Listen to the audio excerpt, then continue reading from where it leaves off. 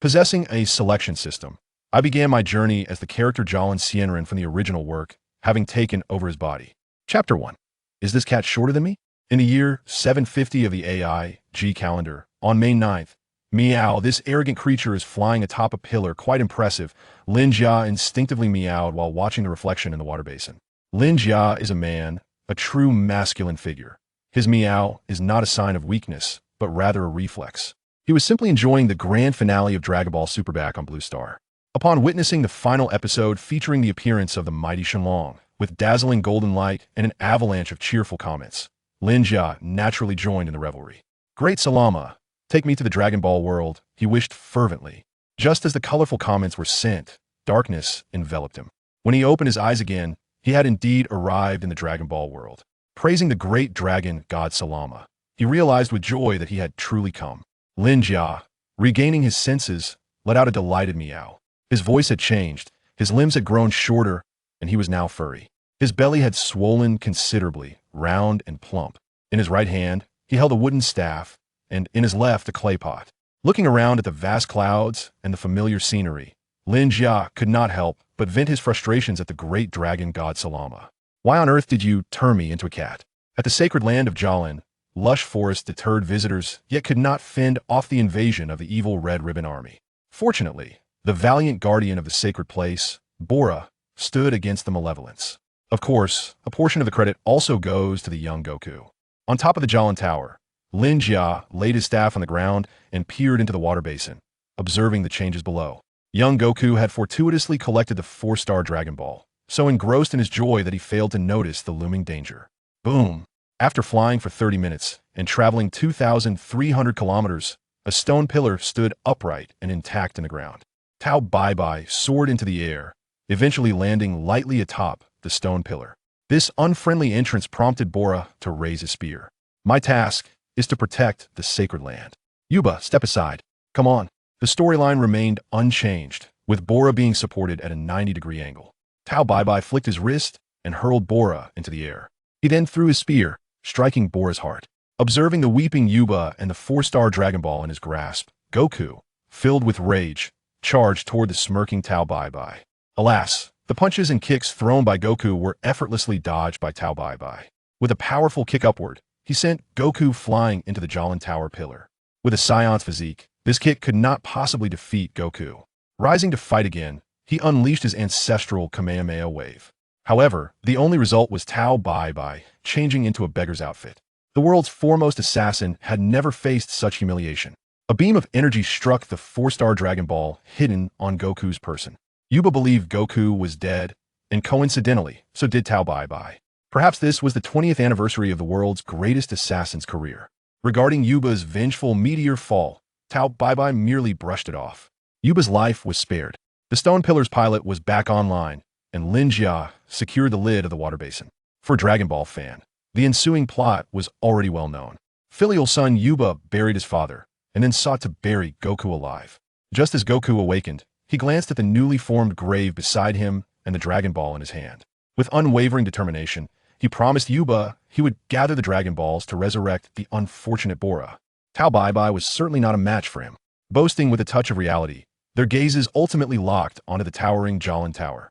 Atop the tower resided the god of martial arts, who possessed the holy water that could grant immense strength.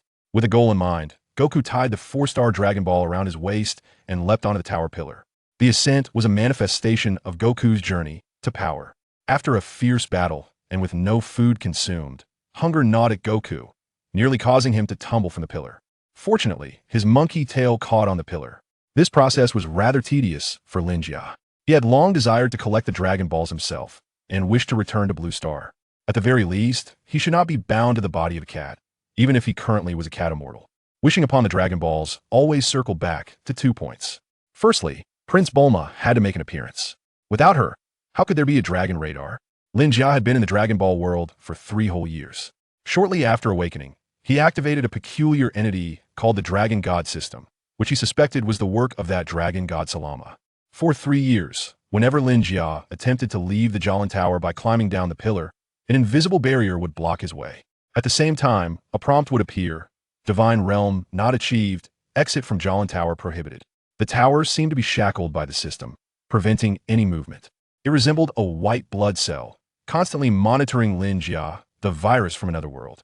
Not wishing to remain bound here, Lin Jia pondered various methods. He looked up towards the higher temple, and Mr. Popo inquired about his needs. In a panic, Lin Jia replied that his neck was stiff and needed some movement. Fortunately, Mr. Popo was quite down to earth. Lin Jia's lie went undetected. Unable to advance or retreat, and with no hope of leaving, Lin Jia realized that the only solution to his predicament was to elevate his divine realm. Yet how to achieve that remained a mystery. Ultimately, Lin Jia relinquished his struggle. Being a cat immortal was just fine. He would wait for Goku to arrive and nurture him properly. Thus, Lin Jia's life over the past 3 years became incredibly routine. He would wake up in the morning to eat a fish, collect the first drop of divine water at dawn, have 2 fish for lunch, cultivate the Zen beans in the afternoon, and eat a small fish for dinner. After meals, he would stand by the water basin on the ground floor, observing the changes in the lower realm. In the animal kingdom, the Dog King was equally helpless against the Red Ribbon Army. The immortal bird raised by the turtle hermit had died from food poisoning. The little bald-headed sacrifice was still being bullied in the temple. Young Goku played the little tyrant in Bun Mountain every day. After 3 years, the plot finally advanced to the moment of his own appearance. On May 10th, the exhausted Goku finally reached the top of the Jolin Tower. After catching his breath, he began to search for the super holy water. Meow, come up here. He restrained his excitement at seeing his savior and childhood idol. The immortal Jialin has officially made his appearance. Upon hearing the sound, the little Wukong climbed up the ladder on the side of the Jialin Tower. Immortal, please bestow upon me the holy water. The polite little Wukong directly requested the sacred liquid. Not bad. You actually made it up here. You truly are a remarkable kid. Lin Jia, having read Dragon Ball dozens of times, naturally knew when to deliver what lines. As expected, he heard that heart-wrenching line. This cat is shorter than I am. Ding, Dragon System, activation successful. Option 1. Compare height with little Wukong. Gain 5 points of combat power. Option 2. Answer, is that so? Remain unchanged. Gain 10 points of divine power. Option 3. Kick little Wukong off the Jialin Tower. Reward 100 points of combat power. How should one choose? Chapter 2. The adorable little one. The system had feigned ignorance for 3 years, but now it revealed its true form. Lin Jia blinked his small eyes, his mind whirring rapidly. The first point was straightforward. Although little Wukong spoke with blunt honesty, he did not utter a falsehood. In terms of height, Lin Jia was undoubtedly at a disadvantage, and the reward offered was merely 5 points of battle power. He had no desire to embrace the trope of being a weakling. As for kicking little Wukong down, such an action would directly alter the subsequent narrative. The fortune-telling elder would be in trouble, Grandpa's son Gohan would be distressed, and UPA would fall victim to Tao Bai Bai. While 100 points of battle power were indeed tempting, they paled in comparison to the advantage of being acquainted with the early storyline. Was it not so? Gain 10 points of divine power. 10 points of divine power surged directly into the body of Karen, the sage. In the world of Dragon Ball, there are numerous paths to cultivation. The divine power cultivated by the deities is but one of them. Divine power serves to elevate the dimensions of the gods. Little Wukong approached Lin Jia, curiosity evident in his voice. May I inquire where the sage is? This single sentence jolted Lin Jia's thoughts back to reality. Never mind. The matter of divine power could be explored in due time. With the staff resting on his shoulder, he calmly introduced himself to little Wukong. I am. You are the sage? This revelation astonished everyone, particularly little Wukong. You don't believe me? To be precise, he was a cat sage. Cats also possess their own dignity. After all, Lin Jia genuinely wished to convey to little Wukong that to thrive in the 7th universe, one must hold respect for cats. However, he reconsidered and swallowed his words. Little Wukong had previously encountered a flying poir wearing shorts and various anthropomorphic creatures, so his capacity for acceptance was rather robust. All right then, I have heard that you possess holy water that can augment strength. Is that true? Little Wukong inquired straightforwardly. Indeed, it is super holy water. It can amplify strength severalfold. A lie told with good intentions bears no guilt. Moreover, this was the line of Karen, the sage. What relevance did it have to me? Lin Jia. Raising his right hand with the staff, he pointed towards the 5 elephants altar at the center of the tower. The exquisite water jug, supported by 5 small elephant trunks, appeared quite distinguished. At the very least, its appearance convinced little Wukong. Why do you wish to enhance your power? You're already quite strong, are you not? Lin Jia cradled the staff with both hands and recited his lines. The dialogue remained largely unchanged, and the process did not deviate significantly. It was only late at night when Lin Jia finally sighed in relief. Little Wukong, with his innocent mind, planned to sneak out for a drink of holy water just as in the original story. Fortunately, it was not a full moon night. Lin Jia was neither asleep, nor did he lament the cuteness of little Wukong. The following day, in order to demonstrate that little Wukong had indeed grown stronger, Lin Jia similarly tossed down the 4-star Dragon Ball. During the 3 hours that little Wukong was absent, Lin Jia swiftly attuned himself to the divine power within. Over the years, he had not deliberately honed his combat prowess. By merging with the cat immortal, Master Karen, Lin Jia had become adept at all of the skills possessed by the immortal. Otherwise, he would not have been able to train little Wukong. However, Lin Jia had no ambition to enhance his combat abilities. Instead, he had been engrossed in the study of divine realms, specifically the methodologies of divine cultivation. Master Karen had his own unique approach, condensing divine water and nurturing celestial beings. This was his method of cultivation. Naturally, compared to deities like the King of the Heavens, such a practice was exceedingly slow. In 3 years, Lin Jia had only managed to cultivate 3 points of divine power, an average of merely 1 point per year. The efficiency was woefully inadequate. When would he ever leave the Karen Tower? Unexpectedly, the system proved to be remarkably generous, bestowing upon him 10 years' worth of divine power. What exactly is divine power? In simple terms, for the King of the Heavens is the power of creation, while for a god of destruction, it embodies the power of annihilation. In the Dragon Ball universe, it seems these are the only 2 paths to divinity. The power of destruction is the purple energy wielded by deities such as Beerus, whereas the power of creation, though lacking a tangible form, has appeared numerous times in the narrative. The Kings of the Heavens can effortlessly conjure lead blocks, while the King of the Heavens can directly summon the hardest alloys. Even the Old Kai can produce crystal balls, and the demon King Dabura can manifest a battle blade from the void.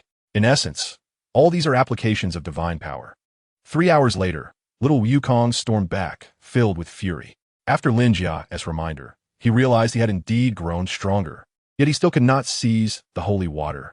On the 3rd day, a loud roar erupted. Oh, haha, it must be said, little Wukong truly embodies the spirit of a Saiyan. Even as a low-level warrior, he displayed remarkable combat talent.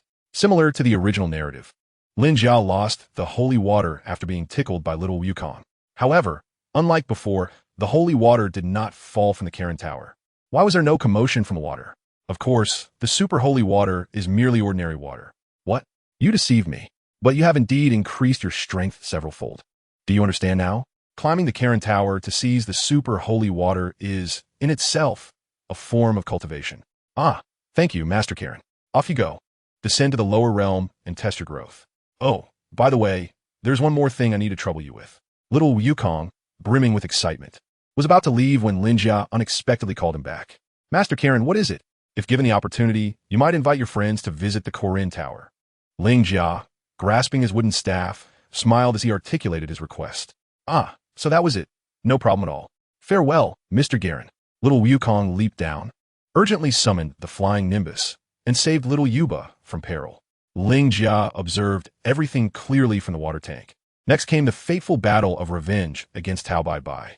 Presently, little Wukong's combat prowess had reached approximately 160, 180, undoubtedly surpassing Master Wu Tian and Tao Bai Bai. However, the exact figure eluded Lin Jia. Although he could sense the strength of the aura, it was merely an estimation. The narrative had begun to shift. Paul Tao Bai Bai, struck by his own grenade, was left on the brink of death, yet he ultimately survived. In the end, wishes were fulfilled, Bora was resurrected, and little Wukong embarked on yet another journey of cultivation. Half a year later, Krillin and Kaiatsu ascended Korin Tower together. Originally, Krillin and Yamcha were supposed to climb after the conclusion of the 22nd World Martial Arts Tournament alongside Tianjin Fan and the others. Their premature ascent was indeed influenced by little Wukong's enthusiastic endorsement of the Korin Sacred Land. From Krillin, Lin Jia acquired a divine technique known as the Eye of God, while from Kaiatsu, he obtained the Zhaoqi Dan and 20 points of divine power. Naturally, in high spirits, Lin Jia would not allow the two to leave empty-handed. Under Lin Jia's guidance, both Krillin and Yamcha experienced significant enhancements in their combat abilities. At the very least, one would no longer be easily incapacitated. while the other would not fall victim to the minions of the demon clan so readily. The narrative had become utterly chaotic. Chapter 3. The World Martial Arts Tournament. 3 years had swiftly passed. Lin Jia continued to lead a life of routine. Yet, changes had indeed occurred. With an increase of 30 points in divine power, he could now condense an additional drop of divine water each day. Divine water equated to senza beans. Lin Jia was acutely aware of the significance of senza beans. The 800-year-old Korean had accumulated merely over 80,000 beans in his lifetime. Unfortunately, in the original narrative, these precious beans had been ravaged by the meat-clad Yasuo, a chirolobe. Initially stored in jars, they later found themselves in cloth bags. By the time Vegeta arrived on Earth, the situation had deteriorated to the point of one bean serving 2 purposes. Lin Jia resolved to keep this treasure well hidden, especially with the chirolobe set to make his appearance in a few days. The World Martial Arts Tournament commenced, where the Turtle School and Crane School crossed paths. The battle began the moment registration opened. The Turtle Hermit and Crane Hermit, upon meeting, immediately began to exchange barbs. Their disciples also took turns teasing each other's appearances. To an outsider, it might have seemed as though 2 comedic troupes were engaged in a lively dispute. In a martial arts tournament, verbal sparring served only as an appetizer. Ultimately, the outcome of the contest rests upon the true martial prowess displayed through combat. This time, the T-God did not suffer a broken leg, but his arm was reduced to a mere truncheon. Tianjin Rice proved to be the superior fighter, exhibiting formidable strength and a ruthless approach. The loss of a hand was, for the T-God, a means of mitigating further damage. However, despite this injury, the T-God remained conscious. Tianjin Rice, mocking the fallen T-God, turned and returned to the rest area. Alas, while his fighting spirit had surged, his techniques remained rather crude. Through the water tank, Lin Jia observed the T-God gritting his teeth as he received treatment, and he couldn't help but reflect on the limited repertoire of skills the T-God possessed. The new Wolfang Fist was merely an enhanced version of ordinary martial arts, boasting slightly greater speed and strength. Against average opponents, such as the likes of Chai Ba Wang, it posed little challenge. However, when pitted against Tianjin Rice, it was akin to a small sorcerer facing a great sorcerer. The new Wolfang Fist was likened to a volleyball punch, which was Lin Jia's most objective assessment. Apart from this technique, the T-God had also acquired the Kamehameha Wave, a foundational move of the Turtle School, easily grasped by those skilled in martial arts. The T-God-S version of the Kamehameha posed no threat to Tianjin Rice. Rather, it was akin to a live demonstration. Confident in his abilities, Tianjin Rice deemed the Turtle School-S techniques to be rather unimpressive. The subsequent matches showed little variation. Krillin faced off against Dumpling, confirming the adage that mastering science and mathematics enables one to traverse the world. Dumpling was knocked out by a single punch from Krillin, falling from the ring. Meanwhile, the Little Monkey King, observing from the sidelines, recounted his own misadventures involving the formidable Tao Bai Bai. The rivalry between the Turtle School and the Crane School had escalated to a point of deep-seated enmity. Next, the Turtle Master, disguised as Jackie Chan, transformed the werewolf back into a human. This easy advancement brought laughter and joy to the audience. The Little Monkey King endured 3 elbows before the self-proclaimed genius fighter, Saiju, succumbed. The top 4 contenders of the world's martial arts tournament were freshly determined. Lin Jia watched with keen interest, for history had been rewritten. He was also curious whether the Little Monkey King could seize the championship title ahead of schedule. Jackie Chan and Tianjin Rice saw little change in their process or outcome. The Turtle Master's identity had been unveiled to Tianjin Rice, who ultimately chose to leap from the ring voluntarily. In that moment, Tianjin Rice's heart was a tumult of emotions. The ever-competitive Tianjin Rice began to contemplate life for the first time. In the internal conflict of the Turtle School, Krillin, bolstered by his enhanced strength, managed to endure significantly longer. Ultimately, the Little Monkey King exerted considerable effort before ejecting Krillin from the arena. The final match saw no change in opponents, with both contenders exchanging blows and showcasing a plethora of techniques. With a decisive Kamehameha Wave, the Turtle Master sent the Crane Master flying, while the battle between the Little Monkey King and Tianjin Rice intensified to a fervent climax. In the realm of volleyball and martial arts, the formidable techniques of Tien Shinhan, including the image-fading punches and the 4 devilish punches, were displayed in abundance. Alas, each maneuver was deftly countered by the agile Goku. Ultimately, fate remained largely unchanged despite Lin Jia's intervention. Tien Shinhan employed the Kikaho technique, soaring directly onto the arena, his hands aglow as he prepared to unleash the Kiko cannon. The battle was one of victory, devoid of concern for life and death. Tien repeatedly urged Goku to evade. In the end, the Kiko cannon crashed down, obliterating the entire stage, leaving the organizers in utter despair. At a critical moment, Goku leaped into the air, ascending to great heights. Destiny, it seemed, had its own design. With all his might, Goku executed a powerful reverse shockwave, a final strike fueled by desperation. Tien, having lost the majority of his strength, found himself unable to escape. Ultimately, both warriors plummeted downwards, and fate remained unchanged. This time, Goku did not collide with a vehicle, but rather crashed into a building. Tien Shinhan emerged as the champion of the 22nd World Martial Arts Tournament. Did he truly not desire that portion of the prize money? I am at a loss regarding financial matters. Perhaps we should dine together. Both Goku and Tien must be famished. I shall treat, but be cautious, for there lurks a burly figure nearby. The narrative had not shifted. Goku's Rui Bang and the Dragon Balls lay abandoned in the lounge. Krillin went to retrieve them. A sudden scream echoed, a chilling reminder of the grim fate that had befallen him. Krillin had met his end. It turned out he was ambushed, which explained why he had not even removed his coat before succumbing. Lin Jia shook his head in lamentation. He had hoped that, with his training, Krillin could evade this calamity. Unexpectedly, despite all calculations, it was an ambush that sealed his fate. Demonic warriors had taken the Dragon Balls and the tournament roster, leaving behind a mark of their kind on Krillin's lifeless form. Arrogant, yet instilling fear. At the very least, it stirred memories from Master Mateto. An enraged Goku immediately summoned the Nimbus to pursue. Meanwhile, discussions about King Piccolo ensued. In the skies, weary Goku found himself outmatched by the demonic warriors. A brutal encounter sent him crashing into the wilderness. Upon regaining consciousness, he discovered that Nimbus had also been vanquished by the foes.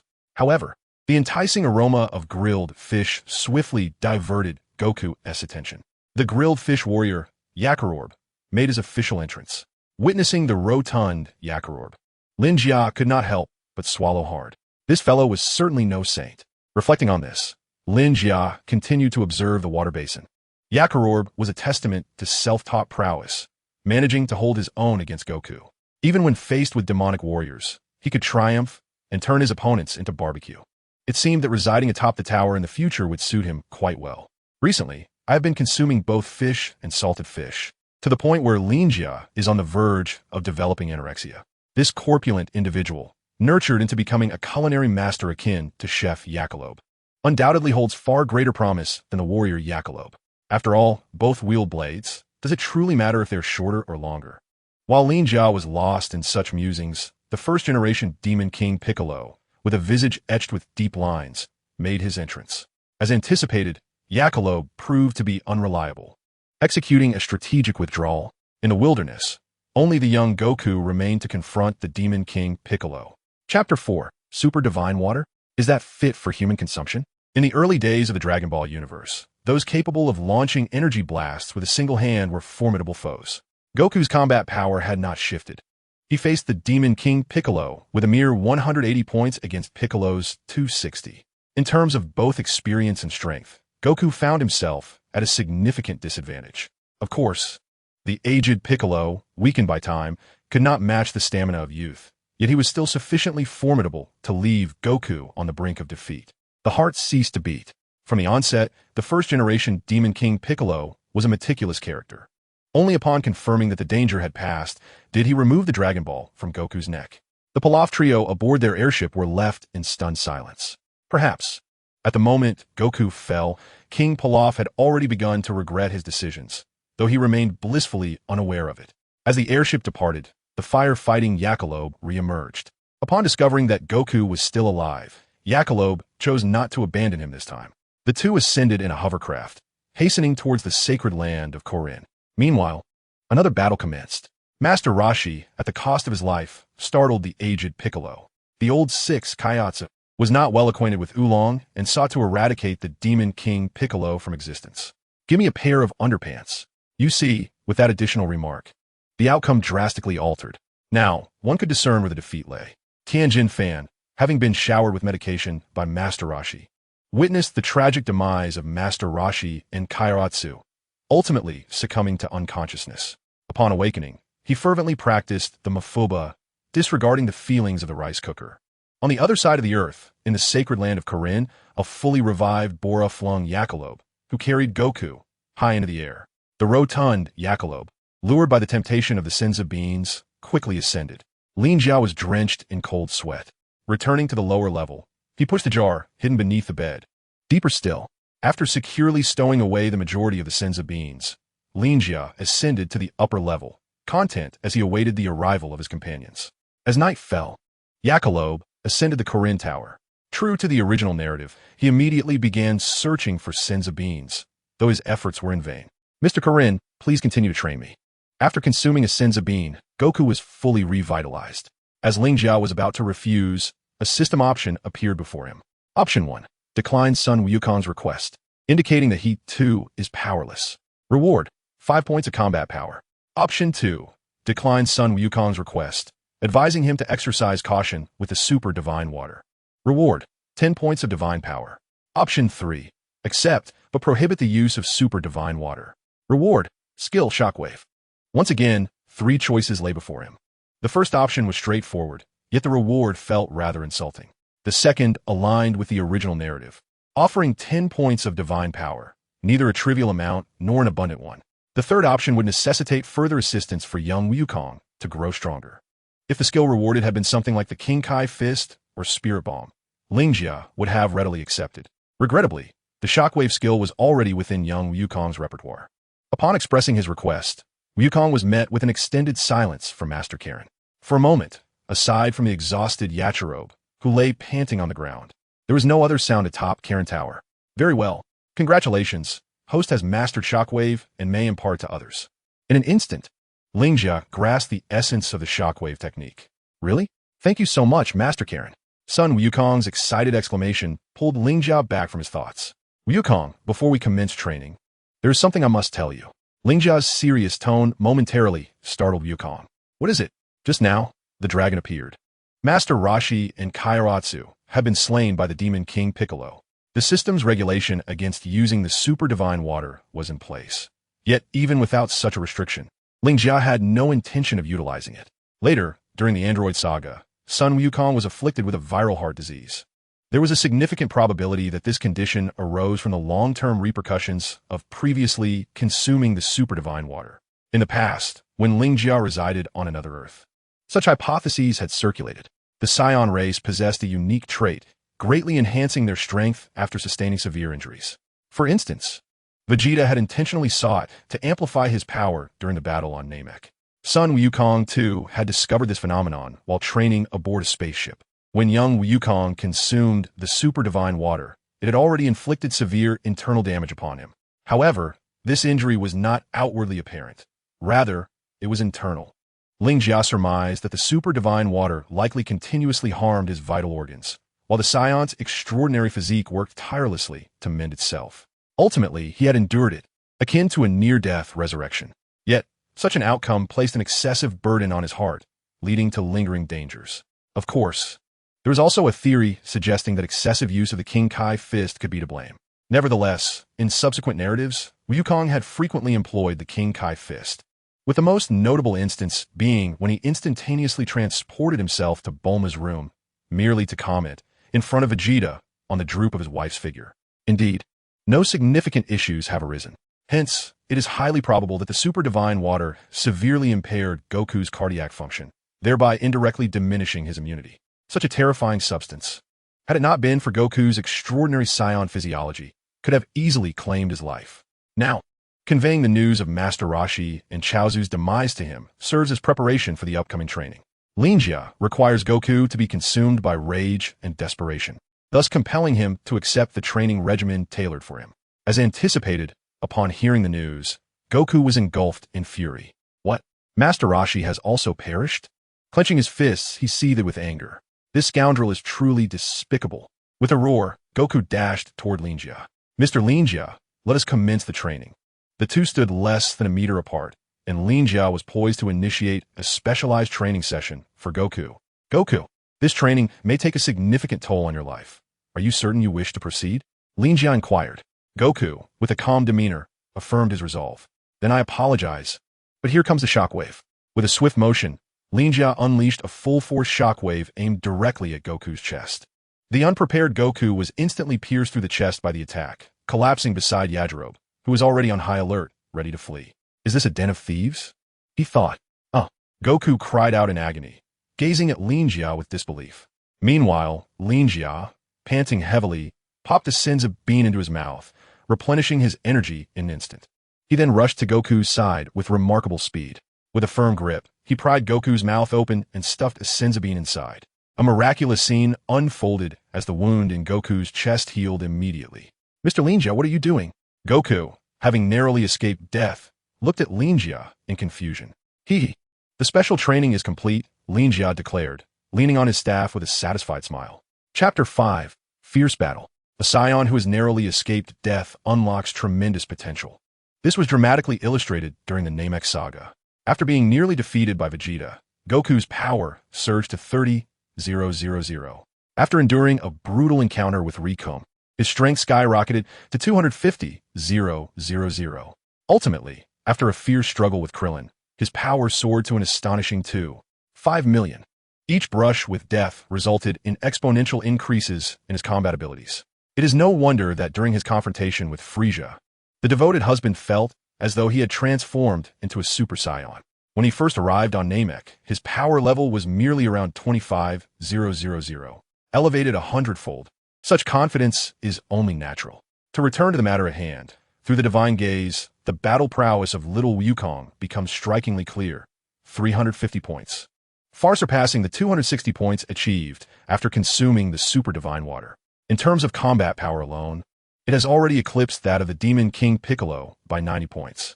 This strength, has my power truly ascended? From 180 points to 350 points. My battle capability has nearly doubled.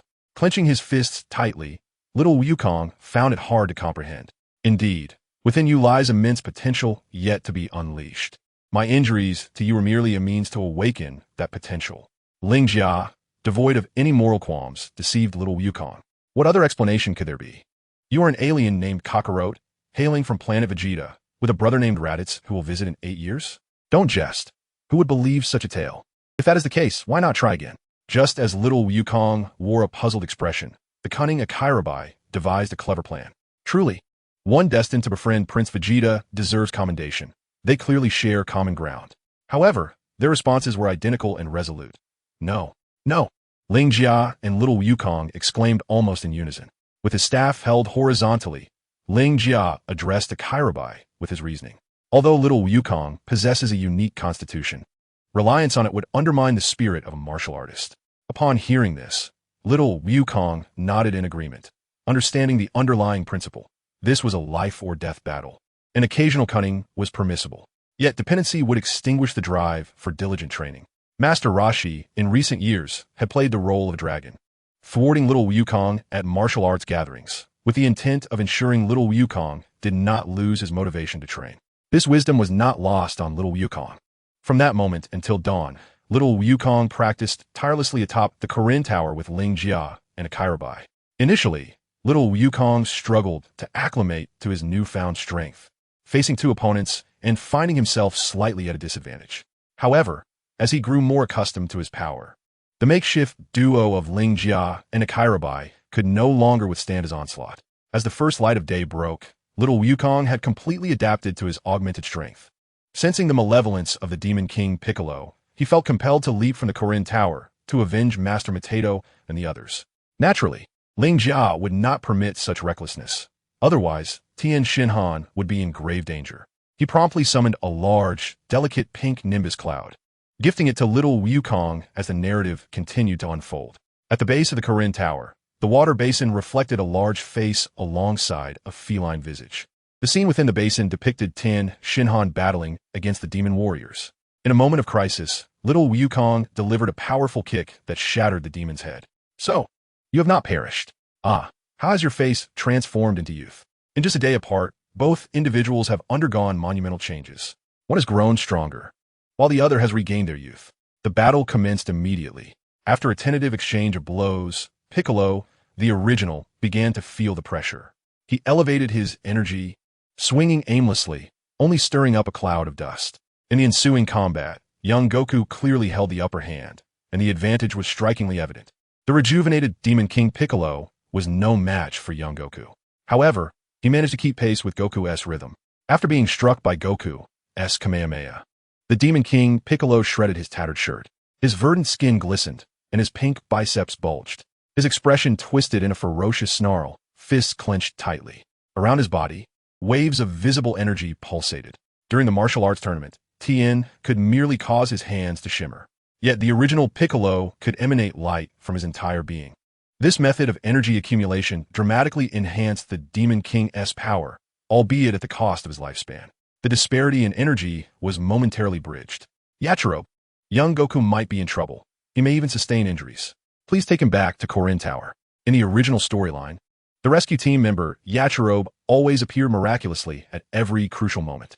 Just a moment ago, he had been discussing the flying Nimbus with Master Korin.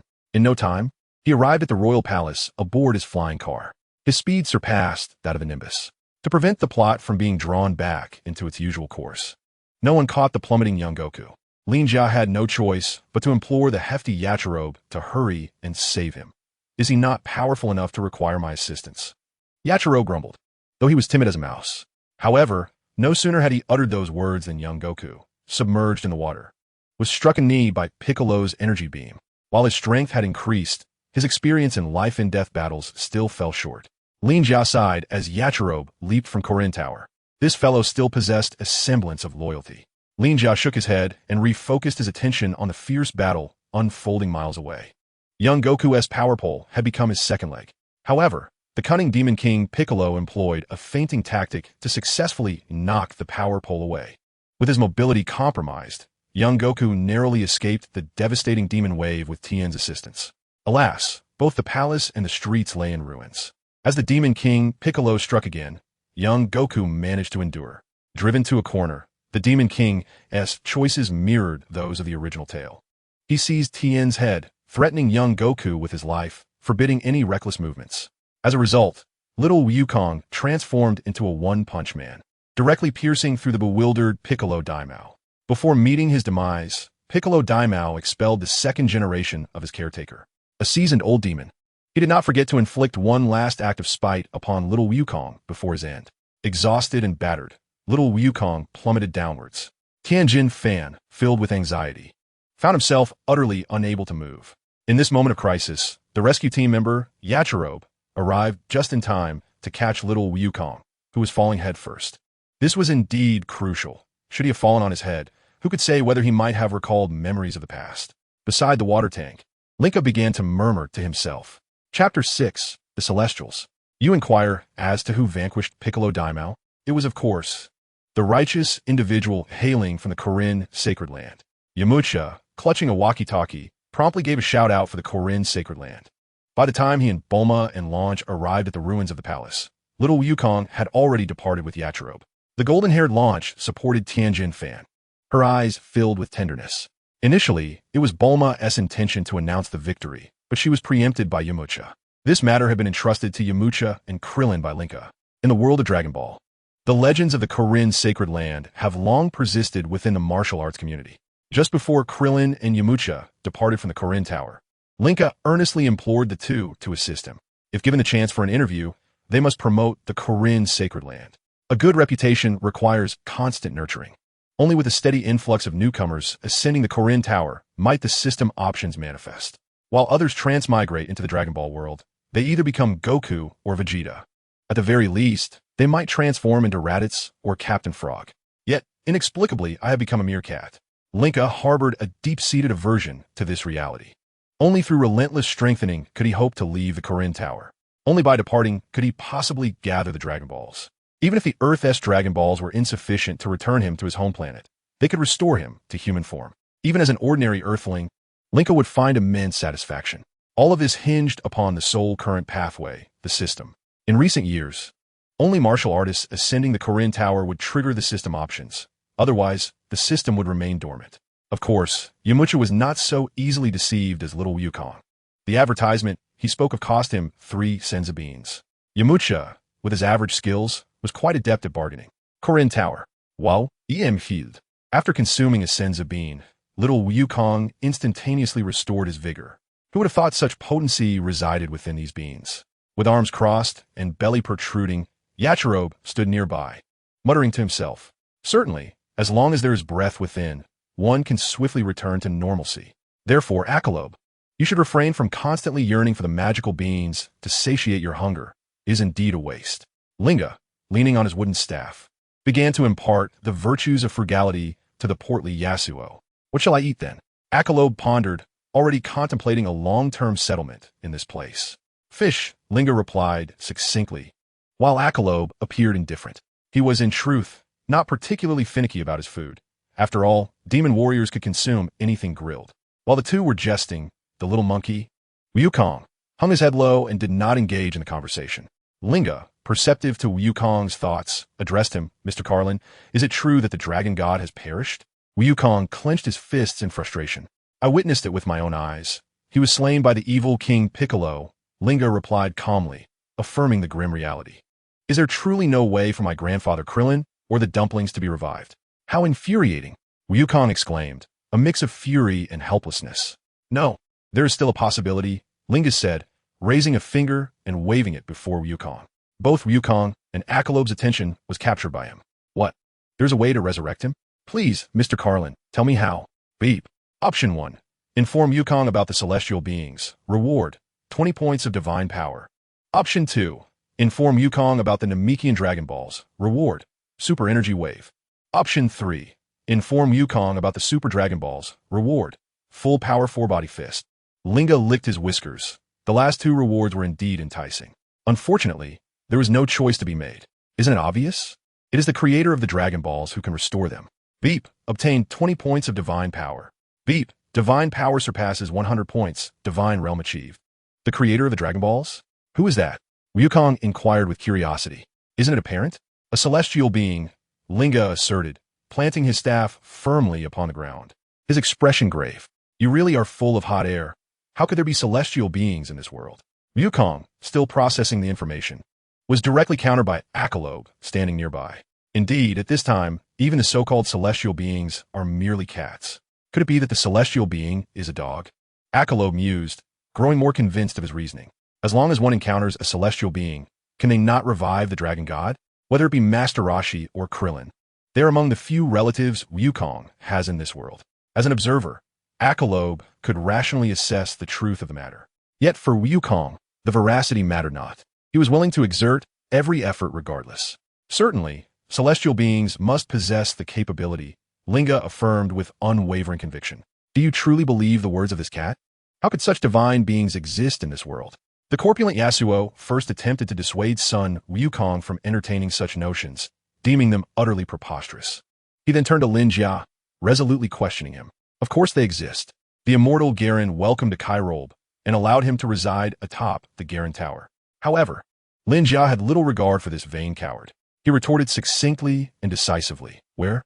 Akairobe, acutely aware of Lin Jia's disdainful attitude, sensed the deep-seated contempt emanating from him. Unyielding, Akairobe pressed on with his inquiries. Above, the cat's paw gestured towards the sky, but this only elicited further ridicule from Akairobe. Huh? Are you not just lying with your eyes wide open? What remains atop the Garen Tower? Son Wukong, this cat is merely trying to comfort you, albeit clumsily. Akairobe seemed to see through it all, directly patting son Wukong on the shoulder. On the Garen Tower, there floats a temple where the immortals reside. Only those who pass my trials are worthy of ascending to the temple and meeting the immortals. Lin Jia spoke leisurely while Akairobe and son Wukong had already rushed to the railing, stretching their heads out to gaze upward. Are you not deceiving us? There is nothing up there. Akairobe saw nothing and resumed his mockery. The temple floated at such a height that it was impossible to see. Lin Jia, poised elegantly in midair, extended his head out. Indeed, the alarm from the system had ceased. The divine realm had elevated, and he could finally leave the Garen Tower. Nevertheless, Lin Jia felt a sense of obligation to impart what he needed to say to son Wukong. But how am I to ascend? Should I ride the cloud somersault? That won't do. This height exceeds the limits of the cloud somersault. It is far too high for me to leap. Son Wukong turned his head, feeling utterly at a loss. Heh, I could steal a rocket to fly up. Akairobe jested. That would merely be repelled, Lin Jia replied. Son Wukong, you're truly fortunate. Originally, The Garen Tower and the temple were connected. Your Rui Bang serves as the bridge between the two. Lin Jia cast a glance at Sun Wukong's empty back. Pleased to enlighten him. Chapter 7. The Condition. Oh, I had no idea that my grandfather's Rui Bang held such significance. Sun Wukong instinctively reached behind him, only to find nothing. Where's my Rui Bang? After several futile attempts to grasp it, Sun Wukong panicked. It must have been left in the palace, right? A Kairobe, casually digging at his ear, reminded Sun Wukong. Indeed, the staff was knocked away by King Piccolo. Little Wukong suddenly realized, no, that's not it. I can see the situation in the lower realm. Linga shook his head, hoping to spare little Wukong a futile journey. Where could that be? Little Wukong was completely exasperated. In a recent battle, aside from you and that hefty fellow, who else was there? Linga inquired with a smile directed at little Wukong. Tianjin Fan. Both little Wukong and Yakalob replied in unison. Indeed, Tianjin Fan was later picked up by Yamucha and Bulma. You should be back at Kame House now. Linga, who already knew the whereabouts of the Rui Bang, was naturally disinclined to send little Wukong to ask the Crystal Granny for directions. By tomorrow, the Crystal Granny would likely be bewildered, questioning her divination abilities. Before long, little Wukong returned, brimming with excitement, having brought back the Rui Bang as expected. After handing the bell to little Wukong, Linga watched as he soared higher and higher with the Rui Bang, ultimately disappearing from sight. Only then did Linga return to the carrying tower. Yakalob, what are you still doing here? Linga felt a sense of unease regarding his precious senzu beans as long as the plump Yeso lingered. Linga didn't particularly dislike Yakalob, but he had no desire to team up with a hefty individual daily. Didn't you say that anyone who climbs the carrying tower has the opportunity to challenge you for the super sacred water? A smug expression spread across Yakalob's face, and upon hearing this, Linga felt a slight tremor of apprehension. The super sacred water is merely plain water. If you wish to drink it, you may fetch it yourself. Linga retorted sharply at Yakalob, but the response he received was utterly disheartening. I've decided to seize it from you boldly. 100 years should pose no problem. During this time, meals are provided, right? He shamelessly suggested using the examination venue as a lodging, something Linga had often done in his previous life. How outrageous to even ask for meals at the exam site. Linga was about to speak when a system option appeared before him. Option 1. Agree to let Yakalob stay. Reward 10 points of divine power. Option 2. Expel Yakalob. Reward 5 points of battle power. Option 3. Require Yakalob to bring one more person to climb the carrying tower before accepting him. Reward breath concealment. Of the 3 options, the one that most captivated Linga was breath concealment. This was a skill of the Namekians, imparted by the gods to Goku. By the time of the Saiyan invasion of Earth, it had almost become standard for Dragon Ball warriors. The ability to sense energy was inherent to Master Roshi. However, this skill of breath concealment had never been learned. Yakalob, although you climbed up carrying little Wukong, wasn't it true that Bora gave you a push at the start? Am I mistaken? Linga placed his staff horizontally and began to pick at him. Hey, what do you want to say? Yakalob's mind was quite sharp. Upon hearing Karing's words, he quickly understood the implication. Lin Jia was fundamentally questioning his qualifications. Accepting assistance certainly did not meet the requirements. Nevertheless, I still acknowledge your strength, as you managed to carry someone to such heights. Upon hearing Lin Jia's initial statement, Yakalob seemed inclined to draw his weapon. Lin Jia hastily gestured for him to stop and added a remark, managing to placate the rotund Yaso momentarily. Just tell me plainly, can I stay here or not? Yakalob merely desired the magical beans, which could stave off hunger for 10 days and heal even the gravest of injuries. Such treasures had long made him salivate with desire. You may remain, but you must undergo an additional trial, Lin Jia declared, luring Yakalob with intrigue. What sort of trial? He inquired, his plump hand reaching for the hilt of his knife, unfazed by a meerkat. The trial is simple, Lin Jia stated, planting his staff firmly on the ground, signaling downward with his paw. Descend to the lower realm and find someone to scale the Korin Tower unaided. If he succeeds, you may remain here indefinitely. Lin Jia held a certain disdain for this cowardly, gluttonous fellow, yet he could not deny the necessity of having a lackey to run errands for him. In fact, in the original tale, Yakalob's overconsumption of the magical beans had rendered them a near-extinct species. This was partly due to the beans' primary purpose at the time, to satiate hunger. Their restorative properties were not widely known. Moreover, he was also a scapegoat for the seasoned veterans. The early abundance of magical beans had significantly disrupted the narrative in Dragon Ball, particularly when paired with the Saiyans' unique physiology, Who could withstand such a combination? Now, Lin Jia found himself inexplicably here. Although he was still merely the cat spirit of Corin Tower, he was nearing the divine realm. Each day, his ability to condense divine water had accelerated tremendously, yielding greater quantities than before. Even if Yakalobi were to consume all 80,000 magical beans, Lin Jia was confident in his ability to provide the Dragon Ball warriors with sufficient supplies. The plot had, unbeknownst to them, already begun to shift. Really? You wouldn't deceive me, would you? Yakalobi released the knife's hilt, yet still sought confirmation from Lin Jia. I am a celestial being. My word is my bond. Extending 3 fingers from his paw, Lin Jia solemnly swore an oath. Then I shall take my leave, Yakalobi said, turning toward the railing, only to glance back menacingly at Lin Jia. If you break your promise, I will personally dismantle this Corin Tower. With that, the rotund Yasso leaped down. The vast Corin Tower was now left with only Lin Jia. Oh, rather, one cat. Acquired stealth ability. The moment Yakalobi departed, Lin Jia heard the notification sound. In an instant, he mastered the art of breath concealment. After several attempts, the results were rather commendable. Not only was his aura suppressed and hidden, but even the divine power within him could be cloaked. With this newfound skill, Akalob departed from Galinta, granting Lin Jia a rare period of tranquility. Meanwhile, in the lower realms, Akalob faced considerable adversity. In a tavern in the southern capital, the irate proprietor bellowed at the penniless Akalob, "You hefty fellow, do you intend to dine and dash? I simply lack sufficient funds. Who would have thought your prices to be so exorbitant?" Akalob replied, crossing his arms, a hint of embarrassment gracing his countenance. Chapter 8. My name is Mark. On Earth, the southern capital is renowned for its martial culture. It is a place teeming with martial arts schools. Although most are mere facades, nonetheless, the likelihood of finding a suitable master is higher here.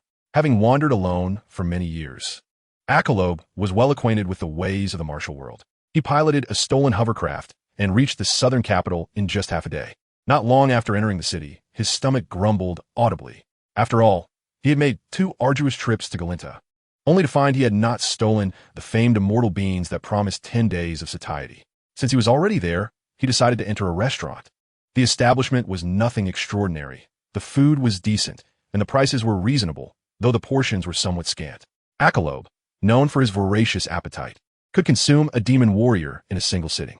In the entire Dragon Ball universe, he was one of the few Earthlings capable of matching a Saiyan in terms of appetite. Naturally, this was in reference to his capacity for food.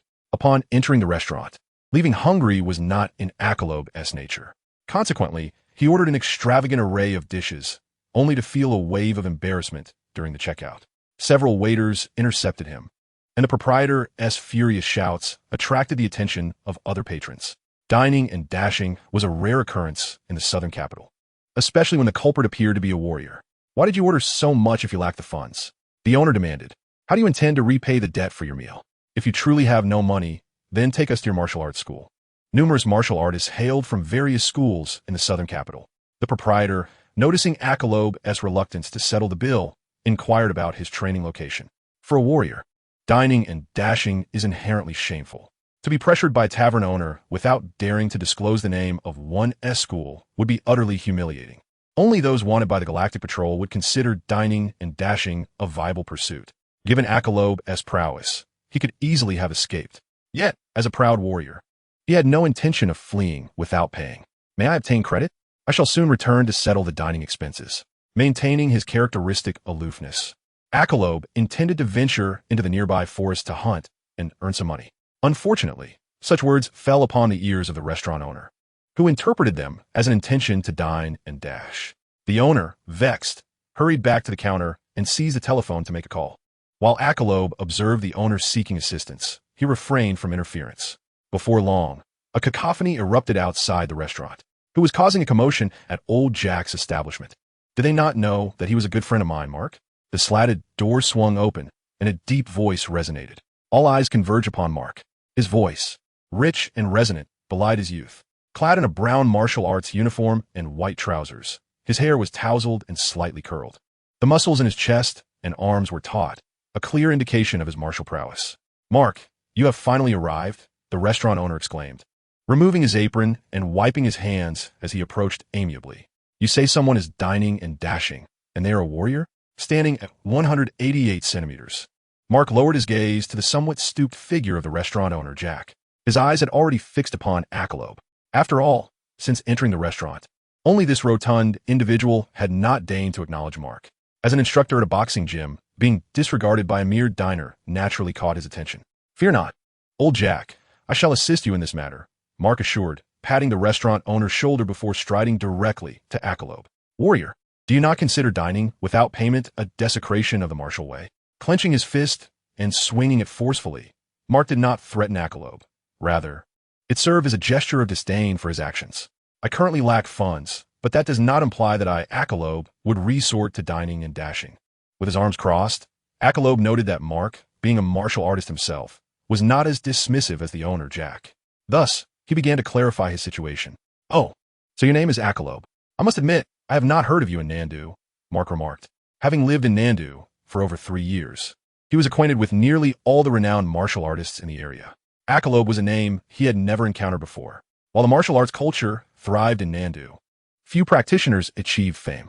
The only one who could be deemed notable was perhaps King Chai-Ba. It was said that during the recent Grand Martial Arts Tournament, King Chai-Ba had not even reached the finals. Mark felt a greater sense of pressure from Piccolo than he had from his encounter with King Chai-Ba. Indeed, the intensity was comparable to that of his encounter with Tao Bai, the one who had slain his master. In contrast to the unreasonable Tao Bai, Piccolo exhibited a more temperate demeanor. As thoughts surged through Mark's mind, Piccolo articulated his purpose for being there. "I have a task to complete and am in search of a martial artist capable of ascending the Tower of Corinne alone, which has led me to the southern capital. However, I was unprepared for the exorbitant prices at this establishment." Expressing my intent, the rotund Yasso could not resist commenting on the restaurant's pricing. "You glutton, how can it not be expensive when you've consumed enough for 30 people?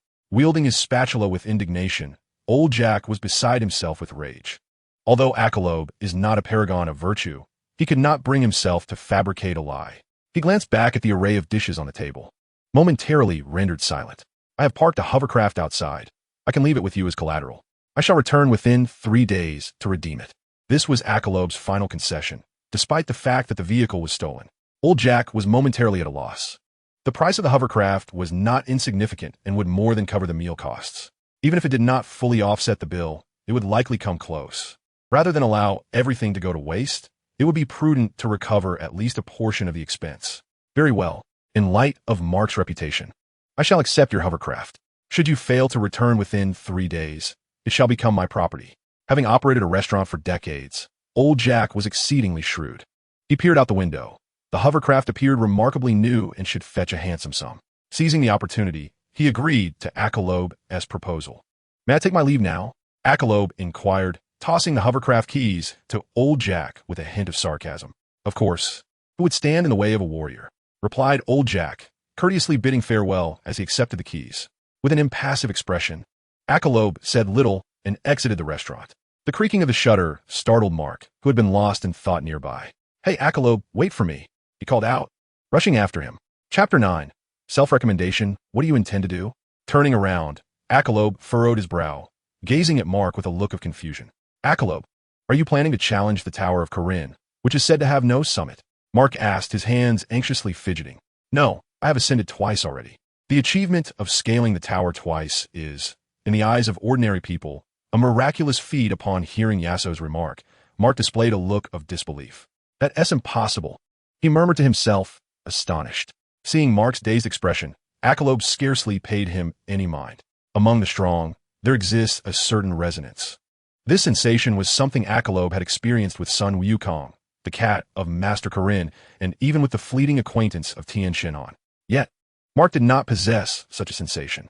Turning away, Piccolo intended to hasten his search for a suitable candidate. For reasons unknown, he relished the ambience atop Galinta. Perhaps it was the allure of the untried celestial beings, or perhaps it was the sight of the vigilant cat regarding him. Piccolo felt that ending his wanderings might indeed be a commendable choice. Just as he had taken a few steps, unexpectedly, Mark regained his composure and pursued him. "Mr. Piccolo, please ensure that you take me along." He hurriedly approached the stocky Yasso, bowing deeply in a gesture of supplication. "You?" Piccolo scrutinized Mark from head to toe. To be fair, Mark appeared to be merely 16 or 17 years of age. Although slightly aged, with signs of receding hairline, his overall appearance was still passable. His limbs were well-defined, with pectorals and abdominals exuding an explosive beauty. Judging solely by appearance, Mark even seemed more akin to a martial artist than the well-toned Akalobe. Mark, I do not wish to squander time. You may accompany me, but you must prove your worth. Galinta's feline companion had merely stated that one person could be taken, without specifying how many could attempt the ascent. Mark's eager self-recommendation led Akalobe to suddenly grasp the crux of the matter. The probability of successfully bringing one individual was slim, yet if a group could be taken to try their fortune, it would be different. Thus, Akalobe refrained from outrightly rejecting Mark. Upon hearing that he needed to demonstrate his prowess, Mark was elated. He retrieved a transformation capsule from his pocket, pressed it forcefully, and hurled it to the ground. As the contents of the capsule became clear, Akalobe was left astounded. 1 shard, 2 shards, 3 shards. Mark persistently stacked the tiles, culminating in a total of 13. Taking a deep breath, he struck down with his hand in a furious motion. Half a month later, Akalobe returned to the Galinta sanctuary accompanied by 7 individuals, among whom was the tile warrior, Mr. Mark. With so many people, Akalobe resorted to stealing a small aircraft. The plane landed on flat ground, and the group of 8 disembarked in succession. I will ascend Galinta and await your arrival. If you successfully climb the tower, your abilities will experience an unforeseen enhancement. For the past half-month, Akalobe had embarked on a quest to find people in Nandu, supported by Mark. The other 6 martial artists, notable figures within Nandu, were easily defeated by Akalobe, who then extolled the wonders of Galinta to them, thereby persuading them to join. These 7 individuals were among the best that Akalobe could select from the shorter candidates. Should none of them succeed, Akalobe would have labored in vain. The commotion at the base of the tower did not go unnoticed by Lin Jia, who was, of course, taken aback. My heavens, what is happening? Linga disregarded the rapidly ascending Akalobe and focused intently on Mark, who lagged at the end. Could it be Mr. Satan? Indeed, Mr. Satan. A character who only appears in the Dragon Ball Cell saga. Though flamboyant in nature, he is undeniably one of the pivotal supporting characters in the latter stages. Without his deception of all the Earthlings, Goku would have never been able to gather sufficient energy for the Spirit Bomb. And it is likely that Majin Buu would not have transformed into Earthling Ub. Ordinarily, there would still be a decade before his appearance. To his astonishment, the hidden talents within Dragon Ball were swiftly converging towards him. 3 hours later, Akalobe had successfully scaled the Korin Tower. This time, Linga was generous and offered him a senza bean to quell his hunger, as his stomach had been grumbling incessantly, which was quite bothersome. After satisfying his hunger, Akalobe lay beside Linga at the water basin, watching the 7 climbers ascend the tower. In the reflection of the basin, Mr. Satan Mark remained at the tail end of the group. His position at the back was primarily due to the heavy backpack he carried, filled with provisions and fresh water. This was also Akalobe's special consideration for him. After all, climbing the Korin Tower was a test of endurance. Speed was of little consequence. The key was merely to reach the top. In truth, Mr. Satan was quite receptive to advice. Initially, he was in last place, but after 5 hours, he had outlasted one individual. 9 hours later, another succumbed to fatigue, and after half a day, 3 more dropped out. A day later, Mr. Satan was but a step away from the tower's summit, with no one else in sight behind him. Panting heavily, he collapsed onto the ground at the base of the tower. For an ordinary martial artist, merely reaching the top of the Korin Tower was a remarkable feat. At this point, Mr. Satan was utterly exhausted. Ultimately, it was Akalobe who hoisted him onto the platform. How could the Korin sage be merely a cat? Upon seeing Linga, Mr. Satan exclaimed with a striking remark, "Isn't the king a dog as well?" Before Linga could respond, Akalobe, perceptive as ever, offered an explanation. "There is indeed reason. Korin sage, please train me to become stronger." Hearing Akalobe's words, Mr. Satan did not hesitate to bow deeply, pleading with Linga for training. Just as Linga was about to speak, a familiar voice echoed in his mind once more. Option 1. Maintain the existing rules. Reward power level 5. Option 2. Guide Mark in his training. Power level no less than 150. Reward skill solar flare. Option 3. Take Mark as a disciple and instruct him in cultivation. Reward unique skill enlightenment.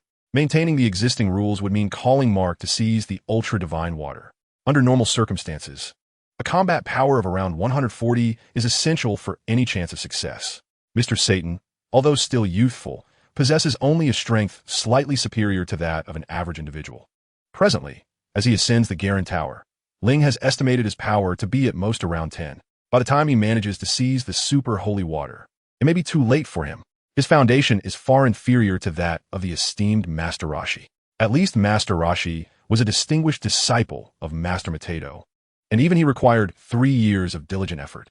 Should he choose the first option, it is likely that Mr. Satan will not achieve success even in the next decade. Such exertion only yields a meager 5 points of combat power. Who is to be belittled here? Chapter 10, The Treasure Boy Mark. The first item is undoubtedly a direct hit. The second item rewards the Solar Fist, which can be likened to a flashbang. For Ling, this skill is currently rather superfluous. Moreover, achieving a combat power of 150 is, quite humorously, even more challenging than the first option. Thus, only the final option remains. Mark, if you wish for me to train you, you must first kneel before me as your master. Are you willing? Mr. Satan Mark originally had a teacher. However, during a meal at a restaurant in the southern capital, he inadvertently encountered Tao Bai. His teacher openly mocked Tao's hairstyle, which led to his demise at Tao Bai's hands, leaving Satan severely injured. Although Mr. Satan has not explicitly stated his desire to grow stronger through this ascent of the Garen Tower, it is likely tied to that incident. In the world of Dragon Ball, it is not uncommon for one to have multiple masters, yet Ling feels it prudent to inquire about this matter. Teacher, unlike his previous bow, this time Mark knelt on the ground, paying homage to Ling, reward skill, Enlightenment. Enlightenment is a special skill that consumes a minimum of 100 points of divine power with the exact consumption depending on the difficulty of the skill being imparted. Rise. For you, Mark, shall henceforth be my registered disciple. Should you meet my requirements within the designated time frame, you may become my direct disciple. Your potential to achieve this status will depend solely on your dedication. For an ordinary person to cultivate beyond the normal realm is neither excessively difficult nor entirely simple, as there are paths to follow. Engaging in labor, such as delivering milk, manual construction work, swimming with sharks, and buzzing with wild bees, must be included. Additionally, one must incorporate weight training. The methods of the turtle school can still be effectively adapted. Ling is acutely aware of the island where Goku and Krillin trained.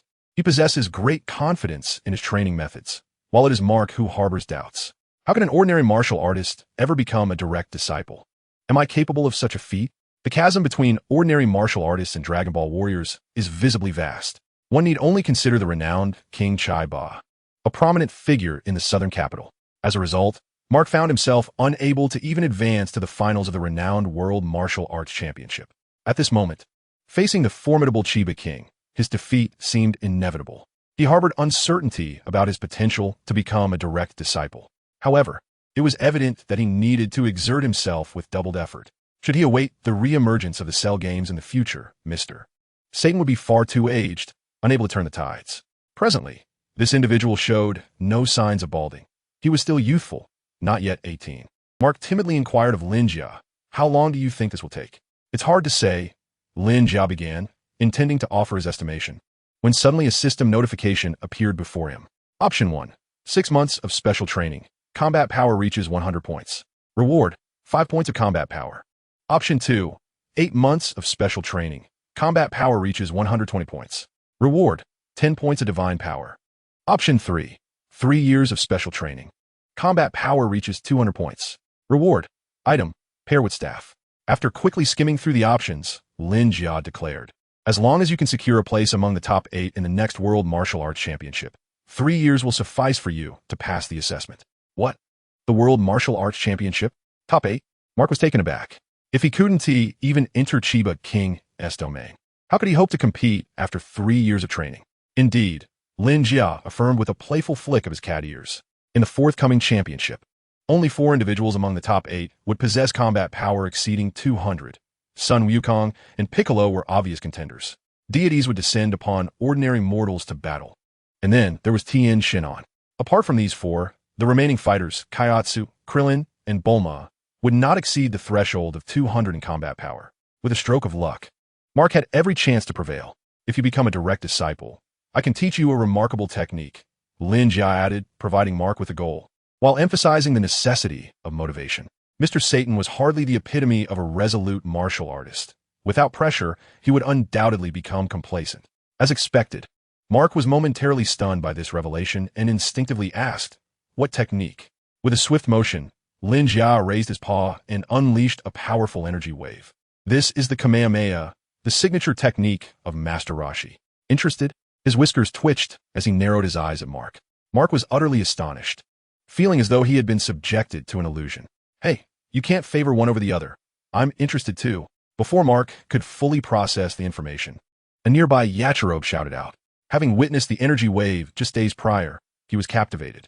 Both Piccolo and Lin Jia had dispatched even the small son Wukong with a single blow. Such a remarkable technique was not something the greedy Yachirobe would overlook. Are you not a warrior? Why would you wish to learn this? In the future, a Kairobe had yet to master even the simplest of aerial techniques. His unexpected reaction took Lin Jia by surprise.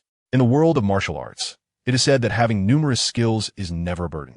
A Kairobe, with a mischievous grin and chubby hands, began to explore Lin Jia's person. A shiver ran down Lin Jia's spine, and just as he was about to admonish a Kairobe for his inappropriate behavior, a system prompt appeared before him. Option 1. Refuse a Kairobe's unreasonable request. Reward: 5 combat power. Option 2. Agree to teach a Kairobe the shockwave technique using the Enlightenment method. Reward: 10 divine power. Option 3. Comply with the Kairobe's request without using the Enlightenment method, teaching him instead the Super Shockwave technique. Reward: skill Super Shockwave. Very well, I shall impart this knowledge to you. It will serve as companionship for both of you. Lin Jia intended to train Mark, and he would need to leave Galinta. He was too apathetic to question a Kairobe, knowing full well that the fellow would insist on following. In due time, teaching him would pose no issue. Unlike Mark, a Kairobe's combat prowess would enable him to learn the shockwave technique in no time.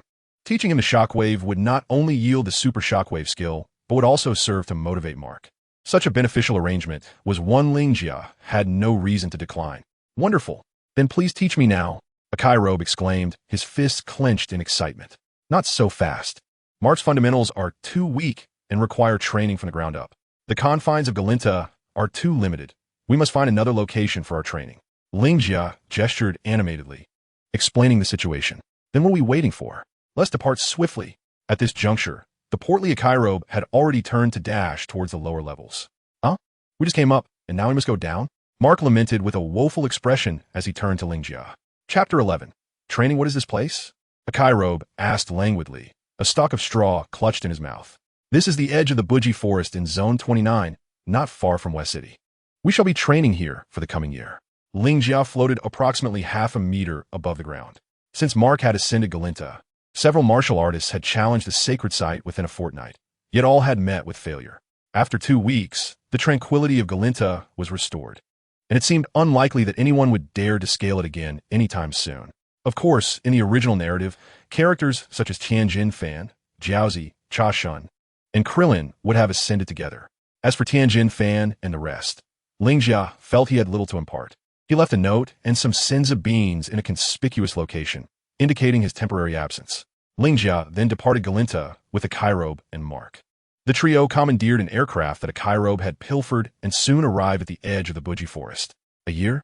Does it truly take that long to learn the shockwave? A Kairobe inquired with curiosity.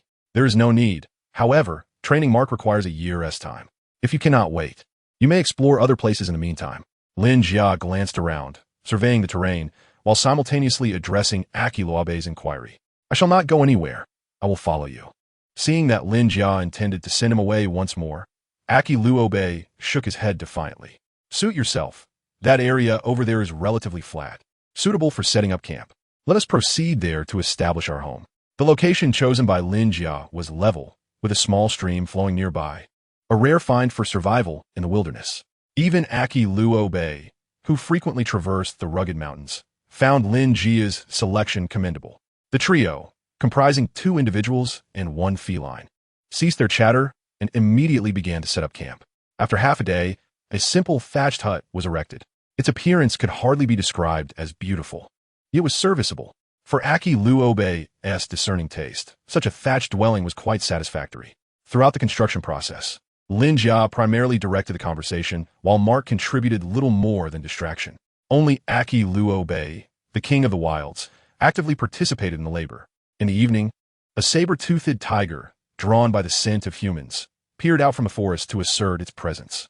Consequently, the trio dined on roasted saber-toothed tiger meat. In a whirlwind of consumption, only a pile of bones remained of the unfortunate beast. This saber-toothed tiger is far tastier than fish, Lin Jia mused, picking his teeth with his claw. After more than 6 years of traversing realms, he finally savored different ingredients. Aki Luo, the master of barbecuing, was increasingly pleasing to Lin Jia's eyes. Let us call it a day for now. Tomorrow we shall commence rigorous training. After sharing the arrangements with the two, Lin Jia retreated into the thatched hut to rest. The feline's appetite, naturally, was not as substantial as that of a human. Once Lin Jia finished eating, Aki Luo had only just attained a moderate fullness, while Mark was merely three-quarters satisfied.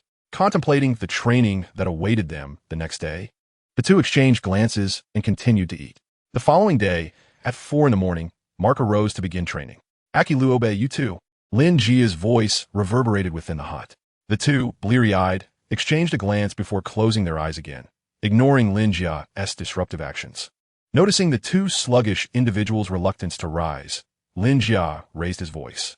10 minutes later, disturbed into a state of reluctance, the two stood on the open ground, yawning. Mark, you shall start first. Run over from that rock.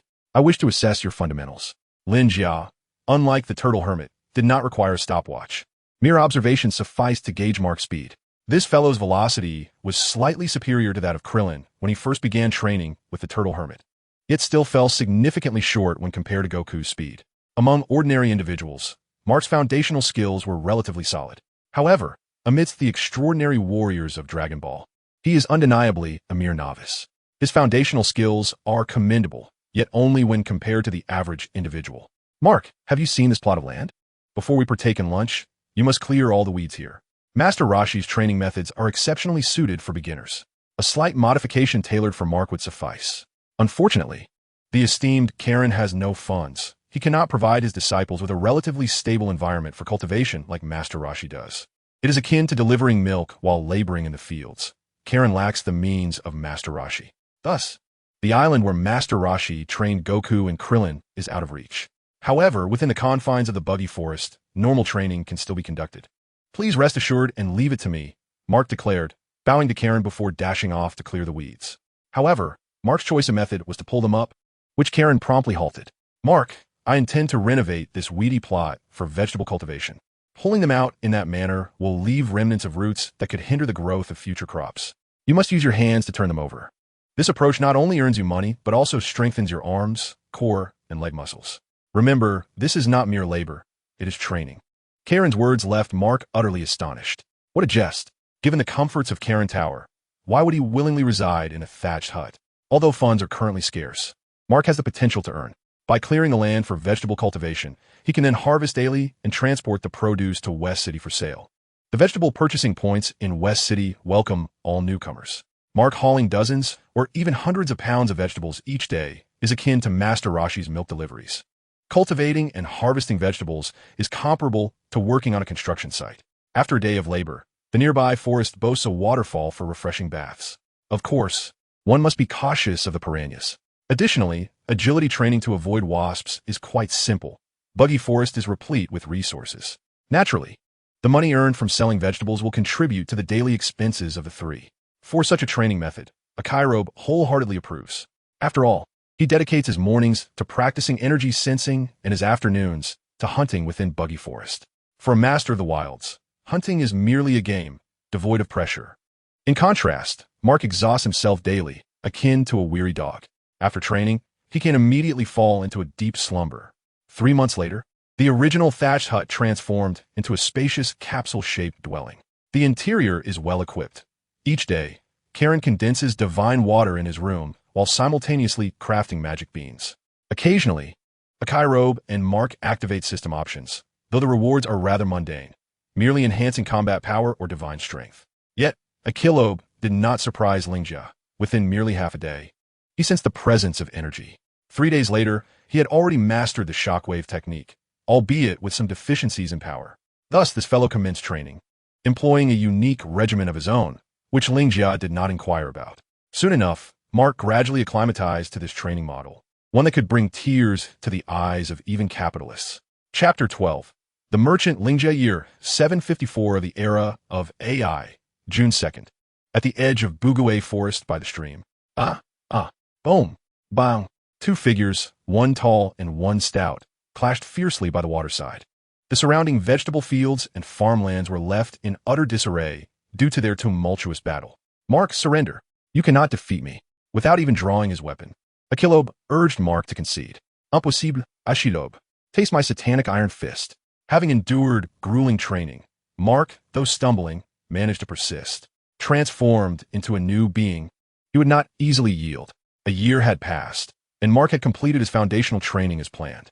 For the past half-month, Achille had been honing his combat skills. In terms of cultivation results, Mark was comparable to Krillin, who had just finished his training back then. However, he still lacked considerable experience in actual combat.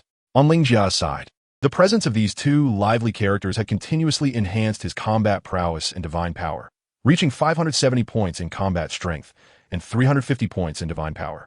In just a year, Lin Jia's strength had surged remarkably. Now, should he take action, there was a significant risk of inadvertently injuring Mark. Thus, the responsibility of imparting combat experience and serving as a sparring partner fell upon Achille. Over the past year, the plump Yeso had learned the shockwave technique. Yet his combat strength had not increased rapidly. Idling away his time, he preferred hunting in Bugue Forest, spending most days in leisure. For the last half-month, he had been Mark's sparring partner. Mark's growth had been swift, and he had begun to grasp his own unique combat techniques, with the satanic iron fist being one of them. With a resounding clap, Mark unleashed a full-force strike that landed squarely on Achille's face. Ow, that hurts terribly. Achille rolled on the ground several times, clutching his face and groaning in agony. Are you all right, Achille? You must hold on. The satanic iron fist shone brilliantly, and Mark was overwhelmed with joy. However, upon witnessing the pain of Achille, who had been his companion for the past year, Mark grew anxious. He rushed to Achille's side to examine his injuries and offer comfort. Do not worry. He is fine, merely embarrassed. Lin Jia, drawn by the commotion, cast a glance at Achille. This fellow's energy remained unchanged. He was perfectly fine. Endlessly wailing, it seemed he could not bear the shame, for throughout the past year, Achille had pretended to be a senior in front of Mark. Being defeated by a junior was immensely humiliating for him. After being reprimanded by Lin Jia, Achille ceased his lamentations and hurriedly rolled over to Lin Jia's side. You heartless cat, do not spread rumors, Achille exclaimed, indignant, pointing a finger at Lin Jia. In response, Lin Jia burst into hearty laughter. This is what you get for slacking off. Now that Mark has surpassed you. How embarrassing. Lin Jia's words turned Achille's face a shade of purple. But just as he was about to retort, his voice caught in his throat, unable to escape. During the year of training, although Mark often complained, he managed to endure. In the past, Goku and Krillin had trained under Master Roshi for 8 months, their combat power exceeding 100. While there were no precise figures, Lin Jia estimated that Goku, who had not yet climbed the Korin Tower, possessed a combat power around 160 to 180. In truth, Goku's earlier deficiency lay in combat techniques, as Master Roshi did not impart much in that regard during their training. Goku managed to acquire the super holy water within 3 days and defeated Tao Pai Pai, primarily due to his improvement in fighting skills. The energy within him saw some enhancement during his ascent to the Korin Tower, albeit not significantly. After a year of training, Mark's intensity was comparable to that of Goku and his companions. Like them, he also engaged in weighted training. Goku and Krillin had only trained for 8 months before participating in the World Martial Arts Tournament, whereas Mark had trained for nearly a year, undoubtedly breaking through the 150 combat power mark. Lin Jia perceived that Mark's current combat prowess was likely slightly inferior to that of Goku in his prime, estimated around 150 to 160. However, such power was already on par with Achille, especially since Achille had not wielded his katana, which had diminished his combat effectiveness. Just days prior, he had managed to suppress Mark, relying on his past battle experience. Now, with Mark's combat experience having considerably improved, his victory over Achille was entirely reasonable. In the evening, to celebrate his triumph over Achille and to comfort him regarding his loose teeth, Mark ventured alone into the Bugui forest to hunt. An hour later, he returned, one hand dragging a 2-meter wild boar and the other holding a large fish. Achille relished roasted wild boar, while Lin Jia, being a cat, held a fondness for fish. Mark, with thoughtful intent, had hunted their favorite foods for dinner. As night fell, the feast of roasted wild boar and fish was prepared. The three indulged heartily in their room, and Lin Jia unexpectedly permitted them to drink freely from the refrigerator. The next morning, as dawn broke, Lin Jia called out, "You two lazy pigs, hurry up. We must move from here." With a wooden staff in hand, Lin Jia activated the Lin Jia hairdryer once more.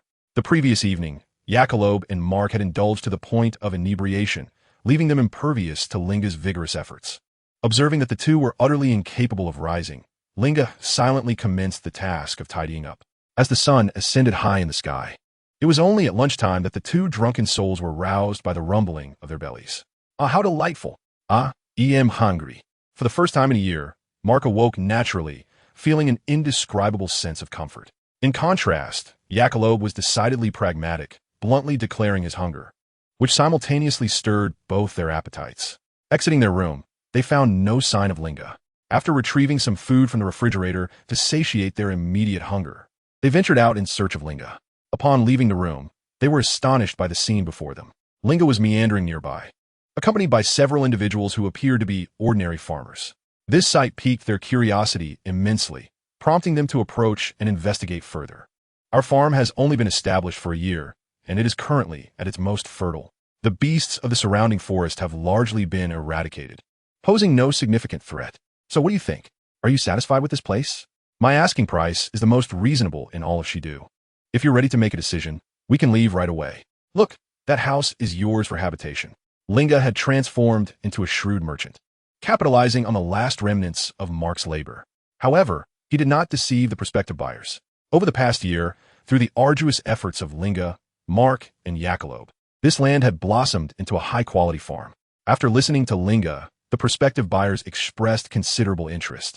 Mark and Jacob exchanged glances. Chapter 13. Journey to Shidu. A fertile plot of land was sold by the crafty Linga for an astonishing price of 300,000. On the plain, Linga hummed a cheerful tune, his fingers incessantly counting the cash. Jacob, piloting the aircraft, grumbled, "What business do we have in Shidu? The cost of living in a big city is exorbitant. This amount wouldn't even cover a single meal for me. Just ask Satan." Ever since being struck by Satan's iron fist, Jacob had taken to calling Mark Satan, primarily because losing to an unnamed rookie like Mark felt too humiliating, and the moniker offered a semblance of dignity. Initially, Mark found the name somewhat awkward, but following his hangover, he embraced it with a sense of grandeur, even referring to himself as Mr. Satan. Linga, overhearing this, felt a wave of exasperation, reflecting on the whims of fate. In the usual narrative, Mark was dubbed Mr. Satan for having trained at a dojo called the City of Satan. Subsequently, due to a stroke of good fortune, his opponents were either incapacitated by illness or had a forfeit at the last moment. Ultimately, he fortuitously claimed the championship title at the Fighting City tournament, thus adopting the moniker of Mr. Satan. The trajectory of Mark's life has irrevocably altered due to Linga's influence. Presently, Mark can be regarded as a member of the Dragon Ball Warriors. Linga had initially believed that the title of Mr. Satan would dissipate with the progression of the narrative. To his astonishment, first the satanic iron fist emerged, followed by the inexplicable calling from Yachirobe, who referred to him as Satan. Mark himself even dared to proclaim, "I am Mr. Satan." When Yachirobe addressed him, Mr. Satan responded directly, "Indeed, what Yachirobe said is correct. This meager sum is insufficient for us to dine in the metropolis. It is preposterous. The celestial beans I have produced this year are ample enough to sustain the three of us for a decade with plenty to spare." Linga pointed to the ceramic jars within the aircraft's cabin, the fruits of his arduous training over the past year. Each celestial being requires a single drop of divine water for nourishment. Currently, Linga can conjure 3 drops of divine water daily, over the course of 365 days. This amounts to the production of over 1,000 celestial beings. It is no exaggeration to assert that, should we distribute them among all the Dragon Ball warriors, even if Vegeta were to invade Earth at this moment, he would be utterly exhausted. However, such an act would undoubtedly convolute the entire narrative. Regarding Goku, Linga did not intend to intervene excessively and planned to allow events to unfold naturally. The original plot ought to progress organically. Linga's ambitions have always been clear. First, he aims to locate the Dragon Balls of Earth and ascertain whether he can return his soul to Blue Star. At the very least, he wishes to revert to a human form. If the Earth's Dragon Balls cannot facilitate this, there remain the Namekian Dragon Balls and the Super Dragon Balls. When the time comes, he would need assistance in seeking the Namekian Dragon Balls or the Super Dragon Balls. Yachirobe and Satan, once marginal figures in this timeline, are the most suitable candidates for assistance. In truth, with proper training, the potential of Earthlings is remarkably vast. According to Whis, the race to which the god of destruction Beerus and the comp of brothers belong is of rather ordinary potential. With adequate cultivation, Beerus remains the strongest among the 12 gods of destruction. If Beerus can achieve this, why should Satan not be capable?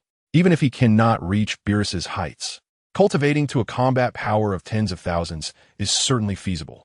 In the realm of Dragon Ball, a combat power of tens of thousands is already a formidable strength in the universe. However, the training of these two has only just commenced and requires a gradual approach. Before long, the aircraft arrived above West City. "Hey, dead cat, where exactly are we headed?" Yachirobe inquired bluntly as the aircraft hovered in midair. Linga gazed through the porthole and soon identified their destination. "There it is, upon sighting that pale yellow, semicircular villa. We shall proceed there." The cat's paw pointed towards the pale yellow villa, and Ling was filled with excitement. That was Bulma's home, or more accurately, Dr. Brief's residence. Having seen it numerous times in the anime of his previous life, Ling was still quite thrilled to behold it in person. This was one of the iconic structures in the Dragon Ball universe. "Fasten your seatbelts. We are about to descend," Captain Yachirobe announced as he adjusted the aircraft's trajectory. The roar of the engines echoed ominously as they began their thrilling descent, nearly causing Mr. Satan to lose his composure. In contrast, Ling remained remarkably calm, for he possessed the skill of flight. Even in the event of a crash, he could soar to safety if he took off a mere meter above the ground. With a clang, the cabin door was flung open, and Mr. Satan, Mark, was the first to leap from the aircraft, promptly emptying his lunch onto the ground. Ling and Yachirobe, however, disembarked casually, examining the surroundings of Bulma's garden. Their sudden and fiery entrance did not go unnoticed. Barely half a minute had passed since they exited the plane when a dozen armed robots emerged, directing their weapons at them. The first to rush out of the villa was Bulma, followed closely by Dr. Brief. Lastly, Mrs. Brief appeared, gracefully holding a large bottle of wine. "Who are you? And why have you intruded upon my home?" Bulma, now a teenager, confronted Mr. Satan, who was still retching, her expression a mix of annoyance and disbelief. Bulma was known for her extroverted nature and her fondness for making friends, but this was contingent upon her guests not being sick in her garden. "Please forgive our intrusion. I am Master Rashi, and this is Yachirobe, while he is Mark. We are friends of Goku, Krillin, and Yamcha. We have come today to humbly request Dr. Brief's assistance in constructing a gravity training chamber." Sensing Bulma's fury as she brandished her submachine gun, Ling hurriedly revealed their identities and the purpose of their visit. He nearly slipped and mentioned the nickname of the god of tea, but fortunately, this did not raise any suspicions from Bulma. "Oh, I remember you. You must be the turtle hermit, right? That rascal Yamcha has mentioned you," the brilliant young woman recalled, lowering her weapon, though her tone remained sharp. "Rascal? Is that what Yamcha calls him?" Ling inquired instinctively. "Who else could it be? That guy's been missing for a year, and we have no idea if he is alive or dead," Bulma replied, still feeling the weight of her relationship with the god of tea. A year prior, Goku had successfully persuaded the divine being to resurrect the dragon, bringing back Master Rashi, Krillin, and Kairatsu among others. Upon learning that little Wukong was cultivating in the temple, the others were immediately motivated to begin their own training. Lin Jia, with a knowing smile, thought to himself, he should be training alongside Tianjin Fan, Jiaozi, and Krillin. Rest assured, he is quite safe. His life or death is of no concern to me. Bulma, with a haughty toss of her head, glanced at the rather depleted Satan and remarked, "Since you are friends with little Wukong, that makes you my friends as well. Whatever you said about the gravity training chamber, leave it to me." Inviting her friends over, Bulma was her usual warm and gracious self. Accepting Bulma's family's invitation, Lin Jia and his companions stepped into the villa, which resembled a veritable zoo. Chapter 14. The Gravity Training Chamber. Bulma, how come you have so many little animals at home? Knowing full well the answer, Lin Jia turned to inquire of Bulma's family as they entered the hall on the first floor. "They are all little creatures that have been injured. Do you not feel sorry for them?"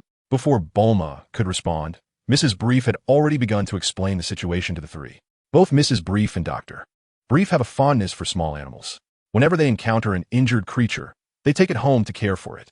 Once nursed back to health, they do not drive them away, and over time, this place has transformed into a zoo. Passing through the hall, the group arrived at Dr. Brief's workshop. As the workspace of a technological enthusiast, it appeared somewhat disheveled, with various parts and tools scattered about. "Master Carlin, could you elaborate on the specifics of the gravity training chamber?" Upon entering the workshop, Bulma quickly shifted into work mode and directly inquired about Lin Jia's requirements for the gravity training chamber. Reflecting on the training chamber that Vegeta had later used, Lin Jia replied, "I hope to create a gravity training chamber that exerts 1,100 times normal gravity. It should be equipped with training robots to assist in honing a martial artist's reflexes. The chamber ought to be easy to install, preferably utilizing the universal capsule technology. I have a budget of 500,000. I wonder if that will suffice? By selling the farm, Lin Jia acquired 300,000, and over the past year, Mark has been visiting West Capital almost daily to sell fresh vegetables. Naturally, while improving the lives of the three, he also accumulated over 200,000. For Saiyan, 500,000 might merely cover the cost of a meal. Yet the purchasing power of that amount on Earth is indeed quite staggering. Consider this. After a long day's hard-fought battles, the reward for winning the World Martial Arts Tournament is merely 500,000. Years later, the infamous android 18 would threaten Mr. Satan, demanding a mere 20 million. The purchasing power of currency in the Dragon Ball world on Earth is, in fact, remarkably impressive. Since you are friends with little Yukong, how could I possibly charge you for the gravity training chamber? The generous Bulma, after hearing Lin Jia's final words, immediately declared that the three could have it for free. In the world of Dragon Ball, Dr. Brief has constructed the gravity training room on 2 occasions. The first was a 100-fold gravity chamber designed for Goku, installed aboard the spaceship bound for Namek. The second was a 300-fold gravity chamber created for his son-in-law, Vegeta, situated within his own residence. Goku, Vegeta, and Trunks have all engaged in training within these gravity chambers. Each of them is either a close friend of Bulma or a member of her family. The provision of such resources without charge would typically be expected. However, Lin K, having only recently met Bulma for a brief period, felt reluctant to take advantage of this opportunity. Dr. Brief and Bulma, although I am familiar with Goku, this matter ultimately concerns us. Therefore, I must insist on providing you with 50,000 zenny as compensation for the construction. Otherwise, we shall remain unsettled. The gravity of Lin K's words momentarily left Bulma speechless. Bulma, since Mr. Garen has made such a request, let us accept the payment and diligently create the gravity training room they require. Mr. Garen, I am curious. Can humans truly withstand 100 times gravity?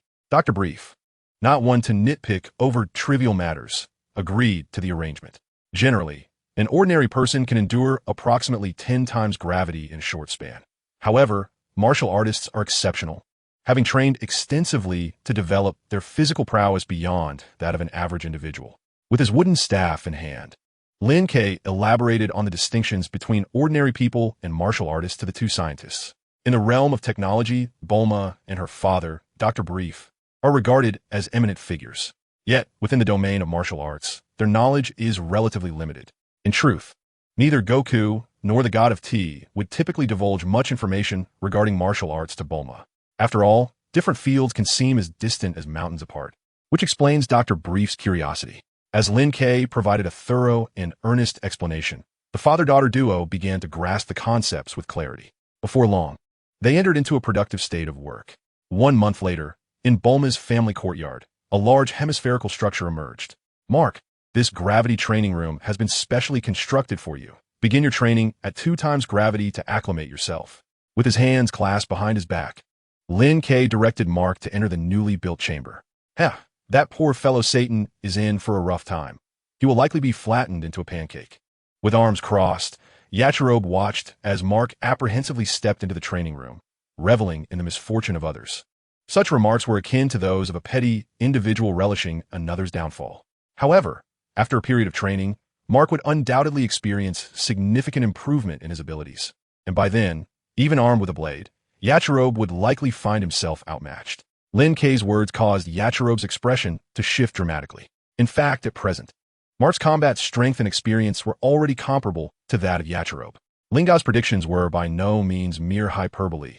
They genuinely instilled a sense of crisis within Akalobe. Satan, wait a moment. I shall open the door for us to train together. Not wishing to be trampled by Satan's iron fist once more, Akalobe, that sardine, was thoroughly invigorated by Mark, the catfish. Observing Akalobe willingly enter the gravity training chamber, Linga's lips curled into a subtle smile, feeling a sense of triumph in his cunning scheme.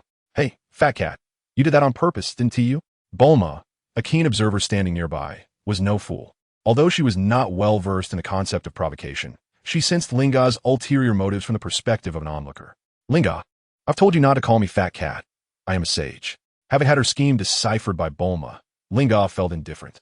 However, the moniker fat cat was one he could not tolerate. How can a sage be as sly as you? You are nothing but a black-hearted fat cat. In the realm of banter, Bulma had never been bested. Upon realizing this, Lin Jia chose silence instead. How dull. Noticing Lin Jia's silence, Bulma disdainfully muttered, "Fat cat. I'm going on vacation tomorrow. Would you care to join?" The trio had arrived in June, and now it was already July.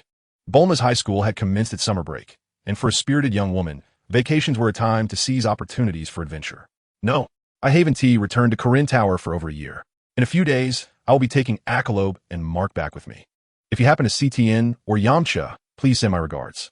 It had been slightly over a year since Lin Jia had left Corinne Tower. Despite his aversion to becoming a cat, he knew he could not neglect the duties befitting a cat sage.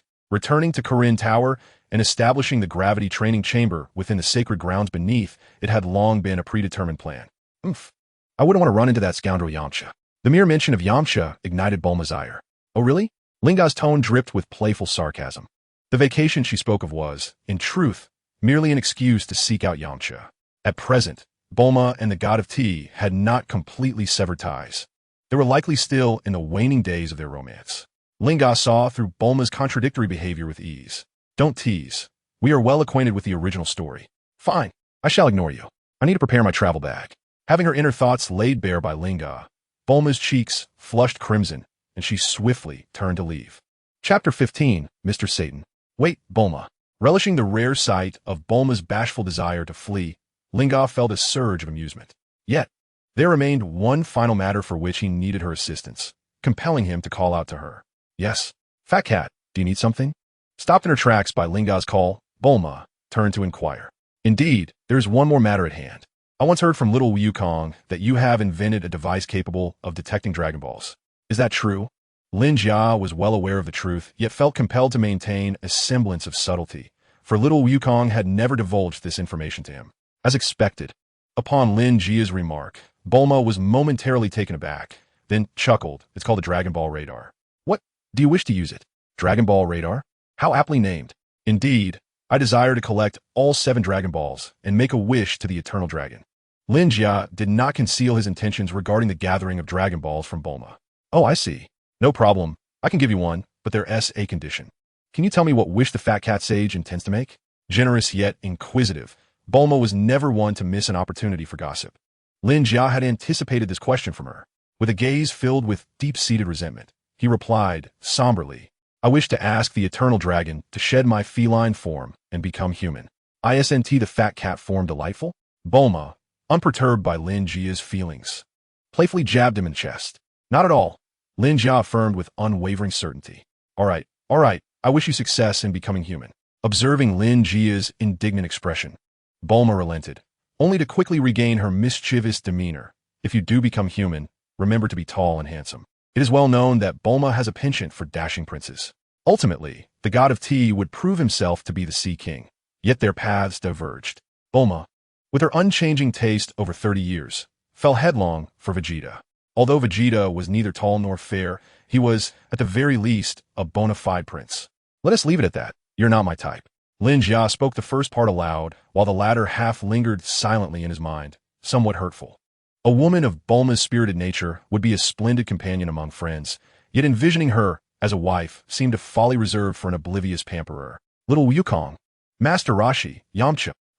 Each time Lin Jia pondered this, he felt Vegeta truly epitomized the legendary Super Saiyan. Inside the studio, Lin Jia reclined leisurely while Bulma flitted about, tirelessly searching for the Dragon Ball radar that had lain unused for over a year. For Bulma, who often struggled with locating misplaced items, rummaging through drawers was an everyday affair. At long last, after an hour, Bulma triumphantly unearthed the Dragon Ball radar from the depths of a storage shelf. After replacing the batteries and conducting a brief maintenance check, she handed the device to Lin Jia. This is the Dragon Ball radar. Press the button to adjust the map scale. The crosshair indicates the radar's position, which is also your location, and these glowing dots represent the locations of the Dragon Balls. After briefly introducing the functions of the Dragon Ball radar to Lin Jia, Bulma promptly returned to her room. She needed to prepare for her journey, which, of course, was not intended for the purpose of seeking Dragon Balls. In truth, the Dragon Balls served only 2 purposes for Bulma. One was to locate her Prince Charming, and the other was to restore her youth. At her prime age, with her figure still intact, She had no need for the Dragon Balls to regain her youth. As for the Prince Charming, Bulma's intention for this trip was to bring him back. With neither purpose in mind, Bulma naturally felt indifferent towards the quest for the Dragon Balls. In the evening, Yachirobe and Mark emerged from the training chamber, supporting each other. Though the gravity was merely double, their combined weight was considerable, with over 300 pounds pressing down on them. The experience was akin to the weighted training that little Goku underwent. After spending a day in the gravity training room, they had essentially been going in circles, which is a necessary adaptation process for weighted training. After consuming the senzu beans tossed to them by Lin Jia, they were revitalized. This confirmed the efficacy of the gravity training chamber. Following a sumptuous dinner, the trio bid farewell to Bulma and her family. That night, Lin Jia departed West City with Yachirobe and Mark, returning to the sacred land of Corinne. Before parting, Lin Jia thoughtfully gifted Bulma a bag of senzu beans as a token of appreciation. By the time the three returned to the sacred land, dawn had already broken. Their aircraft landed not far from UPA's home, where they were immediately spotted by Bora and UPA. Upon recognizing the return of the Corinne sage, Bora and UPA respectfully greeted Lin Bora as the guardian of the sacred land. Your diligence is commendable, yet I hope for your further growth. Yachirobe, you should be acquainted with him. This is my named disciple, Mark. They will be staying here to train, and you're welcome to join them in enhancing your own strength. During breakfast, the five gathered around a campfire, enjoying roasted meat, as Lin Jia introduced Mark to Bora and UPA. Thank you for this invaluable opportunity, Sage, Bora expressed gratefully, but UPA is still young and requires care. UPA, being still a minor, needed Bora's attention. The thought of abandoning UPA to train alone weighed heavily on Bora's mind. Rest assured, I will take UPA to live atop Corinne Tower for a while. You should focus on your training, Lin Jia reassured him. In contrast to Yachirobe's penchant for idleness and Mark's tendency to bask in small achievements, Bora's character and loyalty were beyond reproach. The only regret was that Bora's age made it increasingly difficult to attain significant accomplishments through training. Nevertheless, with the gravity training chamber available in the sacred land, there was no shortage of opportunity for Bora to refine his skills. As for UPA, at his tender age, it was the perfect time to nurture his potential. For the father and son who have dedicated their lives to guarding the sacred land of Galan, Lin Jia holds a profound trust in them. With the immortal looking after Yuba, his mind is at ease. Feeling reassured, Bora turned to Yuba and said, Yuba, it is a great honor to accompany the immortal to ascend the Galan Tower. You must listen to the immortal, do you understand? Yes, father, Yuba understands. Observing his father's serious demeanor, Yuba solemnly nodded. After settling everything, Lin Jia retrieved a universal capsule containing the gravity training chamber. He found a flat, open space within the sacred land of Galan and placed the gravity training chamber there. Take these fairy beans and eat them if you run out. Climb up the Galan Tower and ask me for more. Handing a small jar of fairy beans to Bora, Lin Jia offered this advice before the three entered the gravity training chamber to begin their practice. Yuba, let us return to the Galan Tower. After Lin Jia spoke, he shouted Kong Do Yun. In an instant, a large, pink cloud descended from the heavens. This scene left Yuba utterly astonished. Chapter 16. The Pair with Staff. Yuba had previously ridden on the Kong Do Yun during the battle between Little Wukong and Tao Bai Bai. Those with pure hearts and no wicked thoughts can ride the Kong Do Yun, and Yuba certainly qualifies. Yuba, you are a good child. Take a piece for yourself. It will be convenient for you in the future.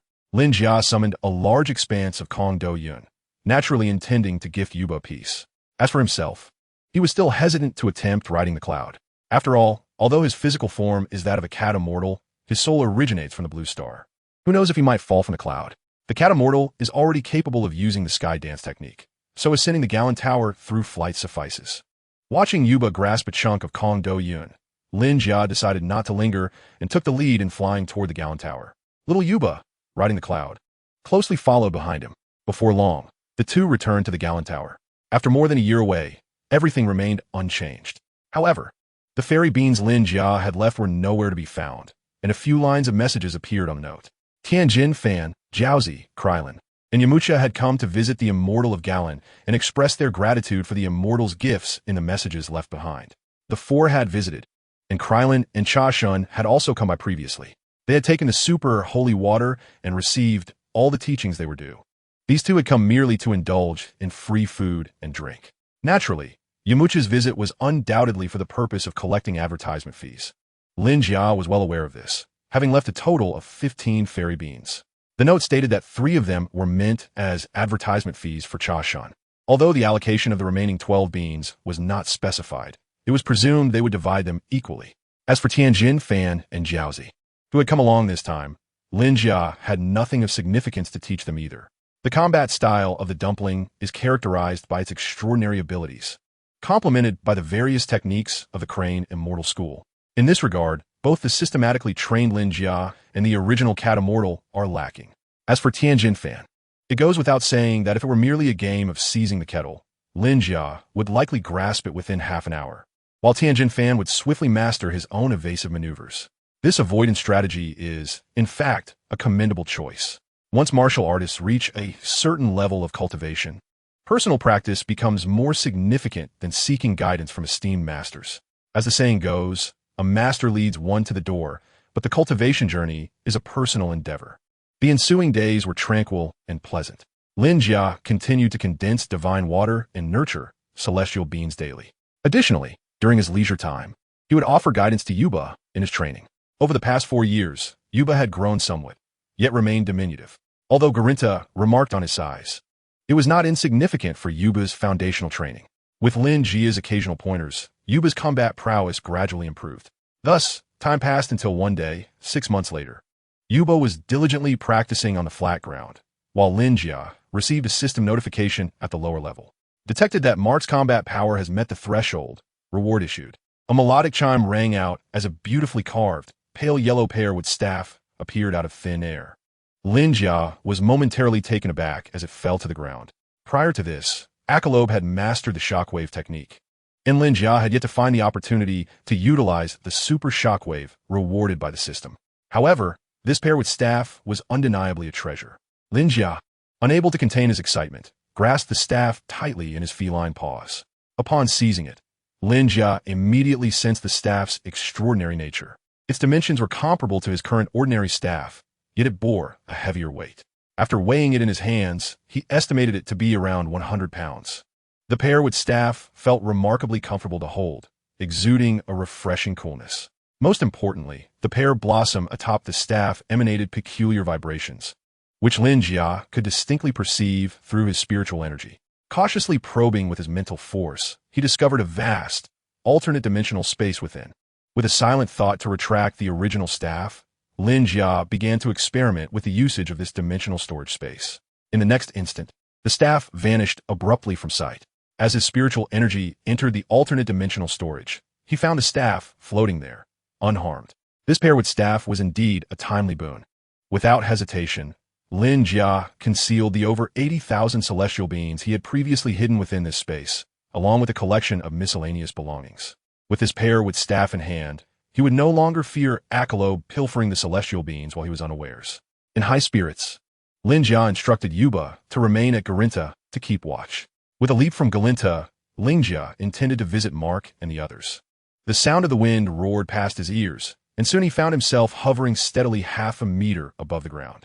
After flying a short distance to the north, he beheld the gravity training room, shining with a lustrous metallic silver. Lin Jia pressed the doorbell outside, and it wasn't long before Bora opened the door to see who was there. "Ah, Immortal, you have arrived," he exclaimed, his bare upper body glistening with beads of sweat. Having trained under intense pressure, Bora's whole body was flushed with blood, giving his skin a slight reddening. Upon seeing Lin Jia, Bora respectfully invited him into the training room. At that moment, the gravity training room had returned to its normal gravitational value. Yakalob lay sprawled on the floor, panting heavily, lacking any semblance of grace. Mark, squatting with his hands on his knees, was also gasping for breath, though he maintained a better appearance than the overweight Yasso. Lin Jia approached, carefully sensing the energy emanating from the two. Without question, Mark's combat power had undoubtedly reached 200. Yakalob's energy was slightly stronger than Mark's, though still limited. Lin Jia estimated that if converted to combat power, it would be around 210 to 220. In contrast, Bora, standing behind him, had significantly improved over the past 6 months. Now around 140 to 150. For a man approaching middle age, such an enhancement was commendable. "I came to see how you are faring, Bora. How many times the gravity can you endure now?"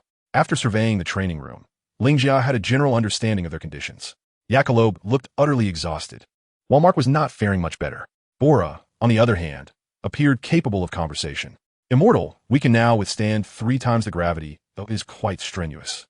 I can only manage about half an hour each day. Mark can last around 50 minutes, and Jackalope is the strongest, managing an hour.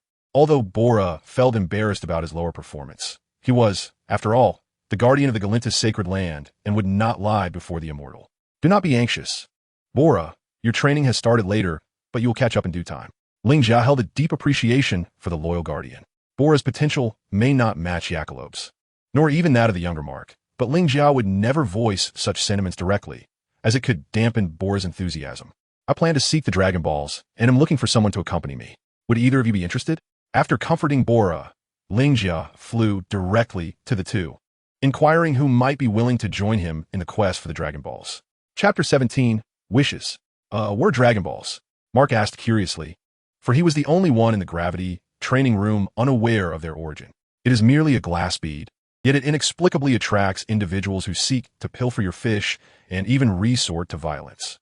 Jackalope reminisced about events from over a year ago, feeling a wave of nostalgia. The enigmatic behavior of the riddle maker left Mark in a state of bewilderment. The Dragon Balls, crafted by celestial beings, exist in a total of 7. Casting a discontented glance at Jackalope, Linga began to recount the details regarding the Dragon Balls. The world holds such wondrous phenomena, and Mark listened, entranced. Hey, you are already a celestial being. Do you still have any wishes? A cat-esque glare made Jackalope curl his lip dismissively. Yet he was intrigued to probe Linga's motives for collecting the Dragon Balls. That is a secret. Shouldering his pearwood staff, Linga was not easily swayed. Then I have no interest in wishing if it does not involve me. Jackalope was a character motivated solely by self-interest, and this laborious endeavor held no allure for him. Who will accompany me? The reward is 10 senza beans. As if already anticipating this, Linga promptly issued his offer before Jackalope's words had fully settled. But since you are my friend, you must take me along. The advantage of being the first to speak allowed Jackalope to shamelessly seize the moment. Mark, do you wish to join us? Ignoring Jackalope, Linga turned his attention to Mark's thoughts. I am willing to accompany you, Master, in the quest for the Dragon Balls. Mark agreed readily, his words infused with a sense of eager anticipation. It was hardly surprising, under Linga's guidance and urging. He had diligently trained for a year and a half. Unlike the life depicted in the original narrative, Mark had yet to make Mr. Saiyan's name resonate across the earth, yet his strength had reached formidable levels, surpassing even Krillin, Yamcha, and Kairatsu. With such prowess, being confined within the gravity training chamber day after day was stifling. Anyone would feel a surge of excitement at the prospect of venturing out for some fresh air. Very well, then it is settled. Jackalope, you shall accompany me in the search for the Dragon Balls. Bora, you will remain here to train in the gravity chamber.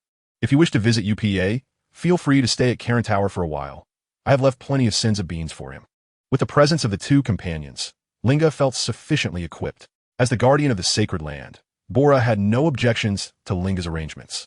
After a brief preparation, the trio, one stout, one tall, and one cat, embarked on their quest for the Dragon Balls. A day later, under the relentless sun, the earth scorched, steam rising, and the ground cracked.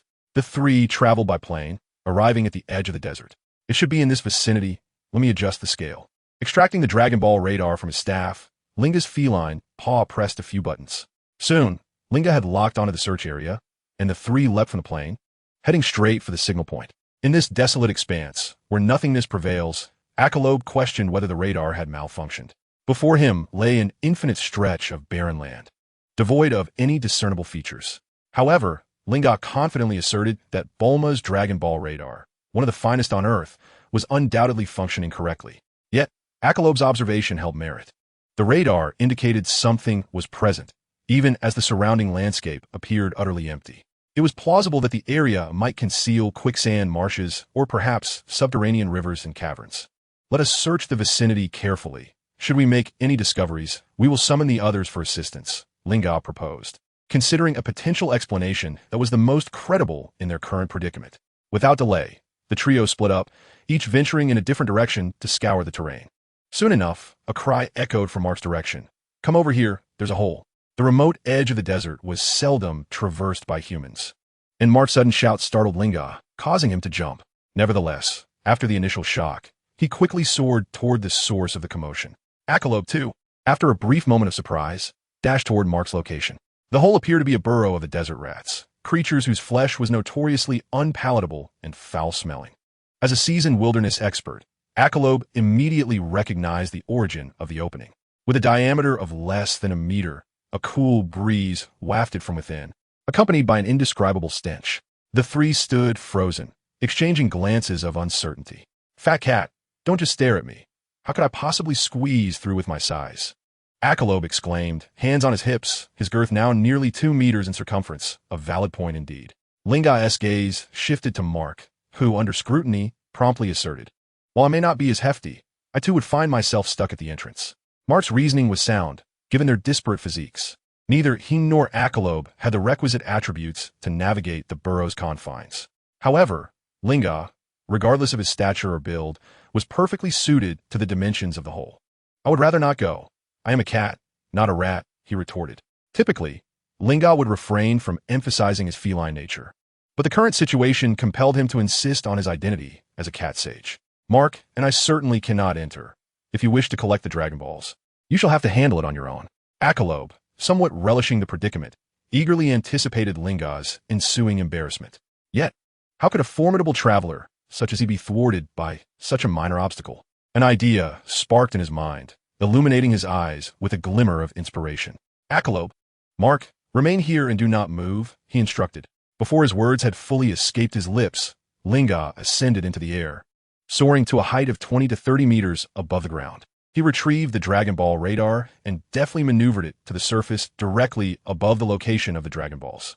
With a swift motion, the pearwood staff was hurled into the distance, and Lin Jia released all his energy. A combat power of 570 points. Such prowess was indeed unparalleled on Earth at present. He summoned the super shockwave, his hands converging, forming a claw-like shape as a brilliant azure light surged forth. Although Lin Jia had acquired the super shockwave from a Kairobe, he had yet to personally test it. This moment presented a perfect opportunity. A mere horde of wild mice would likely be obliterated, leaving not a single hair behind. Annihilating rodents was a specialty of his. As for whether the Dragon Ball would be damaged, Lin Jia harbored no concerns. Back in the day, Goku had bravely carried the 4-star Dragon Ball and withstood a full-force Dodon wave from Tao Pai Pai, leaving the Dragon Ball unscathed. Lin Jia's super shockwave, while certainly more potent overall, would be mitigated by the surface soil, absorbing most of the impact. Thus, the Dragon Ball would remain intact. As anticipated, in the astonished gaze of a Kairobe and Mark, the super shockwave unleashed its might, uprooting the ground within a 20-meter radius. Hundreds of wild mice were caught in the onslaught, with only a fortunate few escaping. Amidst the ruins of the mouse nest, Lin Jia caught sight of a glimmer of orange. Chapter 18, Pull Off. Gulp. A Kairobe and Mark swallowed hard, rendered momentarily speechless by the visual spectacle of the super shockwave. It was only after Lin Jia retrieved the Dragon Ball and meticulously cleaned it that they regained their composure. You've gone too far, fat cat, leaving us in the dark, grumbled the meat-clad Yasuo, clearly dissatisfied. What you learned was the shockwave, but this is the super shockwave. Lin Jia tossed the 2-star Dragon Ball into the pearwood staff, providing a brief explanation. Moreover, you are still too weak. Even if I entrusted it to you, you wouldn't be able to wield it. This struck a chord with a Kairobe. Although not weak by any measure, he was still a ways off from effortlessly executing the super shockwave. Even he, who never backed down in conversation, found himself at a loss. The aura he had sensed from Lin Jia moments ago was undeniably genuine, and the technique demanded a high level of mastery from its user. Rest assured, this technique is not overly difficult. Once your cultivation reaches the requisite level, I will consider imparting it to you. Observing the gleam of yearning in their eyes, Lin Jia, the master of illusions, continued, well, we found 1 Dragon Ball. That's a promising start. A Kairobe, retrieve the aircraft. Let's continue our quest. Thus, the trio resumed their journey in search of the Dragon Balls. 5 days later, in the Eastern Hemisphere, Sector 156. Strange, it was just displaying readings a moment ago. Now, there's nothing? Mark pondered, staring perplexly at the Dragon Ball radar, which displayed a barren expanse. In the span of 5 days, the trio successfully gathered 6 Dragon Balls. Currently, only the 6-star ball remains elusive. Each time a Dragon Ball is collected, Lin Jia would cast it into the otherworldly space within his pearwood staff, causing the markers on the Dragon Ball radar to vanish. However, just moments ago, The last marker displayed on the radar also disappeared, leaving Mark, who had been intently watching the radar, perplexed. It seemed likely that someone else was collecting the Dragon Balls. And if his intuition was correct, it was probably that group led by Pilaf. Such occurrences were not unprecedented. With this development, Linga immediately thought of the Pilaf trio. What should we do? Jackalope mused, feeling that the name sounded somewhat familiar, yet unable to recall where he had heard it. Ultimately, he shook his head and directly inquired of Linga what course of action to take. Let us visit the fortune-telling old woman. She is our best bet when we can't find something. The fortune-teller services were notoriously expensive, costing 10 million for a single reading. However, there was an alternative. If one could win in combat, they could earn a free consultation. Both Jackalope and Mark possessed combat powers exceeding 200. With Linga joining them, they could easily create a ruckus without any issues, provided they did not encounter that hellish messenger. With only one Dragon Ball remaining to complete their collection, Linga was determined not to waste any more time searching aimlessly. Resolute, they boarded their aircraft, which roared to life and soared toward the palace of the fortune teller. After half a day, the trio arrived at the palace's entrance. What do you want? A small sprite at the door fluttered forward to block their path. We seek the fortune teller, Linga began, but he abruptly halted as he noticed the Pilaf trio emerging from the palace. Pilaf walked with his head bowed, appearing burdened with thoughts, while the adult version of Mai and the dog-like warrior, Shu, followed closely behind. The very box capable of blocking Dragon Ball signals was cradled in Mai's arms. What is this? This was a classic case of stumbling upon a treasure without even searching for it. Stop. Hand over the Dragon Ball, and we may spare your lives. Huh, it's you. Logically, Pilaf should not have recognized Linga. Yet upon seeing him, Pilaf blurted out words that confirmed Linga's suspicion. The last Dragon Ball was indeed in Pilaf's possession. Furthermore, he must have paid 10 million to consult the fortune teller. You have the 6-star Dragon Ball, don't you? Surrender it, and I, the celestial being, may grant you mercy. The Pilaf trio, while amusing, had achieved little of substance. However, their lack of success did not equate to total ineptitude. Pilaf's inventive prowess and his relentless spirit of perseverance, despite repeated failures, were commendable. It was a pity that he had squandered his life's energy in the wrong endeavors. Now, these 3 individuals have fallen into Linga's hands. If they are wise, Linga would not mind sparing their lives. In fact, he might even consider utilizing them, for technological talent is indeed a rare commodity in the world of Dragon Ball. How could I, the illustrious King Pilaf, possibly fear a mere cat like you? Ashu, go and eliminate it. A dog can subdue a cat. Pilaf's strategic choice is sound. However, the dilemma lies in the fact that Linga is a cat sage. Disregarding the pleasantries, Mark, seize that chest for me. Linga, uninterested in engaging in juvenile games with Pilaf, straightforwardly commands Mark to snatch the Dragon Balls. Upon hearing this, Mark vanishes from his position, only to reappear a mere 10 centimeters away from the lovely lady. Beautiful lady, hand it over. The first statement is courteous, exuding the demeanor of a future champion of the fighting world. The latter, however, is fiercely menacing. Robbery is robbery, and the essence of a bandit is unmistakably revealed. Xiao Wu's combat power is nearly negligible, and Mark is not the brick-breaking expert from the original narrative. The outcome is predictable. Before Xiao Wu could even react, Mark had already delivered the chest into Linga's hands. How could you be so swift? Pilaf gazes at Linga and his companions with incredulity. Though his strength is lacking, his experience is vast. He has witnessed the battles of formidable fighters like Goku, Tien, Kame Sennin, and King Piccolo. The combat prowess exhibited by Mark fills Pilaf with despair. Perhaps we should refrain from contention, Pilaf stammers. Xiao and Xiao Wu, position on either side, promptly initiate a comforting mode. Pilaf, the wishes granted by the Dragon Balls are limited. Aspirations to conquer the world will never materialize. Observing Pilaf's struggle and his tenacity in resistance, Linga takes it upon himself to enlighten him. With your astute mind, you could apply your intelligence elsewhere. The world is vast, and there's no need to resort to brute force for conquest, especially when you possess no such might. The King Piccolo you released lacks even the qualification to strike in my presence. Do you still wish to resist? Upon concluding his statement, Linga unleashes a shockwave towards the distant desert. Although it is not a super shockwave, and he does not exert all his strength, its power remains astonishing. The shockwave is familiar to Pilaf, who harbors a deep-seated fear of it. This technique is wielded by Goku, as well as King Piccolo. Yet his own cohort is incapable of employing it. To his utter astonishment, even the seemingly shorter cat before him can execute it. Such an act causes Pilaf's spirit to deflate, and he slumps in defeat. Observing this transformation in Pilaf, Linga retrieves the 6-star Dragon Ball from the chest. Subsequently, he extracts the other 6 Dragon Balls from his Pearwood staff. As the 7 Dragon Balls came together, Linga was filled with exhilaration. Adjusting his mindset, he stood before the Dragon Balls and uttered the incantation. Arise, Shinran. In an instant, darkness enveloped the sky. Chapter 19. Xiaowu transformed into Xiaowu. With a thunderous roar, the dragons soared into the air. The expressions of the Pilaf trio were complex. They had long since grown accustomed to such spectacles. Yachirobe and Mark gaped in awe, their heads tilted back in astonishment. Only Linga felt a mix of excitement and trepidation. Excitement surged within him at the sight of the living dragon, while anxiety gnawed at him, uncertain whether the Earth's Shinran could fulfill his wish. Speak your wish. I can grant any desire you have, proclaimed Shinran with an air of authority. Shinran, I wish to return to my homeland. Is that possible? He asked, longing for his first wish to be fulfilled. From Blue Star, Linga was an ordinary individual with parents and friends. Had he not impulsively engaged with a comet, he would never have found himself in the Dragon Ball world. If this were merely a fleeting dream, it would be a delightful escapade. But now it felt as though he were ensnared in this realm. Returning would be the most desirable outcome.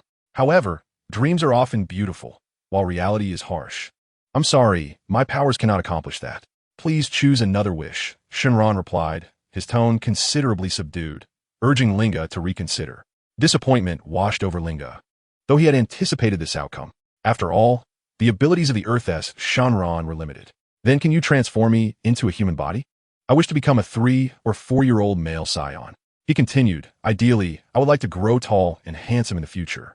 Since returning to Earth was not an option for the foreseeable future, Linga realized he would likely remain in the Dragon Ball world for an extended period. This version of Earth was fraught with calamities, and the best course of action was to possess sufficient power. To transform into a Saiyan would be nothing short of perfection. Linga's request bewildered not only Mark, Yachirobe, and the Pilaf trio, but also the fortune-teller who had come to witness the spectacle. Sorry, my powers still cannot achieve that. Please select another wish, perhaps one to regain youth or acquire treasure, Shinran suggested, his once mighty voice now lacking its former grandeur. He had begun to resemble a salesman presenting a wish list to Linga. Was the potential of the Saiyans too formidable? What if he were to wish as an earthling instead? Considering that the Saiyan potential might indeed be too powerful, Linga promptly lowered his demands. Without the guidance of the divine immortal, your divine powers are not beyond those of celestial being. As for wishes concerning altering your destiny or physical form, I am unable to assist. After 3 fruitless wishes, the dragon revealed the reason behind it. Through years of cultivation and the divine power awarded by the system, Lin Jia, the feline immortal, had reached a level of prowess nearly indistinguishable from that of deities. This earthly dragon was, after all, a mere creation of the divine, a low-tier dragon. The wishes it could fulfill would undoubtedly fall within the bounds of divine capability. Upon hearing this, Lin Jia despondently lowered his feline head. Taking a deep breath, he turned to Mark and the others, saying, I have nothing left that I desire. If any of you wish to make a request, please do so. With that, Lin Jia walked to the side, feeling a profound sense of sorrow. Mark, Yachirobe, and Pilaf exchanged glances. Mark aspired to become the world martial arts champion and sought revenge against Tao Bai for his teacher's death. Yet he realized that achieving these through the dragon was utterly meaningless and chose to relinquish his wish. Mark, who would one day become Mr. Satan, had, in essence, become more reserved over the past year and a half. However, his flaws, overconfidence, a penchant for showmanship, had not vanished. They had merely evolved, becoming more pronounced with his increasing strength. The title of world champion was well within his reach through his own training, and avenging his deceased teacher was not beyond the realm of possibility. In terms of desire, Mark had entered a state of complete detachment. He abandoned his wish, and Yachirobe soon followed suit, also expressing his intent to forego the opportunity. Completely at a loss for what to wish for, this individual was inherently open-minded, yet timid as a mouse, lacking grand aspirations. Even in a future where androids ravaged and Zamasu slaughtered humanity, Yachirobe would likely survive until the very end. Since recently aligning himself with Lin Jia, his material needs had diminished significantly. With Lin Jia and his companions opting to forego their wishes, the opportunity fell to Pilaf and his gang. However, after witnessing the dragon's awkward demeanor, King Pilaf had abandoned his fantasies of conquering the world. Nonetheless, he resolved to make one last attempt. Dragon. I wish to rule the entire world. I'm sorry, but that wish exceeds my capabilities. Please choose another. The dragon's time in this realm was limited, and if no one made a wish, it would bid farewell. Unlike Beerus, who commanded the dragon's respect, the dragon was visibly impatient after being repeatedly disrespected. I wish to return to my childhood form and maintain eternal youth. Just as the warrior dog Ashura pondered whether to wish for meat bones or buns, Xiaowu boldly proclaimed her desire. It seemed simple. There were no wishes that could not be fulfilled. Once again, the standard rhetoric was on display, and the tone of Shenlong appeared somewhat insincere. A group of onlookers beside him rolled their eyes in succession. However, before long, all attention shifted to Xiaowu. Originally standing at nearly 7 meters tall, she swiftly shrank to match the height of Pilaf and Ashu. Her features, voice, developmental stage, and even the size of her clothing reverted to that of an 8 or 9-year-old child. This transformation was strikingly reminiscent of her appearance during Dragon Ball Super. Such a change prompted Lin Jia to ponder thoughtfully. As night faded, the sky regained its original hue. A week's effort had been rendered futile. Jackalope, let us return to the Karen Holy Land, he declared. Mark, you have trained sufficiently. Further arduous practice would bear little meaning. Instead, traverse the world and broaden your horizons. Do not forget to participate in the next World Martial Arts Tournament. Of course, if you have changed your mind and do not wish to become my disciple, you need not attend. Recently, Lin Jia found it increasingly difficult to elicit system options from Mark. It seemed that for a significant period, there would be little change. As of now, Mark had yet to marry, and Lin Jia hoped not to jeopardize the future birth of Bidalai.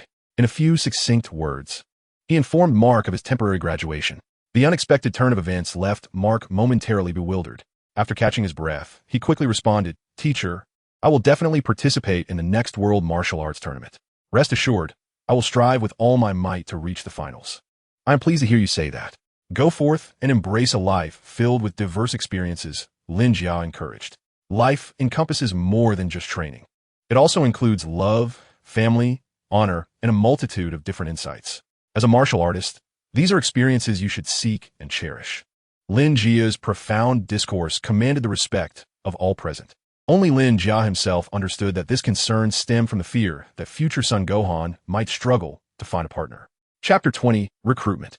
Hey, the plane has flown away with that Satan fellow. How do we return to the Karen Tower? As he watched the aircraft gradually recede, Jackalope felt a tumult of emotions. He sensed an inexplicable void in his life following Mark's departure, a rather awkward and lonely feeling. Nonetheless, what Fat Yasso had said held some truth. The fortune teller's palace was located in the desert, a place seldom visited by tourists. In such an environment, even Jackalope's remarkable thieving skills would prove ineffective. What are you anxious about? Watch me perform, Lin Jia said as he flew beside Jackalope, whispering before darting away. At that moment, Pilaf and Ashu were marveling at the youthful version of Xiaowu. Ahem, Pilaf, I require your assistance with something. Lin Jia gently coughed twice, capturing the attention of the trio. He left his statement half-finished, piquing Pilaf's curiosity. The esteemed Lord Cat, I wonder how I may be of service to you. With his hands clasped tightly before his chest, Pilaf displayed an exceptionally submissive demeanor, though inwardly he lamented his fate. In truth, following his near demise at the hands of the first iteration of King Piccolo, Pilaf had developed considerable apprehension. Against super beings like Goku and Piccolo, he had lost faith in his ability to outwit them. Confronted with the impossibility of victory, he deemed it prudent to comply in order to preserve his own life. I am the guardian of Corinne, residing atop the Corinne Tower in the north. You may also refer to me as the Cat Sage. Lin corrected Pilaf's honorific, expressing that Sage was far more pleasant than Lord. Guardian Corinne, I wonder what commands you may have. We shall exert every effort to fulfill your wishes. The crafty Pilaf swiftly altered his tone of respect, bringing along Asu and Xiaowu into the fray. Lin, perceiving this small cleverness, was not perturbed and spoke. I need to depart from Earth, yet I've been unable to find a suitable scientist to construct a high-speed spacecraft for me. Would you be interested in assisting me? This brief expedition to collect the Dragon Balls had yielded the significant discovery that the Earth Dragon Balls were utterly ineffective. The options before Lin were now limited to the Namekian Dragon Balls and the Super Dragon Balls. There are 4 Super Dragon Balls in the 7th universe and 3 in the 6th universe. For ordinary beings, traversing the barriers between universes is an exceedingly daunting task. Even the exceptional assassin Hit from the 6th universe finds it challenging to venture into other universes.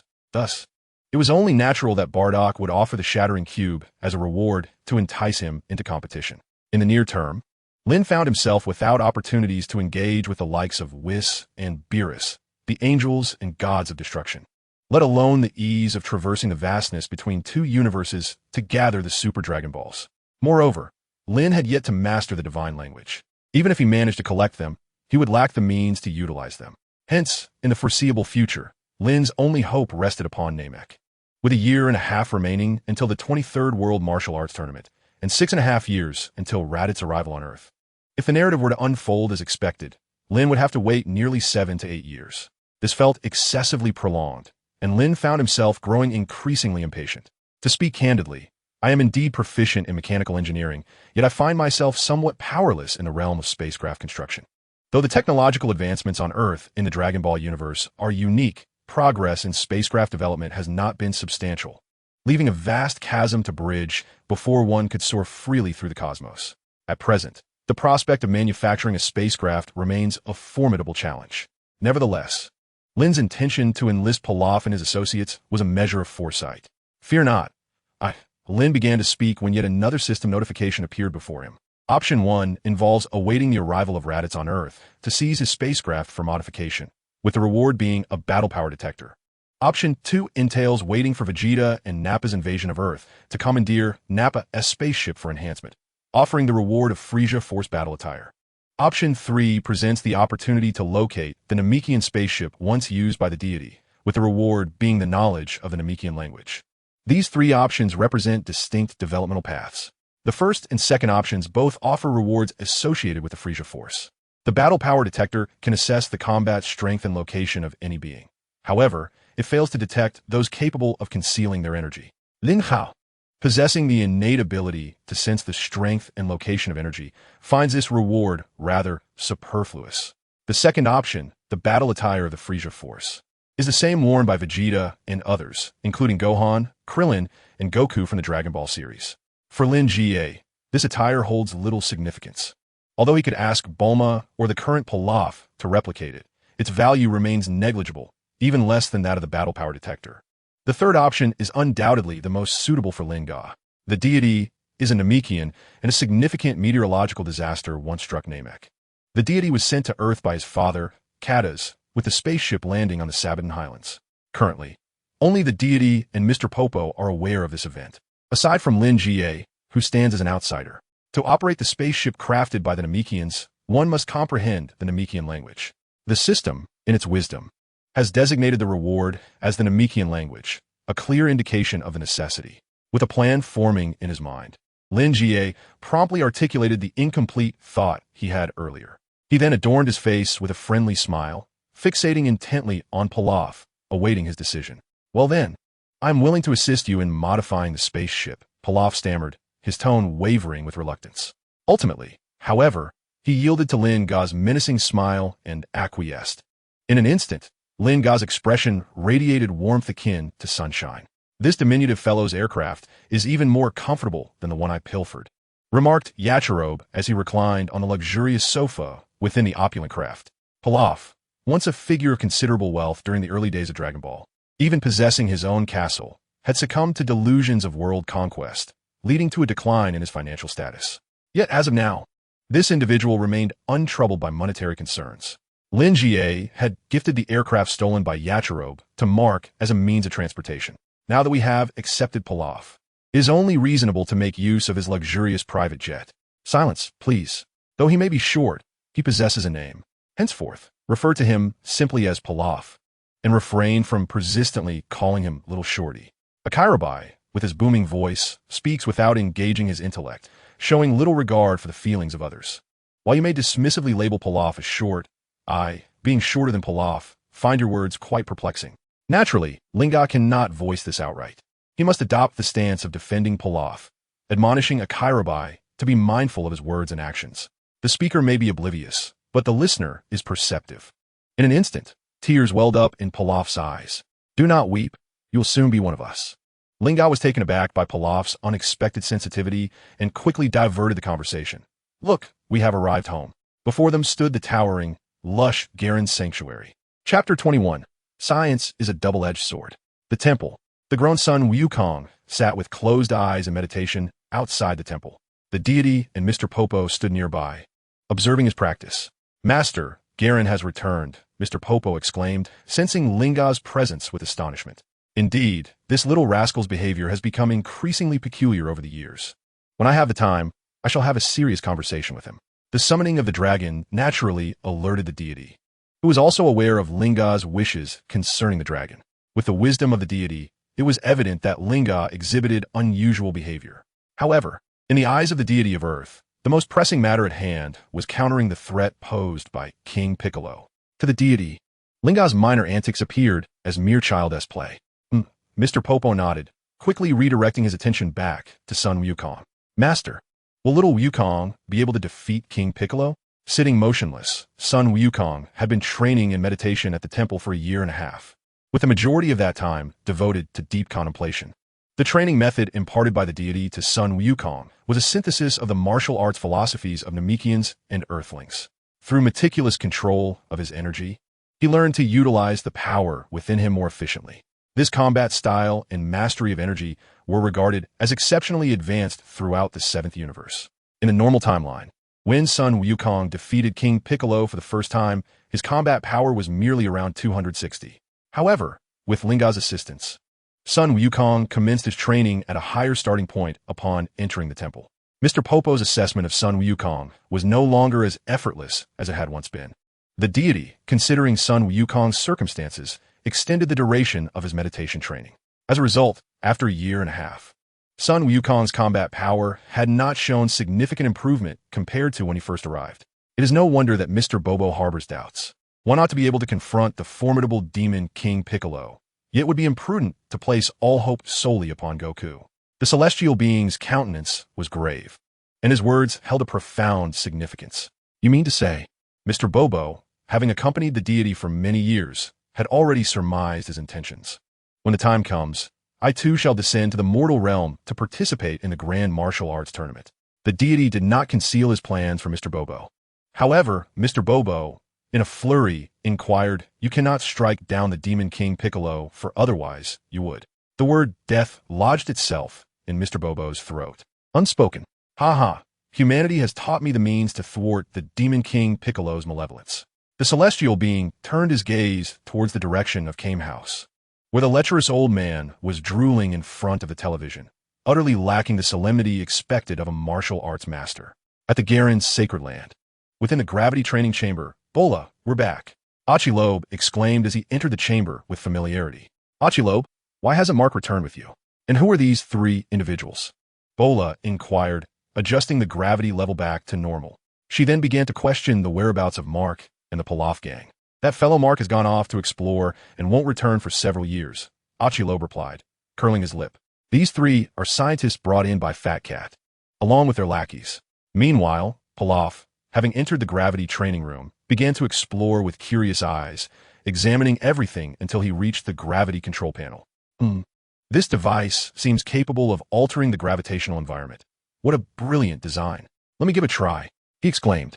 An amateur observes the spectacle, while a connoisseur discerns its intricacies. After a brief observation, Pilaf discovered the panel's secrets. However, in his usual reckless manner, he carelessly adjusted the gravity multiplier to 10 times. In an instant, he, along with Achilobe and Mai, found themselves unceremoniously pinned to the ground by the overwhelming force. Achilobe, still taunting, met the floor head first, and Bola was not faring any better, similarly prostrate. Only Linka managed to withstand the tenfold gravity, struggling step by step toward the control panel. With determination, he decisively pressed the stop button, restoring normal gravity. "Ouch, that hurt," Mai cried, having bruised her chin, and she began to weep as the gravity returned to normal. The others, though aching, shed no tears, merely gasping for breath. "You insufferable little rascal, I shall teach you a lesson," Achilo growled, drawing his weapon in fury towards Pilaf. No, I didn't mean to," Pilaf stammered, his voice saturated with fear. Linga believed that he was not acting with malice. After all, who would intentionally harm oneself? However, this individual was indeed excessively unscrupulous, and it was perhaps prudent for Yakalobe to teach him a lesson. Linga refrained from intervening, while Bora merely observed with detached indifference.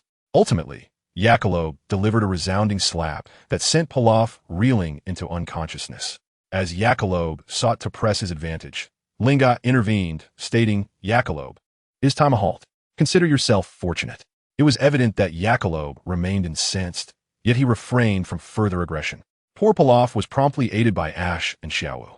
Moments later, he groggily regained consciousness, exclaiming, "Immortal, you must intercede on my behalf. I truly did not mean to." Upon awakening, Pilaf was met with Jackalope's fearsome countenance, prompting him to scurry for comfort beside Lin Jia. "Release me, Pilaf. Were it not for my ability to act, you would have endangered many lives, including your own and theirs." Lin Jia forcefully shoved aside the weeping Pilaf and admonished him while gesturing towards Ash, Xiaowu, and Bora. Jackalope's combat prowess was second only to Lin Jia. Although he was immobilized under tenfold gravity, his life was not in jeopardy. In contrast, Ash, Xiaowu, and Bora were not significantly stronger than ordinary individuals. Prolonged exposure to such gravity could lead to irreversible internal injuries, a reckless disregard for life. Remember this: scientific inquiry is not inherently flawed, and the pursuit of knowledge often comes at a cost. However, one must not pay an unnecessary price due to foolishness. I hope today's foolish actions are both the first and the last. Do you understand? The absence of constraints in scientific endeavors can lead to catastrophe. In the future, the mad scientist, Dr. Jero, would create androids that brought unparalleled ruin to Earth, culminating in his own demise at the hands of Android 17. Had it not been for Goku's sacrifice, Earth might have been obliterated by Android Cell. While Lin Jia admired Pilaf's scientific aptitude, he would not permit him to act recklessly. This individual was akin to a piece of meat in a pot, absorbing the flavor of whatever ingredients were added. While Pilaf had not yet become irredeemably wicked, Lin Jia felt compelled to reprimand him. Yes, Master Garen, I understand my errors. There will be no next time." Pilaf, deeply affected by the ordeal, felt the repercussions of his scientific miscalculations under the tenfold gravity and the punishment meted out by Jackalope. He offered no defense, readily accepting his mistakes. Chapter 22, The Visit of the Immortal. A month later, at the Garen Sacred Land, adjacent to the gravity training chamber, Jackalope had designated a clearing, where Pilaf had relocated his laboratory. All preparations were complete.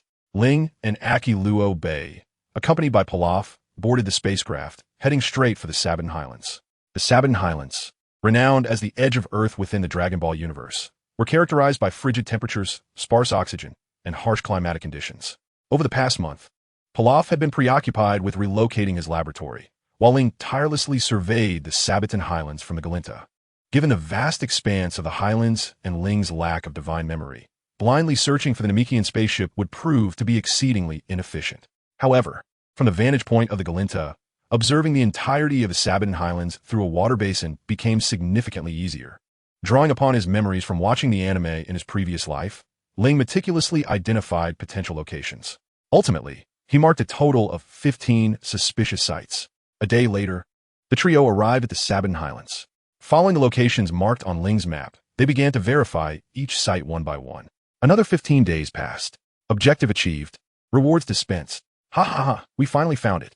After scouring 9 suspected locations, the system notification finally appeared.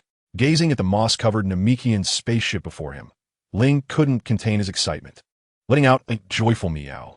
Ding ding, is this really a spacecraft? It resembles a bug. Pilaf tapped the spacecraft's support leg with his finger, producing a sound that was strangely metallic yet not entirely so. This must be the Namekian spaceship. Upon uttering the name Piccolo, a circular platform descended from the belly of the ship. Ling flew over immediately, beckoning the others. "Hurry over, this is the entrance to the spacecraft." Aki Luo Bei and Pilaf exchanged glances before stepping onto the platform one after the other. "Piccolo." Ling recited the incantation to open the door, and the circular platform slowly ascended. The three of them entered the interior of the ship. The scene before Ling was not unfamiliar. He had encountered it numerous times in the comics of his previous life. The interior of the spacecraft was spacious, featuring a chair that exuded the distinctive style of Namek. It bore a striking resemblance to the chair of the Namekian Elder. Directly in front of the chair was the control console of the entire spacecraft. Ling commanded the spacecraft to initiate its launch in Namekian, setting the destination for the sacred land of Corinth. In an instant, the spacecraft had arrived at the sacred land. This speed is simply astonishing. Aki Luo Bei, at a loss for words, could only describe the Namekian spaceship's velocity as divine. As a professional, Pilaf's eyes sparkled with awe. To achieve such speed within the atmospheric environment, this spacecraft must be thousands of times faster than any existing spacecraft. My goodness, who could possibly have designed such a spacecraft? Pilaf marveled in disbelief. The subsequent tasks are entrusted to you. Please meticulously clean the spaceship and replace the seat. The Namekian spacecraft currently lacks potential for performance enhancement. Lin Jia's primary intention in retrieving it is to ensure a more comfortable journey during the upcoming month-long space expedition. While these tasks could be delegated to Bulma, the complexities and explanations involved render it rather cumbersome. Fortunately, with the brilliant scientist Pilaf present, such straightforward tasks can be effortlessly assigned to him. Rest assured, Master Karen. This task is exceedingly simple. I shall complete it promptly. Pilaf respectfully accepted the assignment, prompting a satisfied nod from Lin Jia. He then departed from the Namekian spacecraft, but lingered nearby, gazing upwards at the sky. Fat cat, what are you doing? Lin Jia's peculiar behavior of staring at the heavens left Piccolo perplexed. Coming soon, Lin Jia murmured softly. Who is coming? An increasingly confused Piccolo pressed for clarification. The deity, Lin Jia replied gravely, observing a rapid descent of a dark figure. A deity? Piccolo placed his hands over his brow, only to witness a terrifying sight. King Piccolo? The current appearance of the deity bore a resemblance to the visage of King Piccolo that Piccolo had once furtively glimpsed. This unforeseen turn of events filled Piccolo with dread, prompting him to scan his surroundings for a hiding spot. Such behavior was characteristic of Piccolo. The deity and King Piccolo were once one and the same. In his pursuit of divinity, the malice within him manifested as King Piccolo. Stop searching for a mouse hole to hide. The deity possesses a benevolent nature and is not malevolent, Lin Jia remarked, finding the deity's arrival unsurprising. After all, this spacecraft belonged to him. The sudden appearance in Karen's sanctuary was indeed an occasion for a visit. With a graceful swoosh, the deity landed steadily not far from Lin Jia. You little rascal, why have you brought my home here? The deity, seemingly intrigued rather than angry, inquired. He had been silently observing Lin Jia's transformation without comment. In a hierarchical sense, the relationship between the deity and Master Karen could be viewed as one of superior and subordinate. From a divine perspective, as depicted in the original narrative, the deity's realm is inferior to that of King Enma, yet superior to that of Master Karen. If the deity is considered a celestial being, then Master Karen's prowess resembles that of a demigod. In essence, referring to Karen as a sage is indeed fitting.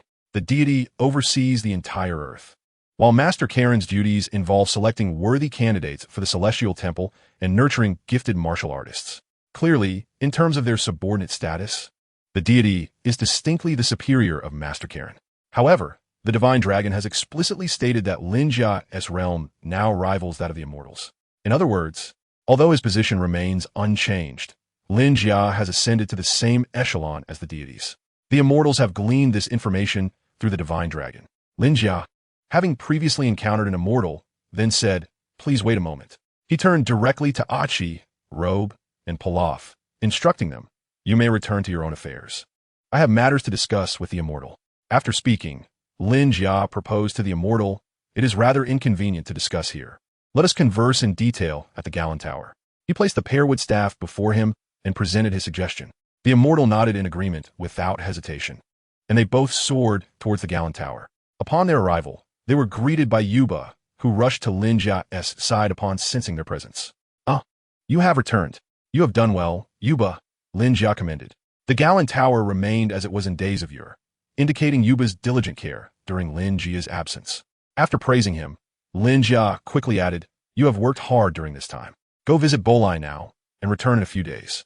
Understood, immortal, Yuba replied obediently, calling for his cloud to hasten towards the Gallon sanctuary to visit his father.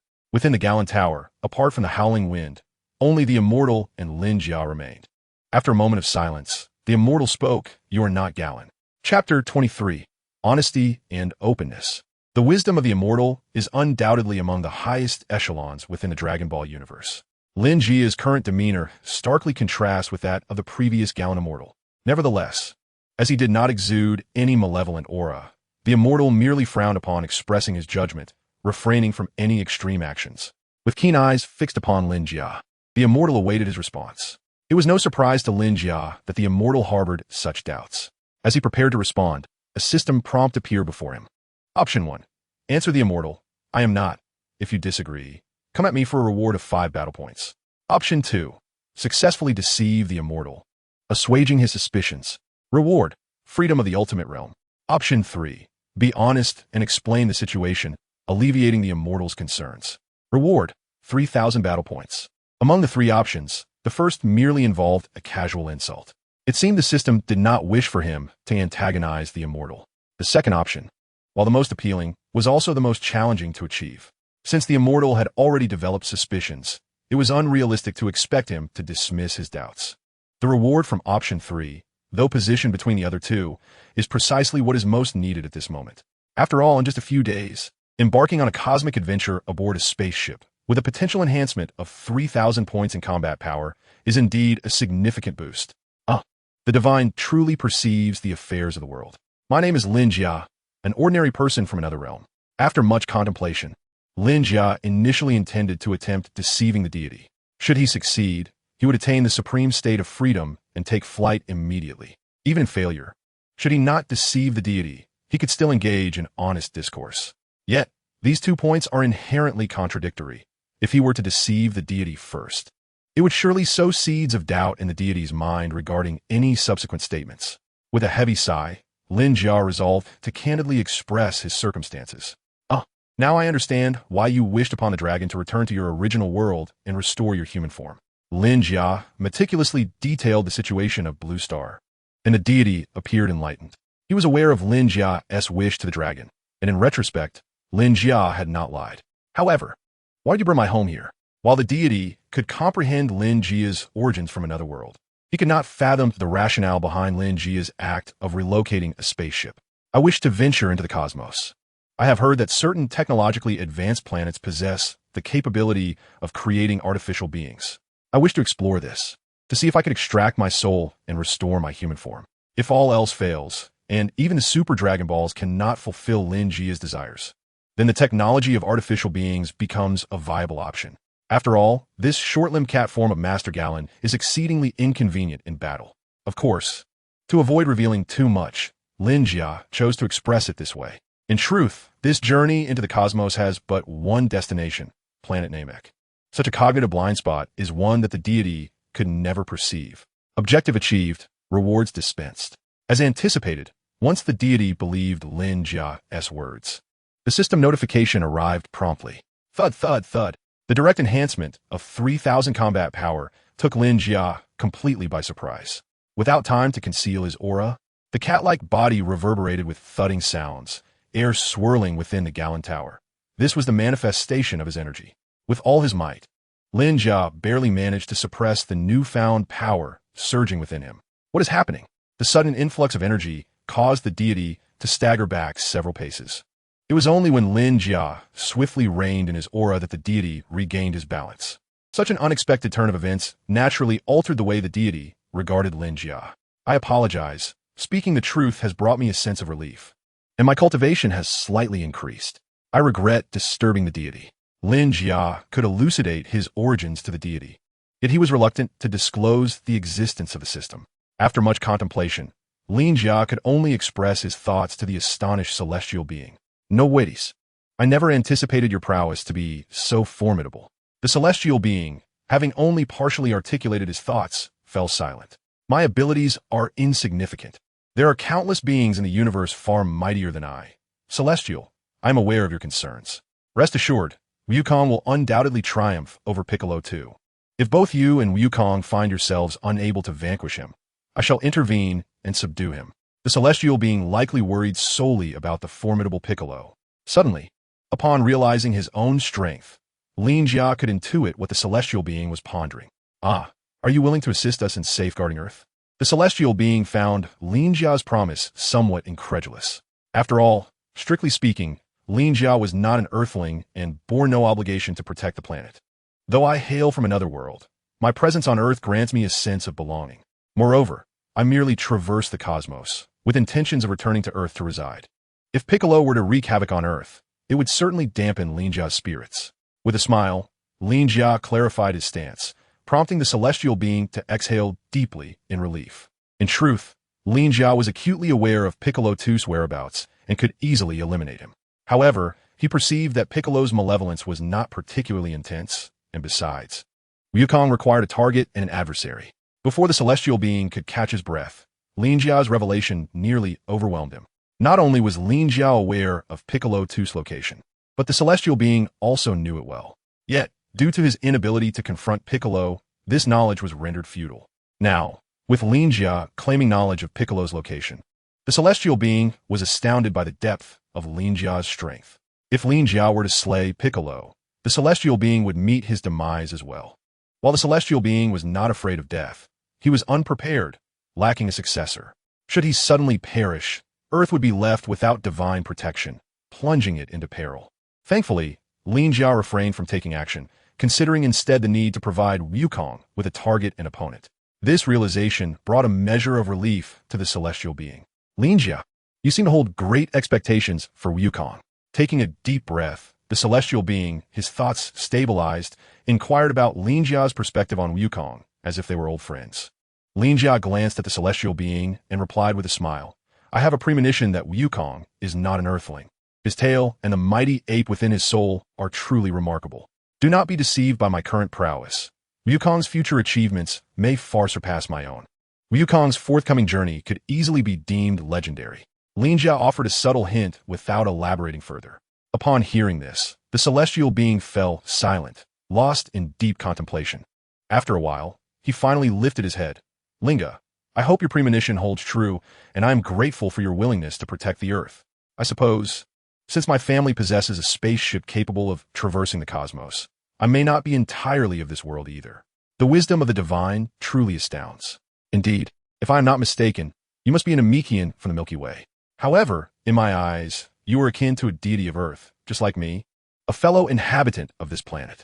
Linga's words caused the divine being's eyes to shimmer with a mix of green and crimson. Chapter 24, Departure to Namek. Linga's heartfelt speech nearly brought the divine being to tears. Fortunately, the celestial entity managed to maintain composure, refraining from weeping before Linga. Realizing he had momentarily lost his demeanor, the divine being took his leave and returned to the temple. With his worries alleviated, Linga remained on Galinta, choosing not to depart. 5 days later, I have completed the modifications to the spaceship, but I must apologize for my ignorance regarding its operation. Bowing humbly, Pilaf's demeanor was exceedingly deferential. Through their recent interactions, he sensed that Linga and his companions possessed a strength that seemed even more formidable than that of little Goku and the Demon King Piccolo. This realization made Pilaf hesitant to engage in any underhanded schemes. With the hope of world domination now extinguished, he considered aligning himself with Linga to be a commendable alternative. Do not worry, you have performed admirably. Shortly, I will be departing Earth for a while. Would you care to accompany me on a journey through the cosmos? Pilaf's combat prowess could be categorized as rather weak. Nonetheless, he had navigated the world relying on his technological inventions. Although he paled in comparison to Bulma, he was still regarded as a second-rate scientist among Earth's intellects. As Linga prepared to embark on an adventure in space, who knew what unforeseen circumstances might arise? Should the spaceship encounter a malfunction, someone would be required to effect repairs. Can I decline, you think? It is indeed an honor. I gladly accept your invitation. Unlike Linga, Pilaf was presented with multiple choices. With wide eyes, he knelt before Linga. Divine One, what about the two of us? Asu, his voice trembling with trepidation, inquired of Linga, while Xiaowu hid behind him, equally concerned. You two shall remain in the sanctum of Galinta and occupy yourselves with trivial tasks. Yuba, they will be under your supervision from now on. Both Asu and Xiaowu, being of little utility, would serve only as burdens. Moreover, given the potential for chaos if the three of them were to congregate, separating them proved to be a wise decision. Thank you, Divine One. We shall heed Lord Yuba's guidance. Asu and Xiaowu hastily expressed their gratitude to Linga, while also flattering Yuba in the process. Observing their overzealous display, Linga simply waved his hand, signaling them to refrain from further flattery. The two individuals discreetly closed their mouths, as Lin Jia turned to face Yakalob, who was leaning against the pillar of Galan Tower. Yakalob, will you continue to follow me, or will you remain on Earth? Although Yakalob was notoriously unreliable, he could still assist Lin Jia with certain matters. However, venturing into the cosmos was undeniably perilous, prompting Lin Jia to inquire about his thoughts. Fat Cat, you are my ticket. Wherever you go, I shall follow. Do not think of shaking me off. Yakalob's face bore a mischievous grin, clearly confident in his hold over Lin Jia. This decision, however, aligned perfectly with Lin Jia's intentions. Very well, the three of us shall embark on an adventure into the universe. Bora, you and Yubo will stay behind to guard the sacred land. The gallant sacred land must not be left unmonitored, as it is also Lin Jia's duty. Nevertheless, during this time, those martial artists challenging the Galan Tower will likely find their efforts fruitless, even if they manage to ascend the tower. Lin Jia left Bora and his son a generous supply of heavenly beings and instructed them to invite anyone who managed to reach the top of the Galan Tower into the gravity training room for some practice. This would help mitigate the repercussions of Lin Jia's absence. On January 3rd, 755 AJ, after ensuring everything was in order, Lin Jia boarded the Namekian spaceship with Yakalob and Pilaf. Their destination, Namek. Using the Namekian language, Lin Jia issued the command for takeoff to the control panel. In an instant, the spacecraft roared to life, propelling itself into the vastness of space at breakneck speed. The vessel trembled violently, and Yakalob, who had yet to fasten his seatbelt, nearly toppled from his chair. However, once the spaceship exited the atmosphere, it stabilized. All right, feel free to move about. Our first stop is Namek, which will take approximately 34 days. The ship glided smoothly through the cosmos, and in a short time, they had already left the solar system. Captain Lin Jia announced the freedom of movement as he left his seat. Unlike Gohan's journey to Namek years later, Lin Jia did not engage Yakalob in meditation training. Instead, he involved Pilaf, and the three began to play the graceful dance of Lingbo. Time spent in training often seemed to crawl, while time spent in merriment flew by. On February 6th, outside Namek, Pilaf exclaimed in astonishment, "Wow, there are actually 2 suns here." "No, there are 3. There's another one on the other side." Namek never experiences night. Lin Jia informed them, having already been aware of the planet's peculiar conditions. The concept of a planet being orbited by 3 stars fundamentally contradicts the principles of physics. Such a scenario could not possibly exist in the dimension where Blue Planet resides. The gravitational pull of a planet is far too weak to influence the movement of stars.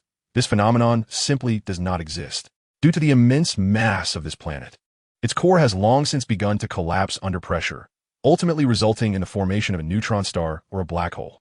Yet, this is the world of Dragon Ball, where seemingly irrational physical phenomena can be entirely elucidated through theology. After all, within the 7th universe, the Kais exist. The duty of the Kais is to create planets teeming with life and to guide the flourishing development of civilizations. No night, that would make it impossible to sleep well, rendering it a rather dreadful planet. Through the porthole, Yachirobe grimaced, voicing his concerns, as he was always preoccupied with matters of eating and sleeping. Keep quiet.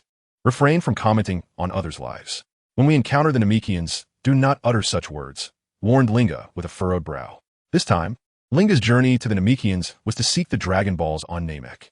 With Linga's current strength, he could only acquire the Dragon Balls through conventional means. Should Yachirobe's loose tongue offend the Namekians, this trip would be in vain. "Fine, I want to say a word," Yachirobe replied, twisting his head and returning to his seat. His half-hearted assurance left Linga uncertain whether bringing him along was wise. With a wry smile, he turned to Pilaf and said, "You should sit down as well. We are about to land." The spaceship descended, targeting the coordinates of Namek, 4654, 1523. Through sensing energy and utilizing the Dragon Ball radar, Linga detected the strongest presence on Namek.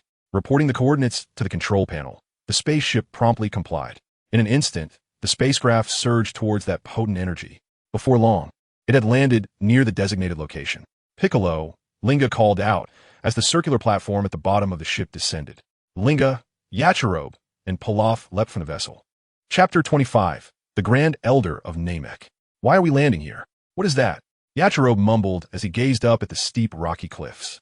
This was the home of the Grand Elder of Namek, whose status was akin to that of a deity in their realm. Upon their arrival on Namek, Linga had no intention of withholding information from Yachirobe. Is he not incredibly powerful?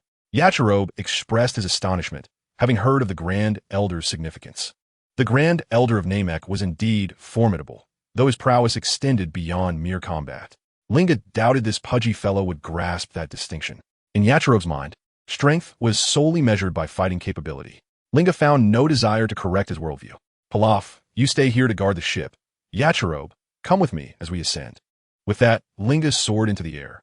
Aqualobe and Pilaf exchanged a brief glance before parting ways.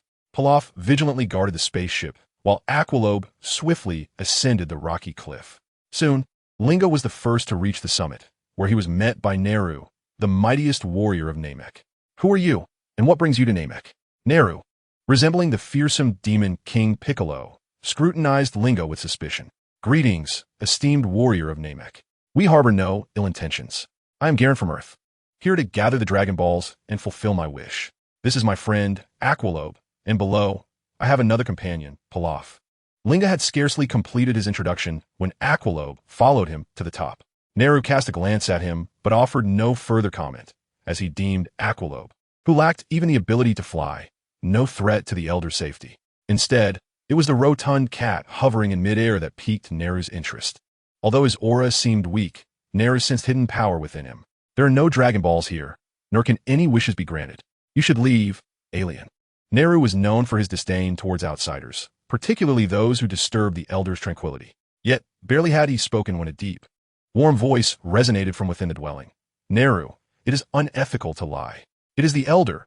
"I acknowledge my fault," Neru replied, bowing his head in contrition. "Guests from Earth, please enter." In the presence of guests, the Elder refrained from reprimanding Neru further and directly invited Linga for a discussion. "Thank you for your invitation." "Esteemed Elder," Linga responded courteously.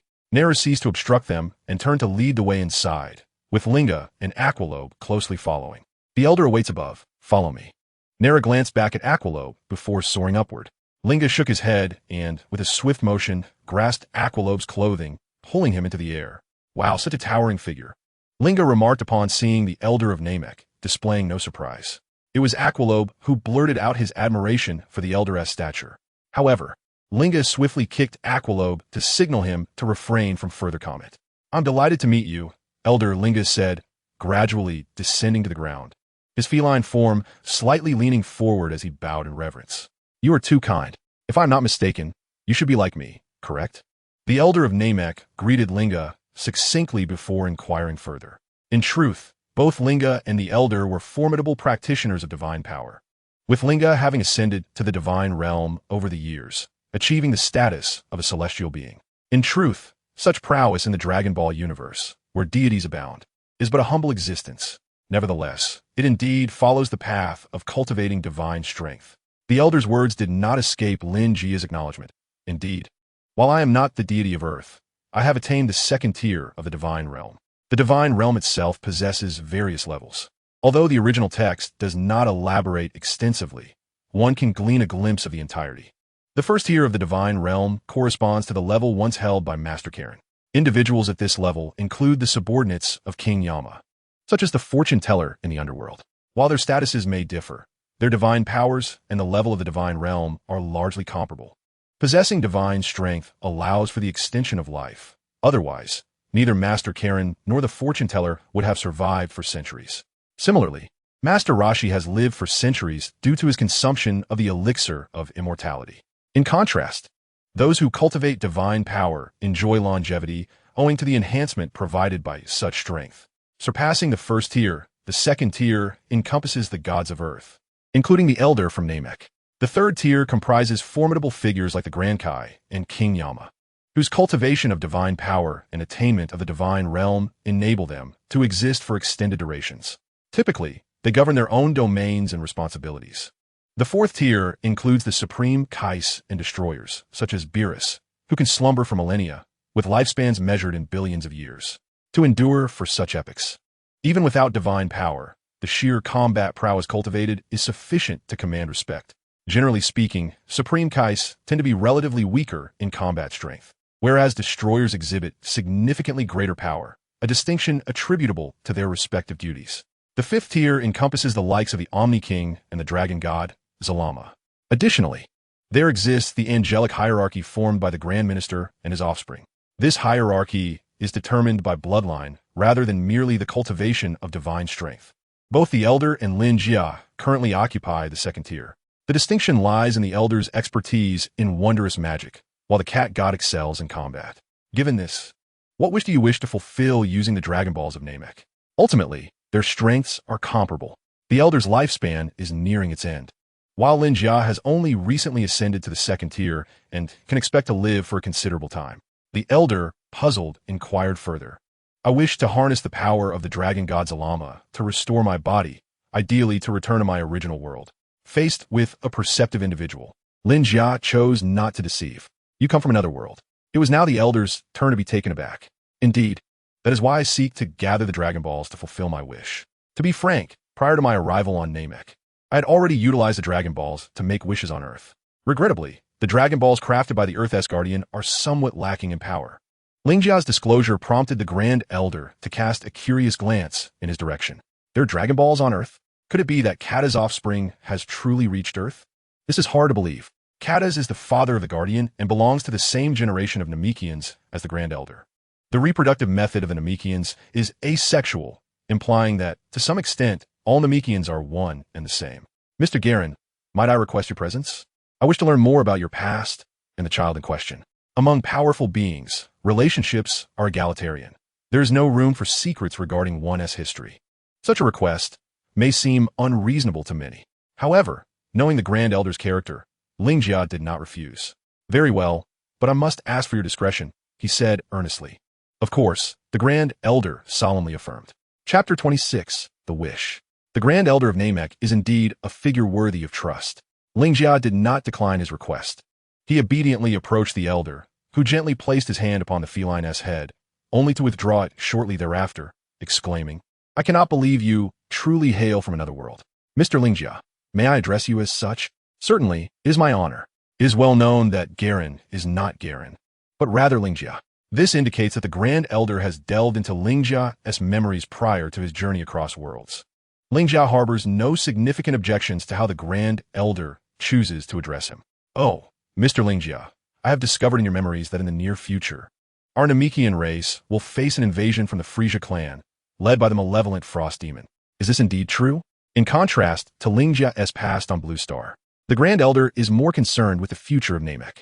Due to my transference, all circumstances have altered. At present, I cannot ascertain the truth of this matter. However, it appears highly probable that such an event may transpire in the future, given that rumors of the Namekian Dragon Balls have already spread throughout the universe. Holding a pear-wood staff, Lin Jia did not immediately respond to the Grand Elder's inquiry. Bowing his head in contemplation, he pondered deeply before offering his perspective. The reason Namek was exposed in the original narrative was primarily due to the intercepted dialogue between Vegeta and Nappa, which confirmed the veracity of the rumors regarding the Dragon Balls. Consequently, Frisia and his minions ventured to Namek in search of the Dragon Balls. In truth, Vegeta was already aware of the existence of the Dragon Balls on Namek. Furthermore, it was evident from his words that this information was regarded as mere unreliable rumor by the majority. For a real estate development group that values efficiency, neither Frisia nor the formidable warriors of the Frisia Force would squander their time on mere rumors. The resurrection of Sun Wukong through the Dragon Balls on Earth has indirectly affirmed the reliability of these mystical orbs, thereby inciting the covetousness of many.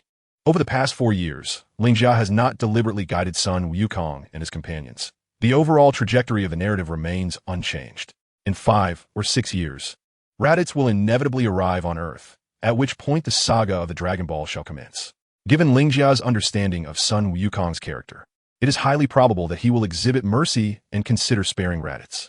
This inclination is not significantly tied to Sun Wukong's combat prowess. After all, they share a bloodline. Even if Raditz is a heartless killing machine, Goku retains his inherent kindness and values familial bonds. In the original narrative, Sun Wukong and Piccolo have already subdued Raditz. Ultimately, it is only after recognizing Raditz's true nature that Goku resolves to engage in a fatal confrontation with him.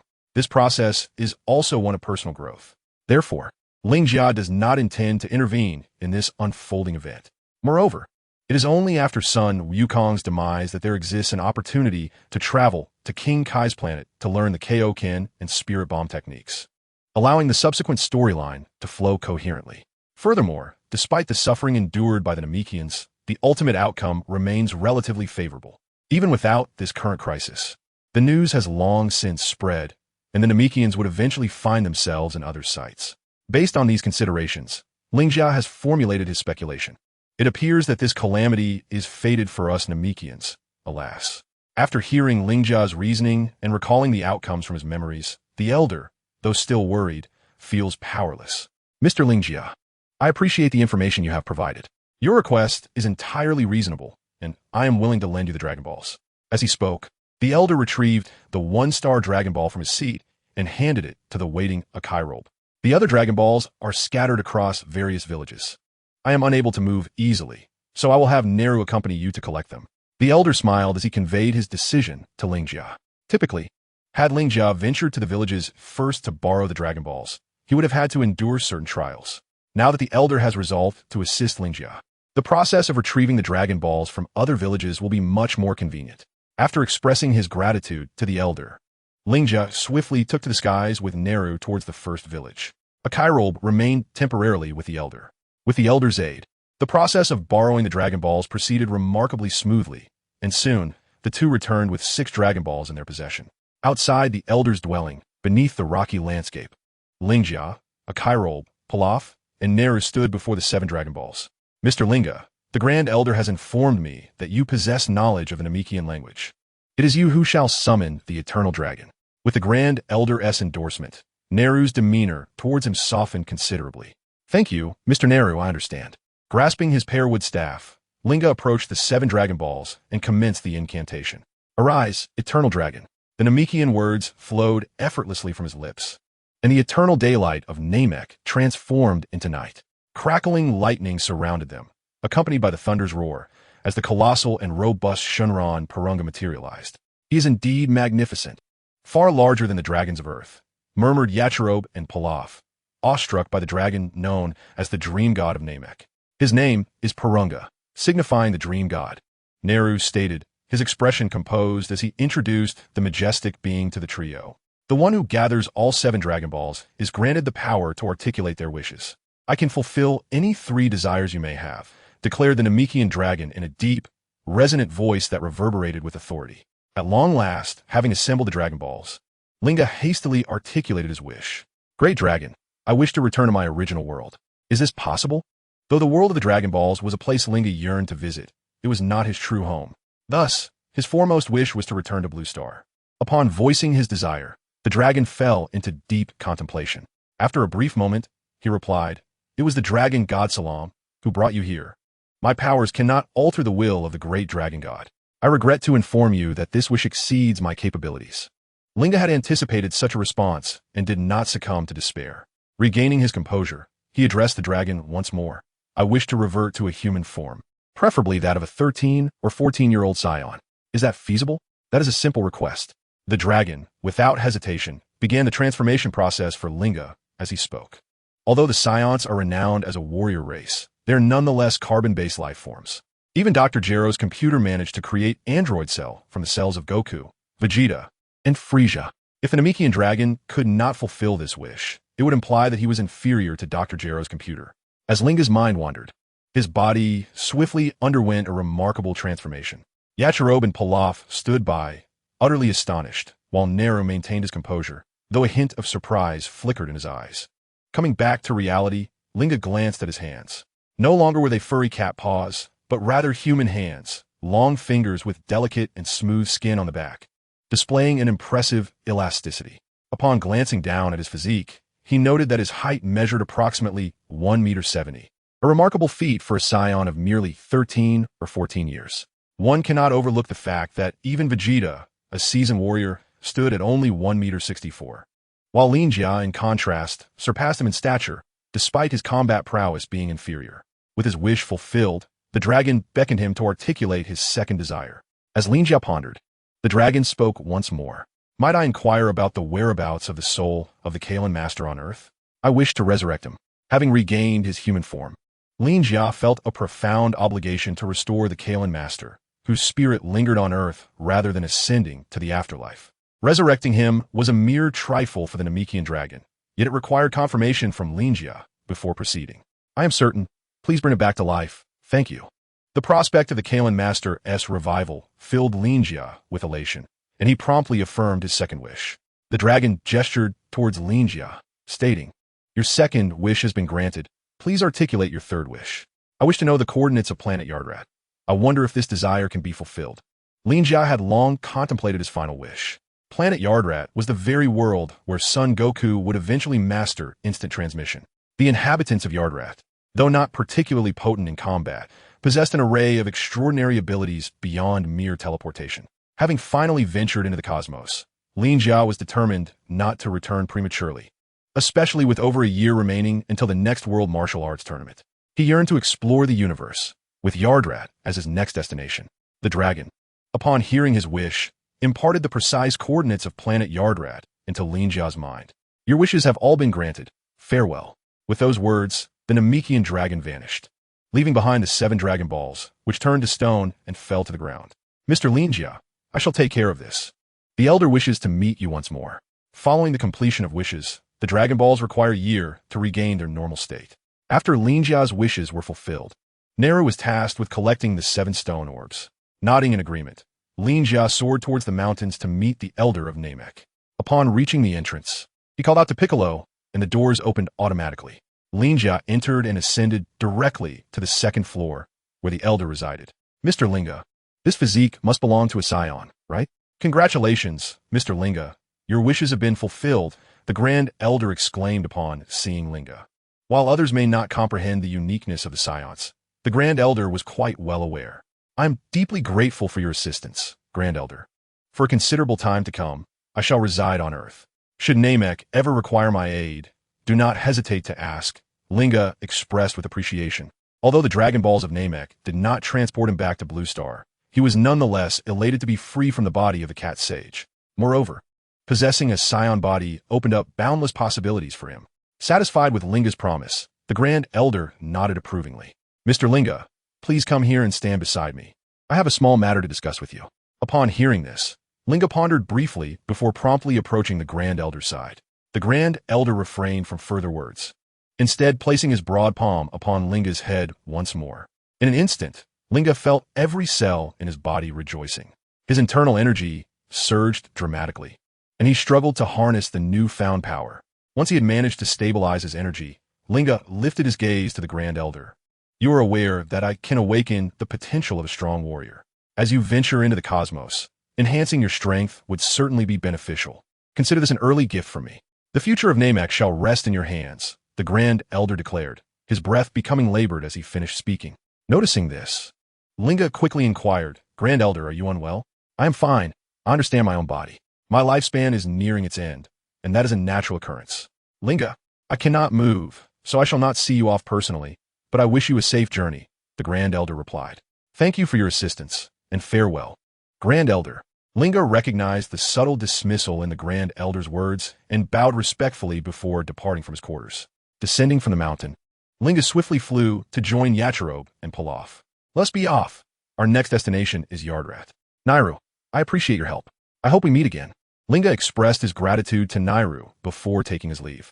As for their next encounter, it might be quite some time.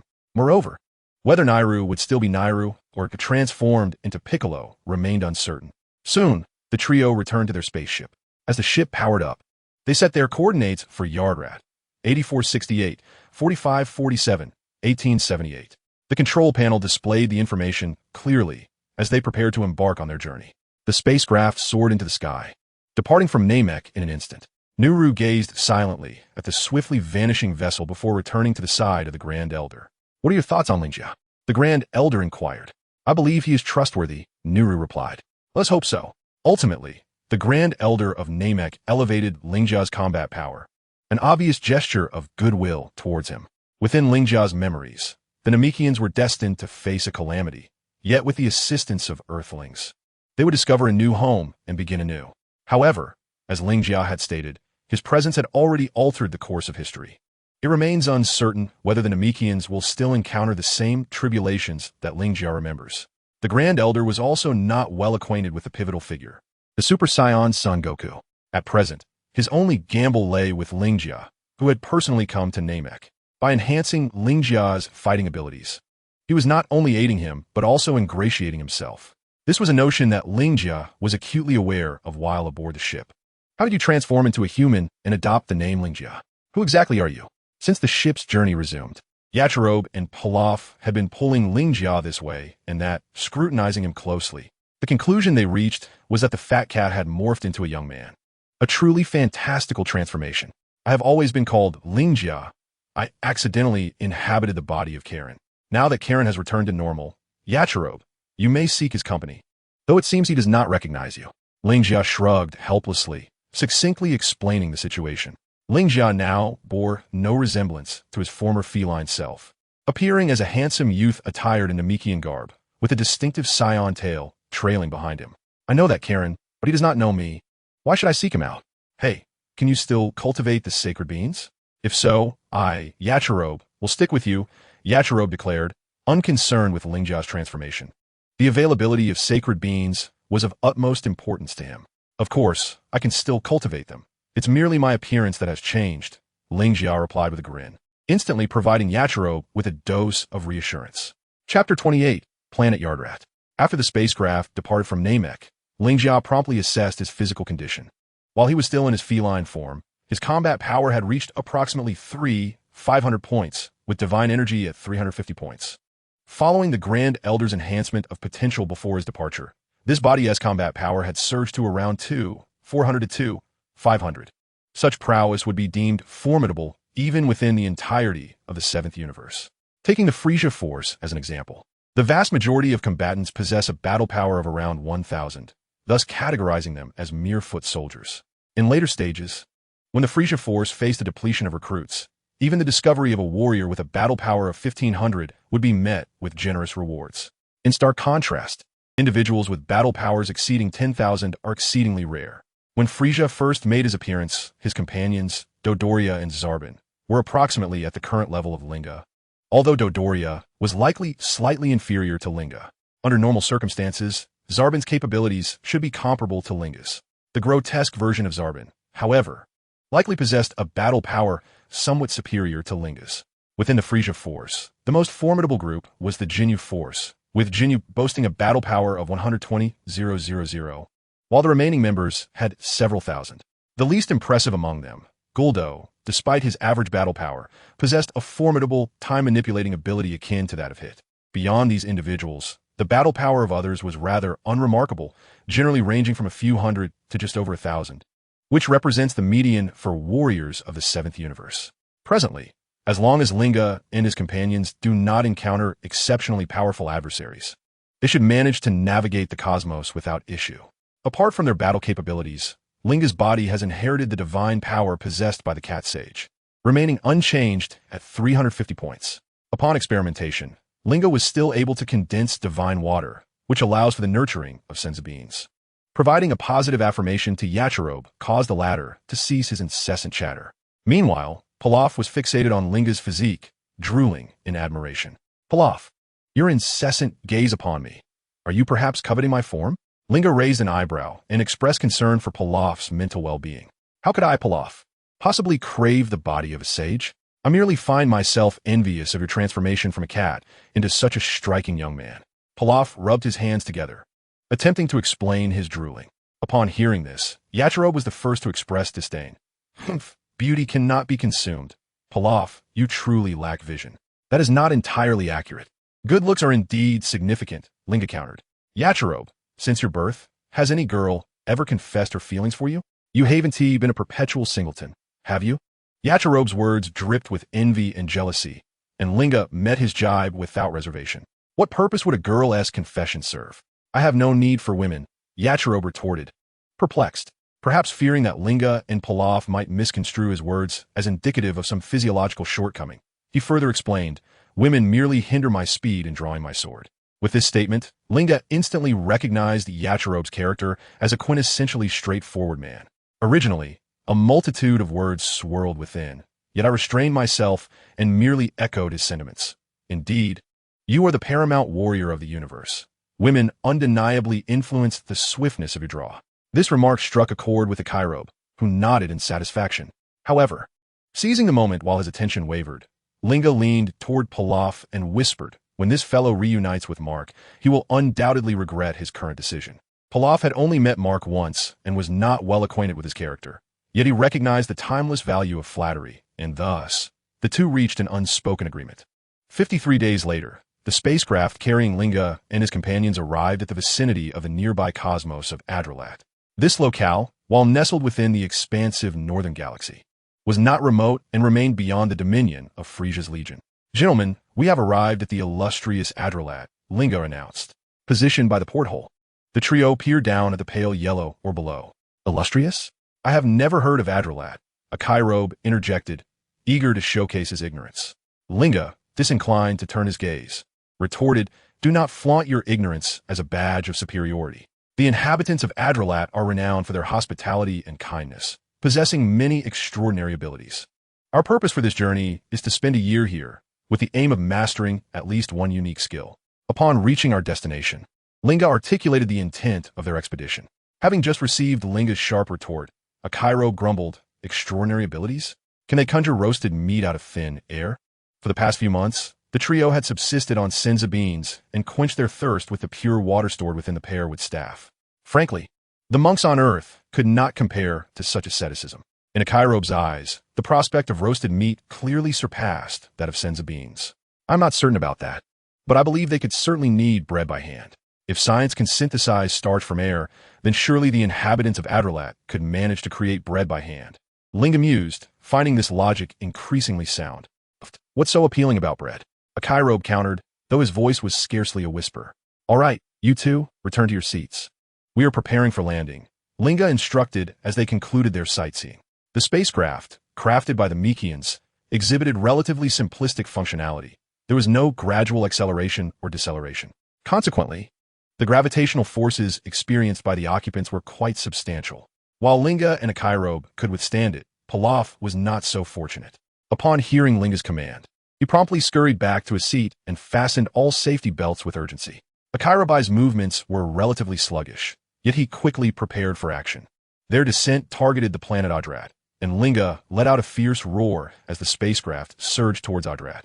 The vessel swiftly penetrated the atmosphere, but Lin Jia soon discerned a troubling detail. This was a ship belonging to the Frisia force. Disaster loomed as Adrat was under siege by the Frisia force.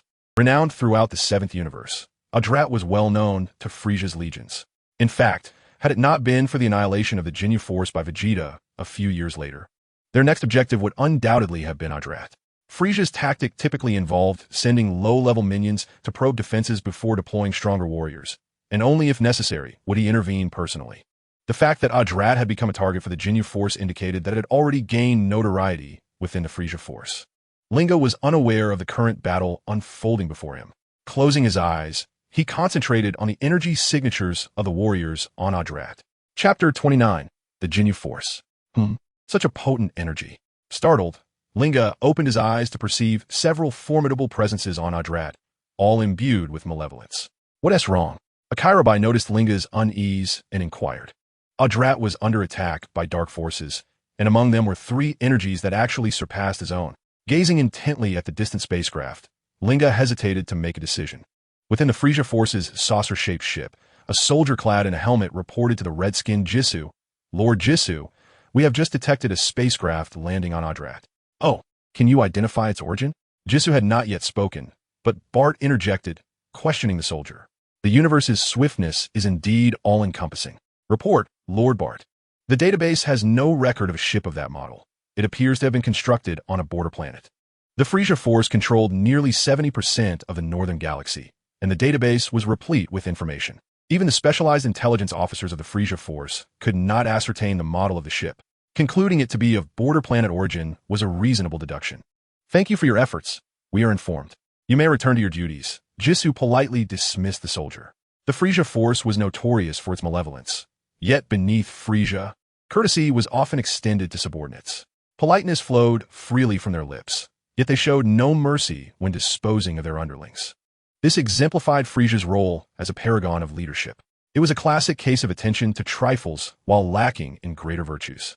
After the minions departed, JIS immediately adopted an impatient demeanor, reporting trivial matters.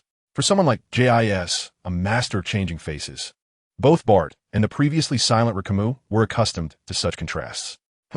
Merely three insignificant fish, their combat powers measuring at 648,219, and amusingly, one of them is a worthless being with a power level of merely 5. Bart directed the scanner towards the descent of Lin Jia, commencing a thorough scan. The results elicited disdainful expressions from the other three. Their combat powers hovered around 50,000, rendering the minor players with a few hundred power irrelevant. Hey, dispatch 2 operatives to eliminate that unidentified spacecraft, JIS commanded without hesitation after pressing a button on the scanner. Concluding the call, he promptly dismissed the matter from his mind. How troublesome. I never anticipated that Yagelit Star would be such a challenge. If only Pony were here. Rikumu, with his pineapple hairstyle, began to grumble. Pony had once been a member of the Jinyu Force, hailing from the same planet as JIS, and was the sole female member of the Jinyu Force, known for her sharp mind and strategic prowess. However, since her departure from the Jinyu Force, Pony had become a taboo subject for JIS. Shut up and cease mentioning her. She had the audacity to criticize our dance moves to the leader. Even without her, we could conquer Yagelit Star. Jesus' feelings towards Pony were undeniably complex. Although they shared a bond as compatriots, their paths diverged after her exit from the team, creating an unspoken rift. Indeed, if it weren't for the captain and Goldo dealing with that scoundrel Suiza, this place would have been reduced to rubble long ago. Bart, who enjoyed the closest rapport with JIS, deftly changed the subject, a remark that JIS and Rikumu both nodded in agreement with. Meanwhile, aboard the Namekian spacecraft, Lin Jia scoffed at the audacity of their foes, who had only dispatched 2 insignificant minions. Sensing the approach of the 2 Frisia soldiers, Lin Jia felt a surge of disdain. Yakalo Bipple a few. Wait a moment, he instructed his companions before departing the ship. The 2 minions emanated a weak presence, their combat powers estimated to be around 800 to 900. To prevent any damage to the spacecraft, Lin Jia stepped out, prepared to deal with the 2. In a flash, he appeared before them, suspended in mid-air, aiming his right hand at one of the crocodilian soldiers. Lin Jia unleashed a ki blast. With a resounding boom, the unfortunate creature barely had time to react before meeting its end.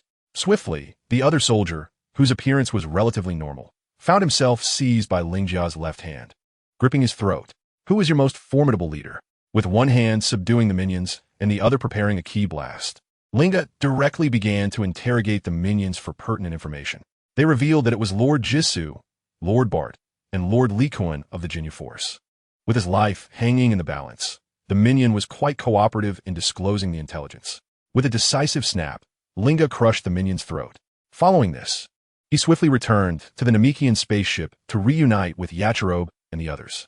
Master Linga, have you taken a life? Strictly speaking, these 2 minions were Linga's first kills since arriving in the Dragon Ball world. Indeed, they were soldiers of Frisia's army, notorious for their heinous deeds. Their deaths are of little consequence. The Frisia force is not to be trifled with.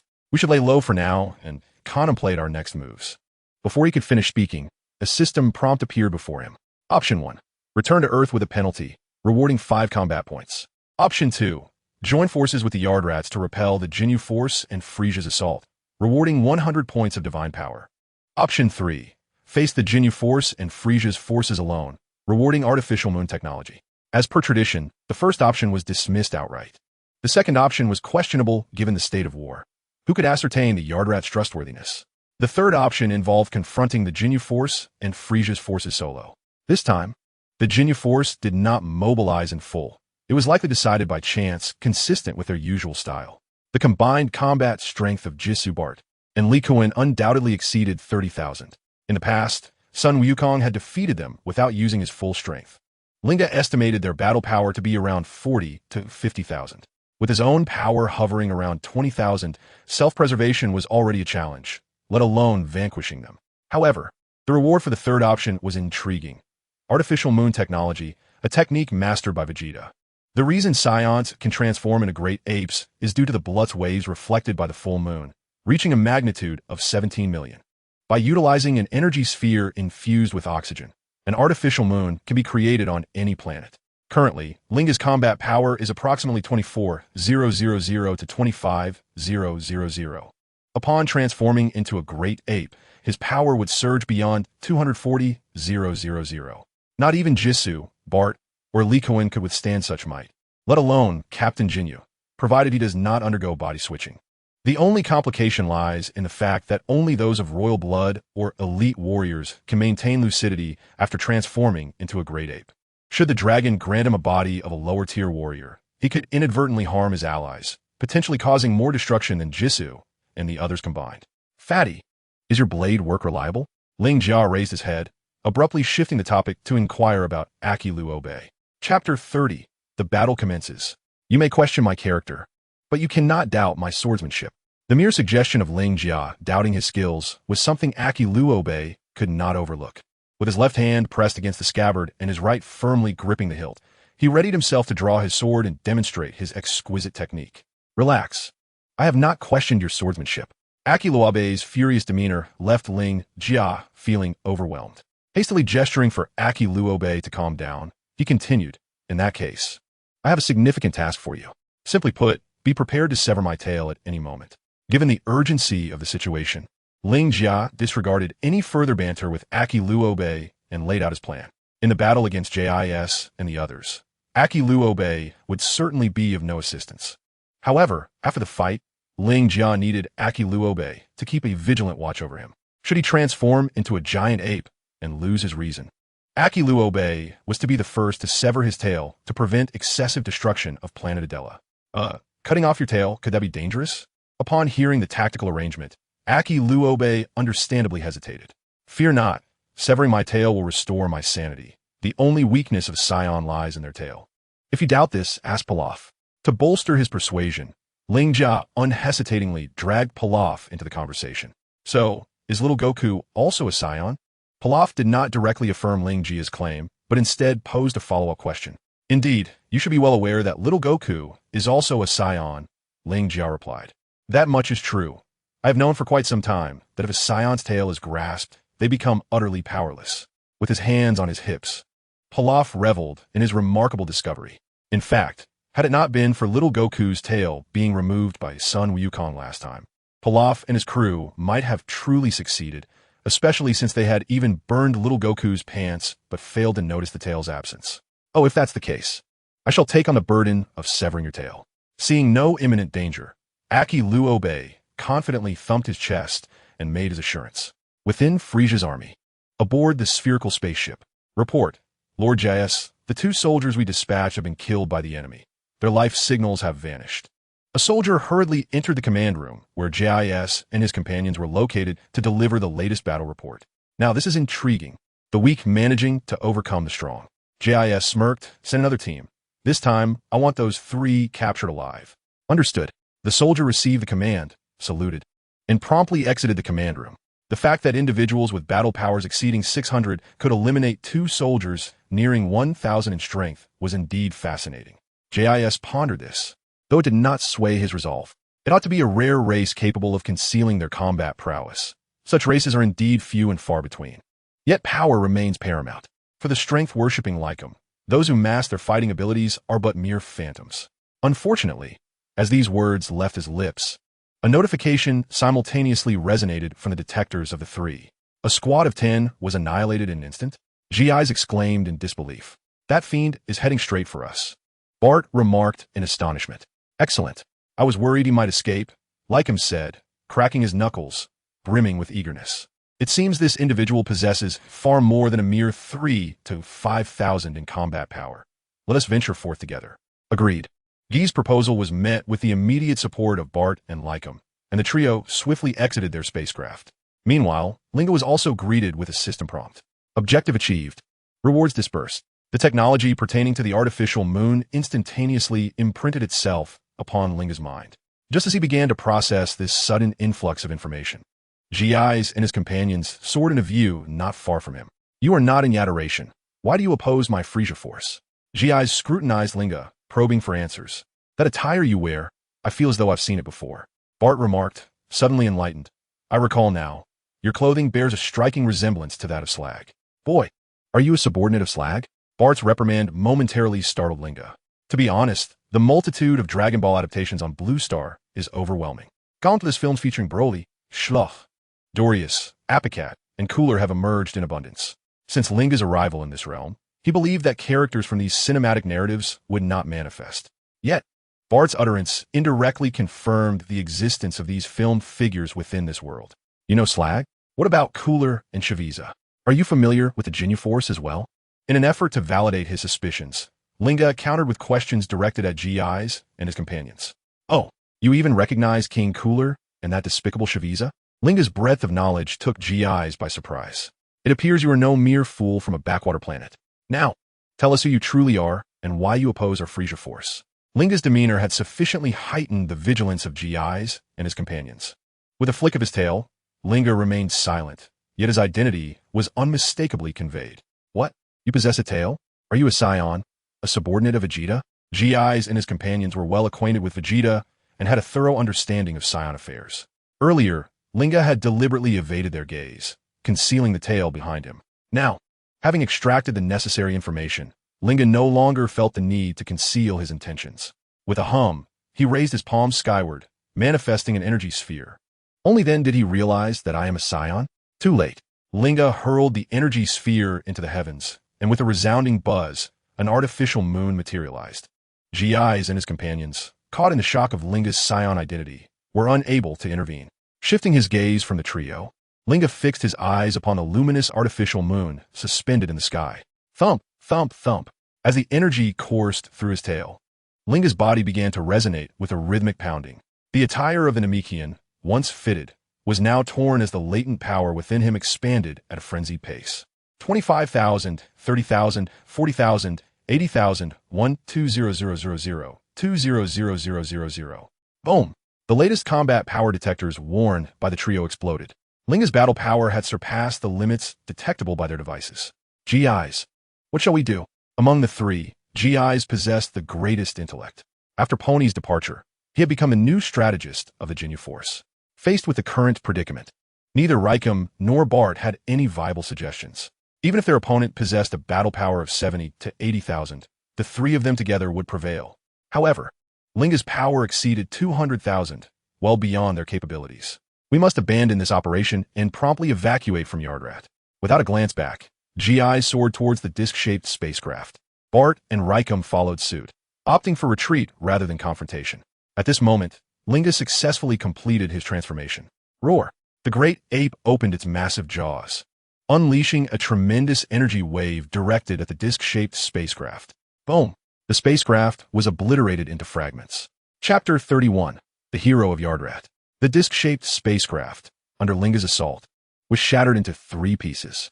GIs and his companions, who had just entered, emerged in disarray, their battle suits emitting wisps of smoke. Haha, after today, your esteemed Captain Ginyu will have to devise a new dance. Transformed into a great ape, Lin Jia retained his sanity, though the sudden change left him feeling somewhat uncoordinated. Just recently, he was a plump cat, then a human, and now towering as a giant ape. Such a transformation was hardly surprising. Bart Raikum, let's unite against him. Find a way to stall him while we escape in the small spacecraft. GI shouted, sending a message to Bart and Raikum through the detector. The three exchanged knowing nods and circled around Lin Jia in a triangular formation. Attack! Lin Jia harbored no fondness for these three and would not show mercy as Sun Wukong might. With clenched fists, he charged directly at Raikum, selecting him as his target due to his comparatively lethargic speed among the trio. Aware that evasion was futile, Raikum crossed his arms in a futile attempt to withstand Lin Jia's full-force punch. The impact was devastating. With a combat power exceeding 200,000 clashing against a mere 50,000, the disparity was glaringly evident. Especially so, as Raikum chose to confront Lin Jia head-on. Blood spurted from his mouth, propelling him backward like a disconnected kite, until he collided with the ruins of a building, sending dust and debris swirling into the air. Simultaneously, JIS manifested an Aurora sphere in his palm and hurled it towards Bart. Bart unleashed his Comet Flash Punch, directing the Aurora sphere toward the hiding place of Aki Luobe and Pilaf. Observing this, Lin Jia swiftly redirected his energy wave towards the rapidly approaching Aurora sphere. The resulting explosion sent the sphere soaring skyward, arriving just before the Aurora sphere could reach its intended target. Seeing that Aki Luobe and Pilaf remained unharmed brought a sigh of relief from Lin Jia. However, upon regaining his composure and turning to locate JIS and the others, he was dismayed to find that they had already hastily boarded the specialized spherical spacecraft of the Ginyu Force. The ship had ignited its engines and was swiftly ascending beyond the atmosphere. Lin Jia unleashed a super shockwave towards their fleeing direction, uncertain of its effectiveness. Nevertheless, even if they had escaped, Lin Jia felt no regret. Aki Luobe, could you please assist me in finding suitable attire aboard that spacecraft?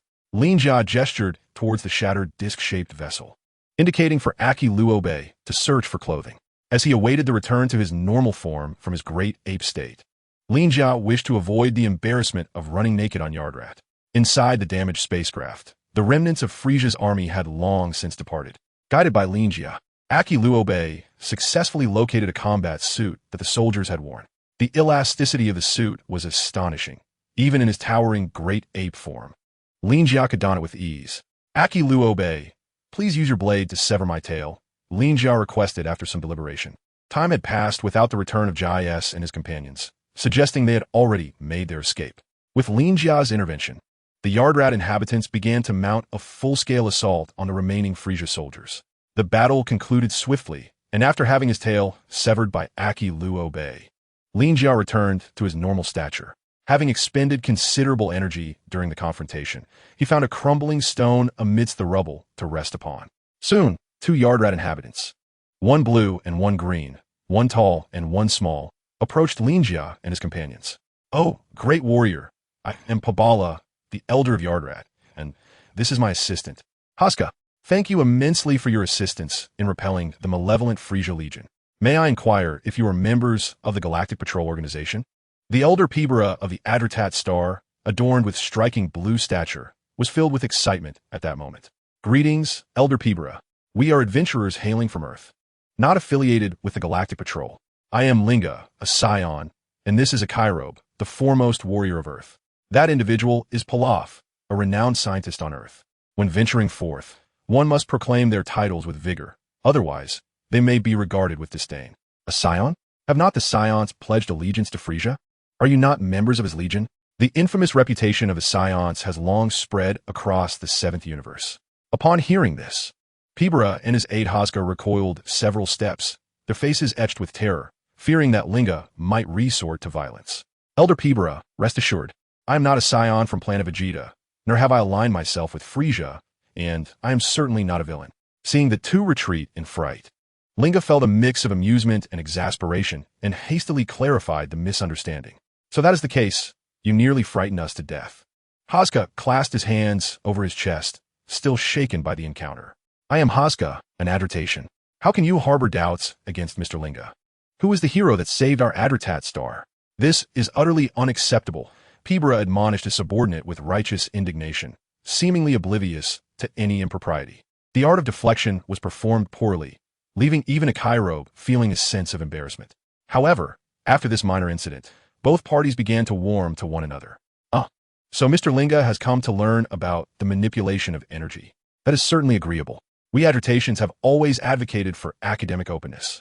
You remain our hero, and we shall undoubtedly teach you the applications of energy."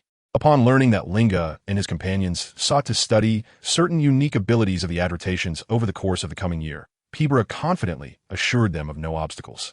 Yet, Linga discerned the underlying information in his words. "Energy?" Linga murmured in confusion. "Indeed, the application of energy. What do you think of my guard?"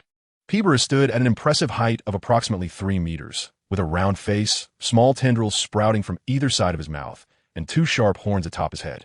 Haska bore a resemblance to Pilaf in form, but with green skin and a stature of merely several decimeters. However, the Adratations in Pibera's guard presented an entirely different appearance. They were well-proportioned, with broad ear bases and elongated tips, horizontal patterns resembling gills at the cheeks, tendrils sprouting from their chins, and markings akin to those of Cell on their foreheads, with skin tones and shades of dark green and pink. Remarkably, a group of guardians, comprising dozens of individuals, bore an uncanny resemblance to one another, as if they had been manufactured on an assembly line. Upon noticing the peculiar nature of this guardian squad, Pabala let out a hearty laugh and exclaimed. In an instant, all the members of the guard vanished without a trace. These guardians, to be precise, are not true inhabitants of the planet Yadalat. I and Haska are the genuine Yadalations. As for them, they are warriors crafted from chi by my own hand. Our kind is scarce, and to avoid being underestimated, I have created such a multitude of guardians. However, they do not truly qualify as Yadalations. Through the manipulation of chi, I have produced a vast number of warriors, showcasing a unique understanding of this energy. Demonstrating this principle, Pabala commenced an on-site tutorial for Lin Jia. Chapter 32. Instantaneous Movement. Pabala's explanation progressed from the fundamental to the intricate, starting with theory and transitioning to practice. Lin Jia gained immense insights, and even Piccolo benefited from the experience. The adulations are few in number and not particularly formidable in combat. To maximize the potential of their limited chi, the adulations have been researching its applications throughout history. This pursuit bears a resemblance to the situation on Earth.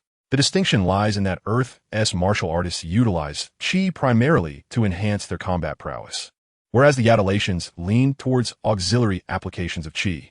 Both factions possess differing interpretations of chi, yet they have achieved considerable accomplishments in their respective fields. This is precisely why Lin Jia has come to this place. After repelling the invasion of Frisia's army, Lin Jia and his companions were warmly welcomed by the adulations. Pabala readily consented to Lin Jia's requests, generously imparting his knowledge to the trio. Mr. Lin Jia, the first step in our adulation training is to master instantaneous movement. This represents the initial application of chi awareness. Often, we have relied on this technique to evade misfortune. Typically, individuals with exceptional aptitude can grasp it swiftly, while those with lesser gifts may take a year or so to master it. Lin Jia and Piccolo stood in the training arena, while Pabala faced them, elucidating the training process. In the original narrative, Sun Wukong arrived here after escaping Namek, taking a year to barely grasp instantaneous movement. In the Moro arc, Vegeta also journeyed to Yadolat, bypassing the training of instantaneous movement to delve directly into the core of Yadolation chi cultivation. He swiftly developed a unique skill, the energy separation technique, to conquer Moro. This ability may not be significant to other powerful beings, yet it proves exceedingly effective against Moro, who can absorb life energy. When the Meijin finally arrived on Earth, Prince Vegeta yearned to return for battle, yet time was no longer on his side. Consequently, within mere minutes, His Highness mastered instant transmission. In truth, Vegeta's innate understanding surpassed that of Goku. However, this was also a result of their disparate training methodologies. Goku opted for a gradual approach, beginning with the easier tasks before progressing to the more challenging ones, while Vegeta chose the opposite path. Currently, Linga, unhurried and after much contemplation, decided to adopt Goku's training route, commencing with simpler endeavors before tackling the more complex. In reality, once the core principles of the Artitran training were grasped, Linga would merely need to return to Earth for self-cultivation. Meanwhile, on Frisia's 15th administrative planet, a voice commanded, "Someone escort Riku to the medical bay." As the starship touched down at the docking port, Guise was the first to disembark, followed closely by Bart. However, Riku's ship remained sealed tight. Struck by Linga in his great ape form, Riku sustained grievous injuries. Had it not been for the life support system, he would have surely perished on the return journey. As the minions standing by received their orders, they hurriedly opened the hatch. Inside, Riku lay with his bones shattered and his body marred by numerous bruises and abrasions. His colossal frame required 4 or 5 of the minions to hoist him from the ship and transport him to the medical bay. Within the healing chamber, Riku's injuries began to mend swiftly. Guise and Bart stood outside, arms crossed, awaiting the conclusion of Riku's treatment. Suddenly, a voice crackled through the scanner. "Guys, have you 3 managed to conquer Adatra?" During the treatment, Captain Jinyu's voice resonated from the device. "Boss, the assault on our Datra failed. We encountered a Saiyan with a battle power exceeding 20,000. Distracted by their desperate escape, Guise had not had the opportunity to report the situation to Captain Jinyu.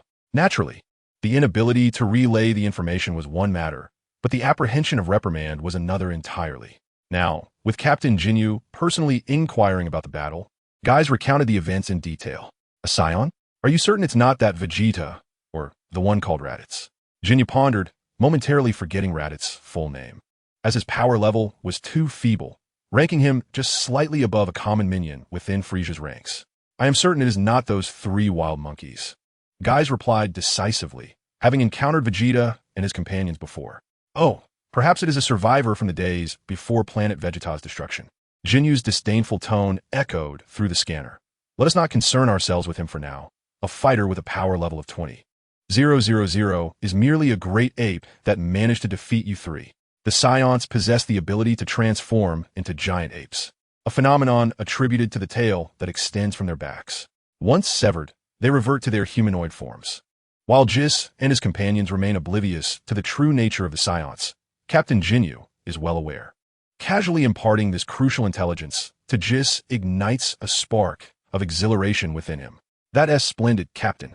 Once Lycum has recovered, we shall launch another assault on Adrat Star. Vengeance is a principle I have always upheld. Let us set aside the wild monkey for now, Jinyu remarked upon Lycum's recovery. The three of you must swiftly rendezvous with me. That rascal Shaviza has summoned the mechanized battalion, and the odds are decidedly against me and Guldo in battle. The blue crystal mine is of utmost importance. The king has decreed that it must not fall into the hands of King Gula. Remember, once Lycum is healed, we shall prioritize the elimination of that wild monkey, but it can wait. The blue crystal mine teems with cosmic energy, serving as the primary power source for Frisia's fleet and, indeed, for the majority of spacecraft within the seventh universe. The discovery of a planet rich in blue crystals represents a tantalizing treasure. Even though Frisia is the most successful real estate developer in the seventh universe, he would not hesitate to dabble in mineral commerce upon encountering such deposits, particularly with this blue crystal mine, strategically located at the intersection of Frisia's and Gula's domains. The stakes are high both for pride and profit. Frisia has issued a stringent order regarding this matter, placing considerable pressure on Captain Jinyu.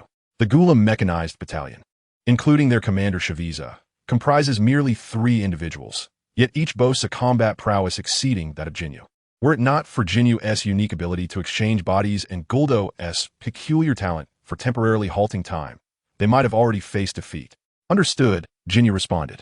Once Lycum has completed his recovery, we shall proceed to join you. Capturing Adrat Star is a predetermined strategy of the Frisia force. In truth, Frisia himself has shown little interest in the matter. Even a failure here would be inconsequential. However, securing the blue crystal mine is of paramount importance to Frisia, and a failure in this endeavor would yield dire consequences. Jis remains astute enough to discern the gravity of the situation. Thus, on Adrat Star, Linga, having lost his tail, narrowly escaped a fierce battle. Chapter 33, Return to Earth. While training on Adrat Star, Linga remains unaware of the whereabouts of the Jinyu force. In fact, even should the Jinyu force return, Linga harbors no fear. He possesses an ample supply of senza beans. As long as Frisia does not personally intervene, Linga feels an unwavering confidence. However, apart from enhancing his combat prowess, Linga yearns to elevate himself to the realm of the divine. Regrettably, after nearly a year of cultivation on the planet Adra, the system has once again remained unresponsive, failing to trigger even once, leaving Lin Jia utterly perplexed. On January 17th, 756 of the Age of AI, Elder Pibra, I extend my heartfelt gratitude for your teachings throughout the past year, until we meet again. During my time on Adra, Lin Jia has barely mastered the art of instantaneous teleportation. However, the vast distance from Earth renders it impossible for him to sense the presence of deities or Mr. Bobo. Without the ability to lock onto a spiritual signature, he is unable to teleport back to Earth. As the 23rd World Martial Arts Tournament approaches, Lin Jia resolves to return to Earth accompanied by Aki Luo Bei and Pabala. Before their departure, the trio bids farewell to Elder Pibra. The distance from Adra to Earth is indeed formidable. Even aboard an Namekian spacecraft, the journey would take a full 75 days. On April 16th, after an arduous voyage, the spacecraft finally re-enters the near-Earth cosmos. Ah, we are finally back. Lin Jia, shall we seek out Mark, or head to the Korin Sacred Land? Aki Luo Bei gazes out at the magnificent blue planet, filled with nostalgia. This journey, spanning over a year, has yielded considerable growth for Aki Luo Bei. Under the guidance of Haska on Adra, Aki Luo Bei's combat power has surged to over 1,500. Meanwhile, Lin Jia's combat prowess has reached an impressive 27,000. His awareness of these exact power levels is largely thanks to Pabala's modifications to Frisia's detection devices.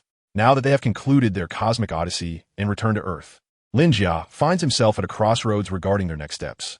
A visit to the Korin Sacred Land is inevitable, as he must meet with Master Korin. Having occupied his body for several years, Lin Jia is uncertain of the Master's sentiments towards him. However, this encounter is unavoidable, for Lin Jia is destined to reside on Earth. In life, one often encounters those they wish to avoid. Thus, a meeting is essential. Well, there's no escaping this. Lin Jia muses, let's first return the spacecraft to the deity. He expresses his intentions with a hint of resignation, hoping that the deity's presence will alleviate any awkwardness during the meeting with Master Korin. Additionally, he wishes to see Poli Yuba and reunite with Ash and Xiao Wu. Pola Yuba has long been a guardian of the Korin's sacred land and will undoubtedly not accompany him. In contrast, Ash and Xiao Wu are allies of Pabala, who has long since shifted his focus away from Earth, preferring to explore diverse civilizations across the vast cosmos. Lin Jia has yet to devise a clear plan for the future. For now, he intends to take time to reflect, visit Mark, and cheer him on at the World Martial Arts Tournament before contemplating subsequent endeavors. Thus, their objective is set to embark towards the earthly temple. Resolute in his decision, Linga commanded the spacecraft to descend upon the temple. In an instant, the spacecraft landed steadily atop the sacred structure. Such a commotion naturally drew the attention of Mr. Bobo and Dog Kong. The trio hastened to the vicinity of the spacecraft. Dog Kong appeared bewildered, while the celestial beings, Mr. Bobo and the deity, maintained their composure. As the circular platform of the spacecraft slowly descended, the figures of Linga, Akairobe, and Pilaf emerged before the divine beings. "Are you Linga?" the deity inquired hesitantly, regarding the boy who appeared to be no older than 14 or 15. "Indeed, I have been liberated from the body of Master Carlin, and this visage is my true form," Linga replied with a smile. "Might I inquire if Master Carlin has returned to his normal state?" The deity took a deep breath and responded with a smile. "That mischievous one has indeed recovered. He mentioned that upon meeting you again, he would like to take you to see him. I share the same intention and would be grateful if you would accompany me to visit Master Carlin," Linga suggested, a hint of awkwardness as he rubbed his nose. "Shall we descend together? But what about those two?" The deity pondered, for while he possessed the ability to fly, Linga did as well, yet Akairobe and Pilaf were not similarly endowed. He gestured towards the duo, who were exploring their surroundings, eliciting a bemused expression from the deity. "Rest assured, I shall take them along," he asserted. "Hey, Akairobe, Pilaf, it's time to go," he called out, prompting the two to jog back to Linga, grasping his hands. The deity was perplexed by the trio's unusual stance. "Linga, if you would, please place your hand upon my shoulder," Linga requested, and the deity complied, albeit with skepticism. Once the four were ready, Linga brought his right hand, fingers poised, to his forehead and closed his eyes, attuning himself to Master Carlin's aura. With the target locked, he executed a technique of instantaneous movement. In the blink of an eye, the four vanished from their original spot, reappearing atop Carlin's tower. Meanwhile, the temple was left with the astonished Mr. Bobo and the bewildered Dog Kong. At that moment, in the afternoon light, Master Carlin was humming an unknown tune while diligently watering the sacred beans. The sudden appearance of four figures startled him greatly. "Who are you?" he exclaimed. "Deity? What brings you here?" Upon seeing the deity unexpectedly accompanied by three individuals, the cat-like celestial being was at a loss. "Carlin, do not be alarmed. This is Linga," the deity clarified.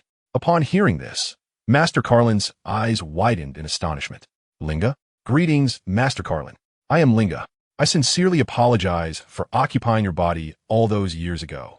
Please accept my heartfelt apologies," Linga said, offering a polite bow to the cat-like celestial being. The intrusion of the dove into the magpie's nest, although Lin Jia did not act of his own volition, ultimately results in the genuine loss for the true feline sage. With a sincere demeanor and earnest tone, Lin Jia's apology resonated deeply. "Oh, it is quite all right. I understand this was not your intention. When you inhabited my being, my consciousness did not vanish. I have witnessed all your actions throughout the years. To be candid, I ought to express my gratitude to you for wishing upon the Namekian dragon to restore my normalcy. The feline sage's nature is inherently gentle, and despite having lost dominion over his body for several years, he has fully assimilated Lin Jia's cultivation results. His combat power has risen to 3,570, and his divine power has reached 350. Frankly speaking, this transaction does not seem disadvantageous for the feline sage." Lin Jia's heartfelt apology evoked no resentment from the sage. The entire process of atonement unfolded smoothly. "Lin Jia, what was that extraordinary technique you employed earlier?" Once the formalities were concluded, the curious deity finally inquired about Lin Jia. The equally inquisitive feline sage turned his gaze toward Lin Jia. That was the signature move of the Yadarat people, instantaneous teleportation. Before Lin Jia could respond, Akairobe interjected, answering the deity's question. Chapter 34, The Martial Arts Hall. The loquacious Akairobe recounted their experiences en route to Yadarat in great detail. The initial journey to Namek was well known to the feline sage, as he had previously conveyed the situation to the deity. By connecting these two narratives, the entirety of Lin Jia and his companion's cosmic adventure became remarkably clear.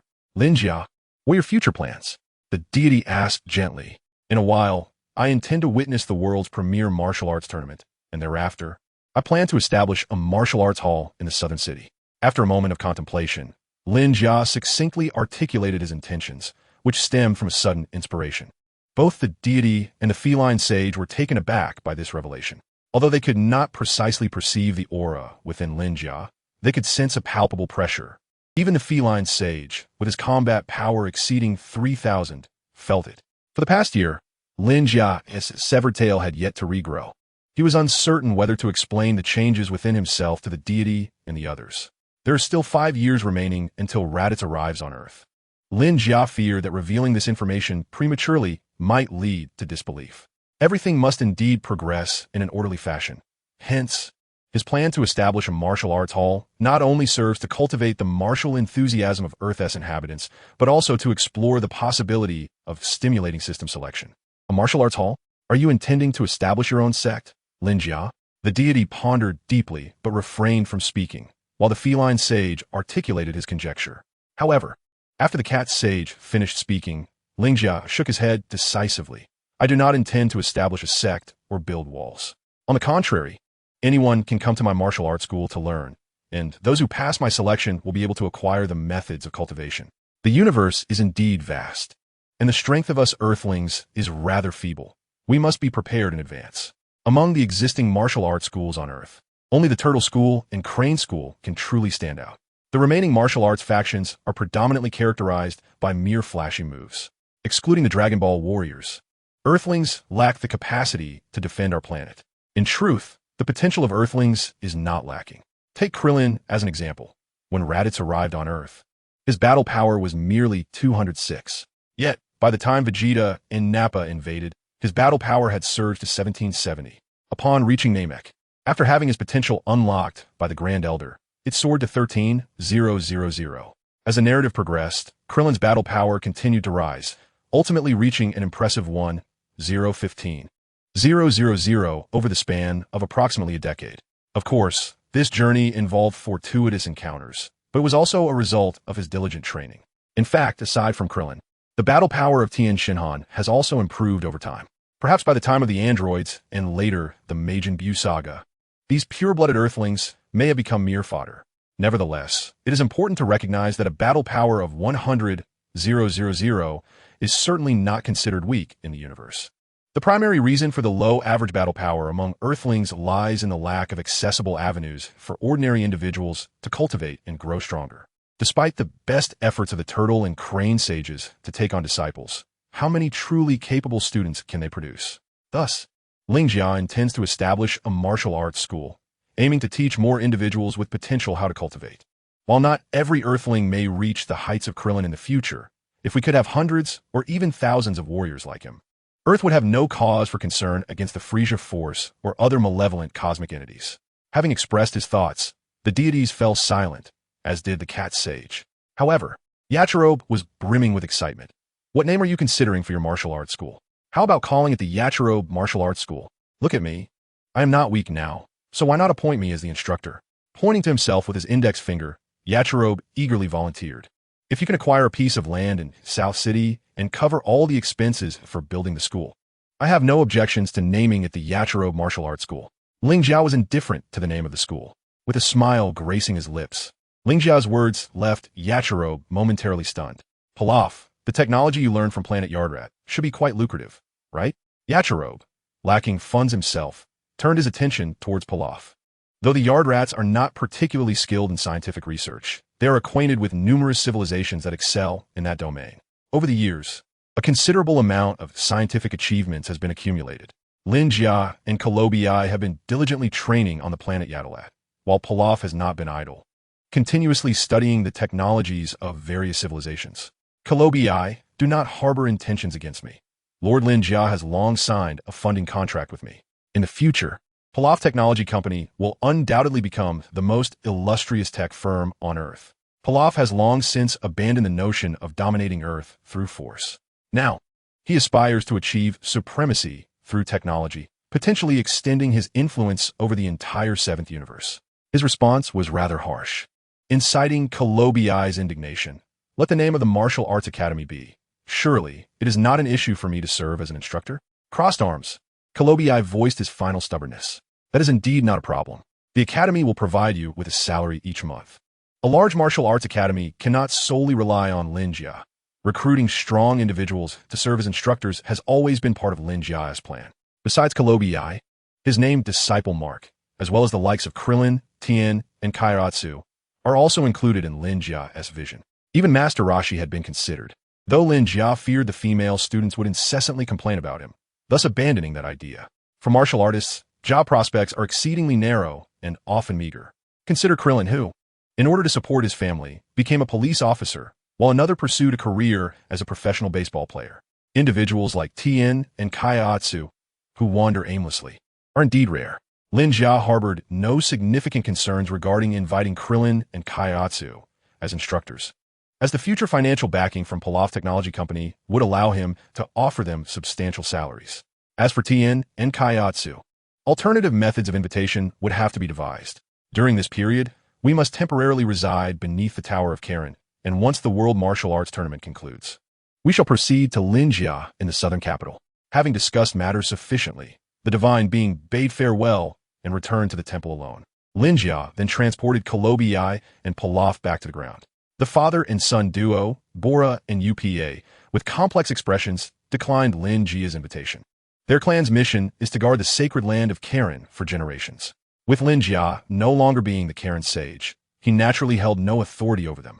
However, Ash and Little Wu were quite elated, particularly after Pilaf announced his decision. Dominating the business and scientific realms is evidently far more reliable than the trio attempting to conquer the world. Moreover, they have the formidable Lin Jia supporting them. Time passed swiftly, and soon the day of the World Martial Arts Tournament arrived. On May 7th, Lin Jia, Sun Wukong Kolobi, and Pilaf arrived at the Grand Island venue of the tournament aboard a luxurious aircraft. The familiar narrative began anew. Chapter 35, Mark's recognition of his master. Papaya Island, situated in the vast ocean to the east of the southern metropolis, is renowned for its sun-drenched beaches, azure waters, and the esteemed martial arts temple. This enchanting isle serves as a sanctuary for both tourists seeking leisure and martial artists pursuing their craft. Every 3 years, the martial arts temple hosts the Grand Martial Arts Tournament, a jubilant celebration for all inhabitants of Earth. When Lin Jia and his companions arrived at Papaya Island, it was already teeming with visitors, radiating an atmosphere of joy and excitement. For martial artists on Earth, this event represents an unparalleled opportunity to showcase their abilities, while for tourists, it is a visual feast for the senses. For the trio of Lin Jia, Yakalobi, and Pilaf, it was merely an occasion to revel in the festivities. The delightful aroma of the sago ice cream was utterly captivating. Little Dance, frolicking at the front of the group, relished the delicacies while holding an umbrella, reflecting on life. In the gentle drizzle, this scene possessed a certain romantic charm. Lin Jia, witnessing this tableau, could not help but feel a sense of nostalgia. It was impressive how Pilaf managed to entice a youthful girl to accompany him in the wilderness, willingly sharing in his humble meals, demonstrating a remarkable talent for persuasion. Lin Jia, are you and Yakalobi not competing? Asked Goku, who walked alongside Lin Jia, his head wrapped in a white cloth, once again posing the same question. Goku, this tournament is your destined clash with Piccolo. It has no bearing on Yakalobi and me, replied Lin Jia, reclining with his hands behind his head, leisurely explaining his disinterest in participating. With his prowess at such a level, joining the Grand Martial Arts Tournament would be a mere squandering of time. Standing by, sipping a cold drink, feeling the ocean breeze, and observing the dynamic between Piccolo and Goku was far more appealing. Not only was Lin Jia uninterested in competing, but even Yakalobi, trailing behind, appeared lackluster. At the very least, Lin Jia had not noticed him preparing a headpiece for the tournament. Oh, how unfortunate! I'd hoped to spar with Mr. Lin Jia, lamented Goku, who was fervently passionate about martial arts. Fear not, there will be future opportunities. However, my named disciple will also participate in this grand tournament, and you may encounter him, though regrettably, he may not yet be your match. Lin Jia remarked before taking his leave. Before departing, Lin Jia utilized a power detector to assess Goku's combat strength. Concealing a portion of his energy, Goku's power registered at 458, the lowest he could manage. When fully engaged in battle, unleashing his Super Kamehameha, Goku's power surged to 937. In fact, during his previous bout with the first generation of the Demon King Piccolo, Goku's combat prowess had already reached approximately 350. After 3 years of diligent training, achieving his current level was indeed commendable. Lin Jia's named disciple? Isn't that impressive? Dog Kong was astonished and subsequently inquired, what does named disciple mean? To Dog Kong's question, Lin Jia felt a moment of speechlessness and replied, a named disciple refers to an apprentice. Oh, and what does apprentice mean? Their awkward conversation continued until they reached the registration desk, where Dog Kong noticed a seemingly unwell Bulma and the ever-impudent Master Roshi. He then decided to leave Lin Jia alone and catch up with his old friends. The 5 of them approached, first greeting Bulma. Upon seeing the dashing Goku and the handsome Lin Jia, Bulma was filled with excitement. Goku, is this one also a disciple of the Celestial Realm? Bulma whispered to Goku, tugging at his sleeve. Goku had grown up and become more attractive, yet he was not Bulma's type, given their familiarity. However, the unexpectedly charming Lin Jia drew Bulma's attention. Bulma, it's a pleasure to see you again. With keen hearing and sharp eyesight, Lin Jia effortlessly caught Bulma's words. Before Dog Kong could introduce him, Lin Jia stepped forward to greet Bulma. This action caused Bulma to furrow her brow. After pondering for a while, she could not recall where she had seen Lin Jia before. Oh, I haven't introduced myself. My current name is Lin Jia, but the last time we met, I was known as Master Karen. The news of his transformation from a cat to a human had yet to spread widely. What? You're Master Karen? Both Bulma and Master Roshi exclaimed in unison. Bulma recognized Master Karen, and Master Roshi certainly knew him well. Oh, I remember now. It was 2 years ago when the dragon was summoned, and that was you who called it, right? Despite her occasional lapses, Bulma's intelligence remained sharp. Lin Jia had borrowed the dragon radar from her back then, and she pieced together the events leading to the current situation. Close enough. But that wish was not made by me. It was hers. Lin Jia pointed towards the curious Xiao Wu, instantly making her the center of attention. She looks so familiar, Bulma mused, quickly realizing, oh, she's one of Pilaf's gang of miscreants. Hey, I'm not a miscreant, protested the short Pilaf. Struggling to make himself heard, reuniting with old friends, Lin Jia briefly explained his circumstances. In the world of Dragon Balls, where the extraordinary is commonplace, the changes that had befallen Lin Jia were readily accepted by everyone. Before long, the rain ceased and Dog Kong removed his headscarf. Krillin, Haosh, Ting, and Dumpling soon arrived at the registration desk. Lin Jia, look, Mark has arrived. Who is that woman with him? Yakalob, unfamiliar with Bulma and the others, had not engaged in the conversation. He had been waiting at the registration desk for Mark's arrival, and indeed, Mark arrived in a luxurious car. As a figure descended from the vehicle, he was accompanied by a stunning brunette.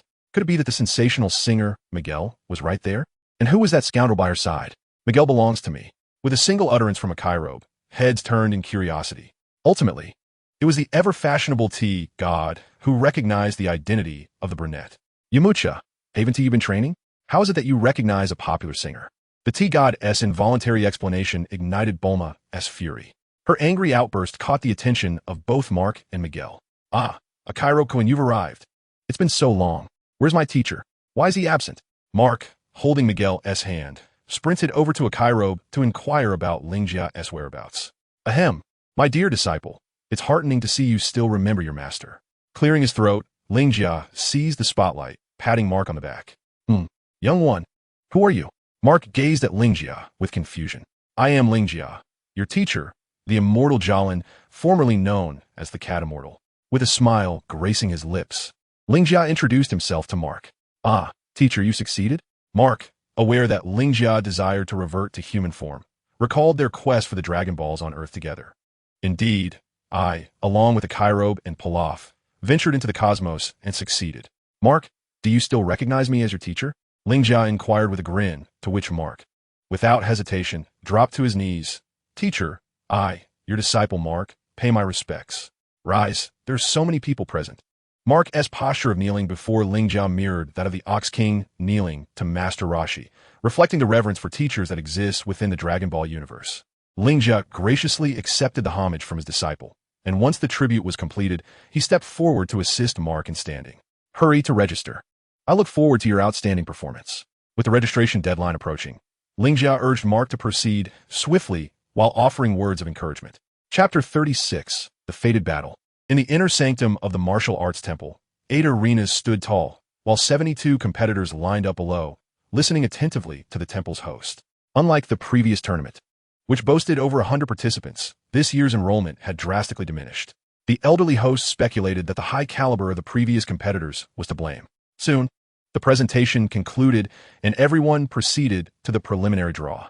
Tasked with overseeing the draw, the superpower master, Jiaozi, began to influence the outcomes. Mark, being a named disciple of Master Lin Jia, was regarded as one of their own. Let us place him in Zone 8. That girl who recognized Goku should also be considered one of us, so let us assign her to Zone 3. After a busy day, Jiaozi finally arranged the draw for all participants. The preliminary rounds were divided into 8 groups, each consisting of 9 individuals. The number of participants is odd, indicating that there will be a fortunate individual who remains unchallenged in each round. For the Dragon Ball Warriors, the preliminary rounds are merely a formality. Wherever a thrilling battle unfolds, spectators gather around the arena to witness the spectacle. The enigmatic Dog Kong, seemingly the arch-rival of King Chiba, encountered him in both preliminary rounds, each time falling victim to Dog Kong's overwhelming prowess without a single drop of bloodshed. The mysterious maiden has also drawn the attention of the likes of Krillin, T-God, and Dog Kong. Moreover, the entity known as Majin Buu, disguised as the Great Demon King, has piqued the interest of Dog Kong and Tien Shinhan as well. Everything is progressing smoothly, and soon, the 8 finalists are determined. Son Goku, Tien Shinhan, Dumpling, T-God, Krillin, the Mysterious Maiden, and the Great Demon King. The final spot in the top 8 is about to be contested. In the arena, the robot Tao Pai Pai stands face to face with Mr. Satan Mark.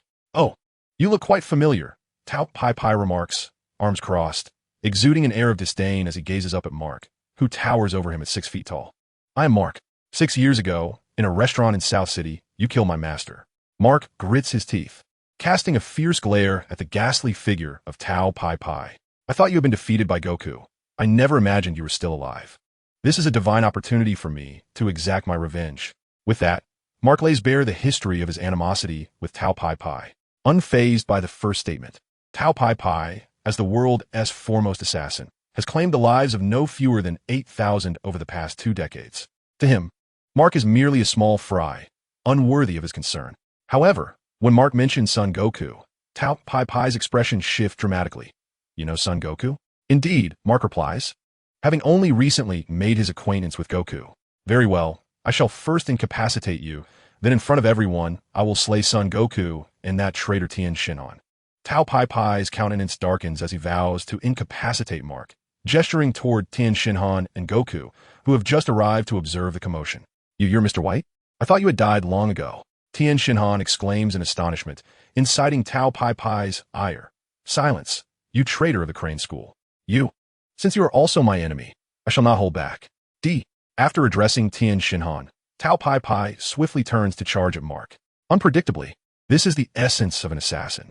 With a swift strike, he aims for Mark's heart. Naturally, Tao Pai Pai's lethal technique typically targets vital areas such as the eyes, throat, or temples. However, in a tournament setting, killing one's opponent leads to disqualification.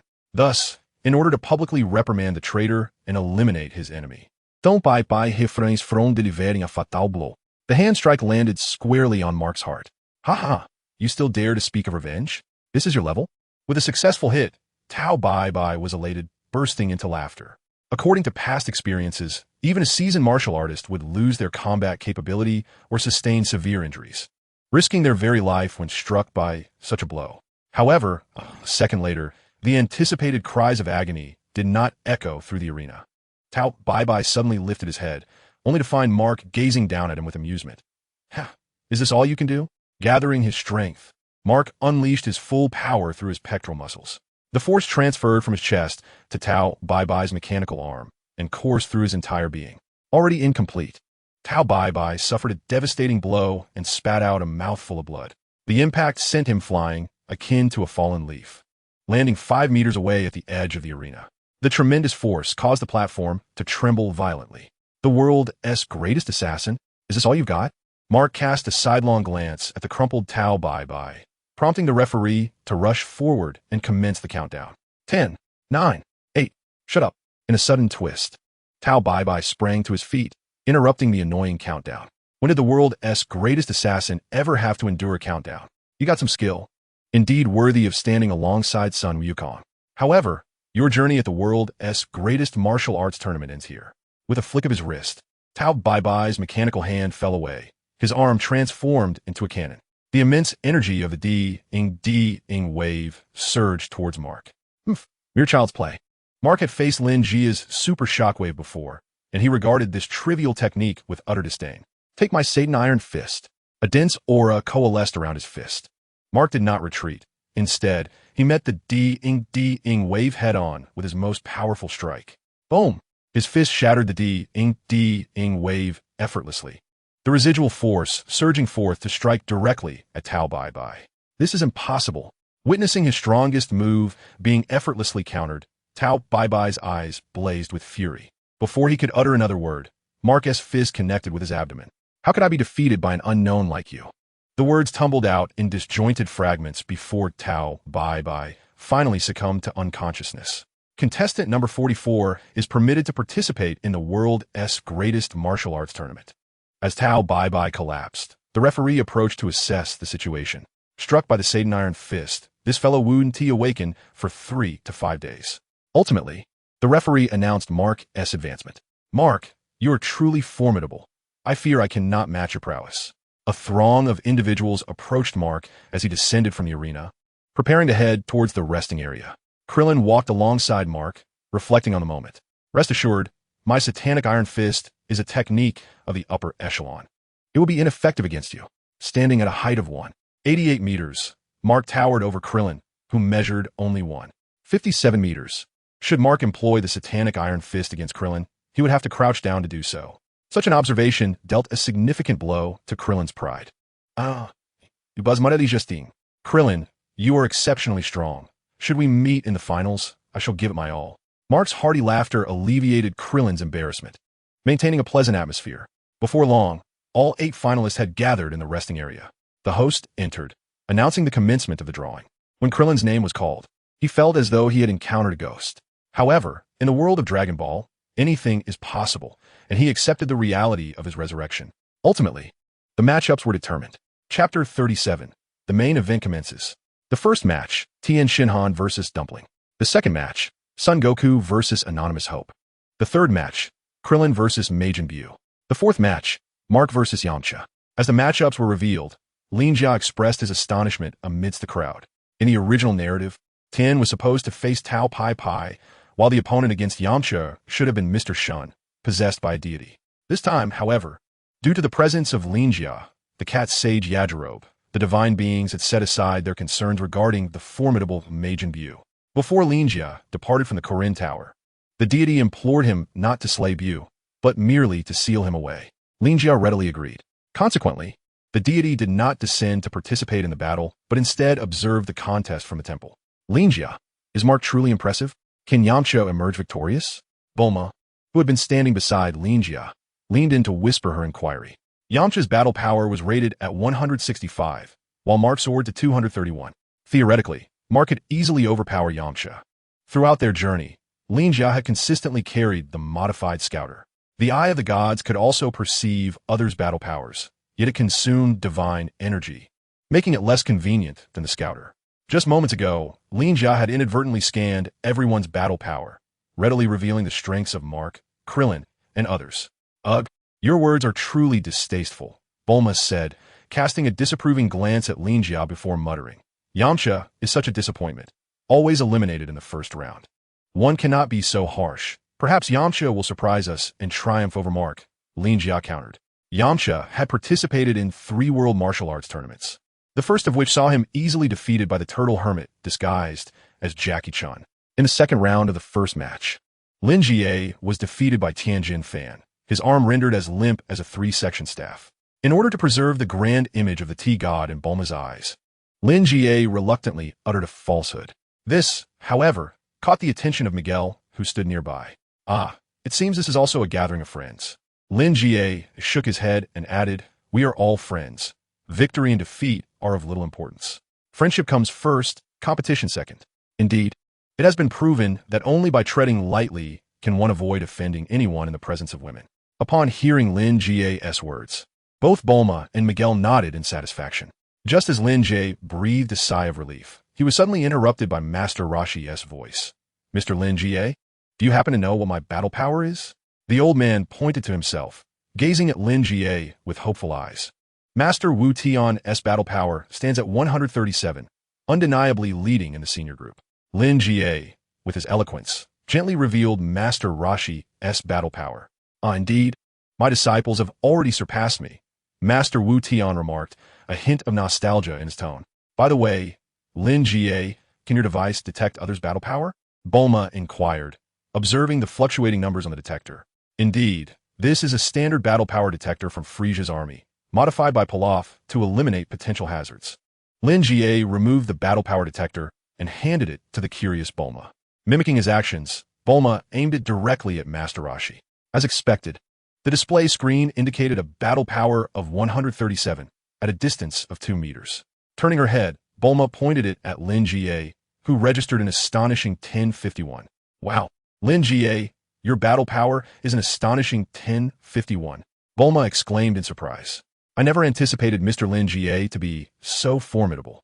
Master Rashi possessed a clear understanding of his own strength, as well as a definitive perception of the abilities of Krillin and the T-God. However, his grasp of the capabilities of Goku and Tianjin Fan was somewhat vague.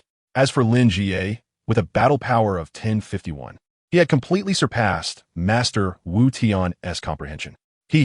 I merely experienced a few fortunate encounters. It is nothing of great significance, Lin Jia modestly replied, though his actual battle power hovered around 27,000. Yet, Lin Jia had little desire to boast before Bulma and Master Rashi. Nevertheless, even in his humility, his battle power of 1051 left both Master Rashi and Bulma in awe. Look, the match is about to commence. Tianjin Fan and Dumpling are about to take the stage.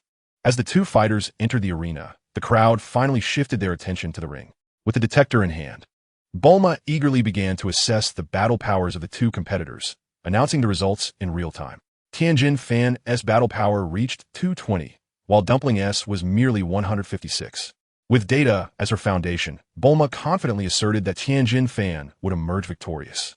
Indeed, the outcome was as anticipated. The contest between Tianjin Rice and Dumplings resembled a sparring session among brothers of the same school. Dumplings did not even resort to their extraordinary abilities, gracefully leaping off the stage by themselves. Although the result was foreseen by all, the audience still erupted in enthusiastic applause.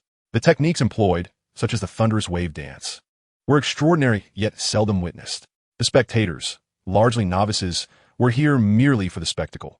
The victor or the vanquished held little significance for them. What truly mattered was the brilliance of the competition itself. Soon, the second group of contestants made their entrance. Upon the arrival of KKS, Bulma immediately announced his combat power as 458. This figure left his entourage utterly astounded. Meanwhile, the beautiful maiden opposite Goku possessed a combat power exceeding 100. As the match commenced, she launched an offensive against Goku. The Turtle Sage remarked that her techniques bore the hallmark of the Turtle School. Nevertheless, Goku adeptly evaded her attacks. Ultimately, KKS delivered a powerful punch that sent the maiden sprawling off the stage. Goku emerged victorious. However, rather than reveling in triumph, KKS's thoughts were consumed by curiosity about this girl and her connection to him. I am Kiki, the daughter of the Ox King. You promised me that when we grew up, you would marry me, she declared. Her words stirred within KKS memories of a bashful little girl from years past. Along with the promise he had made, albeit under the impression that marriage was merely a means to acquire delectable treats. Then let us marry, he replied. Krillin, Kaiatsu, and others stood in stunned silence, completely taken aback. Meanwhile, from the sidelines, Lin Jia observed with great interest. He found himself fond of the women in the Dragon Ball universe, yet it was merely a spectator's admiration for the performers. Whether it was Bulma, beside him, or Kiki on stage, or even the android 18 and others who would follow, Lin Jia held no particular desires. His purpose was clear, to seek out the Eternal Dragon and fulfill his wish to return to Blue Star. To him, this realm was simply a hyper-realistic anime experience. Watching Kiki joyfully link arms with KKS as they descended from the stage, Lin Jia sincerely wished the newlyweds well. Naturally, he intended to discuss the importance of responsible parenting with Kiki later on. The notion of academic pressure on children was utterly unacceptable. Just as Lin Jia was lost in thought, Krillin and Piccolo took their places on the stage. Huh, the little bald head boasts a combat power of 190. But what is this? Majin Buu has a power level of 445? That cannot be. Bulma removed her scouter, fiddled with it for a moment, and put it back on, only to find the data unchanged. Stop it, Bulma. That Majin Buu is merely an alias. His true name is one you're all familiar with, Demon King Piccolo. Linga casually revealed the identity of the caretaker. Chapter 38, The Birth of the Final Four. What? He is the Demon King Piccolo. Master Roshi, Bulma, and others gasped in astonishment. The commotion drew the attention of spectators all around. 3 years prior, just before the self-detonation of the Demon King Piccolo, he had expelled an egg from his mouth. This egg contained all of his remaining life force, and within it resided the heir, Piccolo Jr. Do you not find his dark green skin and rosy biceps familiar? The traits of the Namekians are unmistakable. With Linga's prompt, the others widened their eyes and scrutinized Piccolo in the arena. Indeed, his resemblance to the Demon King Piccolo from their memories was uncanny, almost identical. What should we do? Should we escape from here right now? Oolong suggested tremulously, covering his head with his hands. What good would fleeing do? Can you escape Earth? Fear not. Tien will triumph over him. Launch raised her Uzi submachine gun, brimming with determination. Enough of this chatter. Tien has a combat power of just over 200. How could he possibly defeat Piccolo? Tears welled in Oolong's eyes as he couldn't help but retort. Oolong, are you afraid? Isn't Goku still around? His combat power surpasses that of the Demon King Piccolo. The relatively composed Bulma began to analyze the situation based on combat power. The genius girl's deductions were precise, prompting nods of agreement from Master Roshi and others. Rest assured, there's also me and Yajirobe, right? Observing Bulma's analysis, which heavily implied Goku's involvement, Linga couldn't help but interject. Exactly, with Master Linga and Yajirobe here, we are certainly safe. Miguel, a true singer, had a remarkably sweet voice, which greatly pleased Linga and Yajirobe. At this point, the discussion halted as Krillin's battle with Piccolo commenced. The events unfolded similarly to those in the original world, with Krillin being dismissed by Piccolo as a mere nameless pawn. How could the little bald head endure this? He raised his hands and unleashed a Kamehameha wave, hurtling towards the grinning Piccolo. A mere parlor trick.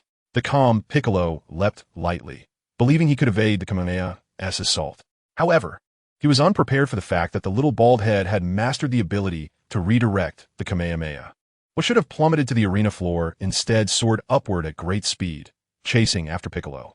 With his back turned to the impending Kamehameha, Piccolo hurriedly turned his head, unleashing 2 beams of light from his eyes.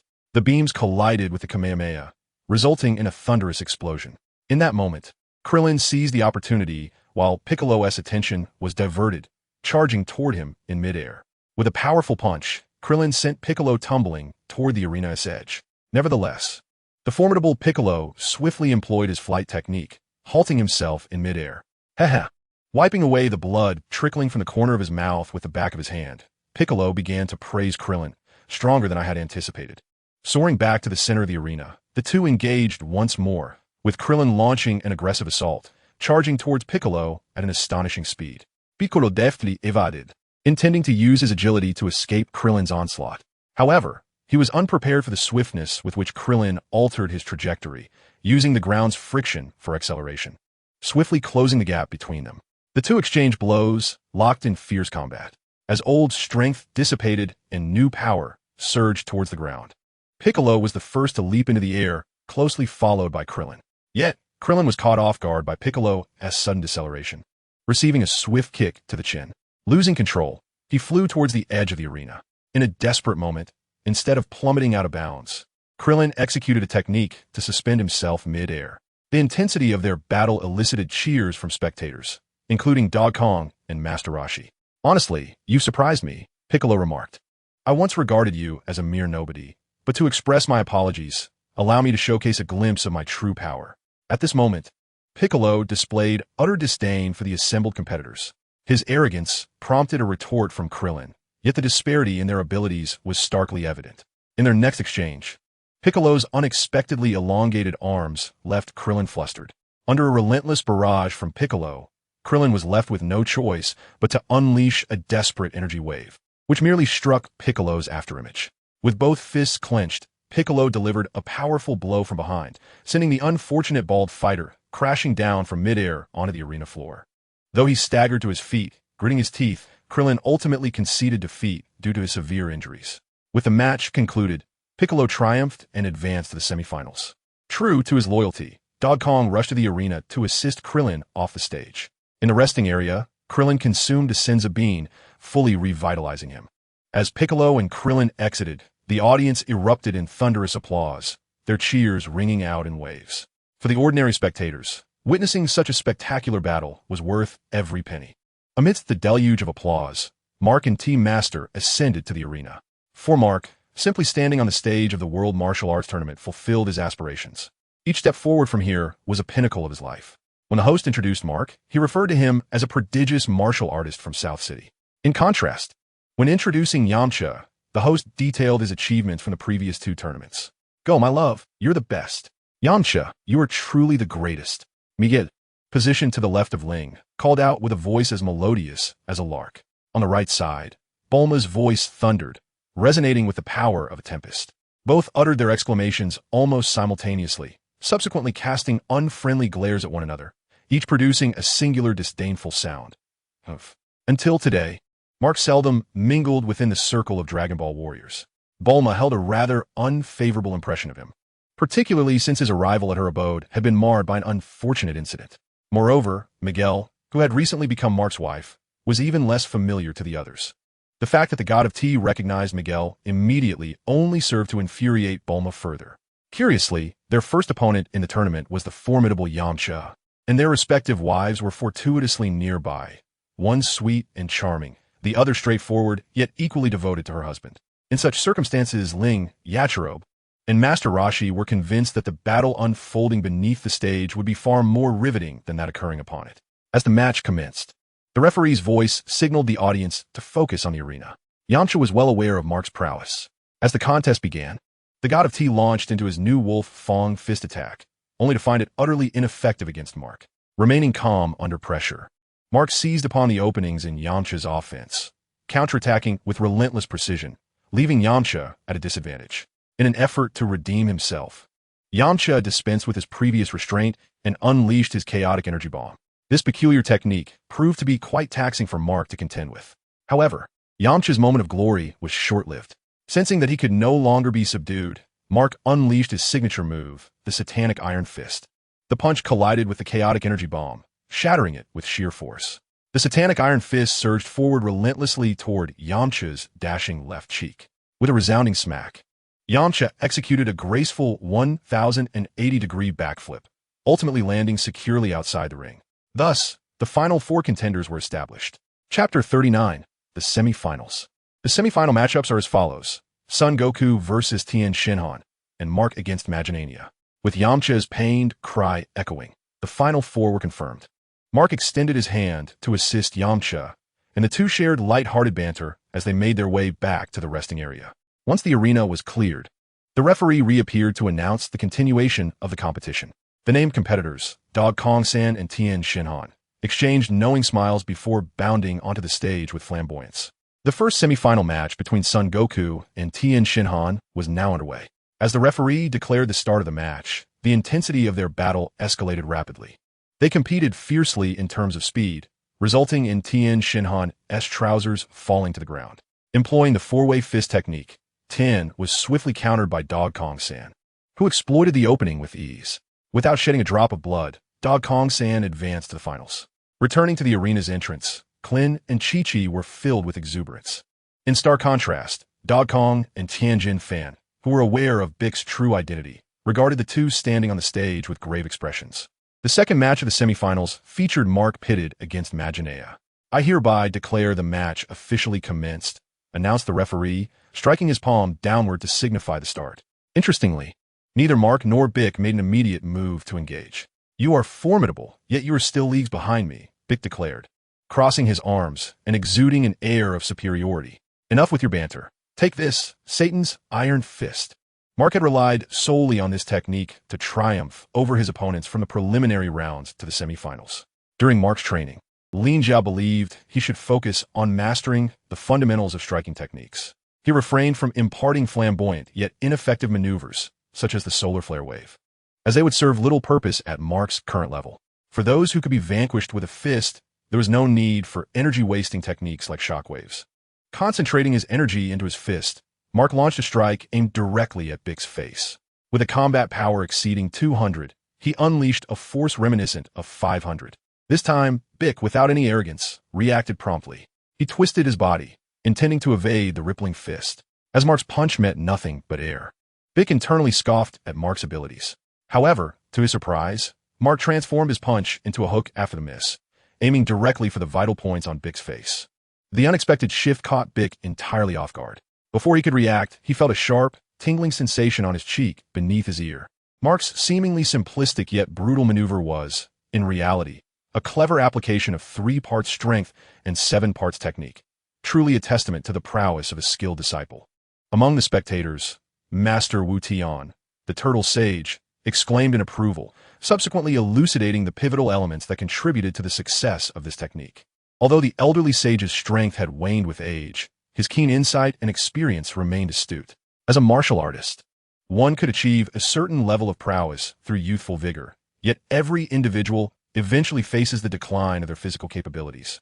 The ability to adapt one's fighting style in accordance with the inevitable aging process is a hallmark of a truly exceptional martial artist. At the Power Conference, the Turtle Sage demonstrated that, leveraging his experience, he could effortlessly evade fierce attacks solely through his agility, an embodiment of maximizing one's expertise. Listening to Master Wu Tian's explanation, those around him experienced a sense of sudden enlightenment. Lin Jia, after hearing it, did not speak but nodded in agreement, as this was a detail he had specifically emphasized when training Mark. However, this style of combat possesses inherent weaknesses. On the arena, a trickle of blood flowed from the corner of Piccolo's mouth. While his speed was commendable, his strength was another matter. As he uttered half a sentence, Piccolo propelled himself forward with a swift kick, charging towards Mark, who had assumed a defensive stance. With his palm facing upwards, he executed a sweeping knife-hand strike aimed directly at Mark's heart. Recognizing the cunning nature of this attack, Mark did not dare to underestimate it. His footwork changed rapidly, and despite his towering stature, he moved with the grace of an eel, twisting and dodging seamlessly. What? The knife-hand strike misses? Piccolo exclaimed in astonishment. What's going on? This technique is called Satan's Shadow. But didn't he think I, Mark, only possessed the Satan's iron fist, did you? After exchanging blows, the two stood 10 meters apart once more on the arena. Having evaded Piccolo's cunning strike, Mark's confidence began to build. With one hand on his hip, he raised the other to point mockingly at the Demon King Piccolo. Mr. Satan Mark, he is a martial artist who will one day not even regard Majin Buu. And this mere Demon King Piccolo? Not worth mentioning. Having successfully landed 2 blows, Mark felt that this green-faced creature was rather unimpressive. Lin Jia had not had the chance to inform Mark of Piccolo's true identity. Ironically, this lack of knowledge left Mark unburdened by psychological pressure, allowing him to perform exceptionally well. It's been over a year, and I didn't expect this fellow to become so bold, commented Yachirobe, standing behind Lin Jia. His combat prowess and experience now far exceeded that of anyone else on the arena. Given this premise, his tone when evaluating the fighters bore a hint of seasoned wisdom.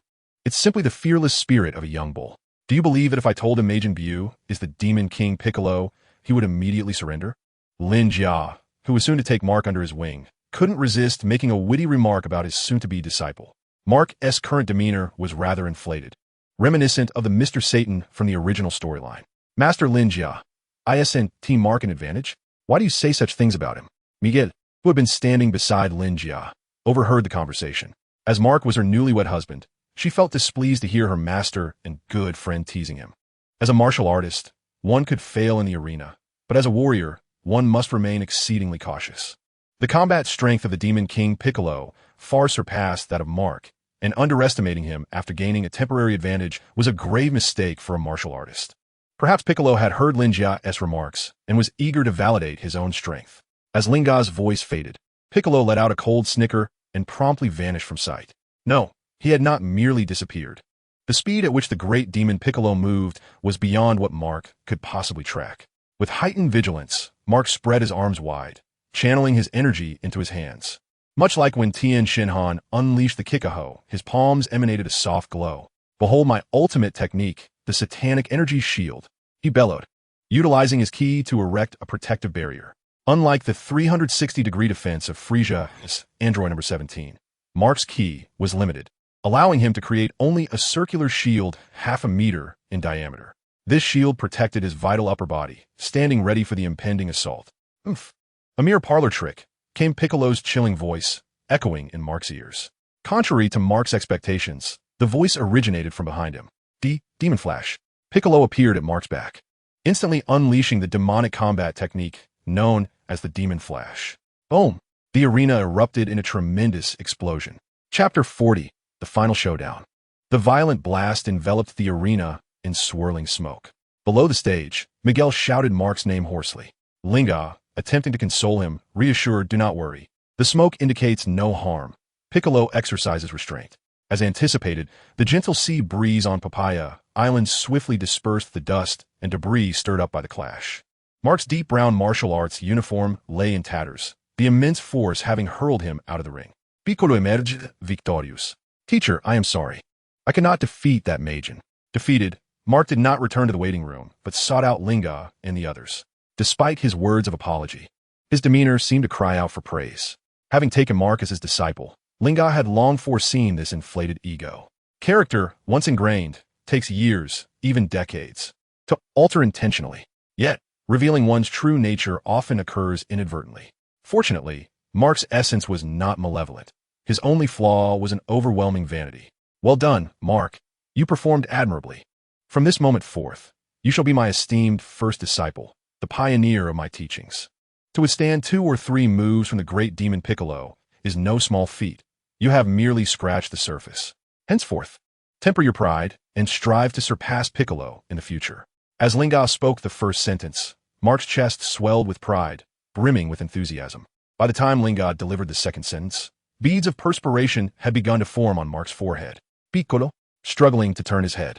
He glanced at the recently arrived Goku and Piccolo. At this moment, all traces of Mark's earlier bravado had vanished, leaving behind only an overwhelming sense of dread. "Did you not realize that he is the Demon King Piccolo? How bold of you!" Yachirobe seized the moment, immediately entering in a mockery mode. But enough of that, look. The final match is commencing. Mark was at a loss for words, unsure how to retort against Yachirobe. Fortunately, at that moment, Goku had already engaged in combat with the Demon King Piccolo. It was astonishing how formidable the Demon King was able to contend with Goku on equal footing. Master Roshi, gripping his staff tightly, was filled with profound emotions. On the arena, both competitors, after warming up, ceased to hold back and began a genuine clash. This marked the 3rd time Goku stood on the final stage. For him, defeating Piccolo to save the world was secondary. What truly mattered was the opportunity to face an opponent of comparable strength and to triumph, claiming the title of champion of the World Martial Arts Tournament. Because of this, Goku initially did not approach the battle with a life-or-death mentality. On the contrary, Piccolo still identified himself as a member of the demon race, taking it upon himself to conquer the world. He unleashed attacks without restraint, launching a ki blast at full power that directly threatened the safety of the spectators. Thankfully, Goku managed to divert it with a swift strike. Piccolo's reckless attack made Goku gradually realize that defeating him and preventing his world domination was the true purpose of his participation in the tournament. With this thought in mind, Goku's desire for mere sparring diminished, and he began to engage in earnest combat. This time, unencumbered by the constraints of being sealed, and with Goku's strength surpassing that of the original storyline, he gradually gained the upper hand in the battle against the Demon King Piccolo. The Super Kamehameha obliterated Piccolo's clothing, and the Demon King reaffirmed his vow of return. In an instant, the audience scrambled for safety. Aside from the diligent referee, only Ling and a few others remained to watch. With the absence of spectators, Goku started to elevate his combat prowess. The progression of the battle diverged significantly from the original narrative. Goku still had reserves of strength, his energy undiminished, while Piccolo's aura began to wane. Realizing his power was depleting, the Demon King made a desperate gamble, channeling all his might. "No, he is going to self-destruct," Yachirobe shouted, causing panic among Krillin, Kaiatsu, Thin, Master Roshi, Bulma, and others. Ling shot an irritated glare at Yachirobe, who had incited the chaos. "Do not worry. As long as I am here, you shall be safe." With that, Ling soared into the air, pointing his right index finger at the arena. A surge of divine power emerged, enveloping the arena in a faint purple protective barrier. With the shield in place, their battle would not pose a threat to us. In the original narrative, Piccolo detonated the entirety of Papaya Island, leading to the destruction of surrounding structures and even triggering a tsunami. Some tourists, unable to escape in time, became unfortunate casualties. Lin Jia, present in this situation, would certainly not stand idly by. The protective barrier constructed by divine power is so formidable that even Lin Jia would find it challenging to breach. What then could be said of the insignificant combat prowess of the Demon King Piccolo? Upon hearing Lin Jia's words, the agitated crowd gradually fell silent. Ultimately, the Demon King Piccolo extended his arms and unleashed a catastrophic explosion. The violent blast instantly engulfed the entire arena. The force of the explosion did not dissipate outward. Instead, it was contained by the protective barrier and redirected back onto the stage. Dogkong Sang had long been bracing himself against the shockwave of the explosion. In this tactical choice, the Demon King Piccolo made a grievous error. In such circumstances, while the scattered explosion carried considerable force, its impact on Dogkong Sang was but one-dimensional. The energies flowing from other directions were rendered utterly ineffective. The protective barrier set by Lin Jia then converged the dispersed energy back to its source. Since Dogkong Sang had withstood the initial wave of impact, there was no reflected energy forming behind him. Conversely, Piccolo found himself at the epicenter of the explosion. All the radiated energy was forcefully returned by the barrier to him. Boom! The secondary explosion arrived unexpectedly, ensnaring Piccolo in his own trap. 90% of the energy from the self-detonation was borne solely by him. Dogkong Sang was able to withstand the blast due to his full defensive efforts. However, Piccolo was not as fortunate, having just triggered the initial explosion. He was ill-prepared to confront the rebound of the secondary blast. A mouthful of old blood erupted from him, spraying 3 feet away. The unfortunate Piccolo lay flat on the ground. Nearby, Dogkong Sang approached Piccolo's fallen form, gazing with mixed emotions at the unconscious figure. Meanwhile, the diligent referee began the count. 1, 2, 3, 8, 9. As the numbers approached 10, the crowd erupted in cheers, save for Lin Jia and Yachirobe.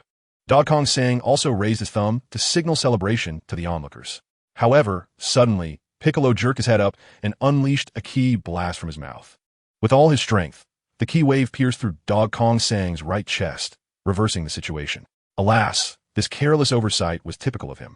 Shaking his head with a bittersweet smile, Lin Jia reflected on the unfolding events. Yet, he had no intention of intervening. He was intimately familiar with this storyline and could foresee the ensuing developments even with his eyes closed. Chapter 41, The King's Fist. Goku, clutching his wound with his left hand, struggled to rise to his feet. Piccolo was equally exhausted. These two battle-worn warriors once again clashed.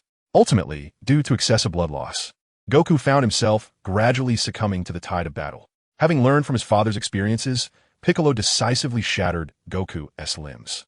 Soaring into the air, he summoned every remaining ounce of strength to unleash a devastating special beam cannon at the now-prone Goku. The explosion sent a plume of dust soaring into the sky. Yet, the seemingly dormant Goku revealed his hidden prowess, executing the instant transmission technique and crashing down upon Piccolo's chest with his head. The force of inertia propelled Piccolo out of the ring, rendering him unconscious. "I declare the victory of contestant Son Goku," echoed the announcer.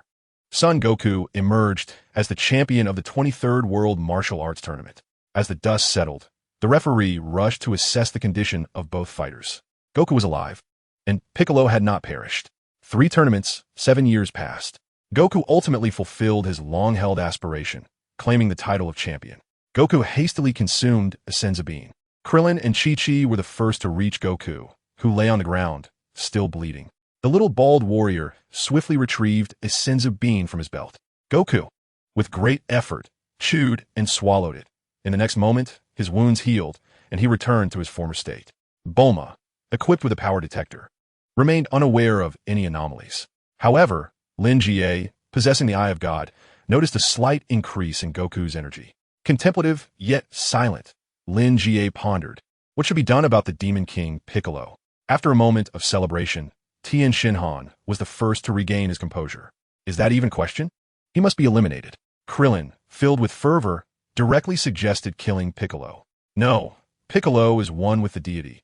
If he dies, the deity will perish as well. Krillin, Do you still have any senzu beans? Goku rejected Krillin's proposal and instead requested more senzu beans from him.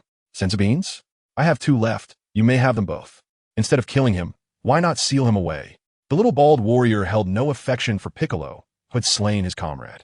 Goku remained silent, approaching the motionless Piccolo. He crouched down and directly placed a senzu bean into the Demon King's mouth. Instantly, Piccolo regained his peak condition. However, upon awakening, the first thing he did was fixate his gaze upon Lin Jia. Was that detestable barrier you're doing? Ignoring Goku, Piccolo charged towards Lin Jia. Just as Lin Jia was about to speak, a system prompt appeared before him. Option 1. Not me. Whoever used it is a son of AB. Reward: 5 points of battle power. Option 2. It was an accident. Please forgive me. Reward: 10 points of divine power. Option 3. What do you think? Not bad quality, right? Reward: skill King S Fist. Was there ever a need for contemplation? Indeed, how remarkable. The quality is commendable, is it not? Objective achieved. Rewards dispensed. Lin stated, as the theoretical principles of the Kaioken and its associated training considerations flooded his mind. How dare you mock me? After being recently vanquished by Dog Kong Sang, Piccolo believed Lin to be the culprit behind his misfortune. In truth, Piccolo's suspicion held some validity. In a certain sense, Lin had indeed interfered in their confrontation. However, this was ultimately due to Piccolo losing his composure, which inadvertently drew innocent bystanders into the fray. Still, Lin had no intention of reasoning with Piccolo. Raising his head, with one eyebrow arched high and the other lowered, he regarded Piccolo. What is this? Just when your wounds begin to heal, you feel a twinge of discomfort. Regardless of who you are, if you dare obstruct my grand ambitions of conquest, you deserve to perish. With the finality of his words, Piccolo launched an attack on Lin. His arm muscles tensed as he swung a hand blade towards Lin's neck, unleashing all his might. This sudden shift astonished all onlookers. Good heavens! The mighty Piccolo's battle power reached 980, teetering on the brink of 1,000. This spells trouble for Lin, who possesses a mere 1,000 battle power. Bulma employed her scouter, revealing the battle power of both combatants. The faces of Dog Kong and others turned pale, particularly Dog Kong Sang, who had healed Piccolo. Should anything happen to Lin, Dog Kong Sang would bear the brunt of the blame. Yet, the anticipated gruesome scene failed to materialize. Piccolo's strike indeed landed on Lin's neck, but oddly enough, Lin appeared completely unfazed. Is this truly all your strength, Piccolo? Grasping Piccolo's forearm with his left hand, Lin exerted a slight force and, reminiscent of Frisia, dislocated Piccolo's arm. The abrupt turn of events left Piccolo astounded, and the pain of his severed limb elicited a howl from him. Gritting his teeth, he managed to regenerate his lost appendage. However, Lin had no intention of sparing him. He drove his elbow forcefully into Piccolo's abdomen, causing him to collapse to the ground once more. Yet even in such a state, the great Piccolo refused to relinquish his assault on Lin. Unfortunately, the disparity in their strengths was insurmountable. Piccolo's feeble attempts at offense were effortlessly neutralized by Lin. Your peak battle power stands at 980. Would you care to know the extent of my own? Like a specter, Lin darted around Piccolo with remarkable speed. If you wish to kill, then do so. Lin's swiftness rendered Piccolo unable to keep pace. Aware that he had struck a formidable opponent, he remained obstinate. How dreadfully dull. To be candid, my standard battle power is 27,000. Take a moment to truly appreciate that, you insignificant insect. No sooner had he spoken than Lin unleashed his full energy. A blazing aura enveloped him entirely. Under the oppressive aura, Piccolo found himself subdued, kneeling upon the ground, trembling uncontrollably. Beside him, Goku and Kakarot managed to withstand this formidable presence without collapsing. Tianjin Fan, Krillin, and the others were utterly overwhelmed, unable to lift their heads beneath the weight of this immense pressure. This was the first occasion that Lin Jia revealed his full strength before everyone. So, Piccolo, do you still aspire to conquer the world and subjugate insignificant beings like me? Upon uttering these words, Lin Jia reigned in the majority of his power, causing the terrifying pressure to dissipate abruptly. You may leave. I spare your life due to divine intervention, yet I do not wish to see you loitering before me. Remember this name. I am Lin Jia, and I shall reside in the southern city for a considerable time to come. Should you believe yourself capable of defeating me, you are always welcome to challenge me. Having imparted a lesson to Piccolo, and for the sake of the divine, Lin Jia refrained from delivering a fatal blow. With a disdainful huff, Piccolo wiped the blood from the corner of his mouth and took to the skies. As the harbinger of plague departed, The gathered individuals collectively sighed in relief and turned their attention towards Lin Jia. Mr. Lin Jia, I sincerely apologize for the trouble I have caused you, Goku said, scratching the back of his head as he approached Lin Jia to express his contrition. It's no trouble at all. To me, Piccolo does not pose a challenge. I must also extend my congratulations on your forthcoming marriage. Consider these senzu beans as a token of my goodwill, Lin Jia said, removing a cloth bag of senzu beans from his pearwood staff and presenting it to Goku as a gift. This is too generous, Kiki exclaimed, blushing as she linked her arm with Goku's. Yet she swiftly accepted the beans. The marriage has not yet taken place, and already I am becoming the household manager. Lin Jia mused inwardly, bemused by Kiki's rapid transition into a devoted wife. Chapter 42, Dragon God Martial Arts Hall. As night fell, Papaya Island remained as picturesque as ever, though the martial arts temple had been utterly razed to the ground. After conversing for a while, the fleeing monks finally mustered their courage and began to return. Observing the serenity of the surrounding streets contrasted with the desolation of the temple ruins, the resilient monks silently commenced the task of clearing the rubble. Goku, what are your plans moving forward? Lin Jia inquired as they prepared to part ways. Well, first I need to marry Kiki, and then I should return to Baozi Mountain to live, Goku replied, resting his finger on his chin as he pondered his life as trajectory. Baozi Mountain was the ancestral heritage bequeathed to Goku by son Gohan, a place that had been his heart's desire for nearly a decade. As I anticipated, Lin Jia thought to himself, before continuing with his suggestion, in the future, I intend to establish a martial arts school in the southern city. If possible, I would like to invite you to serve as a guest instructor, so that when you're not occupied, you might find time to teach the students the art of combat. Certainly, I shall offer you a most generous salary, and in addition, we could engage in a delightful exchange of martial skills. Really? That would be splendid. As for the generous remuneration, Dog Kong Sang is rather indifferent to it. Strictly speaking, he holds no concrete concept of wealth at present. What truly piques his enthusiasm is Lin Jia's promise of joint martial arts practice, an irresistible temptation for a purebred Saiyan. However, given the considerable distance from Baozi Mountain to South City, this may prove to be quite inconvenient, wouldn't it? At this moment, Chi-Chi, who has been clinging to Dog Kong Sang, voiced her concerns. Turning to Chi-Chi, Lin Jia remained silent. It would be inappropriate for him to directly intervene in the marriage of Dog Kong Sang and Chi-Chi.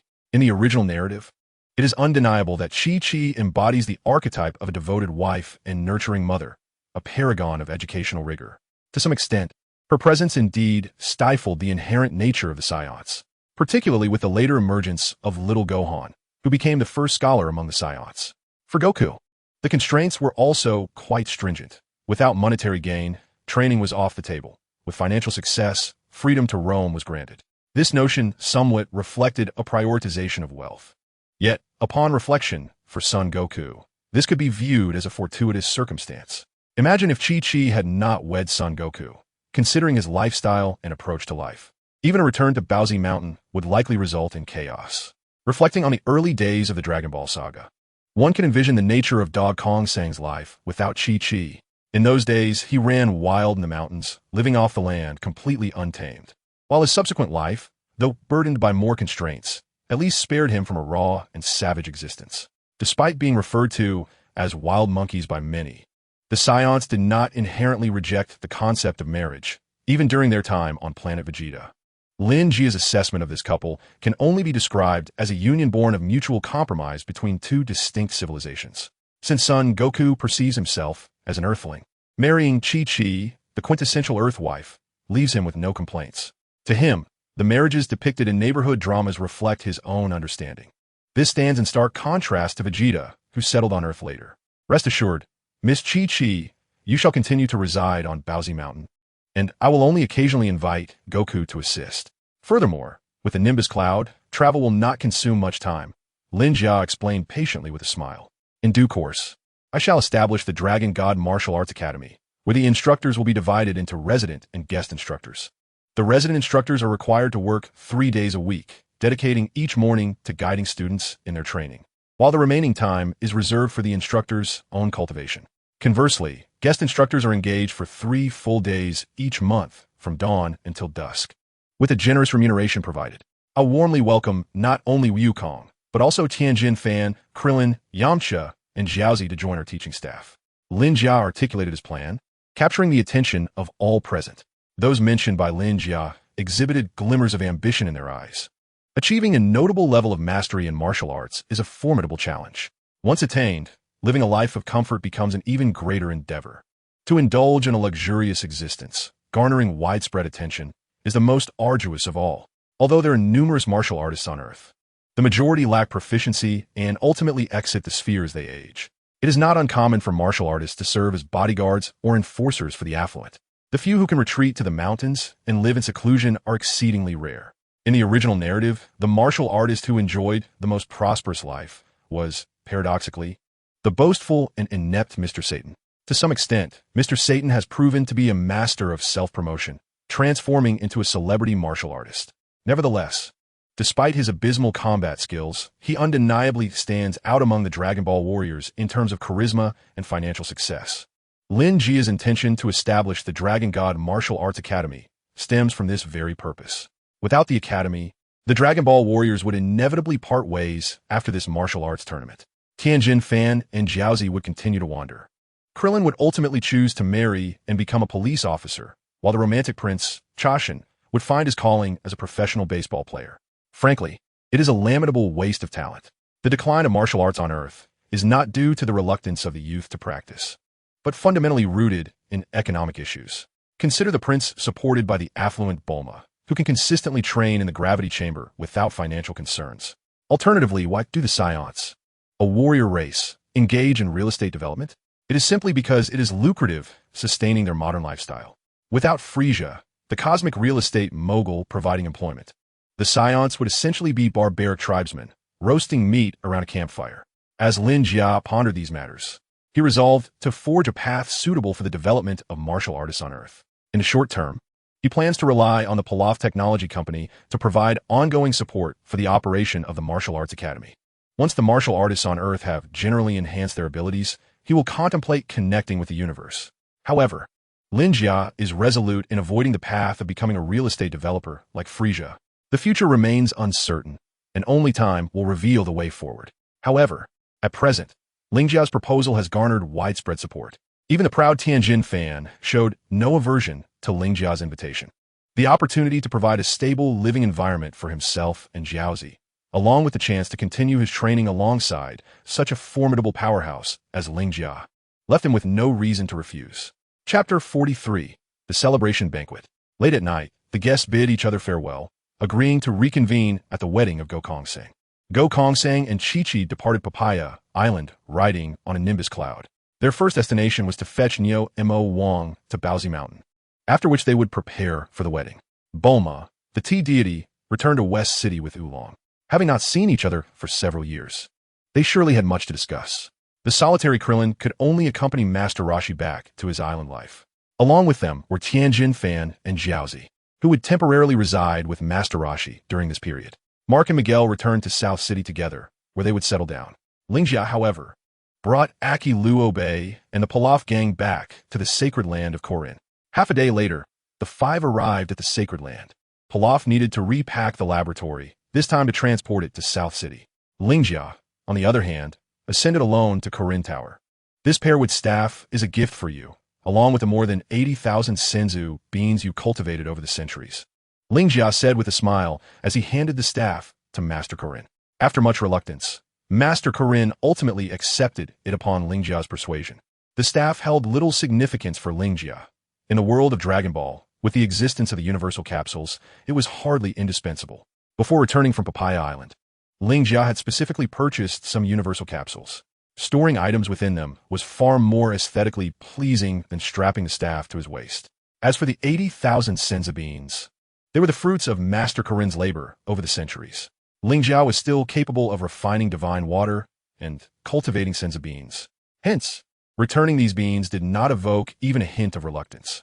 After conversing with Master Korin for a while, Lin Jia took his leave from Korin Tower and flew directly towards the Divine Temple. Whoosh!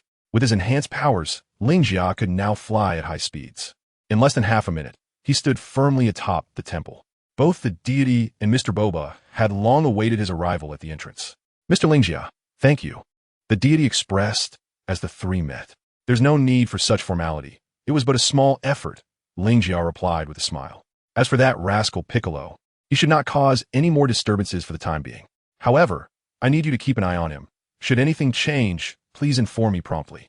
The deity had no communication devices like telephones, nor did he possess any means of long-distance transmission. However, Mr. Bobo, aboard his flying carpet, is able to traverse any corner of the earth with ease. Communication poses no inconvenience and certainly no delay. Lin Jia's visit is merely for this matter.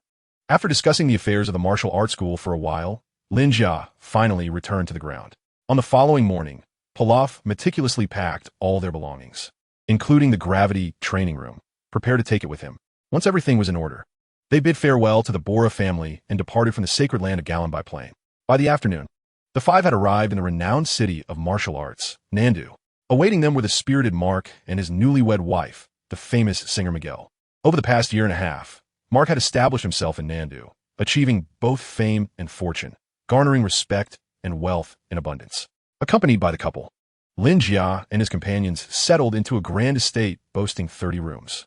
Today, a celebration banquet will be held at my home, and Miguel has invited numerous female stars to attend. You must join us. Within a day's time, news of Mark's narrow defeat to the great Demon Bick in the semi-finals of the world's premier martial arts tournament had spread throughout Nandu. In Nandu, martial arts flourish, and the practice of martial arts is widespread. As a distinguished representative of the martial artists of this era, Mark's accomplishments naturally reflect the achievements of the martial arts community in Nandu. Merely a night had passed, yet Mark's household received dozens of congratulatory cards. After a discussion, the couple decided to host a celebration banquet that evening. The guest list included not only prominent martial artists and representatives of martial arts schools from Nandu, but also executives from various corporations and numerous renowned celebrities from the entertainment industry.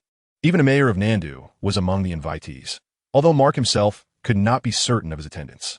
When Lin Jia spoke of establishing the Dragon God Martial Arts School on Papaya Island, Mark had been right there supporting him. This support is one of the reasons he decided to host the celebration banquet. Mark, you have done exceptionally well, but remember this. As a martial artist, strength is paramount. Once the martial arts school is established, I shall personally oversee your training. Be prepared for that. Lin Jia admonished Mark earnestly. Of course, there was a hint of self-interest in this. Each time Lin Jia instructed Mark, it effortlessly triggered system options. Over the past year and a half, with Mark not by Lin Jia's side, the growth of Lin Jia's divine power had slowed to a crawl, a situation he could not tolerate. In Lin Jia's plans, the ultimate goal remains the quest for the Super Dragon Balls, and cultivation in the divine realm is of utmost importance. Who knows if, in the future, during the quest for the Super Dragon Balls, one might encounter Beerus or Kampa? The Angel Clan strictly adheres to neutrality and refrains from intervening in the disputes of cosmic powers. Ling Jia's search for the Super Dragon Balls could be discovered by Whis or Vados, but that would pose no issue. However, if they were to relay this information to the God of Destruction, the situation would become quite precarious. Should one be able to rely on the system to swiftly elevate their divine realm and combat prowess, it would enable them to better pursue the Super Dragon Balls in the future. Even if confronted with the interference of Beerus or Kampa, one would possess the capability to resist. Thus, it necessitates that Ling Jia fervently engages with the system options.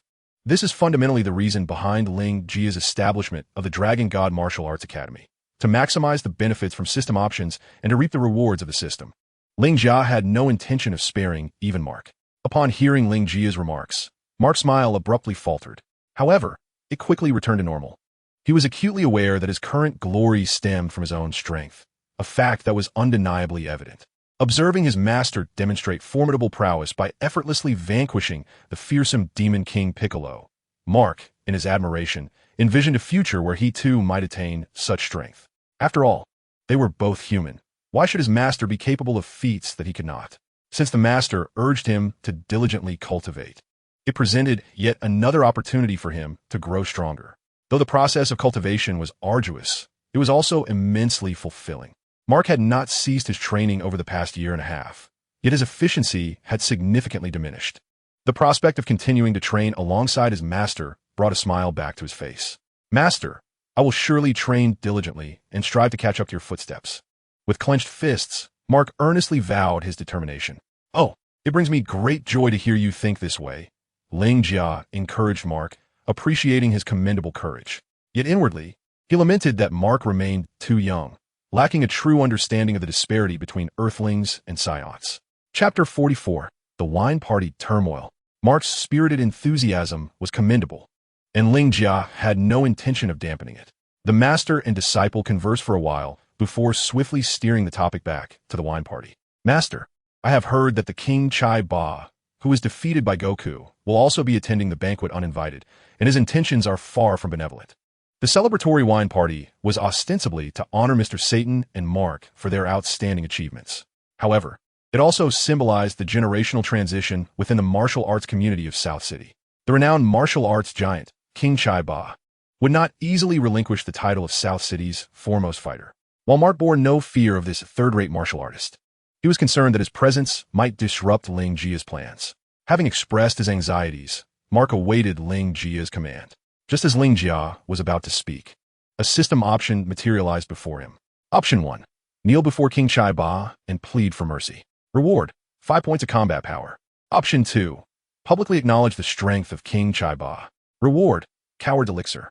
Option 3. Defeat King Chai Ba in an exaggerated manner before the audience. Reward: 20 points of divine power. Option 1 is as ineffective as ever. Why should one kneel before King Chai Ba?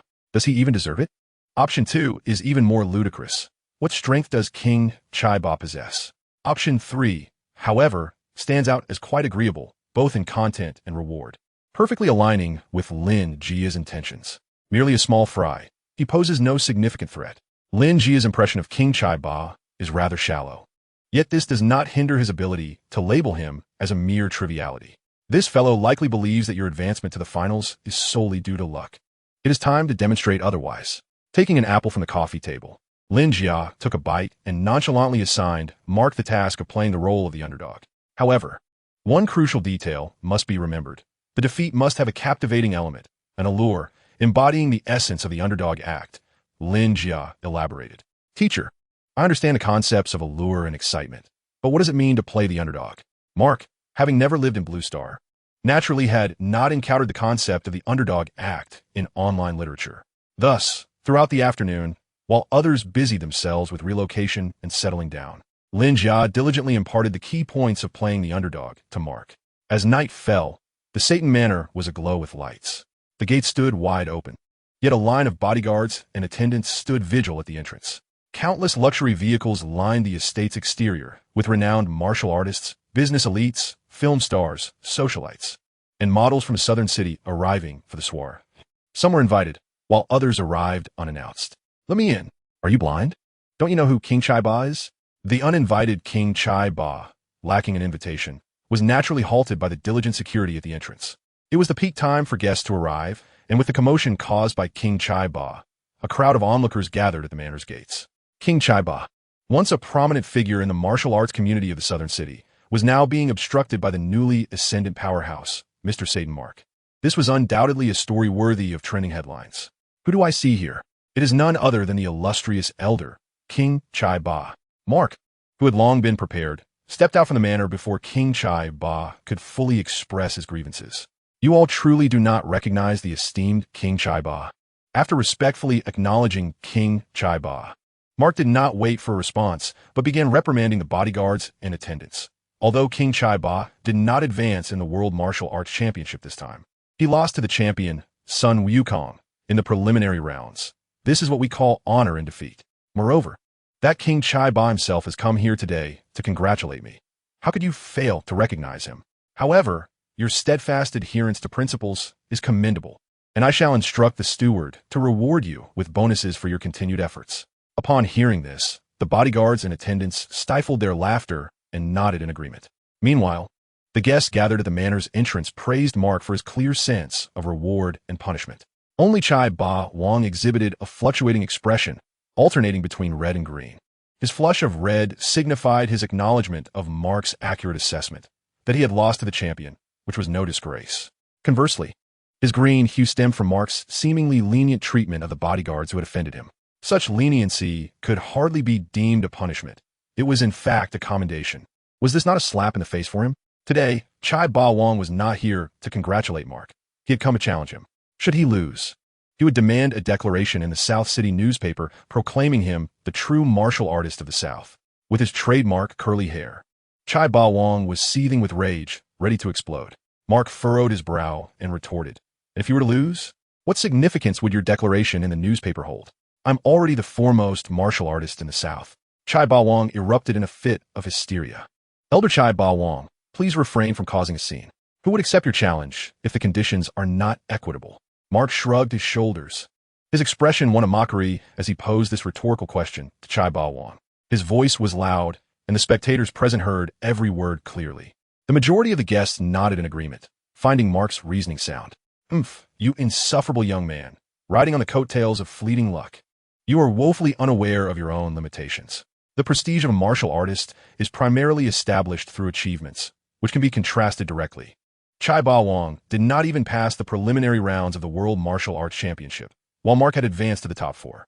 Furthermore, there is the matter of direct combat, which is typically regarded as the ultimate demonstration of skill and recognition. Just like Chai Ba-Wong, who had come prepared to overturn Mark and reclaim his title as the foremost martial artist of the South. For Mark to rightfully claim the title, he must face this challenge and emerge victorious. Should he choose to avoid the confrontation, doubts regarding the authenticity of his strength and achievements would inevitably arise. At present, Mark's reluctance to engage stemmed from the unequal conditions proposed by Chai Ba-Wong, a stance that was, indeed, reasonable. "Very well, you propose the terms," he responded. Sensing Chai Ba-Wong's eagerness to prove himself, Mark had been awaiting this very moment. Thus, he continued, "Should you emerge victorious, Mark will publicly announce you as the leading figure in the martial arts community of the South, and I shall depart from the South to pursue my endeavors elsewhere. Conversely, if I prevail, you shall relinquish the 8-hand dojo located in the city center to me without compensation, though I have no interest in your disciples. How does it stand? Will you accept these conditions? Or, if you refuse, please feel free to cause a ruckus here." With arms akimbo, Mark articulated his terms. These stipulations had been jointly devised with Lin Jia in the afternoon to establish a foothold in Nandu and attract numerous disciples. The Dragon God Martial Arts Hall naturally requires substantial renown. Thus, with the king of Chai Ba presenting himself at their doorstep, it would be remiss not to graciously accept this generous offering. Lin Jia believed it would be too lenient otherwise. Consequently, they concocted such a condition together. In truth, even if the king of Chai Ba had not imposed additional stipulations, Mark would have enticed him to raise the stakes. If the king of Chai Ba were to lose, his 8-hand martial arts hall would inevitably decline. This was a strategic maneuver. Should the king wish to persist within the martial arts community of Nandu, he would have no choice but to acquiesce. "Very well, I agree." As anticipated, after a brief contemplation, the king of Chai Ba consented. Chapter 45, The Challenge. Nandu Television Station, I am your host, Kane. Our station has received news that the martial artist king of Chai Ba is challenging Mr. Mark, the Satan, at the Satan Manor. With authorization granted, we will broadcast this grand event in the Nandu martial arts scene in its entirety. Within the Satan Manor, there exists a dedicated arena for Mark's training. Renowned radio hosts invited to the celebratory banquet have received direct permission from Mark. Photographers have raced over, swiftly setting up their equipment around the arena. Guests attending the banquet have also gathered at the arena, eager to witness the emergence of the foremost martial artist in Nandu. Will it be the old king's coronation or the rise of a new sovereign? Speculations abound. Meanwhile, Lin Jia, Jackalope, and the Pilaf trio stand at the edge of the arena, prepared to observe the duel closely. This so-called king of Chai Ba, with such a feeble aura, dares to claim the title of Nandu's best? Although already aware of the king of Chai Ba's inadequacies, Jackalope could not help but voice his criticism upon witnessing it firsthand. His voice, typically resonant, was audible to all the guests and even to the king of Chai Ba, who had assumed his stance in the arena. Irritated, the king shot a glare at the beefy Yasuo, finally gathering his thoughts to prepare for a decisive battle with Mark. I declare the match officially commenced. The mayor of Nandu has indeed arrived, universally acknowledged as the judge of this duel. The short, stout mayor waved his hand from the edge of the arena, promptly announcing the commencement of the duel. "Prepare yourself, for I, the king of Chai Ba, shall demonstrate to you, my junior, what the 8-hand fist truly entails." As he proclaimed this, his hands were far from idle. Swiftly, the king began to execute his signature technique, the 8-hand fist. Muscles bulged on his arms, veins taut, each strike imbued with an overwhelming sense of power. With each blow, his palms sliced through the air, creating a resonant whoosh. Truly, he was once the foremost martial artist of Nandu, and the might of each strike was indeed formidable. Despite this, one cannot help but notice that Mr. Satan remains utterly unperturbed. The assault from King Chiba is of no consequence to him. I recognize this technique as the satanic mirage, which proves equally adept even when faced with the formidable King Piccolo. Although King Chiba's maneuvers are fierce and relentless, they are rendered ineffective against Mr. Satan.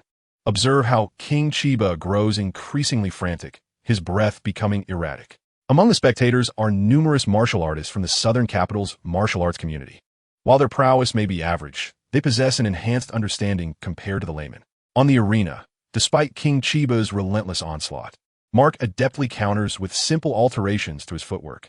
The prolonged assault has taken a toll on King Chiba, whose stamina is swiftly waning, leaving him panting after a series of vigorous attacks. Elder Chiba, do not hold back. I can endure a bit more before I am defeated, Mark boldly declares. King Chiba, with a flurry of movements, has forced Mark to the edge of the arena. A single step back, and Mark, who has yet to master the void technique, would surely face defeat. While Mark's words brim with provocation, they ignite a spark of determination within the breathless King Chiba. Youngster, do not harbor delusions of victory through flight. Prepare to perish. He roars in fury, leaping to deliver a powerful strike aimed at Mark's head. The blow connects directly with Mark's head, neck, chest, and abdomen. However, with a deft maneuver, Mark creates an afterimage, evading the attack. In an instant, Mark appears behind King Chiba, opening his mouth wide. Roll. A tremendous gust of energy bursts forth, striking King Chiba squarely on the backside. Already off balance from his missed strike, King Chiba is propelled out of the arena by Mark's furious shout. The outcome is now unequivocal. Objective achieved, rewards dispensed. As King Chiba tumbles outside the arena, Lin Jia receives a system notification. Mark is truly remarkable. He never fails to astonish me. Lin Jia reflects. Yachirobe, echoing this sentiment, muses indeed. A sizable martial arts dojo in the city center must be worth a fortune. Both the meat-clad Yasuo and Lin Jia possess little concept of monetary value. For them, daily expenses hardly amount to anything significant. However, establishing a presence in the southern capital requires substantial financial backing. Had King Chiba not presented himself so conveniently, the Dragon God Dojo would likely have to wait until Pilaf Technology Company turned a profit before commencing its establishment. Now, with King Chiba having inadvertently facilitated the most troublesome step in constructing the dojo, Lin Jia is overjoyed. The location of the 8-armed dojo is exceedingly advantageous. Established early on, it occupies a prime position in the heart of the southern capital and boasts a considerable area. Having unexpectedly acquired such an inheritance, Lin Jia beams with delight, while King Chiba, having lost it all, is left in a state of utter disarray. In the presence of the stout and short mayor, Wang Chaiba signed the agreement for the gratuitous transfer, biting his back teeth. "Teacher, please come over. Your signature is still required," someone said. When it was Mark's turn to sign, he declined the mayor's invitation and instead approached Lin Jia, handing him the pen intended for signing. Lin Jia, without pretense, accepted it and soared onto the stage. "Good day, Your Excellency Mayor." Lin Jia showed no airs towards the kindly-looking mayor, greeting him before signing his name on the transfer document. After Lin Jia swiftly completed his signature, Mark, with Lin Jia's consent, raised the transfer agreement high. "Mr. Lin Jia, my esteemed teacher, it is through your guidance that I have achieved such success today. Therefore, I have resolved to unconditionally bestow the 8-hand martial arts school upon my teacher." Lin Jia. Upon Mark's declaration, the audience erupted in astonished murmurs. On the stage, Lin Jia appeared no older than 14 or 15. Compared to the somewhat prematurely aged Mr. Satan, one could easily mistake them for father and son. This stark contrast sparked considerable discussion among the attendees. However, some had already recognized Lin Jia, especially since after the conclusion of the world's greatest martial arts tournament, Piccolo had once attempted to confront Lin Jia, only to be effortlessly subdued in a matter of moments. At that time, the television broadcast had not concluded, and the referee was unfamiliar with Lin Jia, thus his identity remained concealed. Just a day had passed since the martial arts event. Guests in attendance gradually recognized Lin Jia, leading to animated conversations. The guests' reactions were anticipated by Lin Jia. With a smile, he ascended into the air and exclaimed, "By a twist of fate, I took Mark as my disciple 3 years ago. Now I, Lin Jia, intend to establish a martial arts school in the southern capital, to be named the Dragon God Martial Arts School. Owing to the generosity of Mr. Wang Chaiba, I have decided to rename the 8-Hand Martial Arts School to Dragon God Martial Arts School, which will officially open for enrollment on January 1st. Further details will be released by Dragon God Martial Arts School regarding enrollment. I shall not take up more of your time with unnecessary elaboration. I wish you all a delightful evening. Tonight's gathering was held to celebrate Mark's achievements, and Lin Jia, not wishing to overshadow the occasion, succinctly explained the situation before departing the banquet. Chapter 46, Pilaf Technology Company. After Lin Jia left the banquet, meat-clad Yasuo remained. Seizing the rare opportunity to indulge without restraint, he was determined not to miss it, especially since he needed to stay to protect Pilaf and his companions. While Lin Jia had flown away, many martial artists recognized his aerial technique. Nonetheless, the martial contest was merely a minor episode within the banquet. The primary theme was the gathering of prominent figures from various sectors of the southern capital for business discussions and networking. Soon, under the auspices of Mark, the impeccably dressed Pilaf engaged in conversation with the mayor of South City. As Pilaf was a subordinate of Mr. Linga, a formidable force capable of effortlessly vanquishing the great demon King Bick. The short and stout mayor exhibited a warm concern for the challenges faced by Pilaf's technology company in establishing itself in South City. In light of the mayor's inclination to foster connections, Pilaf garnered the mayor's support. Henceforth, as long as Pilaf's enterprise flourished in South City, the mayor assured that no official hindrances would arise during his tenure. Mr. Linga's presence today would also serve as a protective shield for Pilaf's company, making it a crucial element in Linga's future plans. Amidst this mutually beneficial atmosphere, the soiree continued throughout the night. The gluttonous Yasuo exhibited no interest in high society celebrities or singers, consuming all 485 dishes of the banquet, a figure reported by the steward to Mark. Upon hearing this, Mark promptly sought out a Kairobe, inquiring with genuine concern about the dish's palatability. The relationship between Mark and a Kairobe was somewhat ambiguous, straddling the line between senior disciple and uncle.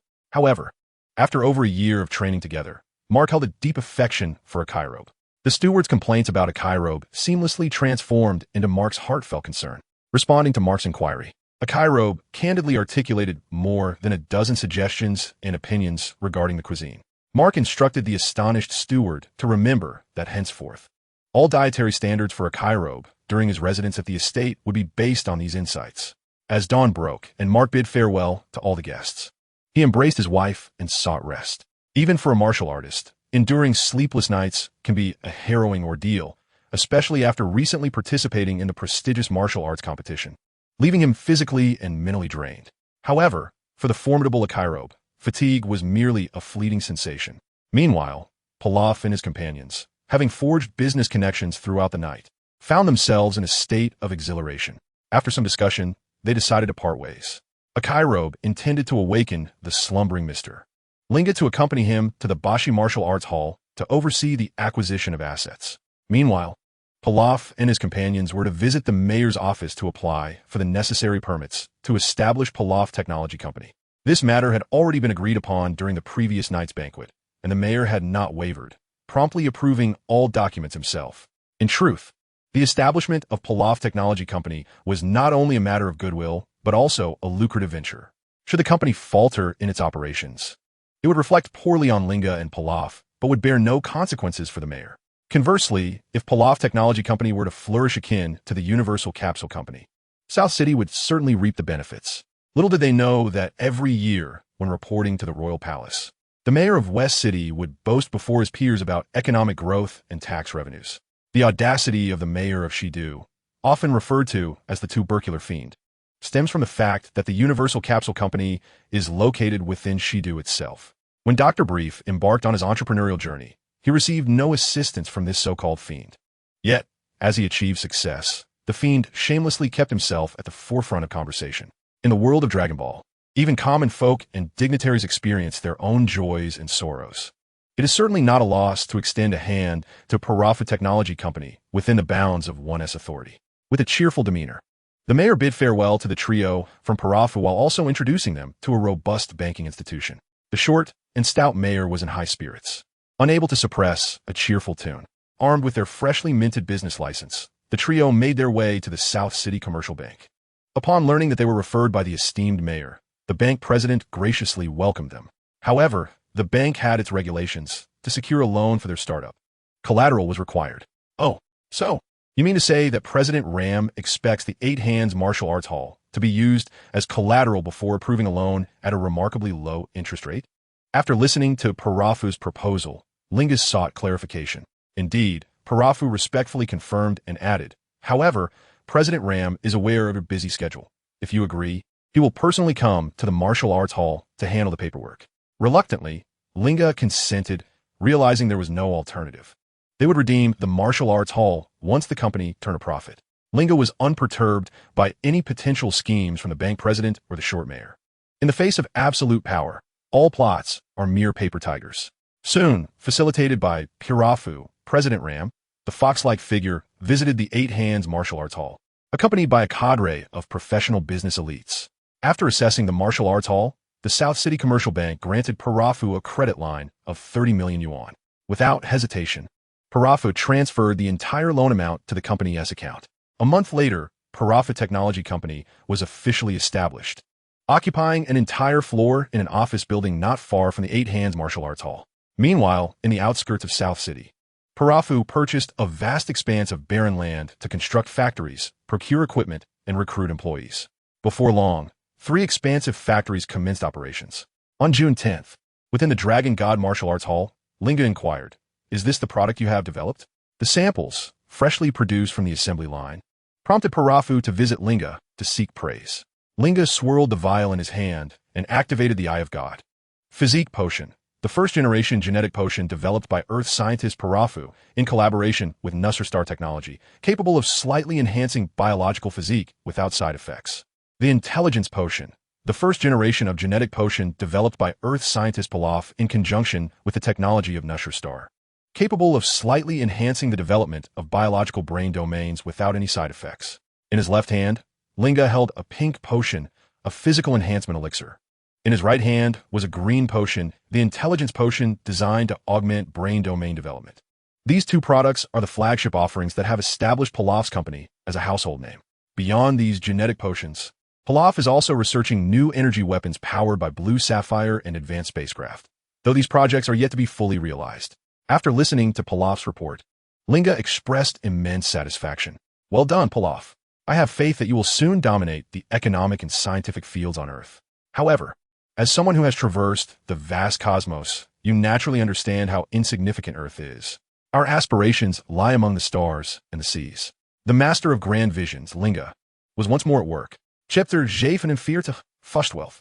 With the assistance of the mayor of South City, the 2 potions passed inspections with ease.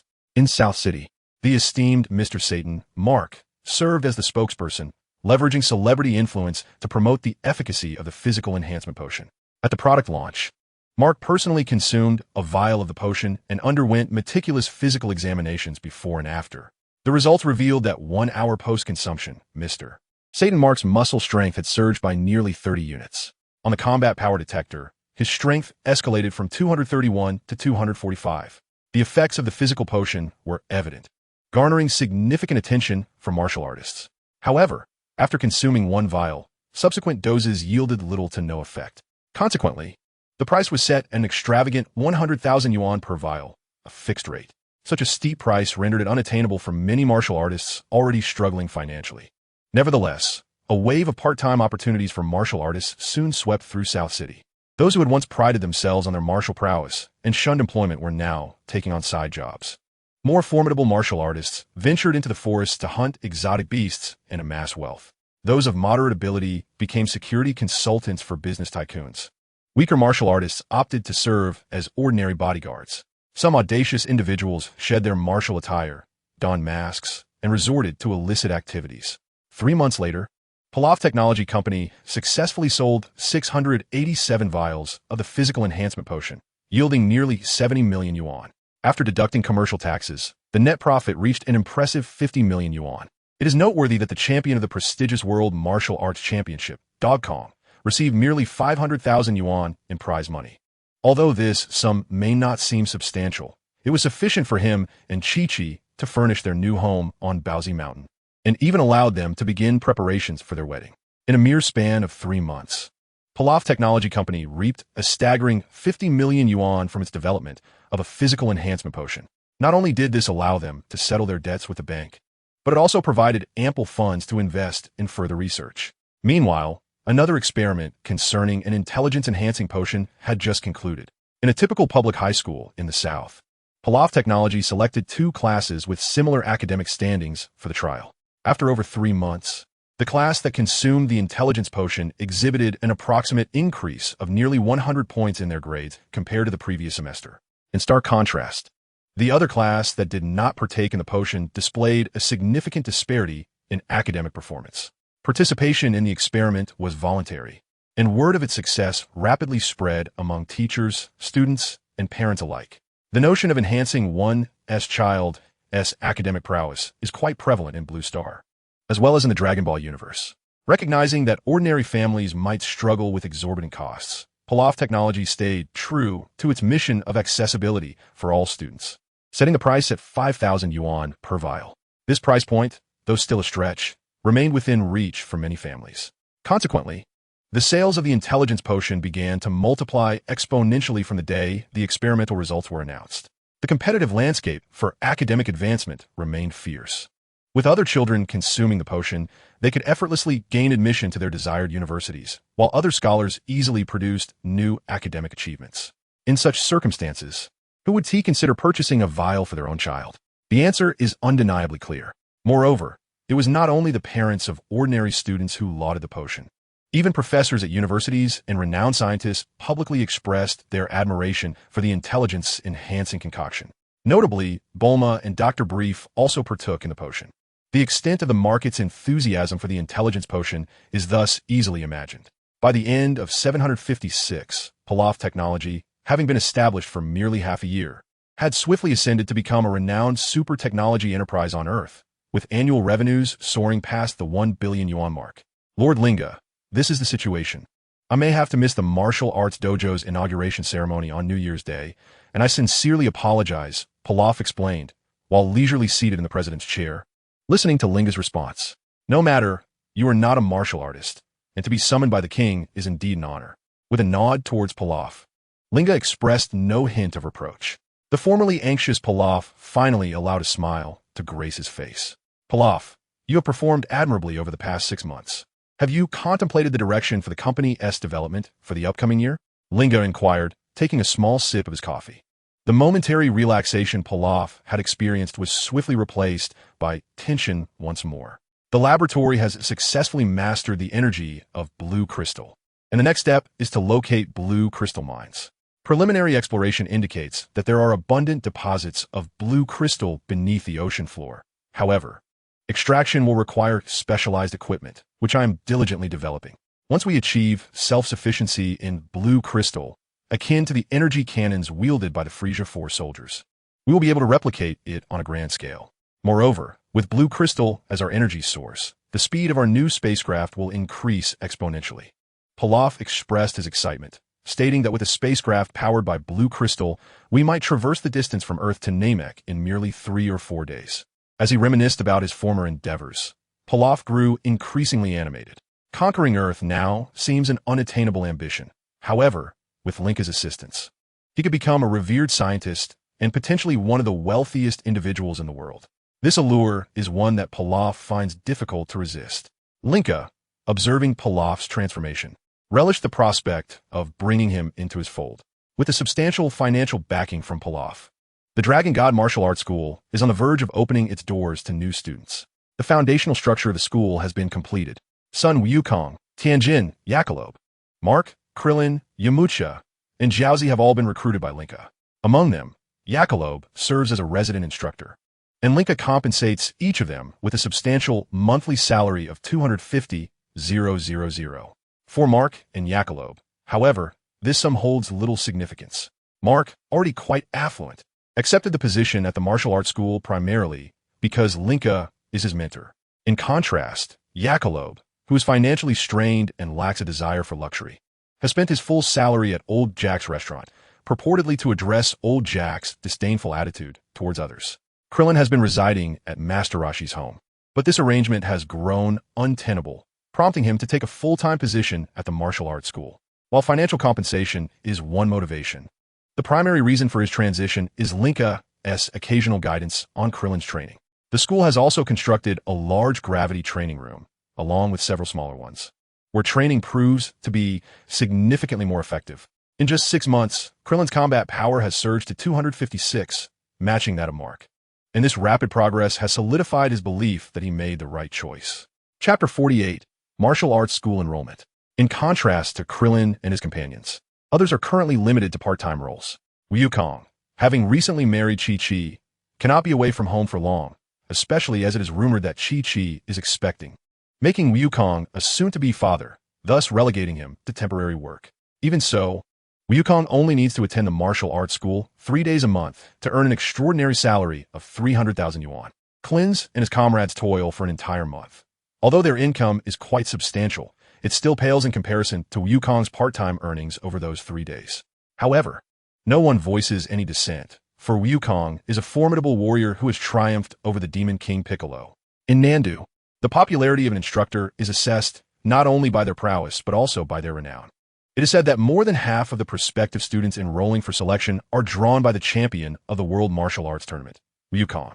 Possessing both skill and fame, Wukong's remuneration appears reasonable to Lin Jia. In contrast, the salaries of Tianjin Fan and Jiaozi are relatively lower. Tianjin Fan must occupy a seat for at least 3 days each month, earning a commission of 20,000 yuan per day. This amount is already quite significant for him. Jiaozi, endowed with superpowers, has been appointed by Lin Jia as a special abilities instructor. The Dragon God Martial Arts School also recruits martial artists possessing superpowers, with daily training overseen by Klins and Mark. When Jiaozi and Tianjin Fan take their seats, they temporarily introduce classes on superpowers. As special talents, their daily commissions are equal to Tianjin Fan's 20,000 yuan. When Lin Jia personally invited Tianjin Fan, he clearly stated that he would not take on a full-time instructor role in the future. He aspires to save enough money to open a martial arts school with Jiaozi. Although such aspirations are rather unconventional, Lin Jia chose not to intervene and expressed his understanding. Tianjin Fan's life is rife with contradictions. Trained by Master Rashi, regardless of his choices, he has ultimately betrayed his school. In the realm of martial artists, respecting one's teacher is a vital aspect of their moral cultivation. Yet, Tianjin Fan has indeed strayed from the turtle school. It is said that after the martial arts tournament, when Tao Bai Bai fainted, it was Tianjin Fan who carried him out of the dojo and entrusted him to Master Rashi. While the details of their past exchanges remain unclear, Lin Jia speculates that the dialogue was likely fraught with tension. Tianjin Fan's desire to establish a martial arts school seems to stem from a need for self-affirmation, a form of self-actualization that Lin Jia respects. Ultimately, Yamucha has not become a full-time instructor primarily because of his free-spirited nature. Moreover, he currently enjoys a comfortable life at Bulma's expense. His willingness to serve as a part-time instructor is largely due to the favor of friendship. Although the god of tea is not in need of money, Lin Jia firmly believes that he will eventually face financial constraints, as one's inherent nature is hard to change. The construction of the instructor team is progressing smoothly, bolstered by the financial support of the Pilaf Technology Company, which has rendered the martial arts school unparalleled in Nandu. The Dragon God Martial Arts School occupies an area equivalent to that of 5 football fields. In the city center, such an expansive space is truly a rarity in Nandu. Moreover, Lin Jia has excavated 2 subterranean levels to create a gravity training facility. The first level is a spacious gravity training arena, capable of accommodating 100 practitioners, with gravity levels ranging between 1,300. Typically, this arena is frequented by exceptionally strong instructors and Lin Jia himself. The second level features a smaller gravity training area, designed for 10 individuals, with gravity levels around 1,100. Lin Jia has constructed a total of 15 such compact training arenas. The underground space is dedicated to intensive training, while the surface serves as the daily training ground for the martial arts academy students. The academy boasts a plethora of facilities including a combat arena, equipment room, medical center, lounge, dining hall, and dormitories. Compared to traditional martial arts schools, the Dragon God Martial Arts Academy is truly at the forefront of technological advancement. From the remnants of Frisia's army's spaceship, Pilaf acquired a set of regenerative healing machines. Although these machines are somewhat antiquated, their efficacy remains remarkable. As long as there is a breath of life, they can restore individuals to their optimal physical condition. This equipment had previously been under rigorous study in Pilaf's Technology Company laboratory before being brought to the academy for use. The entire renovation of the Dragon God Martial Arts Academy has just been completed, and the details of its internal facilities have already been disseminated under Lin Jia's direction. Consequently, many individuals are eagerly anticipating the recruitment of new students. Soon, the Academy announced the specifics of its student recruitment process. Candidates will be categorized into external and internal students. All applicants will initially be classified as external students. Each January, the Academy will accept a new cohort of students with a tentative cap of 100 individuals, all of whom must pass an entrance examination to qualify as external students. After 8 months of rigorous training, internal students will be selected without any upper limit on enrollment. External students who are eliminated or voluntarily withdraw will forfeit their opportunity to become internal students. However, those who do not succeed in the selection process may still train at the Dragon God Martial Arts Academy for 3 years. After this period, if their combat power reaches 50 points and they pass the graduation examination, they may graduate from the academy. If they fail to achieve 50 points, they may continue studying for an additional year, after which a retake will be administered. Failure to pass will result in dismissal and a full refund of tuition fees. Once students become internal members, they will be tasked with challenging the Gorilla Tower. Should they fail, they will continue training at the academy for 3 more years, aiming for a combat power of 100 before graduation. If they do not reach 100, they may extend their training for another year and take a retest. Failure to pass will lead to dismissal without a refund of tuition fees. Successful climbers of the Gorilla Tower will be recruited as branch leaders or instructors for the academy's various locations. In the future, the Dragon God Martial Arts Academy plans to establish branches across major cities on Earth, necessitating the recruitment of numerous positions. Among the outstanding students, elite warriors exclusive to the Dragon God Martial Arts Academy will be selected. Elite warriors will have the opportunity to receive personal instruction from Lin Jia, who will cultivate them as the finest fighters of Earth. Not only will they earn a generous salary each month, but they may also have the chance to venture into the cosmos and engage with martial artists from other civilizations.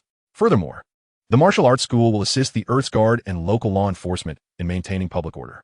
In summary, whether one is an external student, an internal student, or a chief instructor at the elite warrior branch, a promising future awaits. On January 1st, 757 AC, in the city of Nandu, at the Dragon God Martial Arts School, Lin Jia, donned in a combat uniform akin to that of the Frisia Force, stood outside the entrance to welcome guests. This combat attire, having been deciphered by Pilaf, posed no challenge. Henceforth, it would become standard equipment for the Dragon God Martial Arts School. Lin Jia, brimming with enthusiasm, greeted the day with a cheerful demeanor. Soon, the first significant guest for the school's inauguration event, the mayor of Nandu, arrived. Chapter 49. Enrollment results behind the mayor. A procession of dignitaries from the realms of business and politics followed, constituting the upper echelons of Nandu's society. Lin Jia, well aware that dealing with powerful figures can be challenging, chose not to adopt an overly ostentatious demeanor. The prevailing atmosphere of cordiality characterized the simple opening ceremony. Before long, a prominent figure, the Dog King, arrived unexpectedly. Since the turmoil caused by the Demon King Piccolo 4 years prior, the Dog King had taken a keen interest in martial artists and the martial arts community. However, figures such as Master Rashi and Tian Shinhan had seldom exposed themselves to public scrutiny, possessing considerable strength yet lacking widespread recognition. The Dog King's original plan was to visit the Pilaf Technology Company, which was conveniently located not far from the Dragon God Martial Arts School. Given the lively atmosphere, his secretary promptly informed him of the event. The Pilaf Technology Company would remain there. Thus, a visit could be arranged at any time. However, the grand occasion of the Dragon God Martial Arts School's opening and the recruitment of its first batch of external students was not to be missed. Consequently, the Dog King, under Pilaf's guidance, made his way directly to the martial arts school. The arrival of such a distinguished figure prompted the dignitaries to hastily emerge, with even the mayor of Nandu rushing to welcome His Majesty the King. In contrast, Lin Jia and Sun Wukong maintained a calm composure. They had encountered leaders from various civilizations in the celestial realm, each one more formidable than the Dog King. This, however, did not imply a lack of respect from the Dragon Ball warriors. Your Excellency, the King, I am Lin Jia, the headmaster of the Dragon God Martial Arts School. It is a pleasure to have you join us for our opening ceremony. With a demeanor that was neither subservient nor arrogant, Lin Jia greeted the king with the same warmth he extended to the mayor, refraining from any obsequiousness. Regarding the reaction of King Dog to Lin Jia, he did not take offense. In truth, King Dog is generally diligent and responsible. It is merely that his approach to crises brought about by formidable foes such as Demon King Piccolo and Sheru is somewhat radical. In the realm of martial arts, King Dog possesses a deeper understanding than the average person, yet his knowledge remains somewhat superficial.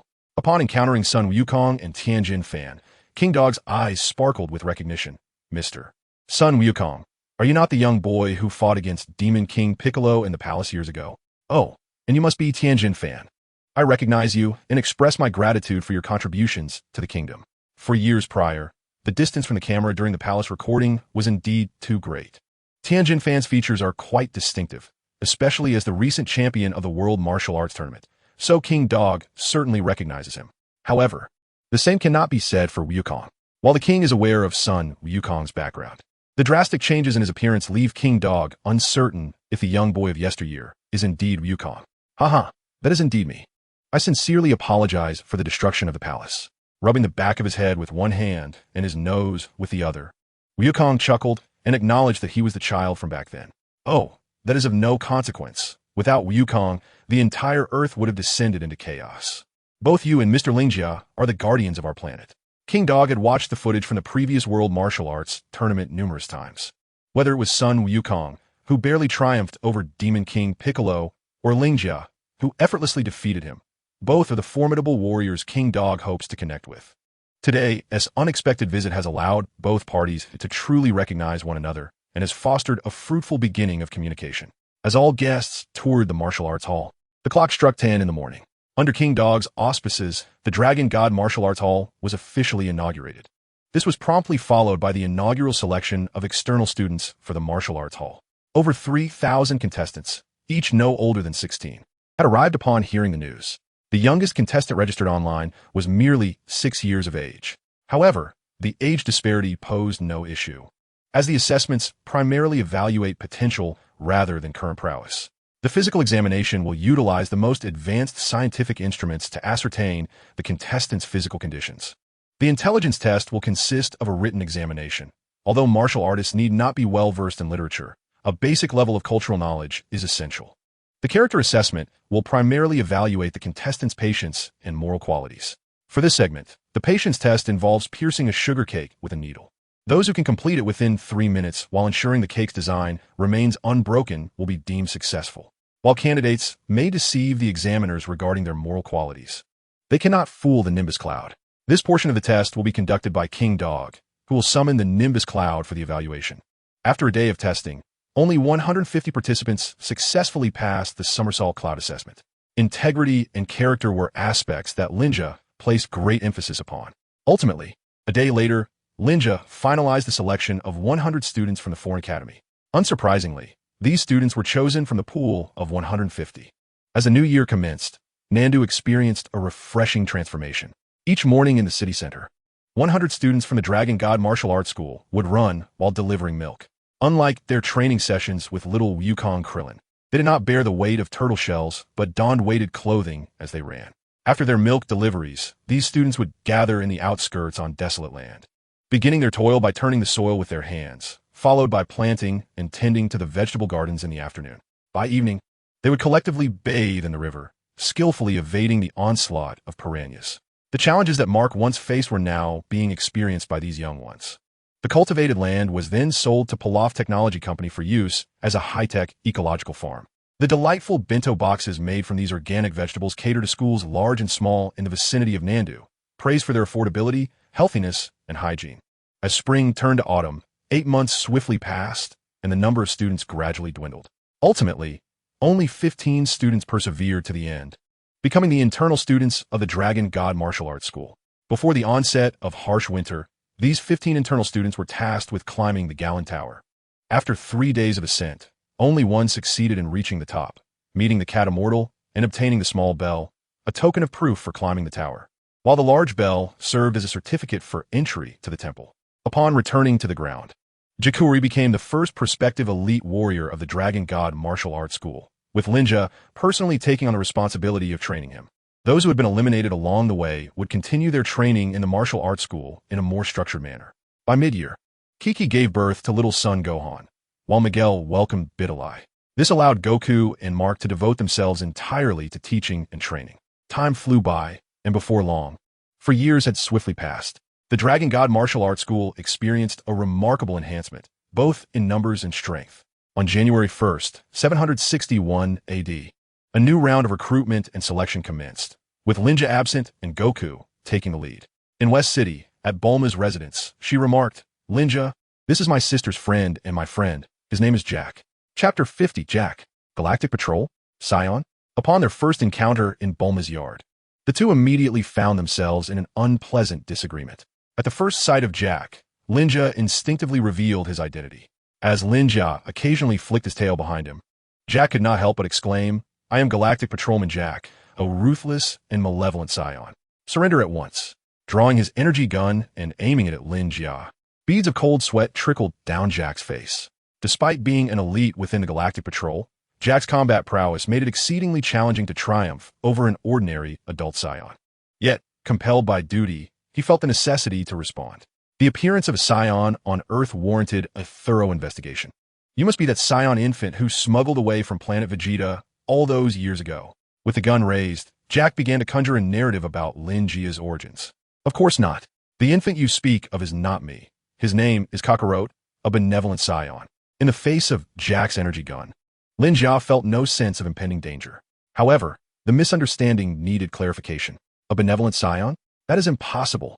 Since the inception of their existence in the universe, Saions have been the hounds of Frisia. You are still clad in the uniform of Frisia's army. I advise you to surrender immediately and accompany me to the Galactic Center for Judgment. Jack spoke with unwavering resolve, though if it weren't for his trembling calves, Lin Jia might have believed him. "My name is Lin Jia. By a twist of fate, I acquired Saiyan body, a fact that Bulma is aware of. You may inquire with her if you doubt my words. I possess the soul of a genuine Earthling, with numerous matters demanding his attention." Lin Jia wished to cease wasting time with Jack. He directly implicated Bulma, insisting she vouch for him. Upon hearing Lin Jia's statement, Jack turned to Bulma and inquired, "Bulma, is what he says true?"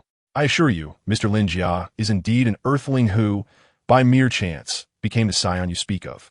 "Jack, you wouldn't doubt my words, would you?" Bulma retorted, stepping forward and placing her hands on her hips, confronting Jack loudly.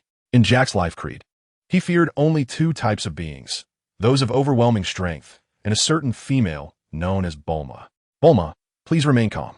I believe everything you say," Jack responded, his primal instincts compelling him to lower the energy gun, though he continued to mutter, "But why is he wearing Frisia's army uniform?" "About 5 years ago, while I was en route to planet Yardrat to learn special abilities, I encountered an assault by Frisia's forces. After transforming into a great ape, I easily defeated Jinyu Force members Good and Riku. Once they fled, I discovered relevant technology aboard their abandoned spaceship, which Pilaf quickly deciphered." Noticing Jack's lingering confusion, Lin Jia felt compelled to reiterate the sequence of events, casually gesturing towards Pilaf, who was busily working on repairs in Jack's spaceship. Today, Lin Jia became aware of Jack's arrival on Earth, a revelation discreetly communicated to him by Pilaf. Jack's spacecraft had inadvertently collided with a meteorite. Although it remained operational, its speed had diminished somewhat. Concerns arose that this could hinder the completion of his mission, prompting him to seek assistance from Bulma on the relatively nearby Earth. In the current realm of scientific inquiry on Earth, Pilaf technology stands out as a paragon in the research of spacecraft. A mere phone call from Bulma summoned Pilaf to lend his aid. Upon encountering Jack, Pilaf immediately discerned that this individual was certainly not of earthly origin.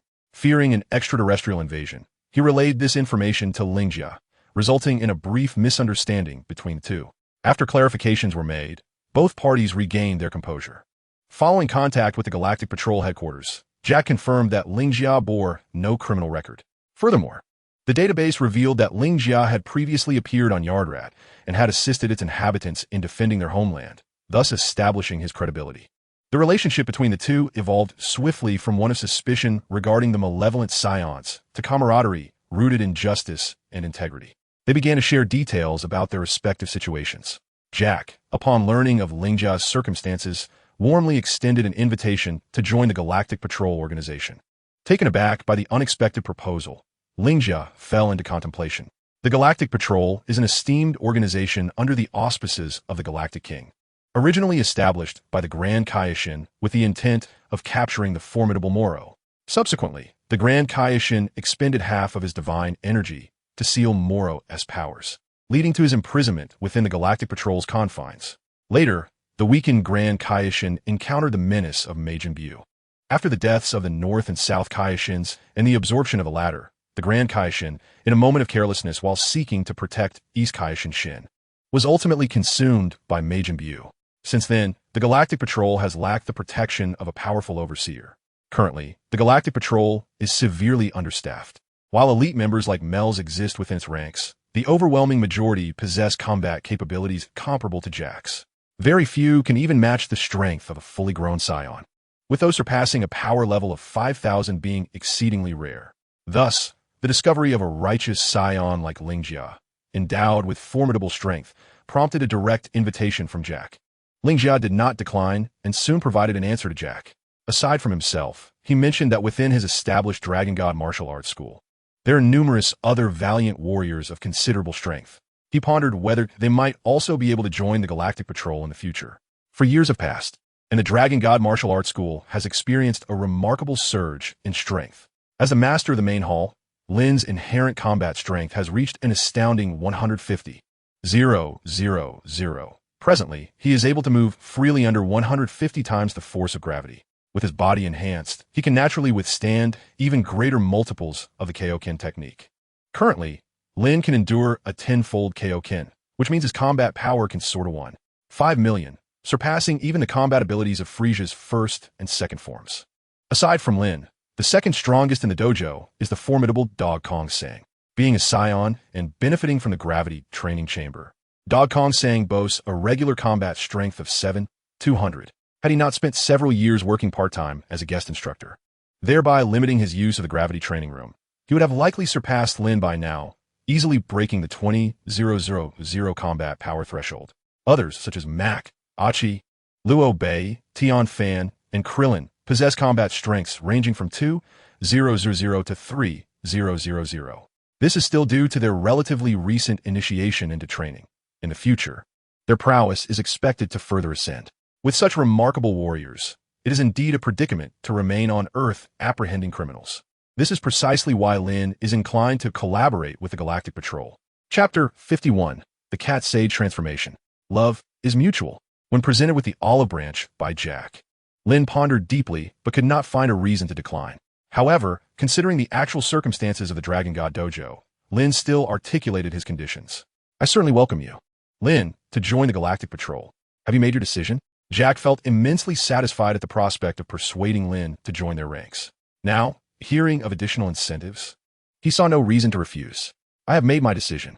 Just as Lin opened his mouth, a system notification appeared before him. Option 1. Respond to Jack.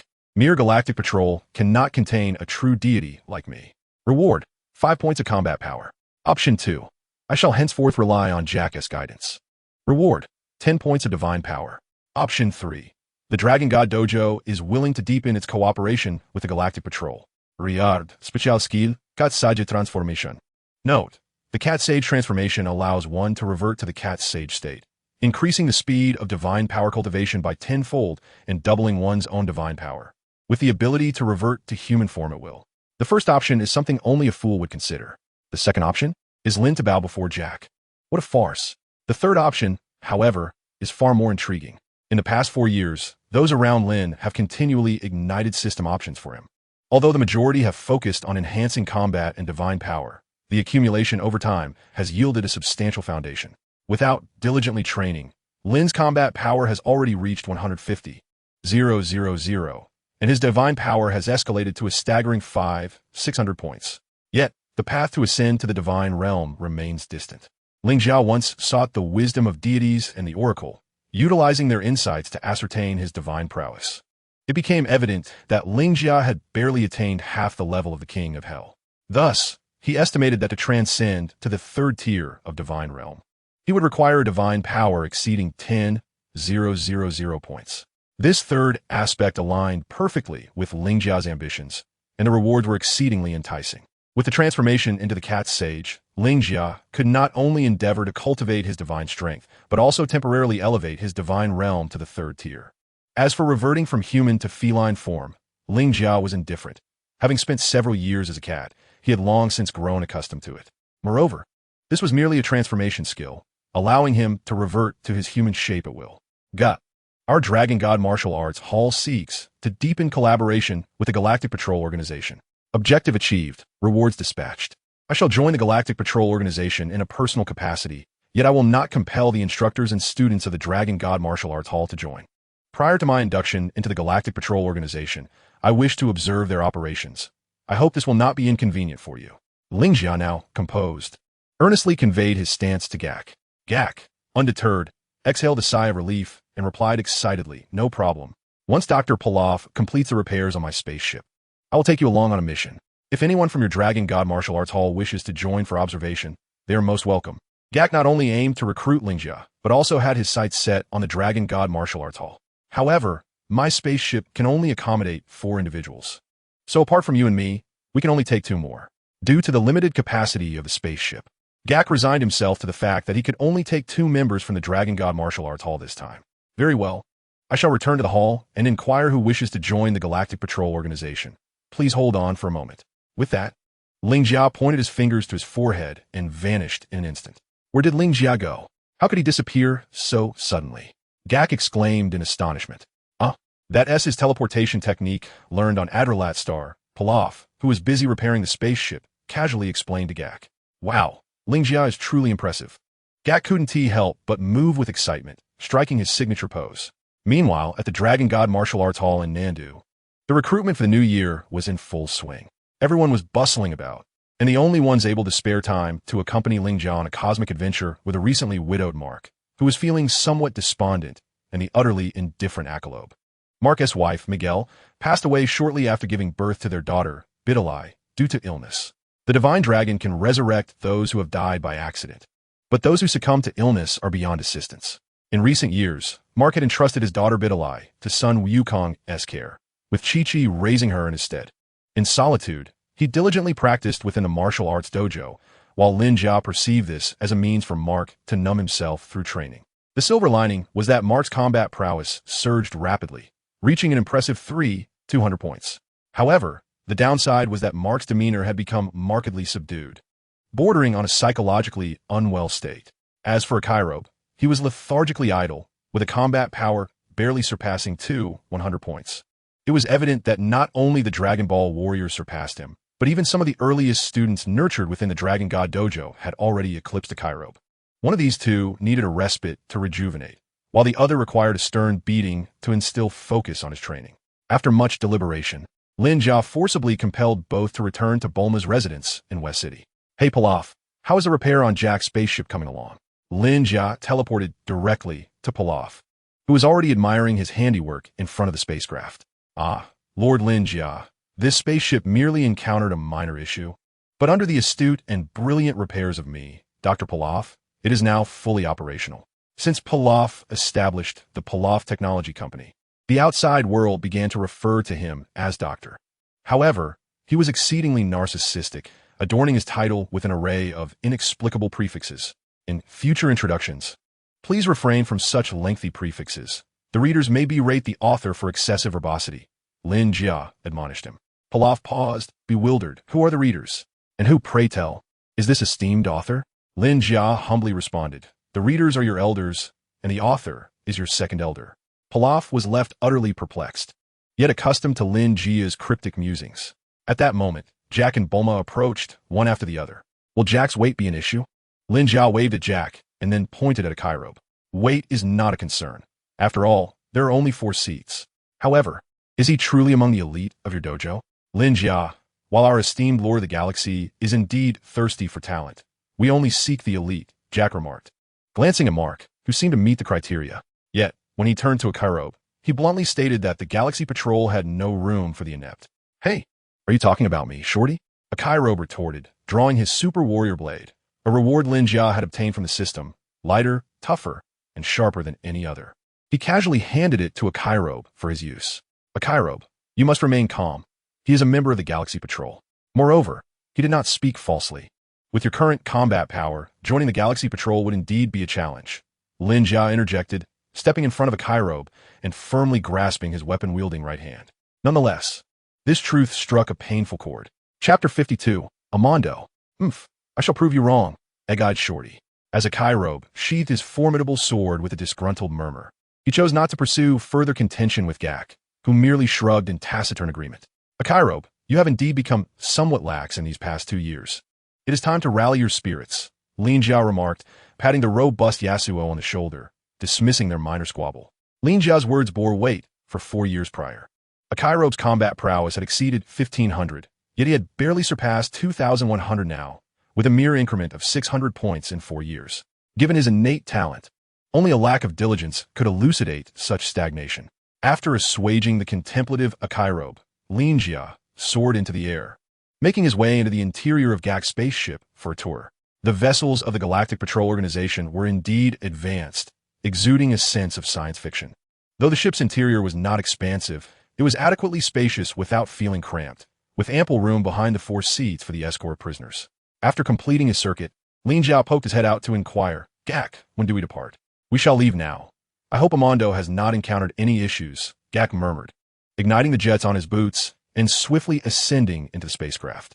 Mark followed suit without uttering a word, while Akairobe, having not entirely squandered his years, had mastered the art of aerial maneuvering, being the last to board the spaceship.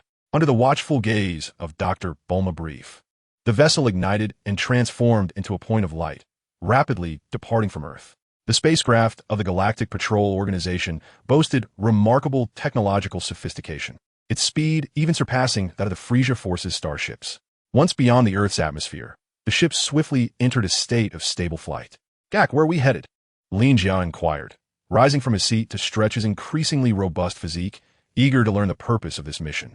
We are bound for Nazstar to investigate. A signal from its probe recently went silent. Nazstar is a penal planet under our jurisdiction, housing a notorious criminal named Amando.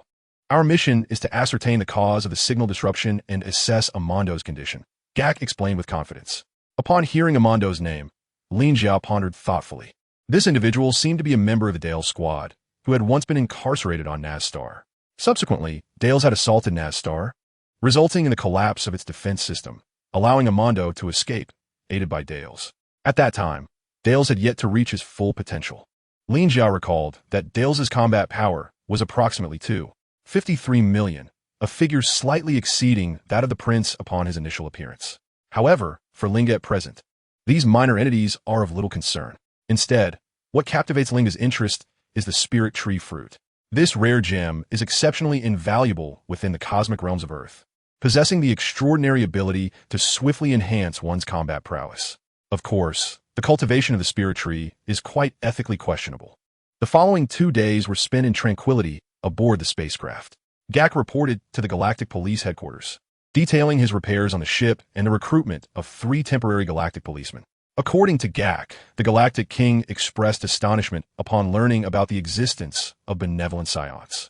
He also commended Gak verbally for successfully integrating Linga into the Galactic Police Organization, while emphasizing the necessity of ensuring the safety of Linga and his companions, as well as fulfilling their mission with utmost diligence. The boastful Gak, of course, made grand promises without hesitation. 2 days later, the spaceship arrived in the near space of Nazstar. However, something seemed amiss. Nazstar, typically a sandy yellow desert planet, now appeared to be a reddish-brown. Gak lifted his gaze to observe the current state of Nazstar and compared it with the data on file. Normally, a living planet would seldom change color in such a short span unless subjected to severe environmental alterations. Look, is that a colossal tree? Mark exclaimed, peering through the transparent canopy above. How can it be so tall? That's not good. That's the spirit tree. Linga recalled the appearance of the spirit tree vividly.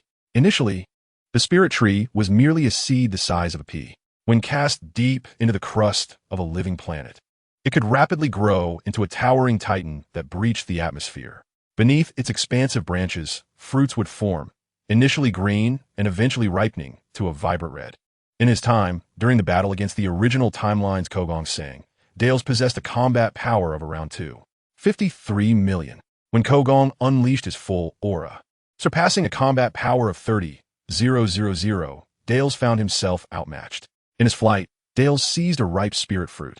After consuming it, his muscles swelled, and his fighting capability surged beyond 300,000. Even with Kogong employing the tenfold Kaioken, he remained no match for Dales. Ultimately, Kogong relied on the energy harvested from the spirit tree to unleash a super spirit bomb, obliterating both Dales and the spirit tree. The multitude of spirit fruits that once flourished on the tree eventually transformed into vital energy, nurturing Earth back to vitality. At that time, the spirit tree had only been visible for a mere half-day, and although it was substantial, it paled in comparison to the magnificent spirit tree now before Lin Jia and his companions. Beep, beep, beep. Lin Jia donned the combat power detector, which immediately registered 6 intense energy signatures. Among them, the most potent reaction indicated a combat power of 28,000.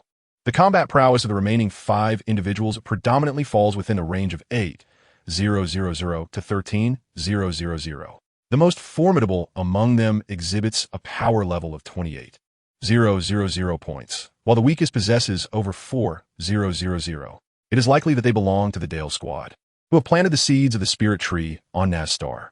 Marquis Achillabegik, remain aboard the ship to assist me. I shall proceed alone to assess the situation. Lin Jia is relatively well informed about the Dale squad's condition.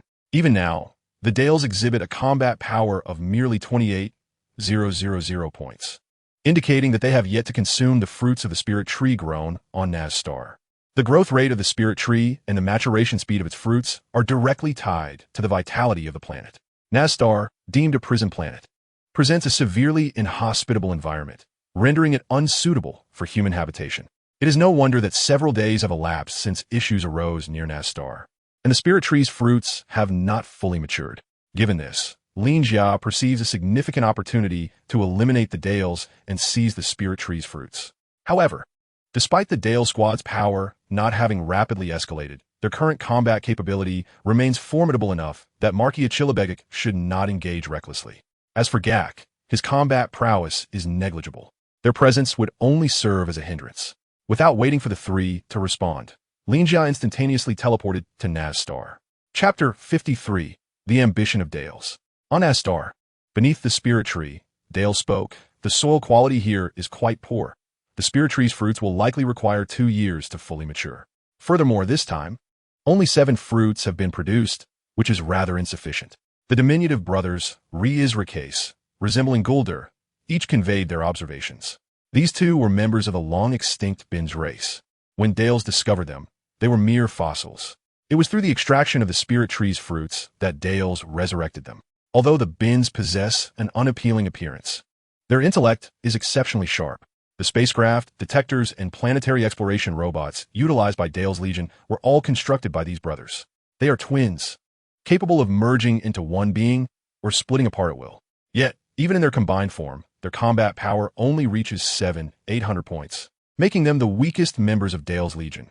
Yet they remain his most trusted aides. Grateful for their revival, these brothers are unwaveringly loyal to Dales. Oh, do you have any valuable suggestions? Dales inquired in a low, chilling tone. While he was well aware of the situation described by the Re-Izrakase brothers, certain matters were not appropriate for him to voice directly, especially those concerning the interests of each Legion member. My lord, according to the Legion's distribution rules, each of us shall receive 1 spirit tree fruit. If we consider this over the span of 2 years, each of us could only acquire a single fruit from the spirit tree, and you would merely obtain 2. The decision to plant the spirit tree on Nazstar now appears to be a grave error. We ought to cut our losses and revert the spirit tree back to its seed state, seeking a more suitable planet for cultivation. The 2 brothers expressed their thoughts, each articulating their perspectives. Spending 2 years on this barren Nazstar is deemed unworthy not just by the Liza Lakes brothers. Even Dales himself finds it not worthwhile. His ambition has always been to become the sovereign of the cosmos. As a lower-tier Saiyan, Dale's battle power, upon reaching adulthood, barely reaches around 10,000 to 20,000. The current battle power of 28,000 is a result of his serendipitous discovery of the Spirit Tree-S fruit. It was this anticipation for the fruit-S maturation that caused him to delay returning to planet Vegeta, thereby evading the tragic fate of the Scions there. To enhance one's battle power is challenging, especially when attempting to cultivate the Spirit Tree anew. Many planets with formidable vitality are under the dominion of powerful warriors. A battle power of 10,000 to 20,000 merely qualifies one to be a novice among the strong in the Dragon Ball universe, rendering them insignificant amidst the mightiest. For Dales to progress more smoothly, he must rely on the fruits of the spirit tree, necessitating assistance from others in battle to share the burdens. In Dale's Legion, Amando has just joined, boasting a battle power of 9,100. Doais, the prince of the Pekimpa dynasty on planet Kabacha, recently fought valiantly alongside Dale's and Eliza Lake's brothers, achieving an impressive battle power of 8,400, thus being invited to join Dale's Legion. Kakao, the second strongest to pledge loyalty to Dale's after the Liza Lake's brothers, stands as the next most powerful member of the Legion with a battle power of 13,000. Although Dale's Legion may lack superpowered warriors, its average strength remains commendable. In contrast, Vegeta's squad comprises only 3 members, including the burdensome Raditz. Even Nappa's battle power falls short of that of the Liza Lake's brothers. Within the galaxy, aside from Guldo's Mecha Brigade of the Jinya Force, Dale's Legion ranks among the most formidable, with loyal and capable teammates and the possession of the extraordinary spirit tree seeds. It is no wonder that Dale's harbors ambitions of ruling the entire universe. The Liza Lake's brothers articulated their rationale, and the other 3 members of the Legion raised no objections. In truth, waiting 2 years to acquire a single fruit from the spirit tree is deemed an unworthy investment, and they too find the expenditure and return to be grossly disproportionate. Darius slowly turned around, casting his gaze upon his 5 subordinates, and spoke darkly. In that case, we shall allow the spirit tree to regress and withdraw from this place. Yes, as you command, my lord Darius. I see no need for such measures, came a reply of the newcomer, Linga, who had just teleported before the group. Who are you? Why have you suddenly appeared here? The members of Darius's legion stood dumbfounded, unable to utter a word. However, Darius was the first to regain his composure, his eyes fixated steadily on Linga's face as he coldly posed his inquiry. Yet, as he shifted his gaze downward, he could no longer maintain his calm. A tail? You two are Saiyan? Are you Vegeta? No, you do not resemble him. Perhaps Nappa? Raditz? Or that exile Broly? Linga's appearance was, in fact, reminiscent of his former self on Blue Star, seemingly ordinary with a hint of elegance. Such a Saiyan did not exist in the 7th universe, but bore a slight resemblance to the Scions of the 6th universe, specifically Kaba. While Darius pondered, Linga approached the spirit tree. Darius, how could you choose such a desolate planet to plant the spirit tree? What were you thinking? Have you lost your mind? Observing the 7 lonely fruits dangling from the tree's branches, Linga was at a loss for words. Compared to the bountiful harvest of the spirit tree on Earth, its current state was utterly dismal. Do not speak nonsense here. Darius remained silent, but Amando, standing beside him, was quick to retort angrily at Linga. My lord Darius planted the spirit tree here to save me.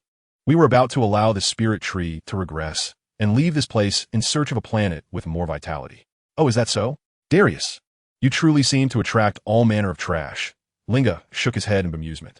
Amando, despite his vicious demeanor, possessed only average intelligence. Although his words were meant to exonerate Darius, they inadvertently revealed the Legion's plans. Who are you then? Are you that subordinate warrior brother of Raditz, Kakarot? Darius shot a glance at Amando, but did not reproach him. To him, uncovering Linga's origins was paramount, especially since he appeared to know both Darius and the spirit tree. This was indeed peculiar. My name is Linga, an apprentice galactic patrol officer. Amando, you're implicated in the crime of planetary destruction during a prison break, and I must place you under arrest. Darius, I regret to inform you that you have committed the crime of aiding a fugitive in planetary destruction and disrupting the order of the galaxy. I will also be taking you into custody. Turning slowly to face the 6 members of Darius's legion, Linga revealed his newly acquired identity. Chapter 54. A fierce battle? Non-existent. Linga, having never heard of him, Lin Jia must be an obscure, low-ranking warrior. Dales paid no heed to Lin Jia's revealed identity and transgressions. The scanner aimed at Lin Jia displayed a mere value of 4,500. For an adult Saiyan, the combat power of a typical low-ranking warrior hovers around 1,000 to 2,000. Only a scant few low-ranking warriors can transcend the confines of their rank. For example, Bardock, the father of Kakarot, boasted a combat power exceeding 10,000, a rarity even on planet Vegeta. In contrast, mid-ranking warriors generally possess combat power ranging from 2,000 to 5,000. High-ranking warriors, such as Vegeta and King Vegeta, surpass 10,000 points. Of course, this pertains to normal development. In reality, due to the unique ability to rapidly increase strength after surviving near-death experiences, the overall combat power of Science is somewhat higher than these figures. However, Such prowess is achieved through hard work rather than innate talent. Thus, with Lin Jia's 4,500 combat power, he could either be a low-ranking or a mid-ranking warrior. Yet, the number of mid-ranking warriors on planet Vegeta is limited to just a handful, all of whom are renowned fighters with combat power exceeding 10,000. Among these mid-ranking warriors, none resemble Lin Jia. Dale's assessment of Lin Jia as a low-ranking warrior is, therefore, quite reasonable. Even among royalty, King Vegeta's combat power is merely a little over 10,000. Presently, Dale's boasts an impressive combat power of 28,000, significantly surpassing that of Prince Vegeta during the same period. Once a low-ranking warrior, he now towers over the entire Saiyan race in terms of strength. This is the source of Dale's pride, and the reason he often speaks of low-ranking warriors. Does he truly believe he can apprehend me with a mere 4,500 combat power? Rei's, teach him a lesson. With arms crossed, Dale's turned to issue the command to Rei's. Rei's, who had long held a grudge against Lin Jia, eagerly accepted the order. Yes, my lord. Turning back, he cracked his knuckles and grinned sinisterly at Lin Jia. Little one, let us engage in a fierce battle. When Rei's and his brother Rakasai unite, their combat power reaches 7,600. Separately, they each possess combat power around 4,600 to 4,800. Nevertheless, even at this level, they still surpass Lin Jia's displayed 4,500. Dale's decision to have Rei's confront Lin Jia alone also serves as a means to gauge Lin Jia's strength. From the perspective of recognizing and utilizing talent, transforming foes into allies, Dale's proves to be an adept team manager. He believes that anyone can be harnessed for his purposes, especially a Saiyan. Dale's possesses a profound understanding of the Saiyan race, recognizing it as a barbaric and inherently aggressive people. Even if a kind soul were to emerge amidst a band of brigands, it would undoubtedly be a case of genetic mutation. However, the more likely scenario would be that they would seek to co-opt such a person for their own purposes. This holds true for Lin Jia in the present moment, as well as for his treatment of little Gohan in alternate timelines. It is evident that Darius and his comrades are excessively reliant on their combat power detectors. A fierce battle? It simply does not exist. Lin Jia smirked, vanishing from his original position. With a resounding thud, he reappeared behind Rei's. A powerful punch struck Rei's spine, the sharp crack of shattering bone echoing through the air. Rei struggled to turn his body, casting a disbelieving glance at Lin Jia before losing consciousness and collapsing to the ground. The rest of Darius's team gazed in astonishment at Lin Jia and the fallen Rei's. How could this happen? Infuriating. Lacoste was the first to recover from his shock. Rei's was his twin brother, and their bond had been inseparable since their time in the womb. When they fused, their combat power surged significantly. Now, with Rei's gravely injured and unconscious, Lacoste was overwhelmed with rage and lost all semblance of reason. I will avenge Rei's. Fueled by fury, Lacoste charged at Lin Jia without waiting for Darius's command. Lacoste, stop! You are no match for him. Darius yelled, but it was too late. Lacoste succumbed to the same fate as Rei's, falling unconscious beside him after barely enduring a single strike from Lin Jia. Cacao dies, Amando, you are not his equals. Retreat. With Rei's and Lacoste incapacitated, the remaining three shared a collective desire for vengeance. Each member of Darius's legion was a crucial subordinate in his quest for supremacy over the universe. With the brothers incapacitated and their fate uncertain, Darius abandoned any thoughts of testing Lin Jia further. With his fingers splayed, he raised his hand to halt the three, then flew directly in front of Lin Jia. I, Darius, shall engage you in a battle to the death. No sooner had he spoken than he lunged at Lin Jia, swiftly launching a barrage of energy spheres towards him. Unlike Vegeta's strategy of overwhelming his foes through sheer force, Darius's continuous assault was marked by precision. In the blink of an eye, over 30 energy spheres struck Lin Jia without exception. Beneath the spirit tree, a cloud of dust was stirred by the relentless explosions. Cease your attack, Darius gasped, his gaze fixed intently on the detector. Through the haze, the device displayed Lin Jia's combat power and position. The combat power remained unchanged at 4,500, yet his position was slowly advancing. Emerging from the smoke, Lin Jia's combat suit was untouched by even a speck of dust. The accuracy of your energy blasts is commendable. However, their potency is lamentably feeble, merely stirring up a little dust. With a radiant smile, Lin Jia meticulously assessed Dale's performance. The game has reached its conclusion. Should you possess no further trump cards, Dales, I advise you to surrender sooner rather than later. Your combat power stands at 28,000, while my standard combat power is 150,000. What do you intend to oppose me, Lin Jia, with? The game of cat and mouse is occasionally amusing, yet Lin Jia quickly grew weary of it. Revealing his own combat power, he hoped Dales would capitulate and cease any futile resistance.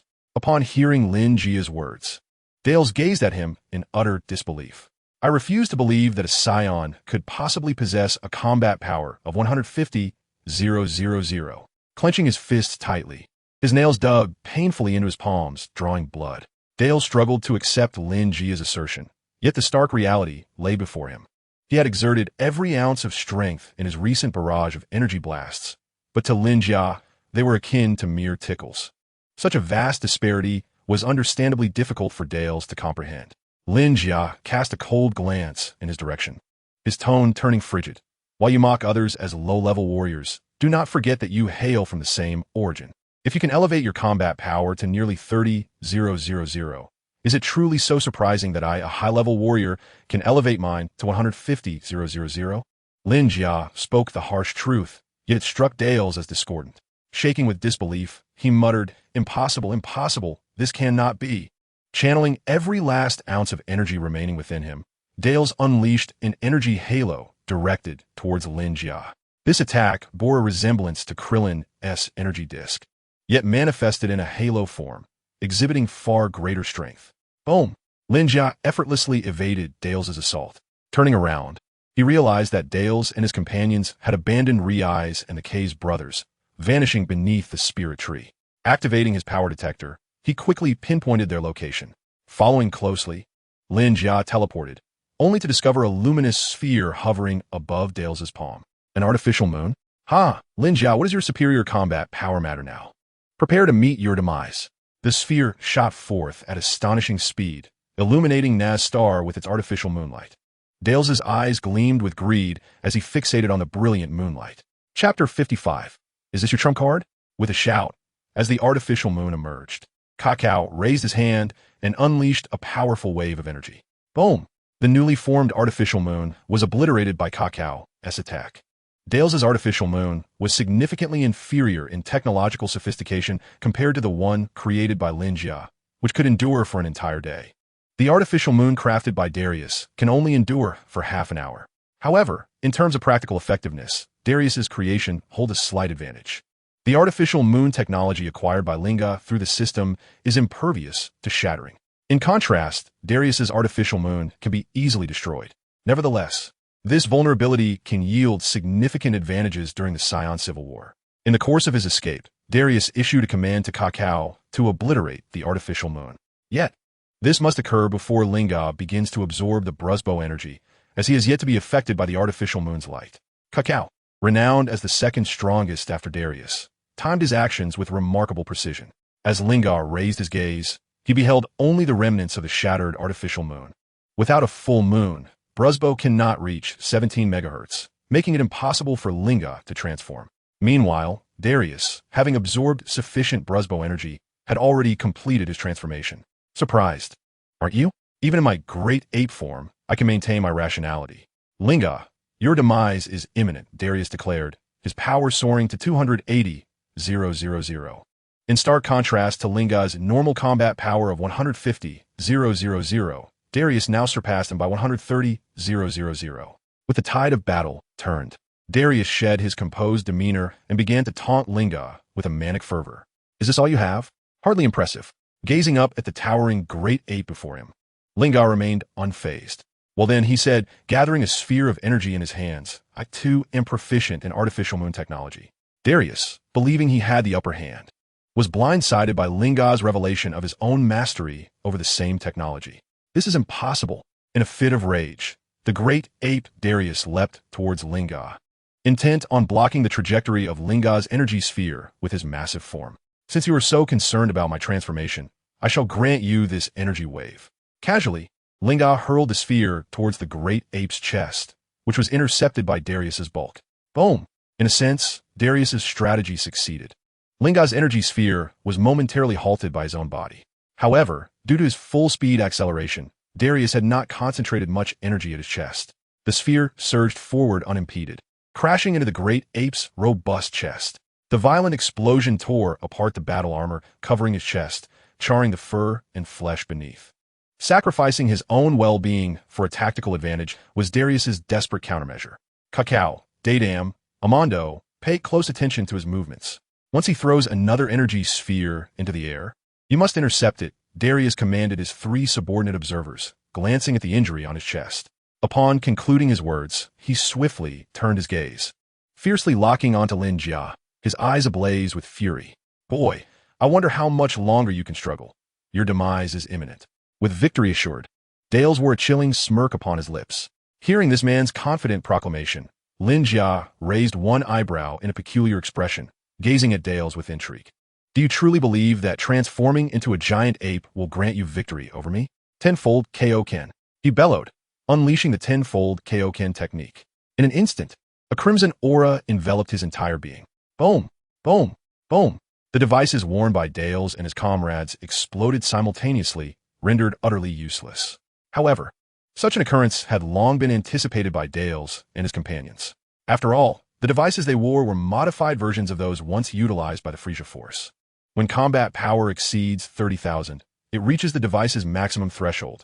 Since Lin Jia claimed his battle power was 150,000, the explosion was merely a foreseen outcome. Heh, is causing the devices to explode your trump card? What a farce.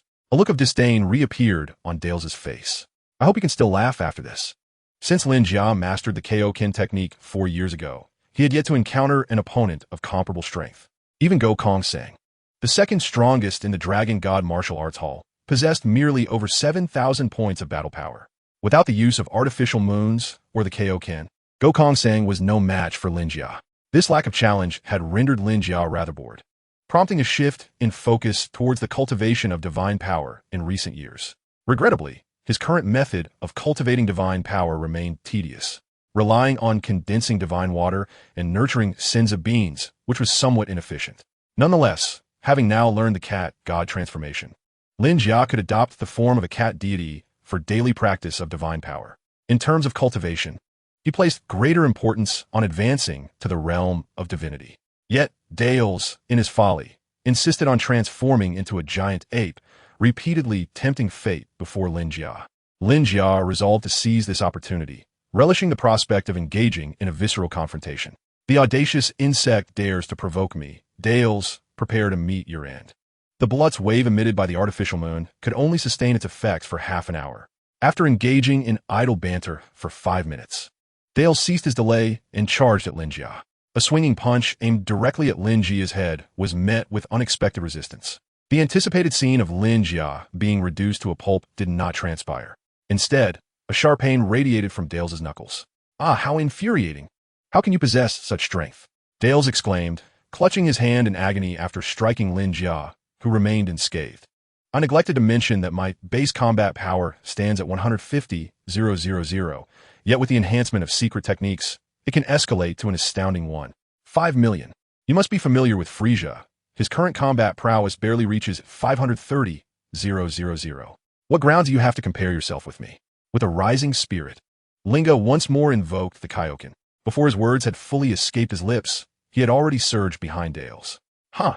A single wave of impact struck precisely at the tail of the colossal ape Dales. The violent explosion cleaved the stout tail into 2 segments. Whoosh, whoosh, whoosh. Deprived of his tail, Dales swiftly reverted to his humanoid form. What now, Dales? Will you and your remaining 3 subordinates surrender to judgment? Or shall I obliterate you into cosmic dust? Hovering in mid-air, Linga fixed his gaze upon Dales and his 3 remaining subordinates, issuing an ultimatum. You think we would surrender? One among us shall escape, for he is but a singular entity. Desperate, Dales spun around and issued his final command. Mid-sentence, he darted away into the distance. Cacao, Doeyes, and Amando exchanged glances and promptly fled in 3 separate directions. Linga did not impede their escape. It was merely a cornered beast struggle. With a flash of instant transmission, he reappeared to find Dales's astonished visage before him. Refusal to capture is unforgivable. Perish, Linga declared. Chapter 56, Silencing Witnesses. Boom! A wave of impact struck Dales directly. Bang! The would-be conqueror of a universe met an untimely demise before achieving his ambitions. Under Linga's assault, His body was reduced to cosmic dust. Whoosh, whoosh, whoosh. Linga executed instant transmission in succession, swiftly eliminating Kakao and Dagai's. When he materialized before Amando, an array of system options unveiled before him. Option 1. Capture the fugitive Amando and the villainous Reisricase brothers. Hoa, sans combat point. Option 2. Capture Amando and slay the Reisricase brothers. Reward, 5 divine power points. Option 3. Eliminate Amando and the Reisricase brothers. Reward, special skill, divine language. Among the 3 options, Linga detected an intriguing nuance. Should he choose the first option, disregarding the reward, the ultimate outcome would entail delivering them to the Galactic Patrol headquarters for trial. It was evident that the system did not intend for Linga to escort these minor villains alive to the Galactic Patrol. The second option, typically rewarding 10 divine power points, this time offered a peculiar 5 points. Such a reward was hardly worth considering. The third option, however, presented the divine language, a skill Linga had long coveted. This language was essential for collecting the Super Dragon Balls. Moreover, given that Linga's wish pertained to matters of time and space, it necessitated his personal incantation. If one were to act recklessly, there exists a substantial probability of incurring the wrath of various deities and angels within the Dragon Ball universe. Perhaps even the Supreme being known as the Omni King. In other words, the system has meticulously crafted the task and its accompanying rewards to subtly suggest that one should opt for the third choice. Upon revisiting the content of the third option, which entails the elimination of the Reisricase brothers, it becomes evident that their demise would spell the complete annihilation of the Dale squad. Consequently, this scenario would yield 2 distinct outcomes. Firstly, the fruits of the spirit tree would plunge into a state of uncontrollable chaos. For centuries to come, the planet Naz would transform into a desolate sphere, unworthy even of being deemed a prison planet. This would also trigger a new development regarding the ownership of the spirit tree fruits. During a discussion about evacuating Naz, the Dales group unwittingly allowed Linga to overhear their conversation in its entirety. There are but 7 spirit tree fruits, requiring 2 years to mature fully. Should the Reisricase brothers be dispatched, Linga could effortlessly claim the fruits as his own, should he exert even a modicum of effort. What purpose do the spirit fruits serve? Naturally, they facilitate a rapid enhancement of one's powers. The system's insinuation has been exceedingly clear. It is evident that it yearns for one to swiftly augment their strength. Upon deeper contemplation, Linga begins to perceive that this notion may connect to the reason the dragon god salamander brought him to this realm. It is noteworthy that the dragon god salamander holds a divine status equivalent to that of the Omni King. During the tournament of power in an alternate dimension, even the 2 Omni Kings arose in reverence at the appearance of the super dragon. The formidable dragon god salamander, astonishingly, requires cultivation to achieve a particular objective. This notion perplexes Linga, leading him to ponder whether he possesses the prowess to resolve issues that even the dragon god cannot.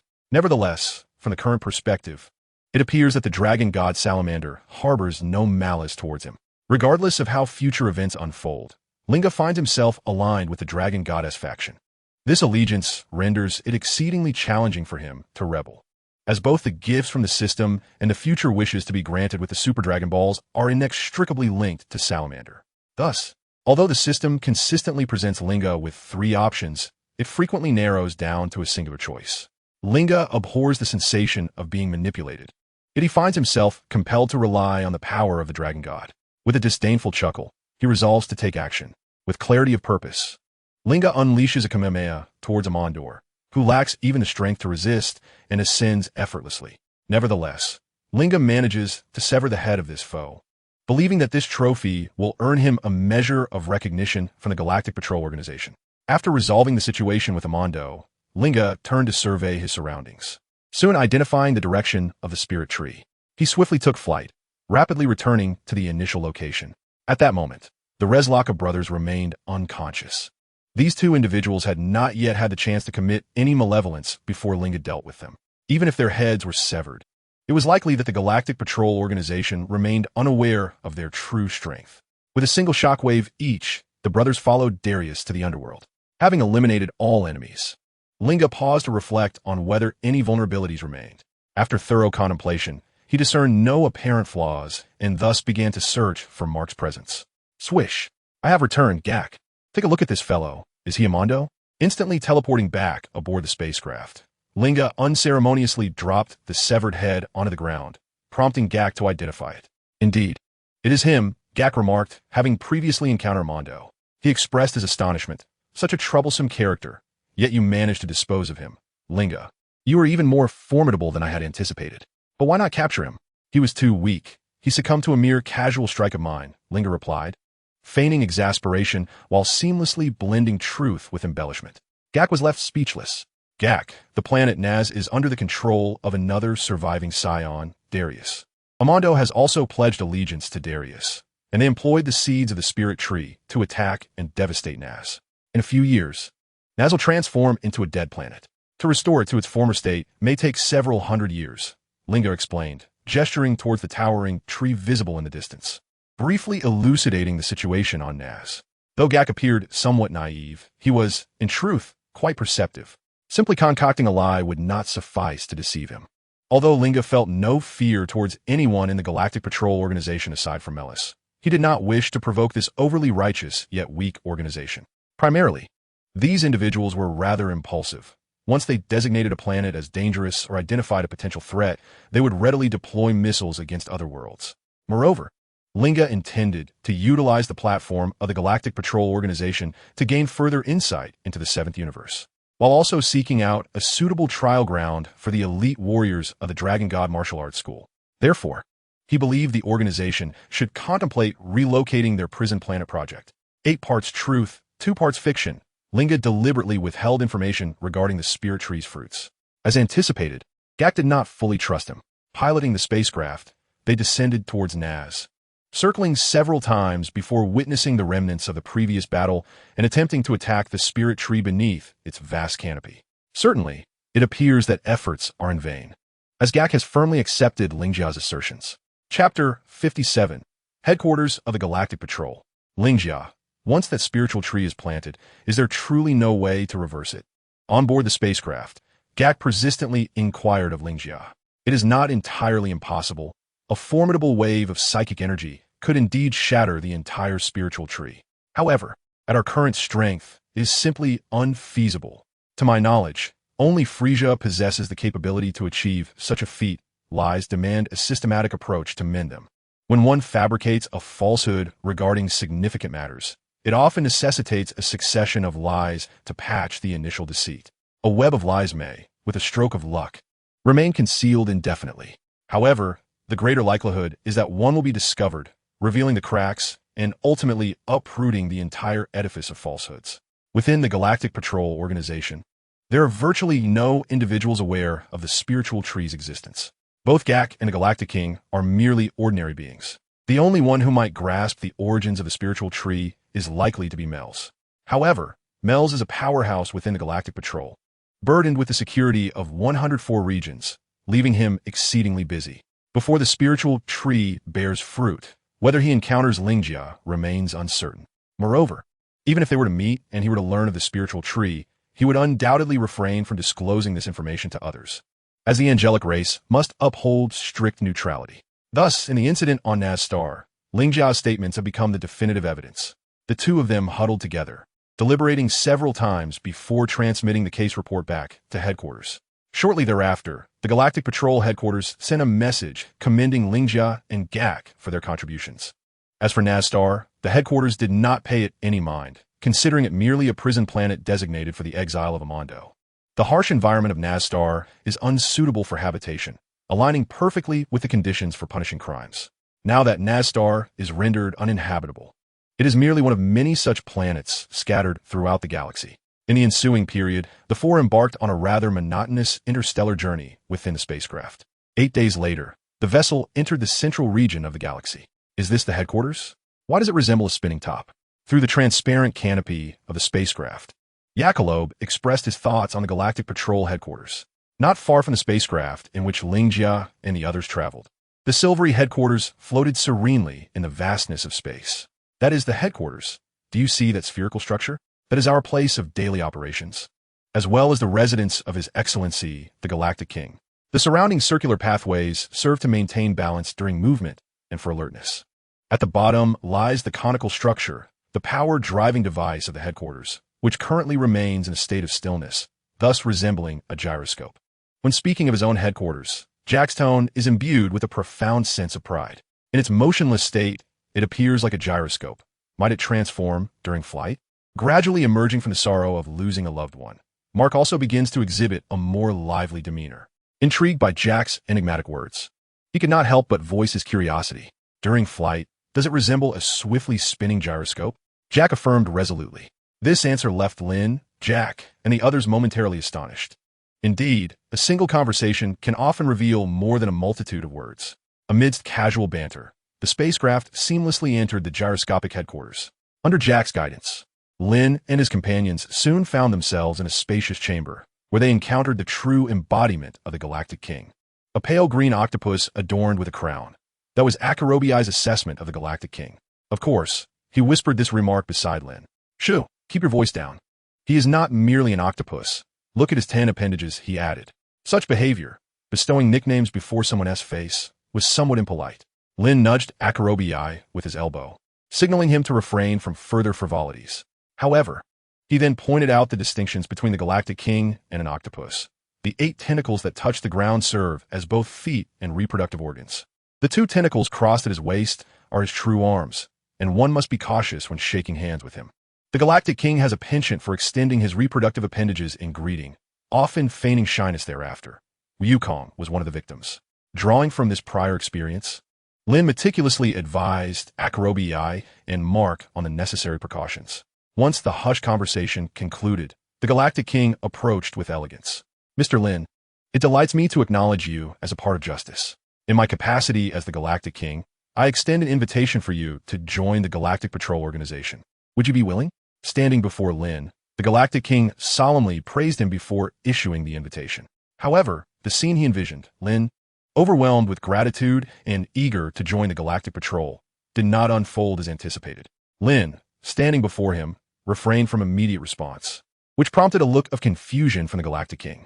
Esteemed Galactic King, I am indeed eager to join the Galactic Patrol Organization, yet I have a modest request. Lin did not disclose the nature of his request, but turned to the Galactic King, who appeared somewhat taken aback. Sensing that his expression was inappropriate, the Galactic King quickly regained his composure. Mr. Lin, please feel free to express your thoughts. In response, Lin smiled. I wish to serve as a part-time Galactic Patrol officer. If there are particularly challenging tasks that cannot be accomplished, I would be glad to undertake them. However, during ordinary times, I require ample time to train on Earth, which will ultimately enable me to fulfill my duties more effectively in the future. Thus, if you're amenable, I willingly forfeit the subsidy from the Galactic Patrol, requiring only a sufficient reward upon the completion of my tasks. Furthermore, I hope that my fellow students may also be eligible for this arrangement. This is my request. I wonder if you might acquiesce? After Lin Jia spoke, he fell silent, merely standing there awaiting the Galactic King's response. On the way to the headquarters, Jack provided a meticulous introduction to the Galactic Patrol Organization. Essentially, Jack is a full-time Galactic Patrol officer, tasked daily with fulfilling the assignments issued by the organization along with his primary duties. Naturally, he is entitled to vacations.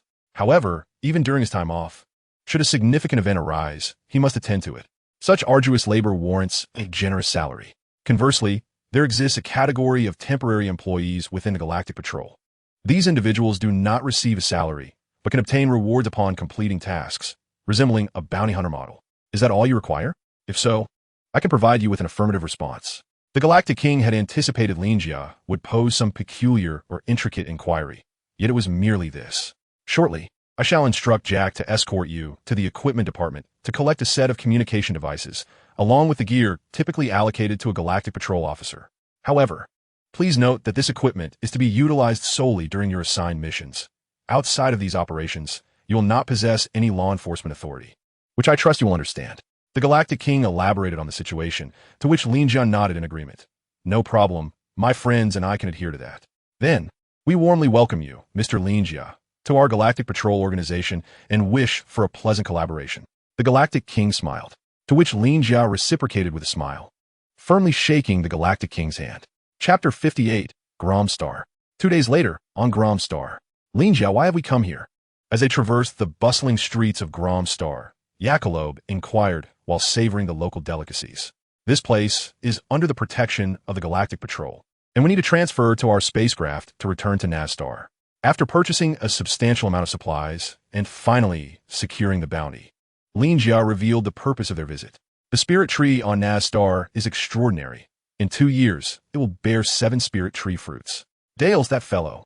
Initially possessed combat power inferior to yours, yet upon consuming one, his strength surged to nearly 30,000. Such an opportunity is rare, and I must secure a portion for myself. A day prior, the 3 of them had departed from headquarters after acquiring specialized spacecraft equipment from the Galactic Patrol.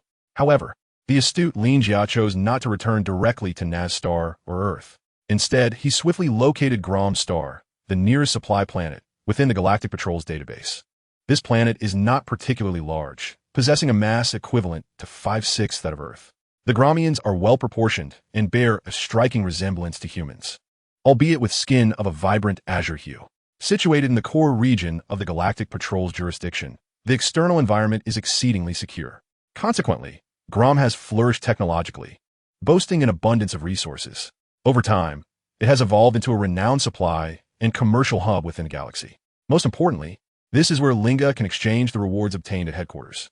Following the defeat of Amondo, the Galactic Patrol's headquarters duly rewarded Linga with 5 standard units of energy rods, each of which, according to GAC, possesses the purchasing power sufficient to acquire a standard spacecraft.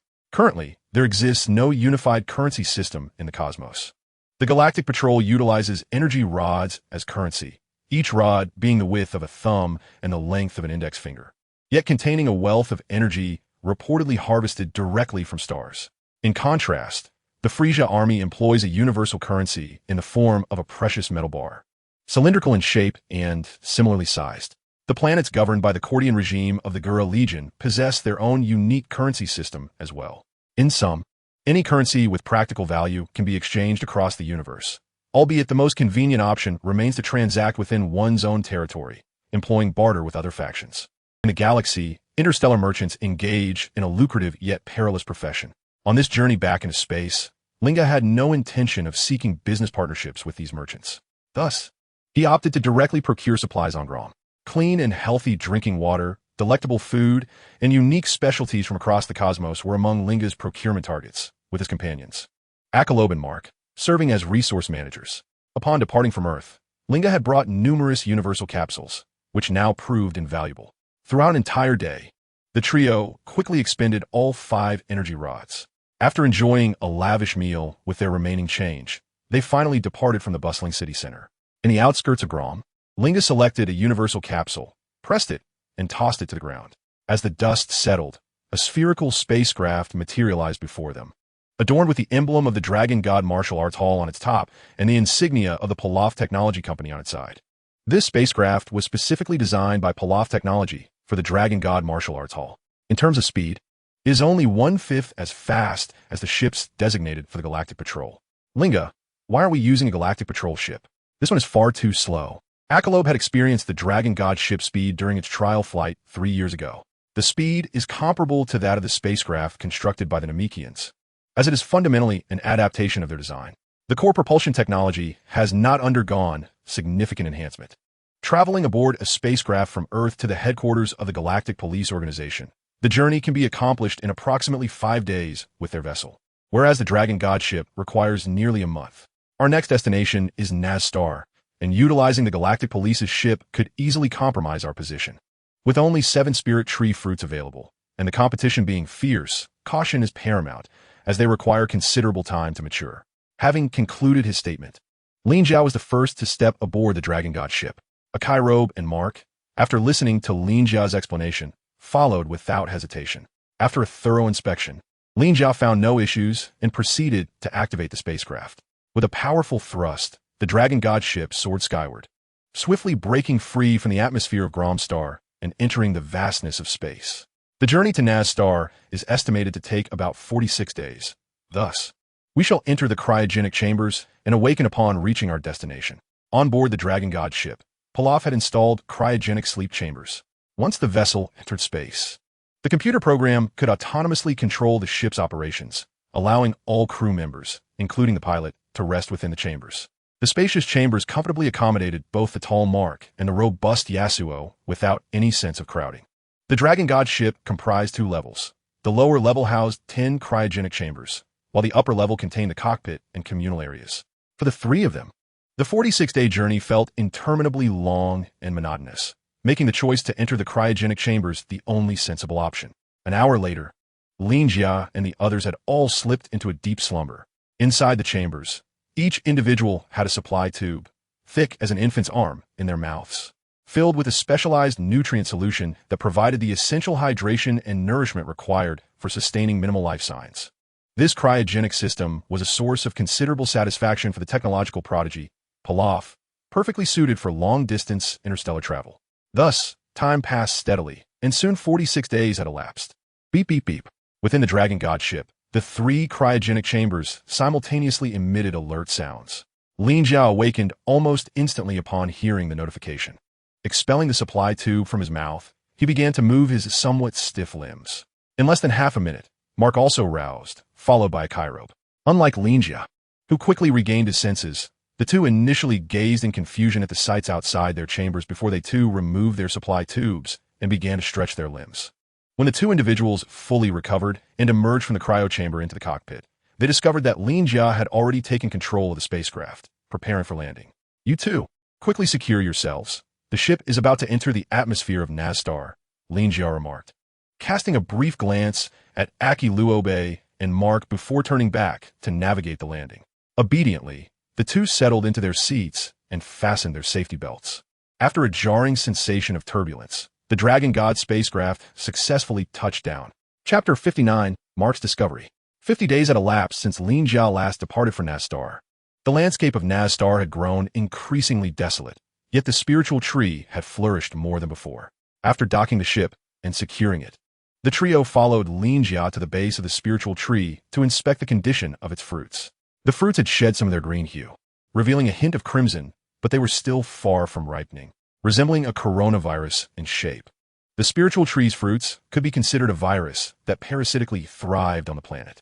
They voraciously absorbed nutrients through their roots, depleting the life-giving elements of the planet in a remarkably short span. This ruthless behavior astonished Aki Luobe and Mark. Lin Jia, are you implying that we must remain in this wretched place for the next 2 years, waiting for these fruits to mature? 7 spiritual fruits would require 2 years of vigilance. This was highly impractical for the Dale's Legion, and equally so for Lin Jia's side. Unfortunately, there was no alternative. Nazstar was inherently a resource-scarce prison planet with diminished vitality. If the seeds of the spiritual tree were planted on Earth, they could potentially yield hundreds of fruits within half a day. However, such an action was utterly inadvisable. Once the 7 fruits matured, I would take measures to seal the seeds of the spiritual tree. So, you must be content. When the fruits are ready, both you and Mark will each consume 2, significantly enhancing your combat prowess. In the realm of Dragon Ball, there were indeed some early methods to swiftly elevate combat strength. The Namekian Elder, for instance, could awaken the latent abilities of formidable warriors, a method that bore minimal side effects. However, the prerequisite was sufficient potential. For instance, Krillin surged from a combat power of 1770 to 13,000 points. Yet, the Namekian Elder was nearing his end, and he did not grant enhancements to just anyone. Aside from the Namekian Elder, the only other expedient means to augment combat strength was through the use of ultra-divine water. Yet in the dimension Lin Jia inhabited, no one had yet succeeded in utilizing this substance. For ordinary individuals wishing to rapidly enhance their combat abilities, the most suitable option was the spiritual fruits before them. Of course, if one were a Saiyan, there would be additional methods to swiftly elevate combat strength. For instance, those who have narrowly escaped death can swiftly enhance their combat prowess, or, akin to Linga, possess a system that allows one to elevate their strength effortlessly. However, these are exceptional cases that cannot be replicated. For ordinary earthlings like Achi Lobemark, the seemingly trivial act of waiting is, in fact, the most prudent choice. Over the past year, it has become evident that the progress of Earth warriors, be they Tianjin Fan, Krillin, or Shun, has significantly slowed. Despite their continued efforts, they appear to have reached an insurmountable plateau. The 7 fruits of the spirit tree will be divided, with Linga allocating 2 to each of Mark and Achilobe, while he himself will consume the remaining 3. As for the Dragon Ball warriors, they will likely miss out on this opportunity. After all, the spirit tree fruits, once ripened, will soon decay. Moreover, if Linga's calculations are correct, Raditz will soon be heading to Earth for a family visit. The narrative of Dragon Ball is about to unfold. In 2 years, when the spirit tree fruits mature, it will coincide perfectly with the fierce battles on Namek. Tianjin Fan, Shun, and Piccolo will still be training on King Kai's planet, while Krillin, Gohan, and Bulma will engage in a battle of wits against Vegeta, Frieza, and other forces on Namek. They will hardly have the time to consume the spirit tree fruits. Furthermore, with only 7 fruits in total, why should the 3 of them, who have diligently waited for 2 years, freely share with others? If there were surplus fruits, Linga might consider gifting some, but currently resources are scarce, and he is not a selfless benefactor. This method of distribution, in Linga's view, is perfectly reasonable. Thus, Linga elaborated on his plans. Although Achi Loeb expressed some grievances, he did not directly oppose them, as he too stood to benefit. 8 months passed in this manner. With a soft thud, Mark, seated on the ground, tossed a senza bean beside the robust roots of the spirit tree. Within 3 seconds, the bean mysteriously vanished from sight. Intriguingly, as the bean disappeared, the fruit hanging directly above exhibited a noticeable transformation. Teacher, look, the fruit has turned a shade redder. I'm not mistaken, am I? Linga and the others, perched on their haunches, observed the entire process of the senza bean's swift disappearance. Prompted by Mark's exclamation, they eagerly raised their heads to witness the changes in the spirit tree fruit. Just as Mark had indicated, after absorbing the senza bean, the fruit indeed appeared to have reddened slightly. While the alteration was subtle, it was undeniably present. Wow, Mark, you're a genius.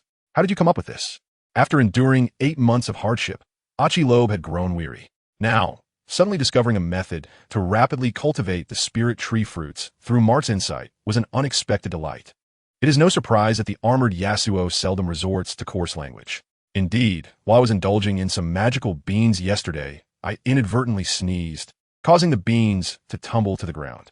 By the time I had composed myself and looked down to retrieve them, the beans had vanished without a trace, leaving me to wonder if I had encountered a ghost. Later, when I glanced up, I noticed that the fruit appeared to be slightly redder than before, leading me to believe that these magical beans could indeed foster the growth of the spirit tree. All these revelations arose from mere coincidence. Yet Mark felt a sense of pride. It was a commendable feat to observe the changes in the fruit, indicating Mark's keen powers of observation, which delighted his mentor. Lin Jia, however, pondered more deeply than Mark, whose focus remained solely on the magical beans. Were these beans, after all? In a sense, they represent another manifestation of divine water. Each magical bean is nurtured by a single drop of divine water. What transformations might occur if one were to directly nourish the spirit tree with divine water? In a hushed voice, Lin Jia murmured, and his form gradually diminished until he transformed into the visage of a cat sage. Unlike the cat sage, whose fur is a creamy off-white with a hint of yellow, Lin Jia's transformed fur was a deep purple, bordering on black. Despite Lin Jia's sudden metamorphosis, Akairal Bi and Mark did not exhibit much astonishment. Over the past 8 months, they had engaged in extensive training together, during which Lin Jia frequently took on the appearance of a black cat, diligently condensing divine water to nourish the magical beans. This was Lin Jia's unique method of cultivating divine power. The only point of surprise for the trio was that Lin Jia's tail had fallen off during his initial transformation, morphing from a monkey's tail into that of a cat. Beyond this, there was little else to astonish them. Chapter 60. The Super Magical Bean. After 8 months of rigorous training, Lin Jia successfully elevated his divine power to the impressive threshold of 6,000 points. More significantly, in the form of the cat sage, his divine power doubled, now reaching 12,000 points, nearly rivaling that of the King of Hell. After an entire morning devoted to concentration, he managed to produce a single drop of divine water. Plink! It fell upon the roots of the spirit tree. Thud, thud, thud. The robust roots eagerly absorbed the crystalline drop of divine water, akin to a famished individual suddenly encountering a delectable feast. In no time, that drop of pale, purple divine water was completely consumed by the spirit tree. The trio, who had been intently observing the fruit of the spirit tree, noticed no apparent changes. This seemed amiss. Logically, the vitality contained within the divine water should be far more abundant than that of the magical beans. So why was there no alteration whatsoever? Lin Jia tilted his feline head. A look of bewilderment etched across his face. Old master, look over there. Could it be that another fruit has sprouted? 1, 2, 3, 6, 7, 8. Indeed, a spiritual tree has sprouted fruit. Linga fell into a contemplative state, while Mark, filled with disappointment, diverted his gaze from the spiritual fruit. As his eyes wandered, he unexpectedly discovered a fruit significantly smaller than the others, yet a more vibrant shade of green. Mark, astounded by this sight, exclaimed aloud. Linga, deeply engrossed in pondering the reasons behind this phenomenon, momentarily paused upon hearing Mark's outcry. Meanwhile, Piccolo began to count the number of spiritual fruits. With fingers meticulously tallying, he confirmed that alongside the originally 7 deep green fruits tinged with a hint of crimson, there lay a new, emerald green fruit. Upon hearing this, Linga's gaze fixated on the new fruit, deep in thought.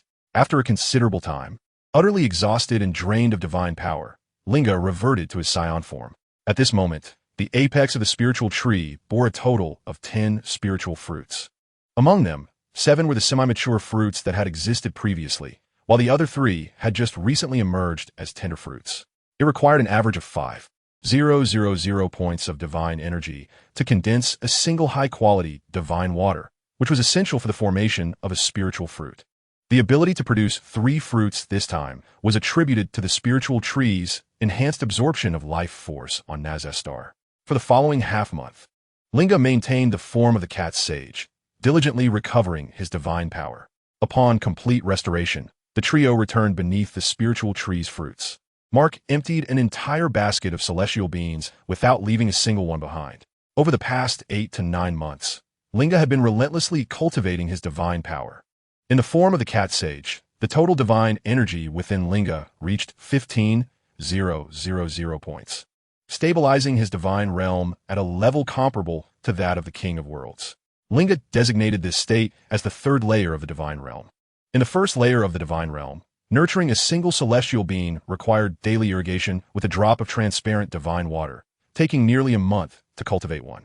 Linga could condense 3 drops of divine water daily, which was already his limit. In the second layer, he effortlessly condensed 50 to 60 drops of transparent divine water each day. If all of it were poured onto the celestial beings, theoretically, he could harvest 50 to 60 beans daily. Now, upon entering the 3rd layer of the divine realm in the form of the cat sage, he could only condense a single drop of divine water each day. But the vitality contained within this drop was more potent than that of 100 drops of ordinary divine water. The color had also undergone a distinct transformation. While ordinary divine water appeared colorless and transparent, the divine water from the 3rd layer shimmered in a delicate lavender hue. Most crucially, using this single drop of divine water on the celestial bean seedlings yielded remarkably evident effects. On a single celestial bean sprout, a pale purple celestial bean can instantaneously form. The effects of this bean are remarkably extraordinary. Upon consumption, its effects are largely akin to those of a regular celestial bean. Yet it possesses a unique attribute. Within a minute of ingestion, the consumer enters a state of boundless energy. This phenomenon is reminiscent of the androids known as 17 and 18, who can transform into a state of infinite energy for 1 minute. Lin Jia has named this pale purple celestial being the super celestial being. Regrettably, the miraculous effects of the super celestial being come at a cost, as its production is exceedingly limited. It requires an entire day of rigorous cultivation to barely condense a single drop of pale purple divine water. This entails a relentless commitment of both day and night, devoid of sustenance or rest, akin to an indefatigable machine devoted to the condensation process. Upon completion, Lin Jia's divine power is entirely depleted, necessitating at least half a month's time for recovery. In other words, under optimal conditions, Lin Jia can cultivate a maximum of 2 super celestial beings in a month. However, Lin Jia is human and not an unyielding machine on a production line. Typically, a month's effort yields merely 1 super celestial being, which is already considered commendable diligence. After 8 months, Lin Jia has accumulated only 4 super celestial beings. Nonetheless, the remaining time is still devoted to cultivating divine power, albeit of the ordinary variety. Consequently, Lin Jia has amassed several baskets filled with regular celestial beings, each containing at least 20,000 beans. Having recently regained his peak condition, Lin Jia instructed Mark to discard a basket of ordinary celestial beans for experimentation. Mark, unfazed, regarded the celestial beans as mere inexpensive sustenance, given their daily surplus production. With a flourish, he evenly scattered the contents of the basket across the ground, prompting an immediate reaction. The celestial beans swiftly shriveled, and through the use of his divine eye, Lin Jia perceived waves of vibrant vitality emanating from the scattered beans. As this vitality surged forth, it was swiftly ensnared by the powerful of the spirit tree, being absorbed into its trunk. The leaves at the apex of the spirit tree became increasingly lush, while the few spirit tree fruits hanging from the branches visibly reddened at an astonishing rate. Initially bearing a hint of green, they soon transformed into a bright crimson tinged with a trace of verdancy. The application of ordinary celestial beans as fertilizer significantly accelerated the ripening of the spirit tree's fruits, a truly remarkable phenomenon. Holding the now empty basket, Mark expressed his amazement. "There is nothing extraordinary about this, Mark," Lin Jia replied, interrupting his thoughts as he tossed another basket onto the ground. Recognizing the potential to hasten the ripening of the spirit tree's fruits, Lin Jia contemplated deeply, prompting Mark to head towards the spaceship to retrieve another basket of ordinary celestial beans. Once again, the ground was covered anew, and the wondrous spectacle reoccurred. The ordinary celestial beans swiftly withered away, ultimately vanishing entirely. However, the fruits of the spirit tree had transformed into a brilliant crimson hue, indicating that the three individuals were well aware of the fruit's complete ripeness. Not only had the initial 7 fruits matured, but even the 3 that followed had reached full maturity. Chapter 61. Surge in Power Whoosh. Thud, thud, thud. Lin Jia darted towards the spirit tree fruits, promptly plucking all 10. Upon returning to the side of Piccolo and Mark, he tossed 6 fruits to the 2. "I shall take 4, and each of you may have 3. Consume them and see if your combat prowess soars," Lin Jia declared, disregarding their reactions as he took a decisive bite. Indeed, the fruits, infused with the vitality of an entire planet and nearly 30,000 celestial beings, possessed an exquisite flavor. As the succulent flesh slid down his throat, Lin Jia felt an overwhelming surge of power coursing through his being. Boom, boom, boom. The energy within him surged wildly, escalating dramatically with each passing second. Resolutely activating his god eye, Lin Jia began to assess his combat strength. 160,000, 180,000, 200,000, 350,000, 400,000, 450,000. In the span of a mere minute, Lin Jia's combat strength skyrocketed from 150,000 to 450,000. One spirit tree fruit had augmented his strength by 300,000. Such a remarkable increase was quite commendable. In another dimension, Dales had surged from a combat strength of less than 30,000 to over 300,000. The energy he gained was even more astonishing than Lin Jia's. Despite the tumultuous power within him, Lin Jia remained composed and unexuberant. In truth, if Lin Jia genuinely sought to enhance his combat strength, doing so with his Saiyan form would be effortless. While the boost in combat strength was indeed gratifying, it did not lead Lin Jia to lose his sense of humility. The sudden surge of his aura sent waves of excitement through Piccolo and Mark, who stood nearby. Before Lin Jia could fully register the moment, the two eagerly began to devour the spirit tree fruits. After consuming one fruit, Mark's combat strength skyrocketed from 3,200 to an impressive 21,000. Piccolo, too, experienced a transformation, rising from 2,100 to 23,000. This disparity in their abilities became evident. The meat-clad Yasuo had managed to overtake Piccolo through the consumption of the spirit tree fruit. Mark, unwilling to concede to Piccolo's newfound strength, immediately began on a second fruit. Having just relished the thrill of surpassing his rival, the meat-clad Yasuo was equally determined not to fall behind and began to feast as well. Observing the antics of the two, Lin Jia chuckled softly before indulging in the second fruit of the spirit tree. The succulent flesh was swiftly absorbed by his body, imbuing him with a surging vitality that permeated every fiber of his being. His combat power escalated once more, reaching an impressive 650,000 within a mere minute. However, the efficacy of the spirit tree fruit exhibited a notable decline. Undeterred, Lin Jia consumed the last 2 fruits in quick succession, resulting in his combat power soaring to 950,000. The potency of each individual fruit was evidently diminishing. Meanwhile, Mark and Piccolo had also completed their enhancements. With 3 spirit tree fruits ingested, Mark's combat power reached 650,000, while Piccolo achieved 70,000. It must be acknowledged that Piccolo's innate talent surpassed that of Mark. How about that, Mark? Clearly, I am a superior one.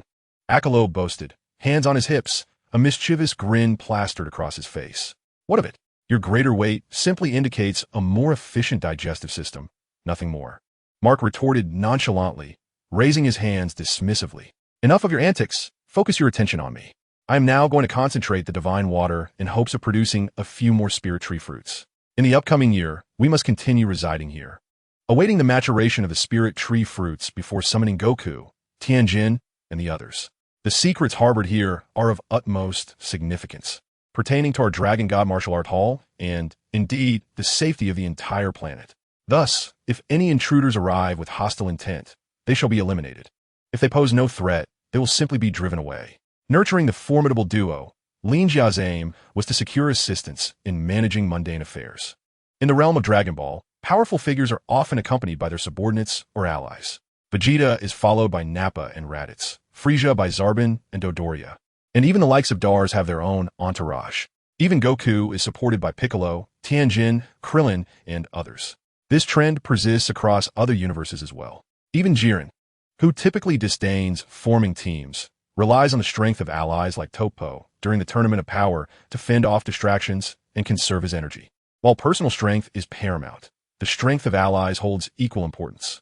With the spirit tree firmly rooted on planet Naz, Lin Jia was determined to cultivate this location into a pivotal base for the rise of the Dragon God Martial Arts Hall. Seizing the opportunity while the vitality of planet Naz had not yet waned, and the spirit tree continued to draw nourishment from it, Lin Jia prepared to enrich the planet's soil and promote its growth. On October 12, 761 of the age, just as Lin Jia immersed himself tirelessly in nurturing the spirit tree fruits on planet Naz, an unexpected visitor arrived on Earth. Whoosh! Boom! A meteor streaked across the sky, resulting in a violent explosion. This spectacle caught the attention of a nearby farm owner, who hastily drove to the site of the meteor's descent to investigate, only to discover a spherical spacecraft. As the hatch opened, Raditz emerged, a pitiful creature with a combat power of merely 5. With a flick of his hand, he deflected a bullet, striking down the unfortunate farmer. Upon expanding the range of his scouter, an expression of astonishment crossed Raditz's face. Beep beep beep. Combat power of 1700? 980? 790? How could there be so many formidable warriors on Earth? Was that Kakarot's demise? No, I must personally verify the situation. Through his scouter, Raditz detected dozens of signals in the southeast, each boasting combat powers exceeding 500. Among them was an individual with an astonishing combat power of 1700. This was even greater than Raditz's own 1500.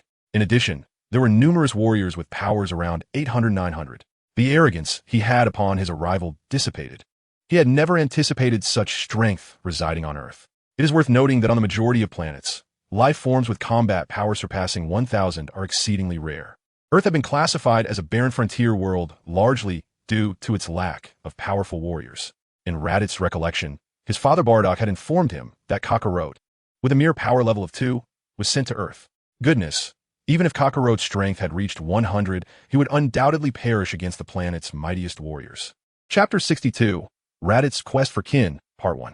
In his heart, Raditz had nearly concluded that Kakarot's fate was sealed. With so many powerful warriors on Earth, he felt an overwhelming sense of unease. However, Raditz's visit to Earth was not one of choice, but rather a command from Prince Vegeta to recruit Kakarot. To return without clarifying the situation would only invite ridicule from Bardock and punishment from Prince Vegeta, though he might not be able to contend with a warrior of 1700. Escaping should pose no issue. Yet, in the face of Prince Vegeta's 18,000 combat power, Raditz felt no inclination to resist. Gritting his teeth, he set his course for South City and accelerated his flight. South City, Dragon God Martial Arts School. Arise, Dragon. In the training grounds, Goku personally summoned the dragon. The Earth-esque dragon reappeared, casting a shadow over the sky. This transformation provided Raditz, who had just arrived in South City, with a clear direction. Speak your wish. I can grant any one of your desires. 2 dragon whiskers danced flamboyantly as the divine dragon once again uttered its familiar incantation. Beneath the dragon, Sun Wukong, Tianjin Fan, and numerous other instructors and branch leaders of the Dragon God Martial Arts Academy gathered together. Before them lay the lifeless body of a student, clothed in the academy's uniform, which was marred by mud and tattered in several places. As the vice head, Sun Wukong spoke directly. Divine Dragon, please resurrect the Dragon God Martial Arts student Kyuso. who perished under a landslide while attempting to rescue villagers. This wish was easily granted. Upon the dragon's words, Kyuso, who had previously ceased to breathe, felt a resurgence of life. His chest began to rise and fall once more. He opened his eyes, gazing at the divine dragon above and the familiar faces of Yukong, Tianjin Fan, and Krillin beside him. For a moment, Kyuso felt disoriented, his last memory being the crushing weight of the landslide. As an external student, Kyuso possessed a combat power of merely 38 points. Though significantly stronger than an ordinary person, he was powerless against the forces of nature. Yet, driven by a sense of justice, he had chosen to sacrifice himself to save the trapped villagers. His soul had ascended to the heavens, even encountering the king of hell. However, a mysterious and powerful force had yanked him back from the afterlife to the mortal realm. With Kyuso's resurrection, joy erupted among the crowd. Even Wukong shared in their elation. Only Raditz, hidden away, was profoundly shaken. This matter must be reported to Prince Vegeta, even if I cannot bring Kakarot back. Surely this news will earn me his forgiveness. Murmuring to himself, Raditz activated the communication function on his scouter. Hello, Raditz. Have you seen your useless brother Kakarot? The voice of Nappa interrupted as soon as the scouter turned on. Nappa, be quiet.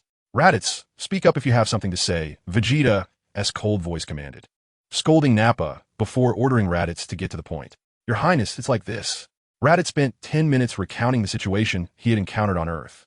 Not only had Kakarot not harmed any Earthlings, but he had also become their leader. His combat power had surpassed Raditz, reaching 1,700 points. Most astonishingly, he had transformed into a person of virtue and kindness. None of this behavior seemed characteristic of a Saiyan. Moreover, he had even severed his own tail.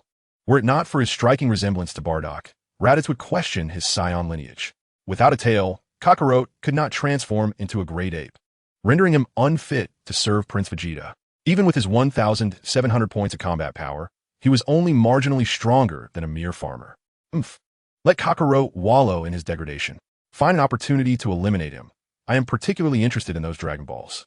Raditz, you must seek out Kakarot once again. A cold chuckle echoed as Vegeta issued his latest command to Raditz. Within the Dragon God Martial Arts Hall, no one had departed due to Kyuso's resurrection. His valiant act of heroism had elevated Kyuso to the status of a hero in both the Dragon God Martial Arts Hall and South City. Upon his recent revival, he found himself besieged by a throng of eager reporters awaiting an interview, creating a chaotic scene. However, such matters bore little significance to Goku and his companions. With the Dragon God's disappearance, the Dragon Balls scattered in all directions, and Goku swiftly grasped the 4-star Dragon Ball, which he had borrowed from Gohan and would need to return. With Kyuso revived, Goku resolved to return to the West City. Krillin, if Lin Jia returns, do not forget to inform me. I yearn for another bout with him. Although Goku held the position of deputy head at the Dragon God Martial Arts Hall, he was not required to remain there daily. In truth, the salary Lin Jia had paid to Goku over the years was ample for his family's high-quality lifestyle. Last year, at Goku's residence in West City, Lin Jia had even commissioned Pilaf to construct a gravity training chamber for Goku's convenience. Aside from occasionally visiting the hall to mentor the internal trainees and elite warriors, Goku spent most of his time training at home. During the 10 months since Lin Jia's departure, Goku's combat power had surged, now reaching 500 points. Naturally, due to his training with the deities, his usual energy output was only about 700 points. This fact was unknown to Raditz. Just as Goku soared away from South City, Raditz followed closely behind. Hey Kakarot, don't leave. While seated upon his Nimbus, Goku suddenly heard a voice calling out. Puzzled, he glanced around and ultimately spotted Raditz trailing behind him. Which branch are you from? I don't believe I've seen you before. Oh, you have a tail too. Who are you exactly? Goku scrutinized Raditz, his initial impression being that he was an instructor from a branch of the Dragon God Martial Arts Hall. After all, the combat uniforms of the Frisia Force resembled those of the Dragon God Martial Arts Hall. The only difference was that the uniforms from the hall bore the emblem of the Dragon God on the chest, whereas Raditz's uniform, lacking this insignia, was nearly identical. Coupled with the scouter adorning his ear, this was not an uncommon sight within the Dragon God Martial Arts Hall. Thus, Goku did not initially suspect Raditz's true identity. However, he soon took note of the tail coiled around Raditz's waist. It seems you've also noticed. Here you refer to yourself as Son Goku, correct? Under Vegeta's orders, and knowing Kakarot's combat power surpassed his own, Raditz opted not to engage in a direct confrontation with his younger brother. Chapter 63, Raditz's Family Visit, Part 2. Son Wukong. Though a martial enthusiast, is by no means a fool. The implications in Raditz's words left him perplexed. You truly do not recall? Raditz inhaled deeply, suppressing the anger welling within him, and inquired of Wukong with an amiable demeanor. Recall what? Who exactly are you, and why do you impede my path with such peculiarities? Wukong, somewhat vexed by Raditz's riddles, refrained from turning away out of courtesy. I am Raditz, hailing from the planet Vegeta in the cosmos, a member of the illustrious warrior race known as the Saiyans. You, however, should be addressed as Kakarot, for you are my younger brother. Suspended high in the air, Raditz's voice was neither particularly warm nor overly aloof. There was a distinct absence of the joy one might expect from a long-lost brother's reunion. Yet Wukong, whose mind was nearly overwhelmed by this influx of information, remained oblivious to the subtleties of the situation. Are you saying you're an alien or my brother? Wukong, astonished, hesitantly pointed at Raditz and then back at himself. So, does that mean I am not a human from Earth? Meanwhile, Goku sat atop his cloud, gazing at Raditz in shock, nodding silently. If I too am an extraterrestrial, what brings me to Earth? This question had long eluded Wukong, prompting him to seek answers from Raditz. We Saiyans resided on the planet Vegeta, which was obliterated by a massive meteor when you were but an infant. Our father, Bardock, foresaw this catastrophe and placed you in a spacecraft, sending you to Earth. At that time, your combat power was a mere 2, so you were dispatched to a planet with relatively low combat prowess.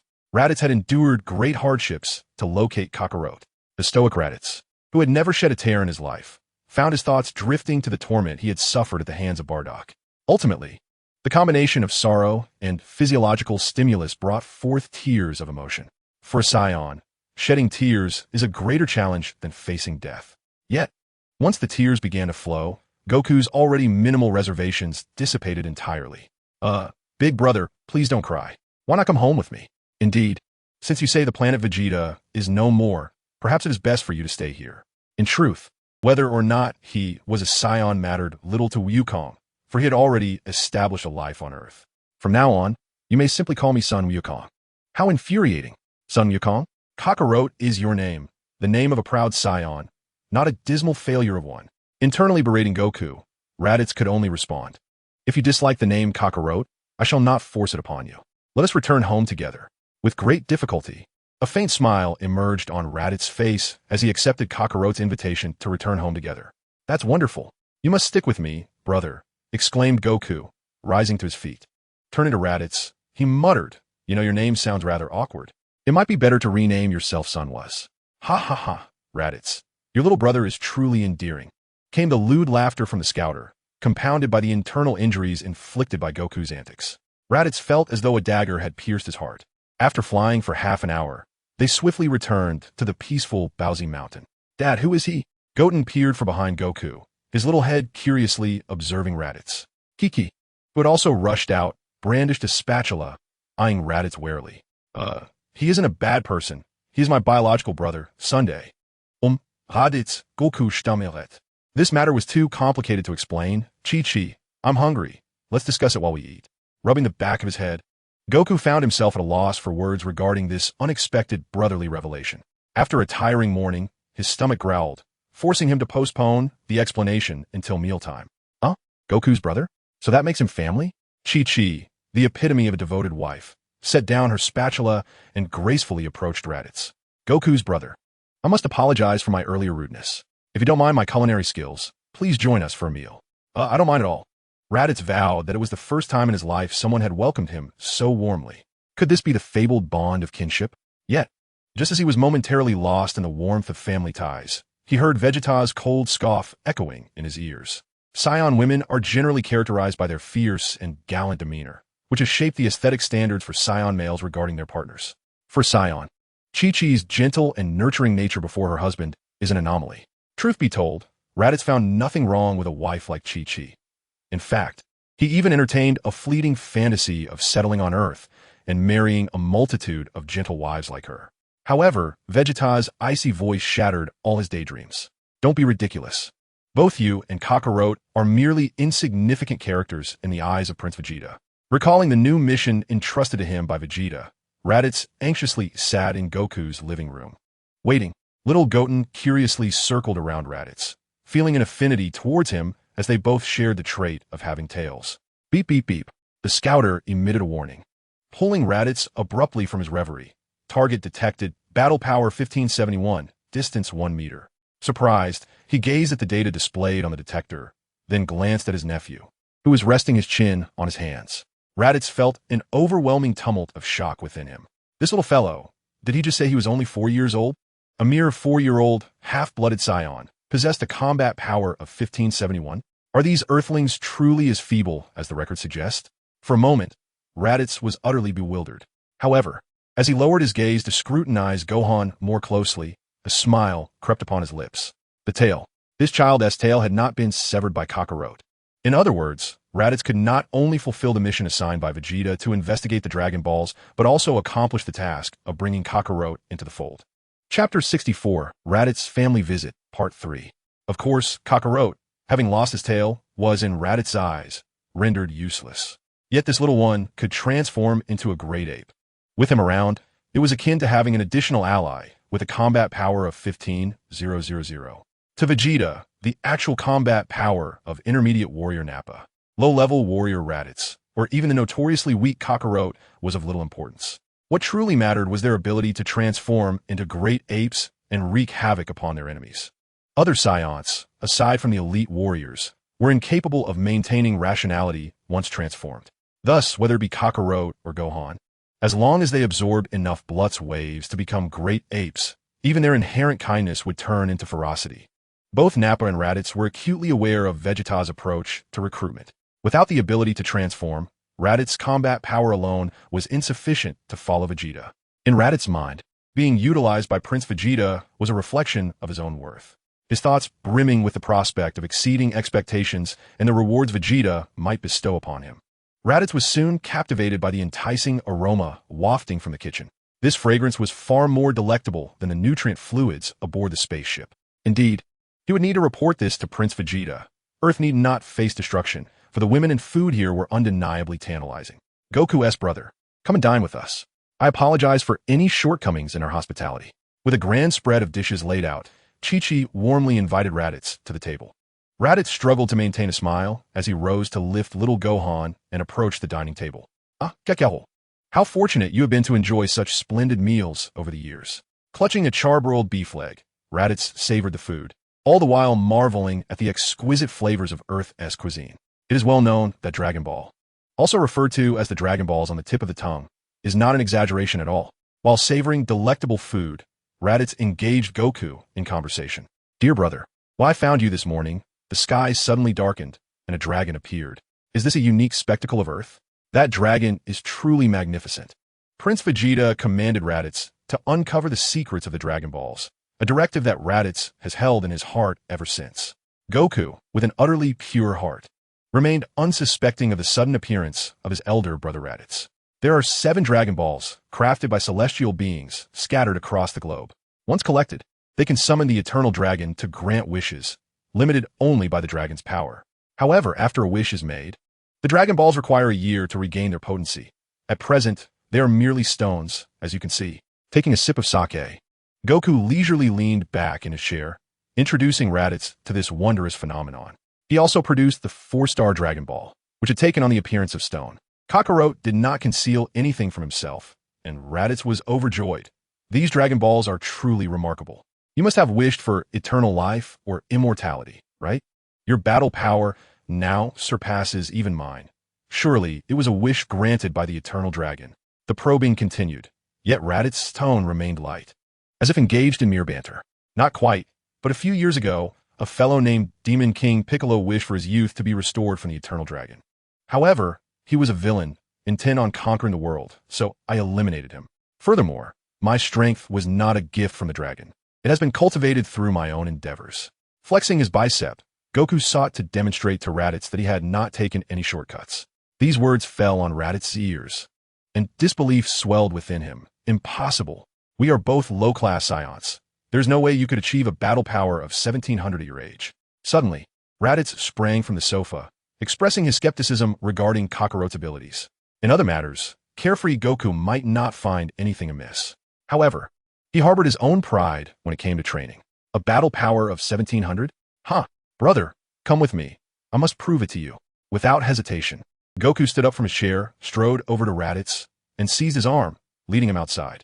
Hearing the commotion from the living room, Chi-Chi emerged from the kitchen, her face a mask of confusion. Goku? What is going on? Chi-Chi, it's nothing. My brother and I are heading to the gravity training room. Don't worry, Goku replied, tossing a quick remark over his shoulder as he pulled Raditz toward the gravity training room adjacent to the house. Suddenly, Raditz was seized by Goku. Just as he contemplated resisting, a thought crossed his mind. He was curious to discover the reason behind Kakarot's newfound strength. Thus, he allowed Goku to lead him into the gravity training chamber. This is the reason for my growth. The gravity here is adjustable, and I have now acclimated to 10 times Earth's gravity, Goku proclaimed proudly as he ushered Raditz into the chamber. Merely 10 times gravity. In our days on planet Vegeta, the gravity was already tenfold that of Earth. Raditz retorted indifferently after hearing Goku's boastful introduction. Yet after saying this, he couldn't help but lament, alas, I can never return. Upon hearing Raditz's words, Goku stood momentarily stunned. However, regaining his composure, he extended an invitation. Brother, let's spar. Oh, right here? Raditz remarked. Although Goku's gravity training facility was spacious, it was not large enough to serve as a proper arena. Moreover, a control panel in the center could easily be damaged during their bout. Raditz pointed to the control panel, and Goku pondered, then let us fight outside. It's been a while since I've engaged in combat. As a warrior race, Saiyans like Lin Jia were not as combative as Goku. Ultimately, determining one's race is contingent upon the essence of their soul. Goku thrived on battle, and Raditz was not one to shy away from it. In his view, even though his younger brother's fighting power might surpass his own, Goku might not necessarily be his equal in combat. After all, fighting power is merely data, experience, strategy, and adaptability can sway the outcome of a battle. Having fought for his life across the cosmos for years, Raditz had no reason to decline. Then let it be so. In an instant, the two of them charged out of the gravity training room. Concerned that their fight might disturb his family, Goku soared towards the mountains, with Raditz following closely behind. Moments later, they landed beside a cliff. Come on, Kakarot, let me witness your fighting prowess. Prepared for combat, Raditz took his stance, while Goku, equally exhilarated, readied himself for battle. Chapter 65, Raditz's Family Visit, Part 4. I am Son Goku. Raditz once again referred to Goku as Kakarot, prompting Goku to correct him immediately before launching an attack on Raditz. Smack, smack, smack. In an instant, the two were engaged in a fierce exchange of blows. Even though Goku concealed the majority of his strength, suppressing his energy while fighting Raditz, his inherent superiority and power, coupled with teachings from the divine, allowed him to masterfully control his ki. Consequently, his speed and reflexes far exceeded those of Raditz. In a fleeting moment, Raditz found himself overwhelmed by the relentless barrage of punches from Goku, which came at him like a torrent. It was evident that prolonged defense would ultimately lead to failure. Within a minute, Raditz could no longer withstand the onslaught from his younger brother. His head, limbs, and torso were subjected to a flurry of strikes. However, Goku intentionally restrained his strength. Although each blow landed on Raditz, he did not sustain severe injuries. Moreover, having just secured a victory in their sparring match, Goku ceased his attacks. Brother, I was holding back. You should be fine, right? Goku hurriedly approached Raditz, assisting him to his feet. Unfortunately, those words were infuriating. With a swift motion, Raditz swatted Goku's hand away, exclaiming in anger, I do not require your leniency, Kakarot. Unleash your full power. I wish to defeat you in a fair fight. Is it merely an extra 200 power levels that you look down upon me for? Raditz seethed internally. Rising to his feet, he expressed his displeasure by shouting at Goku. Taken aback by such obstinacy, Goku paused momentarily. Nevertheless, since his elder brother insisted, he decided to reveal his true strength. Very well, I shall demonstrate my full power, Goku declared earnestly, adding, and my name is Son Goku, not Kakarot. With that, Goku unleashed his full energy, no longer holding back. As Raditz observed the steadily rising numbers on the power level detector, he was left utterly dumbfounded. At the edge of a cliff on Mount Pozu, the ground trembled slightly as Goku released his hidden energy. Watching the figures on the detector escalate, Raditz's expression darkened, and despair took root in his heart. If the supposed difference in power levels between the brothers was merely 200, Raditz could still cling to his pride as an elder brother and a proud warrior of the Saiyan race.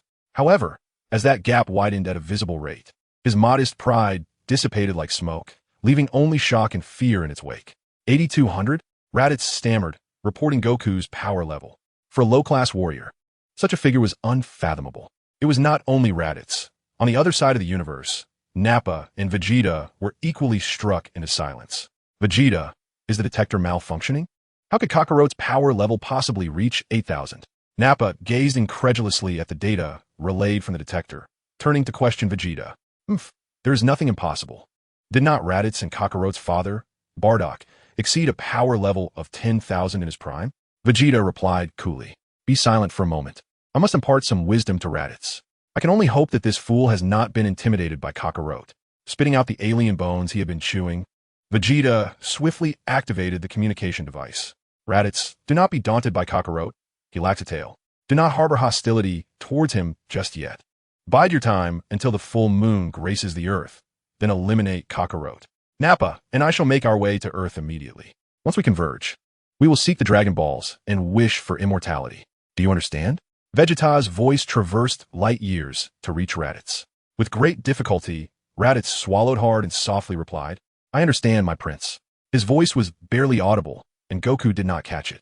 However, observing the astonished expression on his elder brother's face, Goku felt a sense of satisfaction as he withdrew his aura entirely. With a heavy sigh, Raditz half knelt upon the ground. Kakarote, Goku, how could you possess such power? In the eyes of the Saiyans, strength dictated status.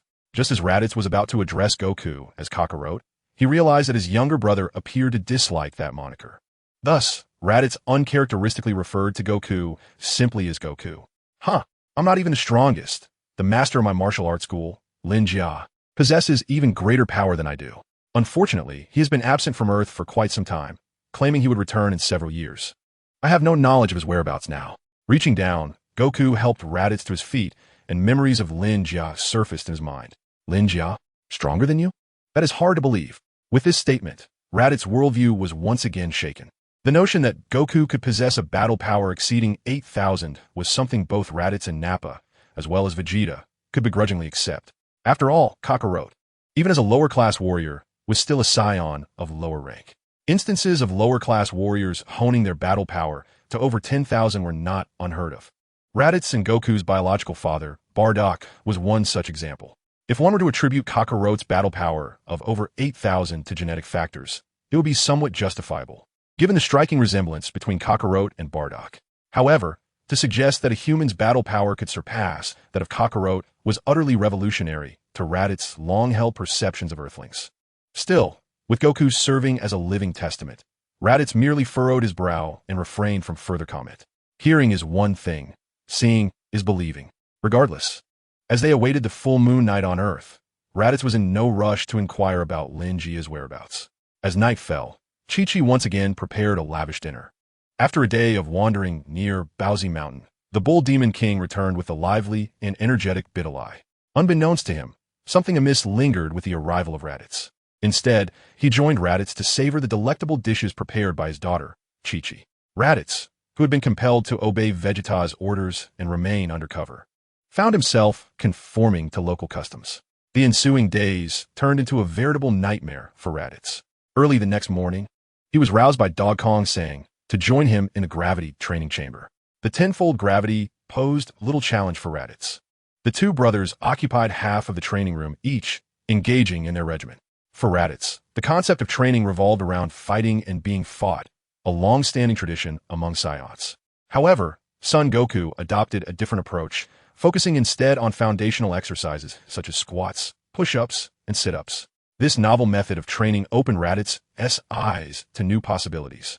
Imitating Goku, he began to experiment with Kakarote's workout regimen. By 3 in the afternoon, the young Gohan, having completed his studies for the day, entered the gravity training room. However, Gohan was still quite young and could only engage in basic training under double gravity. Dog Kong Sang adjusted the training room to accommodate his son. Under normal circumstances, Gohan would be attending extra lessons at this hour. Yet, after Gohan's birth, Lin Jia took the opportunity of a congratulatory visit to impart a balanced perspective on life to Chi-Chi. As a result, although Chi-Chi perceived martial training as somewhat frivolous, Goku assured her that it was merely a means to strengthen Gohan's body, thus granting the young boy 3 hours of training time each day. As night fell, Raditz, feeling a deep sense of unease, returned to the makeshift room he had arranged after dinner. Lying on the bed, his thoughts spiraled in countless directions. Had Kakarot not become so formidable, he would have already taken him to report back to Vegeta. Living on nutrient solutions or the remains of enemies, sleeping wherever convenient, and waking to fight. This was the life he believed all Saiyans should lead, passed down through generations. Yet, after experiencing a single day of Kakarot's life on Earth, Raditz found his resolve somewhat eroded. The ease and comfort of life here were disconcertingly delightful. The women were exceptionally gentle and beautiful. As these thoughts swirled in his mind, Raditz drifted into a hazy slumber. Meanwhile, Vegeta and Nappa were aboard their spacecraft, en route to Earth, and had fallen into a deep sleep. The heavy burden that had once weighed upon Raditz now vanished entirely. In the following week, Dog Kong Sang took Raditz to the South City Dragon God Martial Arts Hall. In that moment, Goku introduced Raditz to the god of martial arts, Krillin. With his combat power fully unleashed, Krillin now possessed a formidable strength of 400. Even the god of martial arts, who typically devoted only half of his focus to training, boasted a combat power of 600. This revelation sent a chill down Raditz's spine. Within the Dragon God Martial Arts Academy, Raditz's worldview was once again shattered. In the span of merely 3 days, he encountered 4 Earthlings whose combat powers exceeded 3,000. It was said that every branch leader of the Dragon God Martial Arts Academy had a combat power surpassing 2,000. Currently, the Academy boasted 47 branches across the globe, with over 500 elite warriors possessing combat powers exceeding 1,500. The sheer magnitude of this power left Raditz increasingly uneasy. He sought to urgently report to Prince Vegeta, but was unable to reach him as Vegeta had entered a dormant state. After experiencing an initial wave of panic, Raditz gradually regained his composure. Kakarot and his companions had asserted that Linka's combat power far surpassed theirs. However, he had ventured into the cosmos and might not return for years. Among those remaining, only Goku possessed the highest combat power, reaching 8,200. According to Prince Vegeta's orders, Raditz only needed to eliminate Goku. After dispatching Goku, he planned to abduct his son, Gohan, and temporarily escape Earth aboard his spaceship.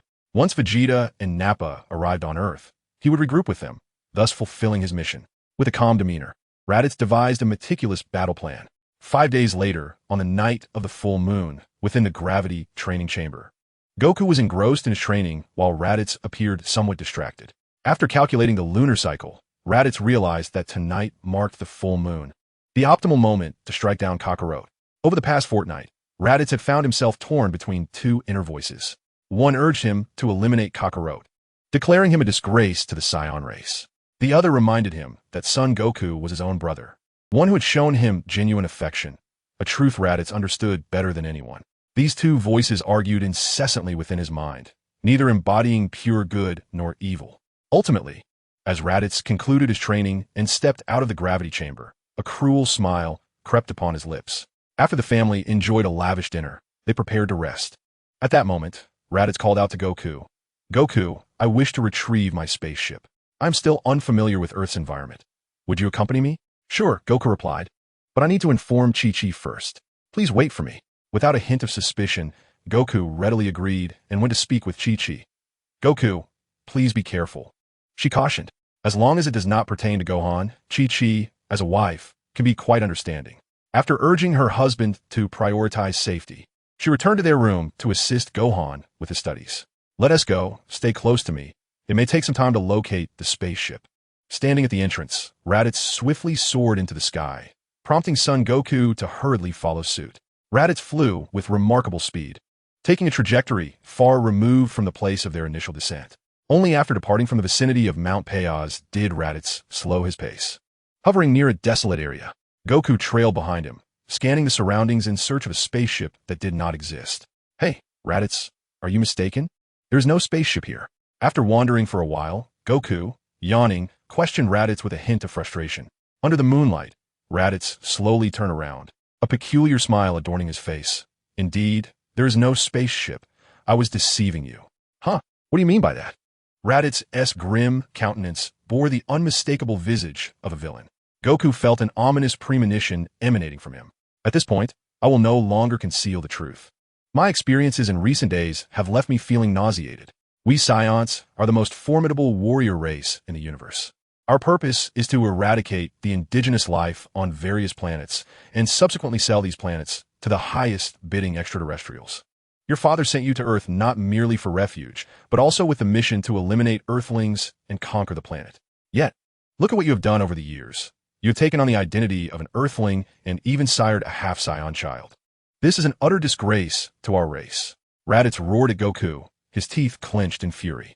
Initially, Goku thought Raditz had succumbed to madness, but as he listened further, he realized that this was the true nature of Raditz.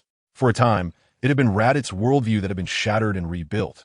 Now, it was Goku's beliefs that lay in ruins. Then why have you come to find me? Goku managed to pose the question, still believing that his brother Raditz's earlier words were mere fabrications. Ah, that is quite simple.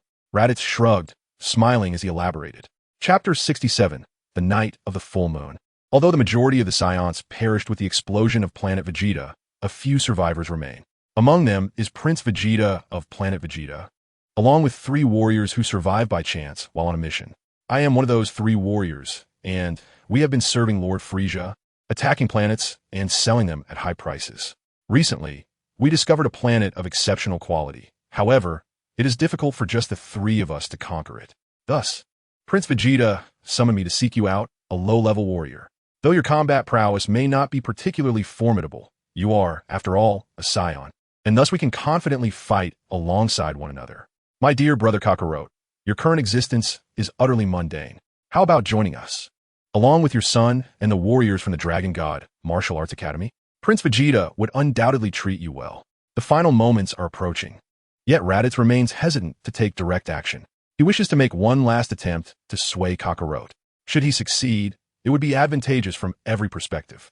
Presently, he occupies the lowest tier of strength within Vegeta's team. Not only does Vegeta look down upon him, but Nappa frequently bullies and ridicules him. However, if he could enlist Kakarot, the combined strength of the 2 brothers, bolstered by the support of the warriors from the Dragon God Martial Arts Academy, would elevate Raditz's status above that of Nappa.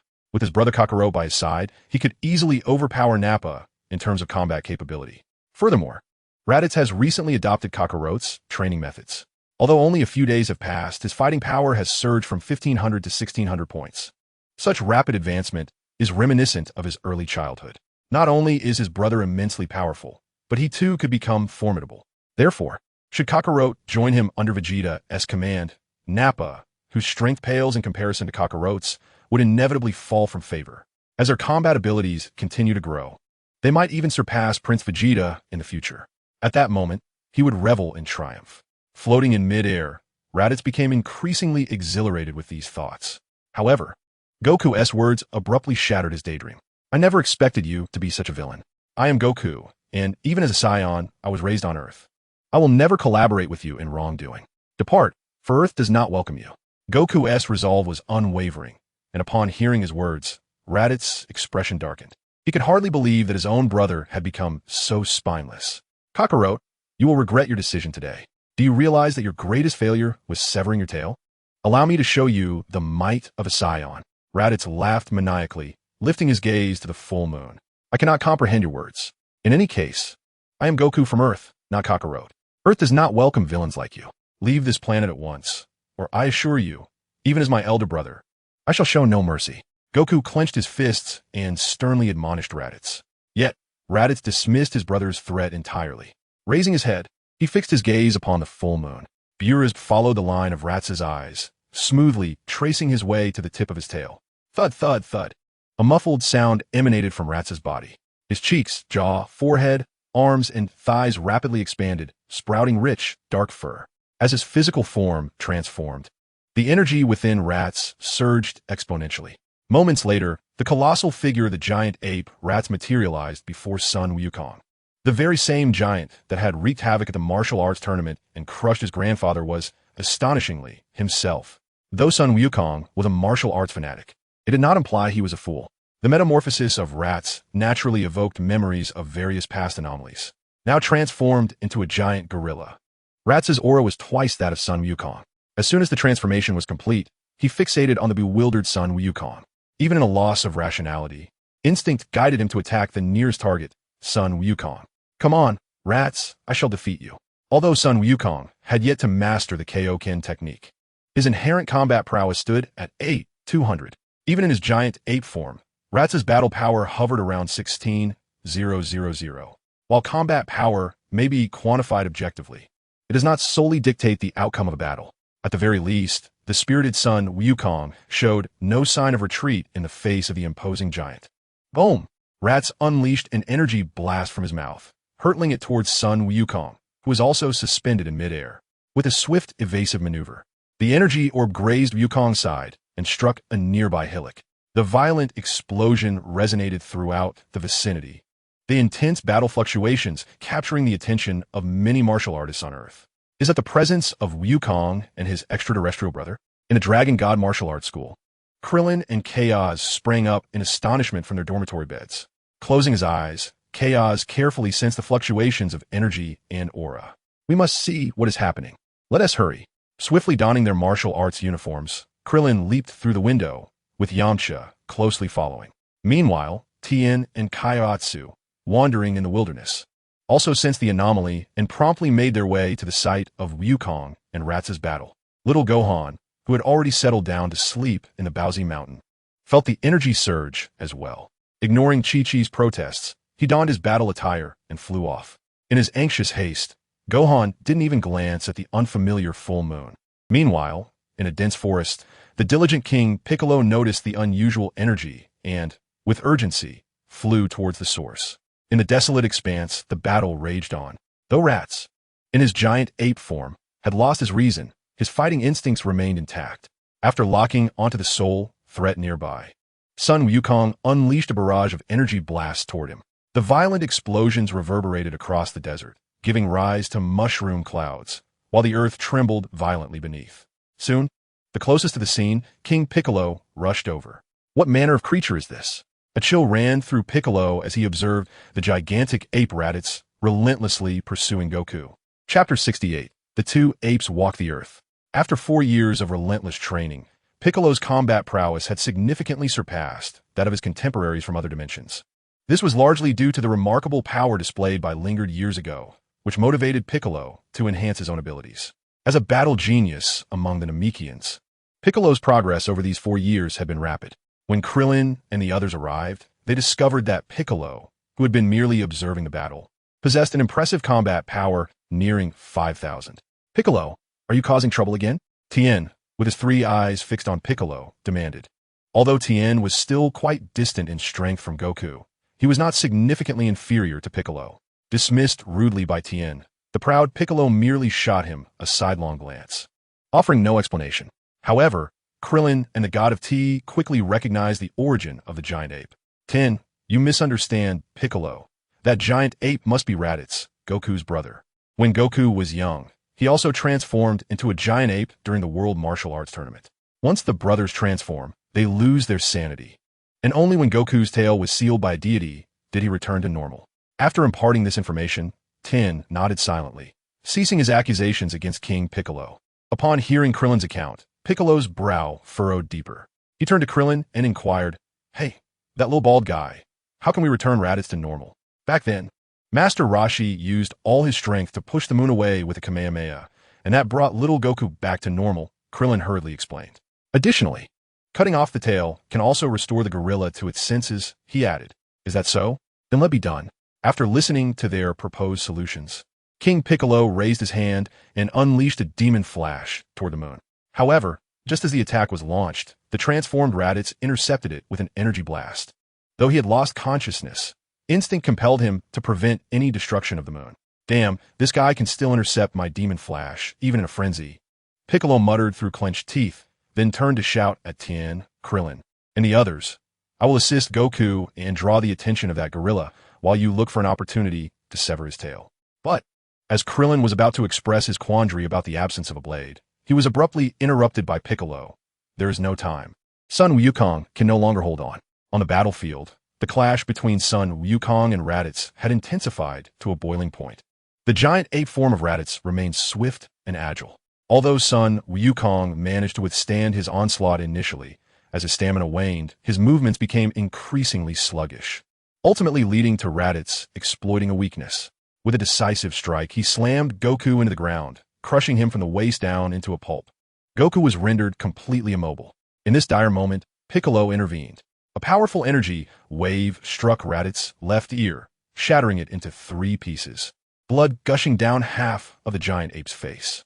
The agony and blood incited Raditz to turn his wrath towards Piccolo, charging at him with ferocity.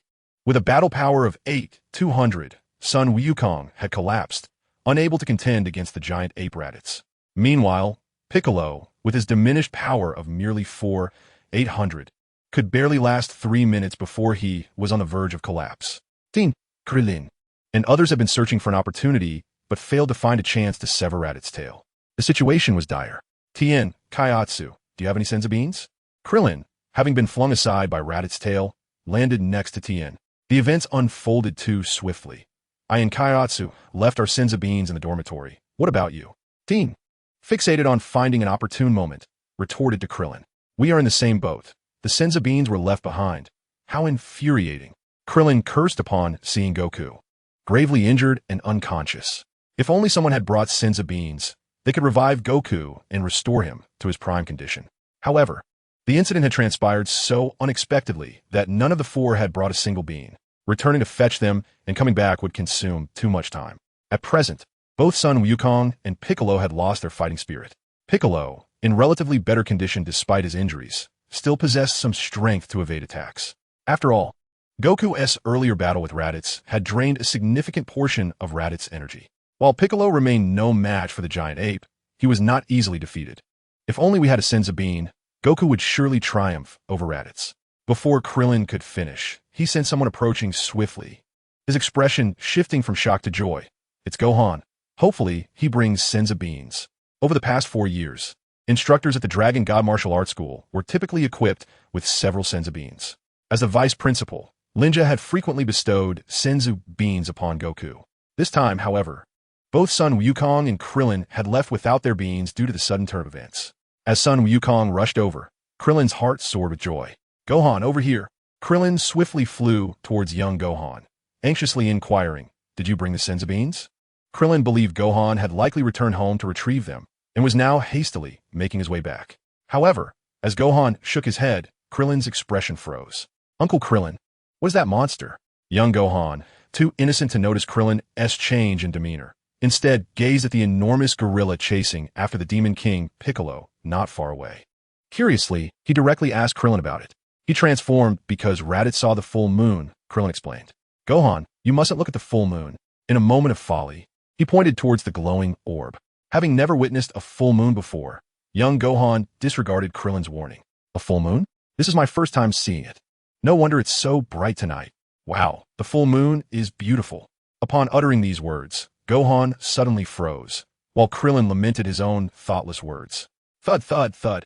A booming sound resonated from Gohan's body as he rapidly transformed into a colossal ape towering dozens of meters high. Fortunately, sensing something amiss, Krillin quickly distanced himself from Gohan. A thunderous roar echoed through the desolate landscape. This time, the transformed Gohan charged towards Raditz, who had also become a giant ape. Perhaps driven by the innate instincts of a Saiyan, in a state of lost reason, Gohan instinctively prioritized attacking the greatest perceived threat. Poor Raditz, having already expended much of his energy from battling Goku and Piccolo, found himself at a disadvantage against Gohan, whose battle power soared to around 16,000 in his full giant ape form. He had no means to retaliate. Chapter 69, The Death of Goku.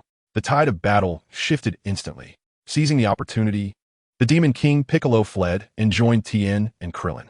Once identifying himself as part of the demon race, Piccolo had valiantly held off the assault from giant Raditz to save Goku.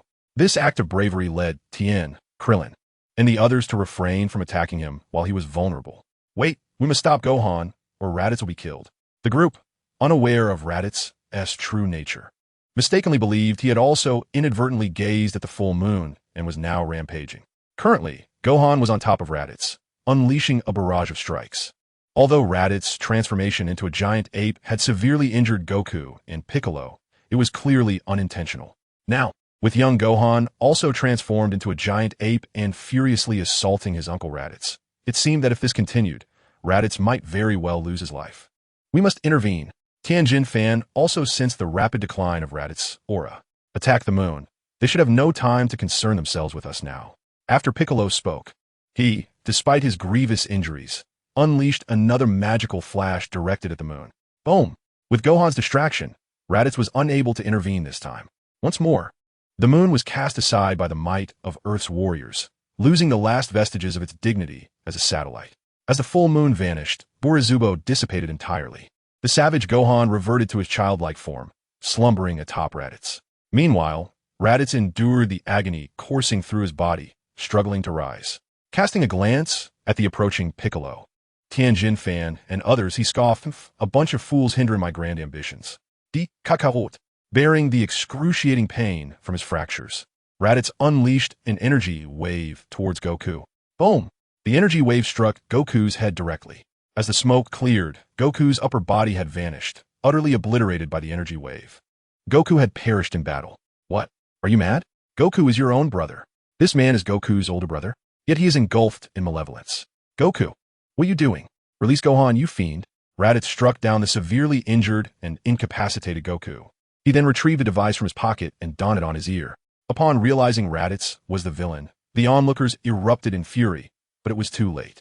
Grabbing the unconscious young Gohan from the ground, Raditz displayed a proud, yet cruel expression. Don't come any closer. If you take another step, I'll kill this boy. With one hand gripping Gohan's throat and the other retrieving the spaceship's control panel, Raditz, despite his injuries, felt immense satisfaction. What Kakarot's combat power reaching 8,200? What of these Earth warriors, whose powers generally range from 3,000 to 4,000? They would still be toyed with by someone like him, whose power stood at merely 1,600. Kakarot was obstinate, refusing to join him in ruling the cosmos. Thus, he bore no remorse for their brotherhood. A superior Saiyan would never concern himself with familial ties. Moreover, over the course of nearly half a month, he had learned the Earthling's training methods from Kakarot. With continued practice, he was certain he would surpass Kakarot eventually, and perhaps even surpass Prince Vegeta. At that time, it would be undeniable that Raditz's choices were profoundly correct. What foolish dreams you harbor. As Raditz once again succumbed to his fantasies, the voice of the green-skinned creature pierced through his reverie. When did you sneak up behind me? He scoffed. It's truly a pity that Sun Wukong met his demise at the hands of such a worthless foe as you. Prepare to perish, Special Beam Cannon. As one of the few non-foolish warriors among the Dragon Ball fighters, Piccolo swiftly maneuvered to Raditz's rear. With a single, decisive blast of the Special Beam Cannon, he pierced through Raditz's chest. With a thud, Raditz collapsed to the ground, barely clinging to life. So close, but eliminating Kakarot is sufficient recompense for me. He gasped, blood trickling from the corner of his mouth. How could you, knowing the significance of the Dragon Balls, still target Wukong? Krillin approached Raditz, his tone a mix of anger and confusion. Haha, let me enlighten you, Raditz cackled. I have two even more formidable Saiyan comrades. In their presence, Kakarot is merely a slightly stronger ant. They will arrive on Earth within a year. Without Kakarot, you are but lambs awaiting slaughter. Once my allies arrive, they will swiftly gather the Dragon Balls to resurrect me. Their power surpasses your imagination. Only a year remains before Earth's destruction. Treasure your time well. Kakarot and all of you shall never rise again. Having completed the task assigned by Prince Vegeta, Raditz believed he would ultimately be resurrected by the dragon. At that moment, even with his last breath, he forced a sinister smile. Damn you, perish. In a similar state of injury, Piccolo struck Raditz's head with a claw. The chilling laughter abruptly ceased, yet the atmosphere remained heavy with despair. With only a year until the Dragon Balls could be restored, it seemed unlikely they could revive Wukong before the Saiyans arrived. Carrying the unconscious Gohan, Yamcha approached and articulated the most pressing predicament. This Raditz has a battle power of only over 1,600. No matter how strong the other two Saiyans are, how powerful could they possibly be? Clenching his fists, Tenshinhan refused to be intimidated by Raditz's words. Times have changed. Now, even including Piccolo, the warriors of Earth can stand their ground against the impending Saiyans. Furthermore, we have nearly a year to train ourselves. Considering the current situation, by the time the formidable foes arrive, our strength will have undoubtedly grown. As they exchanged thoughts, they thoroughly analyzed their present circumstances. Regrettably, they could not reach Master Roshi. Had he still been on Earth, Wukong would not have perished. Krillin remarked, his expression turning pale. After a grunt, Piccolo tilted his head and moved beside Yamcha. Leave this child to me. I shall take him away and train him properly. The words of Piccolo were not a proposal, but a proclamation. Hey look, Goku's body has vanished, exclaimed Dumpling, who had been silent until now, as Piccolo, swiftly transitioning into his formidable form, was taken aback. The corpse of Goku, which had just been present, had inexplicably disappeared. Chapter 70, Arrival at King Kai's Planet. Child, do not be overly alarmed. It is likely the work of that old celestial being, Piccolo remarked. Do not harbor illusions of obstructing me. Even if your strength has increased, you are still no match for me, the great Demon King Piccolo. The fearsome reputation of the Demon King successfully intimidated Tien, Kairatsu, and the others. However, Krillin stood undaunted. Stepping forward, Piccolo, if you are willing to assist Goku, it seems you are not the irredeemable fiend we once thought. What do you wish to say? Flattery? Piccolo responded with disdain as he regarded Krillin, his former adversary. This group had been utterly useless moments ago, truly the dregs of society. No, I am inviting you to join us back at the Dragon God Martial Arts Hall, the gravity training room. There can significantly enhance your combat prowess. I believe you would not wish for Earth to be devastated by those two Saiyans, would you? Krillin did not attempt to prevent Piccolo's departure, nor did he insist on retaining Gohan, but instead coveted the presence of the Demon King. If Piccolo were to go to the Dragon God Martial Arts Hall, then Gohan would remain behind, at least. Although explaining this to Chi-Chi would be challenging, it was certainly preferable to allowing the Demon King to abduct Gohan. Despite his sudden and whimsical suggestion, Krillin felt the chances of success were slim, given Piccolo's innate pride as a demon. Very well, but this young man shall be under my tutelage. No one else is to interfere. Huh? You agree? That's wonderful. Gohan will surely be entrusted to you for training. As you are the strongest among us, Krillin exclaimed, suddenly at a loss for words, as Piccolo accepted his proposal. Nevertheless, the outcome was indeed favorable. Carrying the unconscious Gohan, Krillin and the others flew ahead, with Piccolo following closely behind. Soon, they returned to the Dragon God Martial Arts Hall. Upon delivering Gohan to the treatment room, the little one soon awakened. Krillin delicately conveyed the news of Goku's demise and the impending invasion by Saiyans a year from now to Gohan. Gohan was stunned for a long moment, but did not weep. Instead, he leaped from the bed, approached Piccolo, and bowed deeply, imploring the fearsome Demon King to train him. Gohan's response was precisely what Piccolo appreciated. The following day, in the early morning, the first rays of sunlight illuminated the entrance of the Dragon God Martial Arts Hall. Chi-Chi and Ox King arrived aboard a hovering vehicle. Foreseeing this situation, Krillin braced himself to explain the circumstances. In his fabricated narrative, he recounted how Goku and Raditz had been slain by an unknown, immensely powerful adversary. Even the formidable King Piccolo was gravely injured, and the powerful adversary vowed to return for vengeance in a year. Consequently, King Piccolo abducted Gohan for the purpose of training. With her husband remains non-existent and her son ensnared in captivity, it was no surprise that Chi-Chi fainted at the entrance of the Dragon God Martial Arts Hall. Shortly thereafter, she was taken to a hospital in South City by a group of individuals for treatment. It wasn't long before Chi-Chi regained consciousness. Being a martial artist, she quickly regained her composure. Unlike the circumstances in her original timeline, Chi-Chi now had to care for both Gohan and the child Biddy Lee, whom Mark had entrusted to Goku before being taken to the universe by Lin Jia. Although her husband and son had departed from her life in a single day, she still had Biddy Lee, who, though not her daughter, was akin to one, to care for. The 4-year-old Biddy Lee, in her leisure, was far more carefree than Gohan. She spent her time either drawing and learning in her room or wandering with the Ox King around the Bun Mountain. Having calmed down, Chi-Chi prepared to hand over Gohan's entire set of exercise books to Biddy Lee. At that moment, Biddy Lee, who remained at home engrossed in animated shows, was unaware of the harsh realities that awaited her over the next year. Meanwhile, after finally managing to send Chi-Chi away, the Dragon God Martial Arts Hall was once again swept up in a new wave of fervent training. Thanks to Lin Jia's persuasion, Chi-Chi, now a mother, did not succumb to obsessive parenting. While she still maintained strict supervision over young Gohan, he was afforded 2 to 3 hours each day to train alongside Goku. In terms of character, Gohan was notably stronger than he had been in the previous timeline. This time, upon sensing an anomaly in the energy of his father and uncle, he promptly rushed to the battlefield. Such determination pleased King Piccolo immensely. Had Gohan not joined the fray, Raditz's plan might have indeed come to fruition.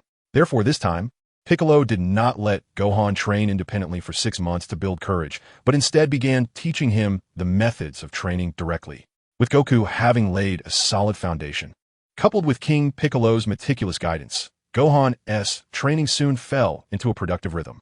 Witnessing the son of his nemesis become his most esteemed disciple, Piccolo wore a smile of satisfaction. Meanwhile, in the afterlife, Goku retained his complete physical form due to his contributions to protecting Earth. After receiving permission from King Enma, he embarked on the serpentine path, reputed to stretch 1,000,000 kilometers.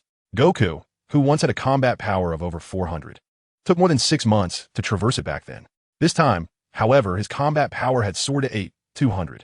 In full flight, he expended just a little over a day to complete the journey. Why is there no road at the end? Oh, there it is. After searching for a while, Goku finally glanced up at the planet King Kai floating above him. With a determined leap, he soared upwards. This planet is quite small, but the gravity is immense, about 10 times stronger. Suspended in midair, Goku surveyed the entirety of King Kai's planet. Having acclimatized to 10 times the gravity on Earth, Goku felt no discomfort in this realm. After circling the planet without encountering anyone, he scratched the back of his head and ultimately decided to descend onto King Kai's planet. Does the esteemed King Kai reside here? He pondered. Approaching the entrance of a semicircular hut, Goku knocked on the door, inquiring if anyone was home. Regrettably, the door remained closed and no voice responded from within. Instead, he found a note affixed to the door stating that the occupant had gone to visit friends for 6 months, asking visitors to please wait. Well, what should I do now? Goku mused. I might as well train. He had never anticipated that King Kai would be away on a 6-month journey. After a moment of bewilderment, he cheerfully moved aside to commence his training. Fortunately, the gravity on King Kai's planet was also tenfold, allowing Goku to continue his regimen. Unlike the previous timeline, although Goku had perished a fortnight later this time, his strength had notably increased. What would have taken him over 6 months to traverse on Snake Way, he now completed in merely 2 days. Even deities have social circles. It seemed only reasonable for King Kai to visit other Kais during his leisure time. Thus, Goku unknowingly brushed past the very King Kai he sought. Chapter 71. Preparing for Battle. Time flowed swiftly, and another 6 months had elapsed. On planet Naz, beneath the Tree of Might, Linga lamented, "This place is unbearably dull. How much longer must we linger here?" Under the Tree of Might, Linga diligently produced divine water, preparing to nourish the magical beings. A Kairobe, seated cross-legged on the ground with a mighty sword in hand, voiced his complaints. Unlike Mark, a Kairobe's dedication to training was fleeting. Pausing his work, Linga wiped the beads of sweat from his brow and turned to a Kairobe, saying, "If you find yourself so bored, why not take the Dragon God spaceship back to Earth? You could ask Pilaf to design a storage container that preserves the vitality of plants. We should create several containers. Once they're ready, bring them back to store the fruits of the Tree of Might." Since their journey to the Galactic Patrol headquarters with Gak at the beginning of the year, the trio had been stationed on planet Naz. 6 months prior, Mark's serendipitous discovery had enlightened Linga. The fruits of mental energy could, to some degree, be cultivated artificially, albeit the process was rather labor-intensive. Throughout these 6 months, Linga tirelessly condensed a pale, purple divine water to restore his spiritual energy. The results were promising, as 8 fruits of the Tree of Might had once again sprouted. However, these fruits faced the imminent danger of decaying upon ripening. Linga was determined not to let the fruits he had painstakingly nurtured go to waste. Just as a Kairobe was complaining of boredom, Linga entrusted this crucial task to him. A Kairobe, make haste and return swiftly, and while you're at it, inform me of recent events on Earth. Understood, stop nagging. I'm off. Propping himself up with his hands, Akalobe nimbly rose from the ground. After brushing off the dust from his warrior attire, he strode directly towards the spirit tree. Traveling aboard the Dragon God spaceship from Nazstar to Earth typically requires around 12 days. Alone on the vessel, Akalobe found the journey exceedingly tedious. After merely half an hour of sitting in solitude, he dutifully retreated into the sleep chamber. 12 days later, the Dragon God spaceship landed safely on the outskirts of South City. Transforming the spaceship back into a versatile capsule, Akalobe soared towards the city. However, his destination was neither the Pilaf Technology Company nor the Dragon God Martial Arts Hall. "Welcome to Old Jack's restaurant. How many in your party?" A newly arrived server warmly greeted Akalobe as he entered the establishment. Over the years, with Mr. Satan Mark's fame rising, Old Jack, a friend from his more humble days, found his business flourishing. The takeout service from a Dragon God Martial Arts Hall had been largely monopolized by Old Jack, making this place akin to a second cafeteria for the dojo. During leisure moments, many students, instructors, and even the hall owner, Lin Jia, would dine here and enjoy a few drinks. Having spent nearly a year in space alongside Lin Jia, aside from a decent meal on Gromstar, Akalob had primarily subsisted on sins of beans and water, as Lin Jia often remarked that his palate had long grown weary. Upon entering the restaurant, Akalob promptly ordered an abundant feast, dining from the afternoon until dusk, leaving Old Jack's establishment thoroughly satisfied. After indulging his appetite, Akalob recalled the important task Lin Jia had entrusted to him.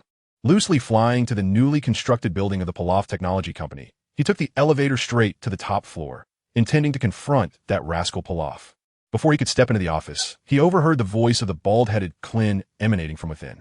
Pilaf, haven't you received any news from Home Master Mark or that chubby Akalob? The statement was nearly shouted, resounding loudly enough to cause Akalob, who was about to enter, to freeze momentarily. That noseless little bald head always has to call me fat, he thought indignantly. Hey, shorty, don't you know it's unethical to speak ill of others behind their backs? With a sense of indignation, Akalob forcefully pushed open the heavy door to the president's office and strode inside. Akalob, you're back. How wonderful. Huh, we're Home Master Lin Jia and Mark. Weren't you supposed to return together? Clin, clad in an orange-yellow martial arts uniform and still glistening with sweat from his recent training, had rushed over to Akalob, eagerly inspecting him but failing to notice Lin Jia's absence. Hey, don't get so close. You reek of sweat. Akalob, filled with discontent, pushed aside Clin and began to explain. Linga and Mark are still on Nazstar. We have discovered treasure.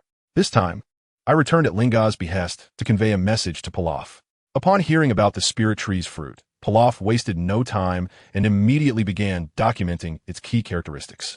After listening to Akalob's account, he hurried off to the laboratory to create a storage container.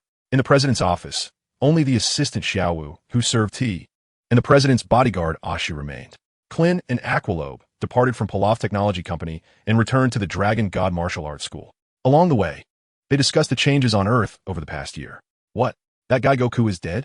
Akalob, a savior to little Goku, had a close personal relationship with Goku. Upon hearing of Goku's brutal murder at the hands of his long-lost brother, Akalob gasped in surprise. Upon their return to the martial arts school, they learned from Tianjin Fan and Yamcha about the epic battle that had unfolded 6 months prior. It turned out that powerful Saiyans were planning to come to Earth. Rest assured, with me, Akalob, here, there's no need to worry about any Saiyans. With his greatly enhanced strength, Akalob was brimming with confidence and showed no regard for Prince Vegeta. Come now, Akalob, your combat power is still inferior to mine. Just don't be too frightened when the time comes, Yamcha teased. Currently, only Clin and Akalob were privy to the information about the spirit tree's fruit.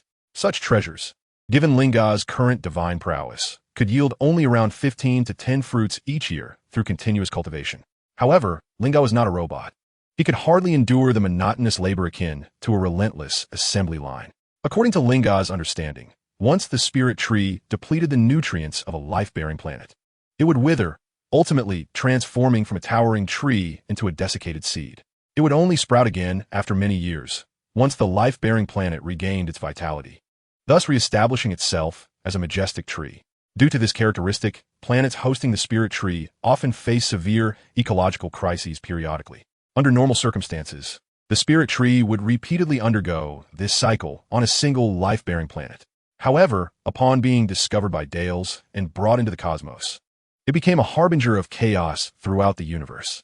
Now, the spirit tree had firmly settled on Nazstar, where Linga intended to transform it into a planet dedicated to cultivating the spirit tree's fruit.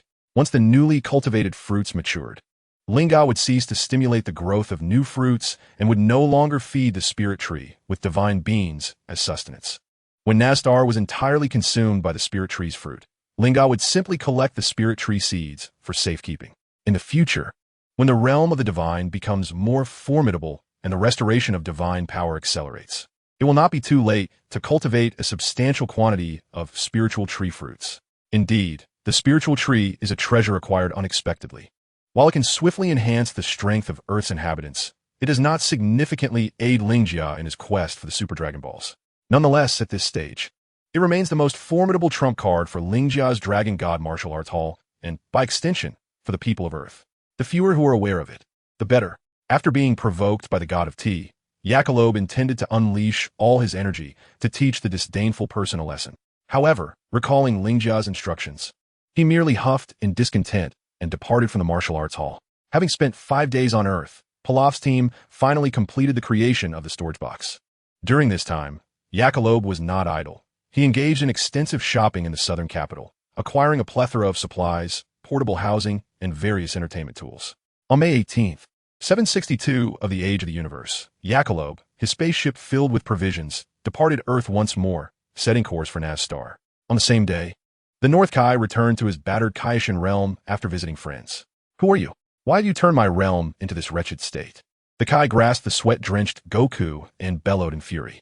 Having enjoyed a delightful outing, successfully provoking the South Kai to the brink of a nervous breakdown, the North Kai was initially in high spirits. Yet, upon witnessing the devastation of his realm, he felt an overwhelming urge to weep.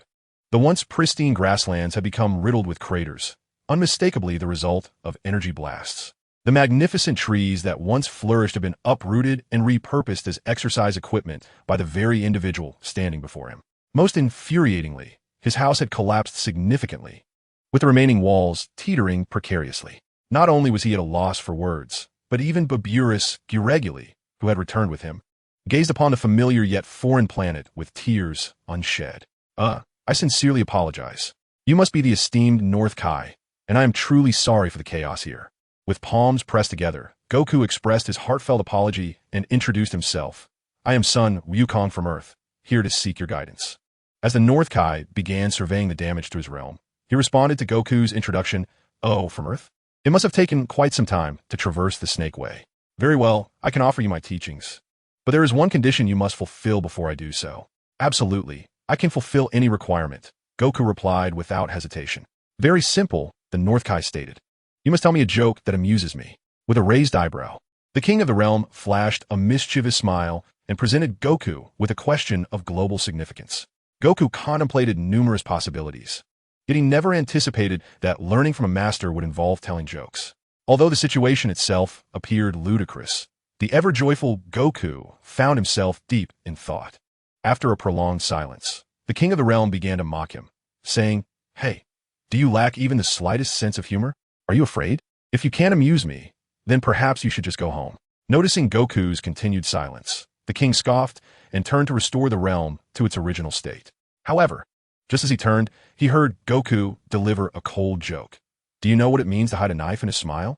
It's ha ha knife. Ha ha. Hide a knife in a smile? Ha ha knife. Ha ha ha. You made me laugh to death. Truly impressive." The king adjusted his nearly fallen sunglasses and praised Goku. "You must be a professional jokester." "Very well. I have decided to teach you the funniest joke." I came to learn martial arts, not jokes," Goku replied, bewildered as he looked at the king. "You should have mentioned martial arts earlier," the king responded. Telling jokes was merely a hobby. Teaching martial arts was his true profession. Once Goku clarified his intentions, the king assumed a fighting stance. "Be careful, here I come." Goku, having grown weary from solitary training, unleashed his full energy and charged at the king. As they exchanged blows, the king quickly found himself at a disadvantage.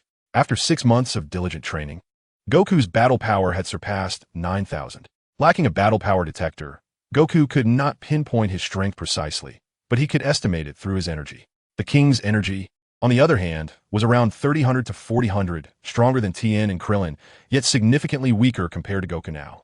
After a brief skirmish, Goku, feeling a bit disheartened, decided to halt. "Your strength is quite formidable. Why do you still come to train with me after having died?" the king inquired, panting slightly. Goku candidly revealed the impending invasion of Earth by the Saiyans. "Those troublesome Saiyans are always causing unrest." "Goku, wait a moment while I check their status." The king, with his elongated antennae quivering, activated his cosmic observation mode. Soon, he relayed to Goku that 2 exceptionally powerful Saiyans were indeed approaching Earth. Their ships set to arrive in 169 days. Are they formidable? Can I overcome them? Due to Raditz' limited disclosure regarding Vegeta, Goku remains uncertain whether he is truly a match for the Saiyan Prince. Observing that the King of the Worlds possesses the ability to perceive enemies, he inquires further. In Chapter 72, Linga's Choice, the king remarks, "Goku, you have indeed grown powerful, yet you can only defeat one of them. The other will be exceedingly difficult to conquer with your current strength." The king's tone is calm, as he offers an objective assessment. While the North Kai's combat prowess is rather mediocre, his role is not primarily that of a warrior. However, when it comes to perception, the king excels. Rest assured, with a period of training under my guidance, vanquishing those two Saiyans will be a trivial task. Noticing Goku's silence, the king, adept at creating suspense, continues. Is that truly so? Goku queries in astonishment. Indeed, it is true. The Saiyans are indeed malevolent, often stirring trouble throughout the cosmos. Yet their strength is undeniably formidable. To triumph over them, Goku, you must devote yourself to more rigorous training and exertion. With a clenched fist and fervent rhetoric, the atmosphere is charged by the king's words. So, do you possess the confidence? With that final, poignant statement, the king eagerly anticipates Goku's passionate declaration, only to receive a rather unanticipated response. In that case, my dear king, fret not. I'm also a Saiyan. The king, momentarily taken aback, decides to compose himself with a cup of tea. Subsequently, he begins to instruct Goku in the techniques of the Kaioken and the Spirit Bomb. While the Kaioken proves to be remarkably effective, its side effects are significantly severe. After imparting this skill to Goku, the king cautions him against excessive usage of the higher multipliers of the Kaioken. With Goku's current physical condition, he can utilize the Kaioken at most at a twofold multiplier. Similarly, the vast potential of the Spirit Bomb is learned by Goku, but the king advises him to exercise caution in its application. The master and disciple occasionally engage in light-hearted conversation amidst their training, discussing the entertainment options available on King Kai's planet. Meanwhile, while Goku diligently follows King Kai's teachings, Yajirobe returns to Namek. Here, this is the storage capsule created by Pilaf. Tossing the universal capsule to Linga, Yajirobe continues. Earth is in trouble. He recounts the events following Raditz' arrival on Earth, leaving Linga in profound astonishment. I had thought Goku's increased strength would allow him to evade disaster, but I never anticipated the situation would unfold in such an absurd manner. Shaking his head, Linga reflects. I have indeed underestimated Raditz's cunning. In the original timeline, Raditz's combat power surpassed both Goku and Piccolo. Yet, due to his blind arrogance and negligence, he ultimately fell to Goku, Piccolo, and young Gohan. At the time of Linga's departure from Earth, Goku's combat power had already exceeded 7,000. Do not say that Raditz has descended upon Earth. Even if Nappa were to arrive, he could be vanquished. However, despite countless calculations, Linga never anticipated that the narrative would take such a drastic turn, with Raditz suddenly displaying a glimmer of understanding. Not only did he learn to capitalize on his strengths while avoiding his weaknesses, but he also devised cunning strategies to deceive Goku into trusting him. Nevertheless, this impending demise may prove to be a blessing in disguise for Goku. The sudden disappearance of his corpse signifies that, akin to the original timeline, the celestial beings have transported Goku to King Kai for training. Under King Kai's tutelage, Goku has mastered techniques such as the Kaioken and the Spirit Bomb, both of which are immensely practical and powerful. Linga, with less than 6 months remaining before the two Saiyans arrive on Earth, should we return to assist? Akairobe ardently wishes to return to Earth to showcase his newfound prowess, having dramatically increased his strength after consuming the fruit of the Tree of Might. Yet he has yet to exhibit his abilities publicly. Linga, well aware of his intentions, had long since seen through him, which is why he was summoned back to Earth on an errand. As Linga spoke, he was interrupted by the reappearance of a long-absent system option. Option 1. Return to Earth and eliminate Nappa and Vegeta. Reward: 5 battle points. Option 2. You are a diligent little bee. Please remain on Naz Star to continue producing Tree of Might fruits. Reward: 100 divine power points. Option 3. Lead Akairobe and Mark to complete a mission issued by the Galactic Patrol. Reward: Divine Technique, Divine Meditation Method. Note: Divine Meditation Method is a highly coveted spiritual practice utilized by deities for cultivation. Certainly, Option 1 is not worth considering. A mere 5 battle points for taking down a secondary antagonist is a blatant insult, whether to himself or to Vegeta. Option 2 is even more absurd. He is no bee, nor is his family. As for Option 3, it stands out as the only reasonably viable choice. Having been a member of the Galactic Patrol for over a year with no tangible achievements to show for it would be quite lamentable. Furthermore, the reward holds significant allure for Linga. In the Dragon Ball universe, even deities accumulate divine power through the passage of time, and the methods are often gradual. For instance, the training method of Kirin involves gathering sacred water daily, which gradually enhances divine strength. Before Linga traversed into this realm, Korin had to toil for an entire year to see but a slight increase in his divine power. It is noteworthy that Korin has lived for over 800 years. Logically, he should possess a divine power exceeding 800 points. However, in reality, Master Roshi has numerous other responsibilities beyond mere cultivation. Some tasks are of great importance, such as training martial artists like Puar to ascend Korin Tower. Master Roshi once spent 3 years atop Korin Tower.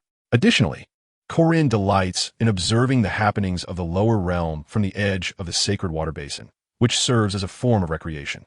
Eventually, a Kairobe ascended to Korin Tower. One must ponder, has the yield of the mystical beans diminished? How could it not? On one occasion, when Goku visited the Eternal Guardian, that cat and a Kairobe were either engaged in conversation or indulging in games. After being consumed by the trifles of life, it is indeed remarkable that one could elevate their divine realm. Perseverance in cultivating the divine realm is paramount, as is mastering superior training techniques. If the god of destruction, Beerus, were to rely solely on the condensation of divine water for his cultivation, he might not even surpass the East Supreme Kai at present. The system has blatantly indicated that this method of divine meditation is exceedingly rare. Is this not a clear indication? Upon careful reflection, it is evident that we cannot remain indifferent while Earth is in peril. A Kairobe, it seems I must trouble you once more. Upon your return, I will hasten the ripening of the spirit tree's fruit. You must take one back to the deity. When Goku is resurrected and returns to Earth, he should consume it.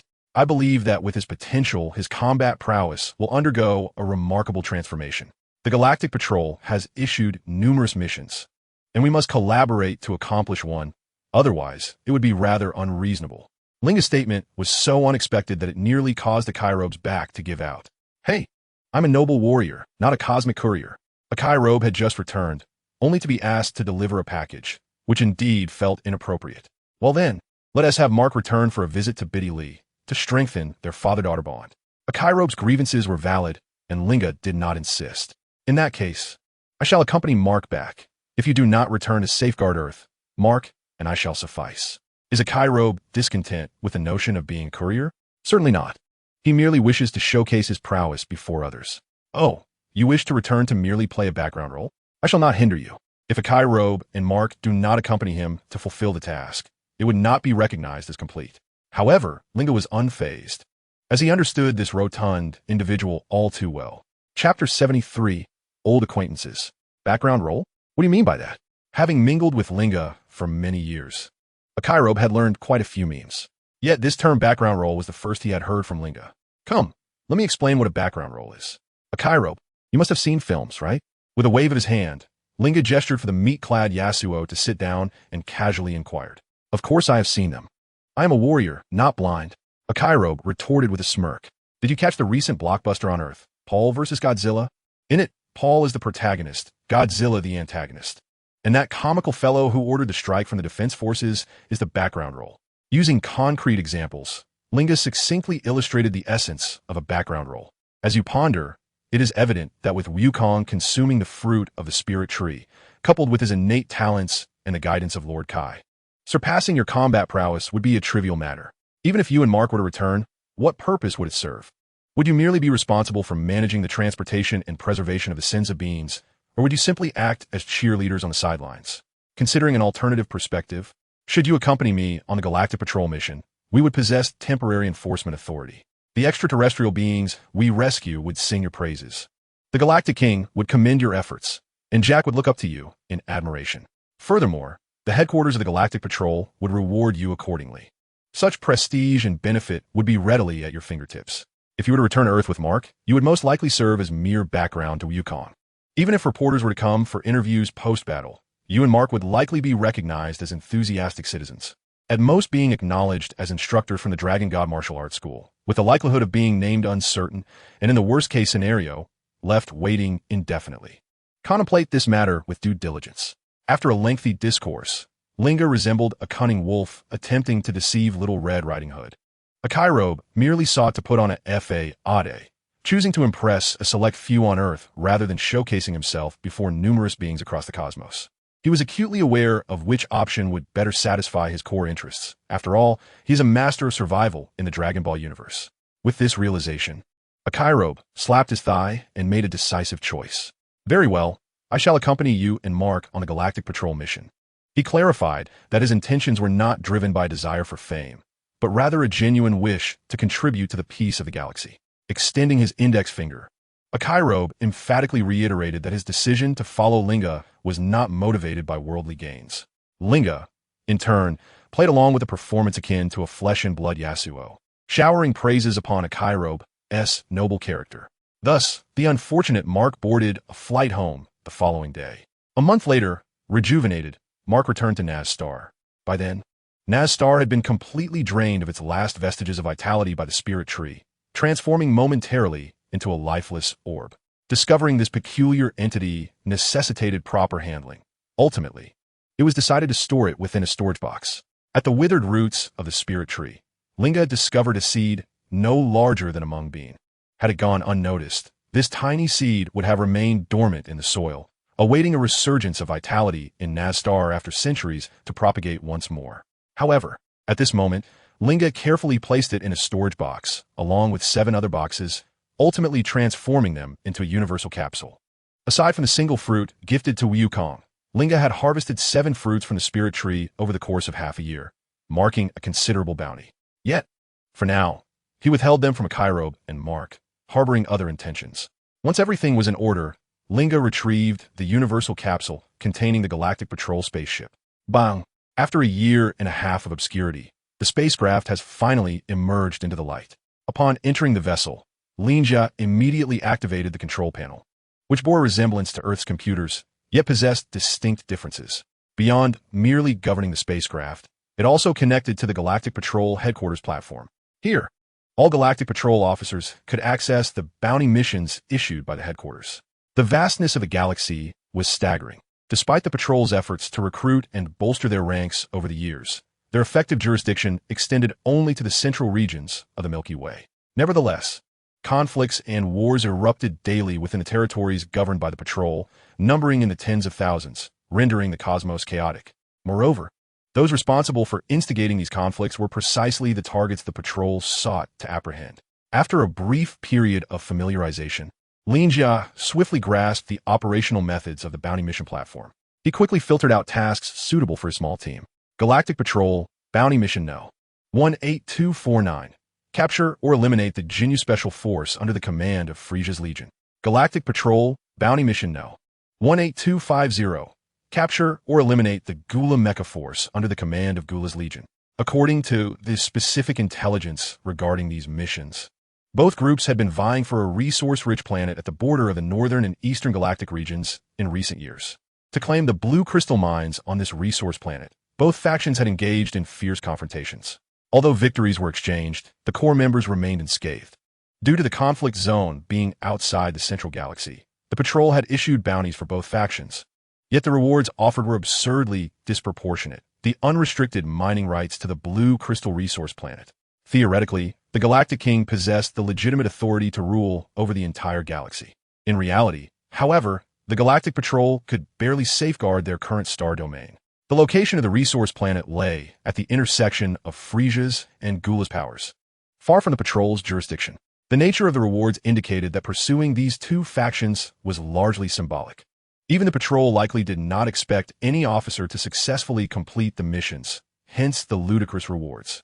Yet, Lin Jia was indifferent to the preposterous nature of the rewards. To him, whether it be the Jinyu Special Force or the Gula Mecha Force, they were merely targets to be eliminated. Once both were vanquished, the entirety of the blue crystals on that resource planet would belong to him. The extraction of blue crystals was notoriously intricate and slow. Even if immediate mining was not feasible, in time, when Goku transformed into a Super Saiyan and Lin Jia's strength ascended to a comparable level, he would be ready to seize his fortune. When the time comes, even if the formidable Gura, boasting a staggering combat power of 4.7 billion, were to intervene, the two of them together would be sufficient to withstand the onslaught. Moreover, a mere resource planet would hardly catch Gura's attention, in Lin Jia's estimation. Therefore, let us proceed with these two tasks. As for the Jinyu Special Forces, it is prudent to be prepared for Captain Jinyu's body-swapping abilities. Do remember to acquire a few frogs on Gromstar for contingency. The remaining members are inconsequential. The two of you can easily dispatch them. Just keep an eye on that Goldur. As for the trio from the mech unit, the Savaiza, Aside from their slightly elevated combat prowess, they pose no significant concerns. I shall take care of them. Lin Jia spoke confidently about the strategy.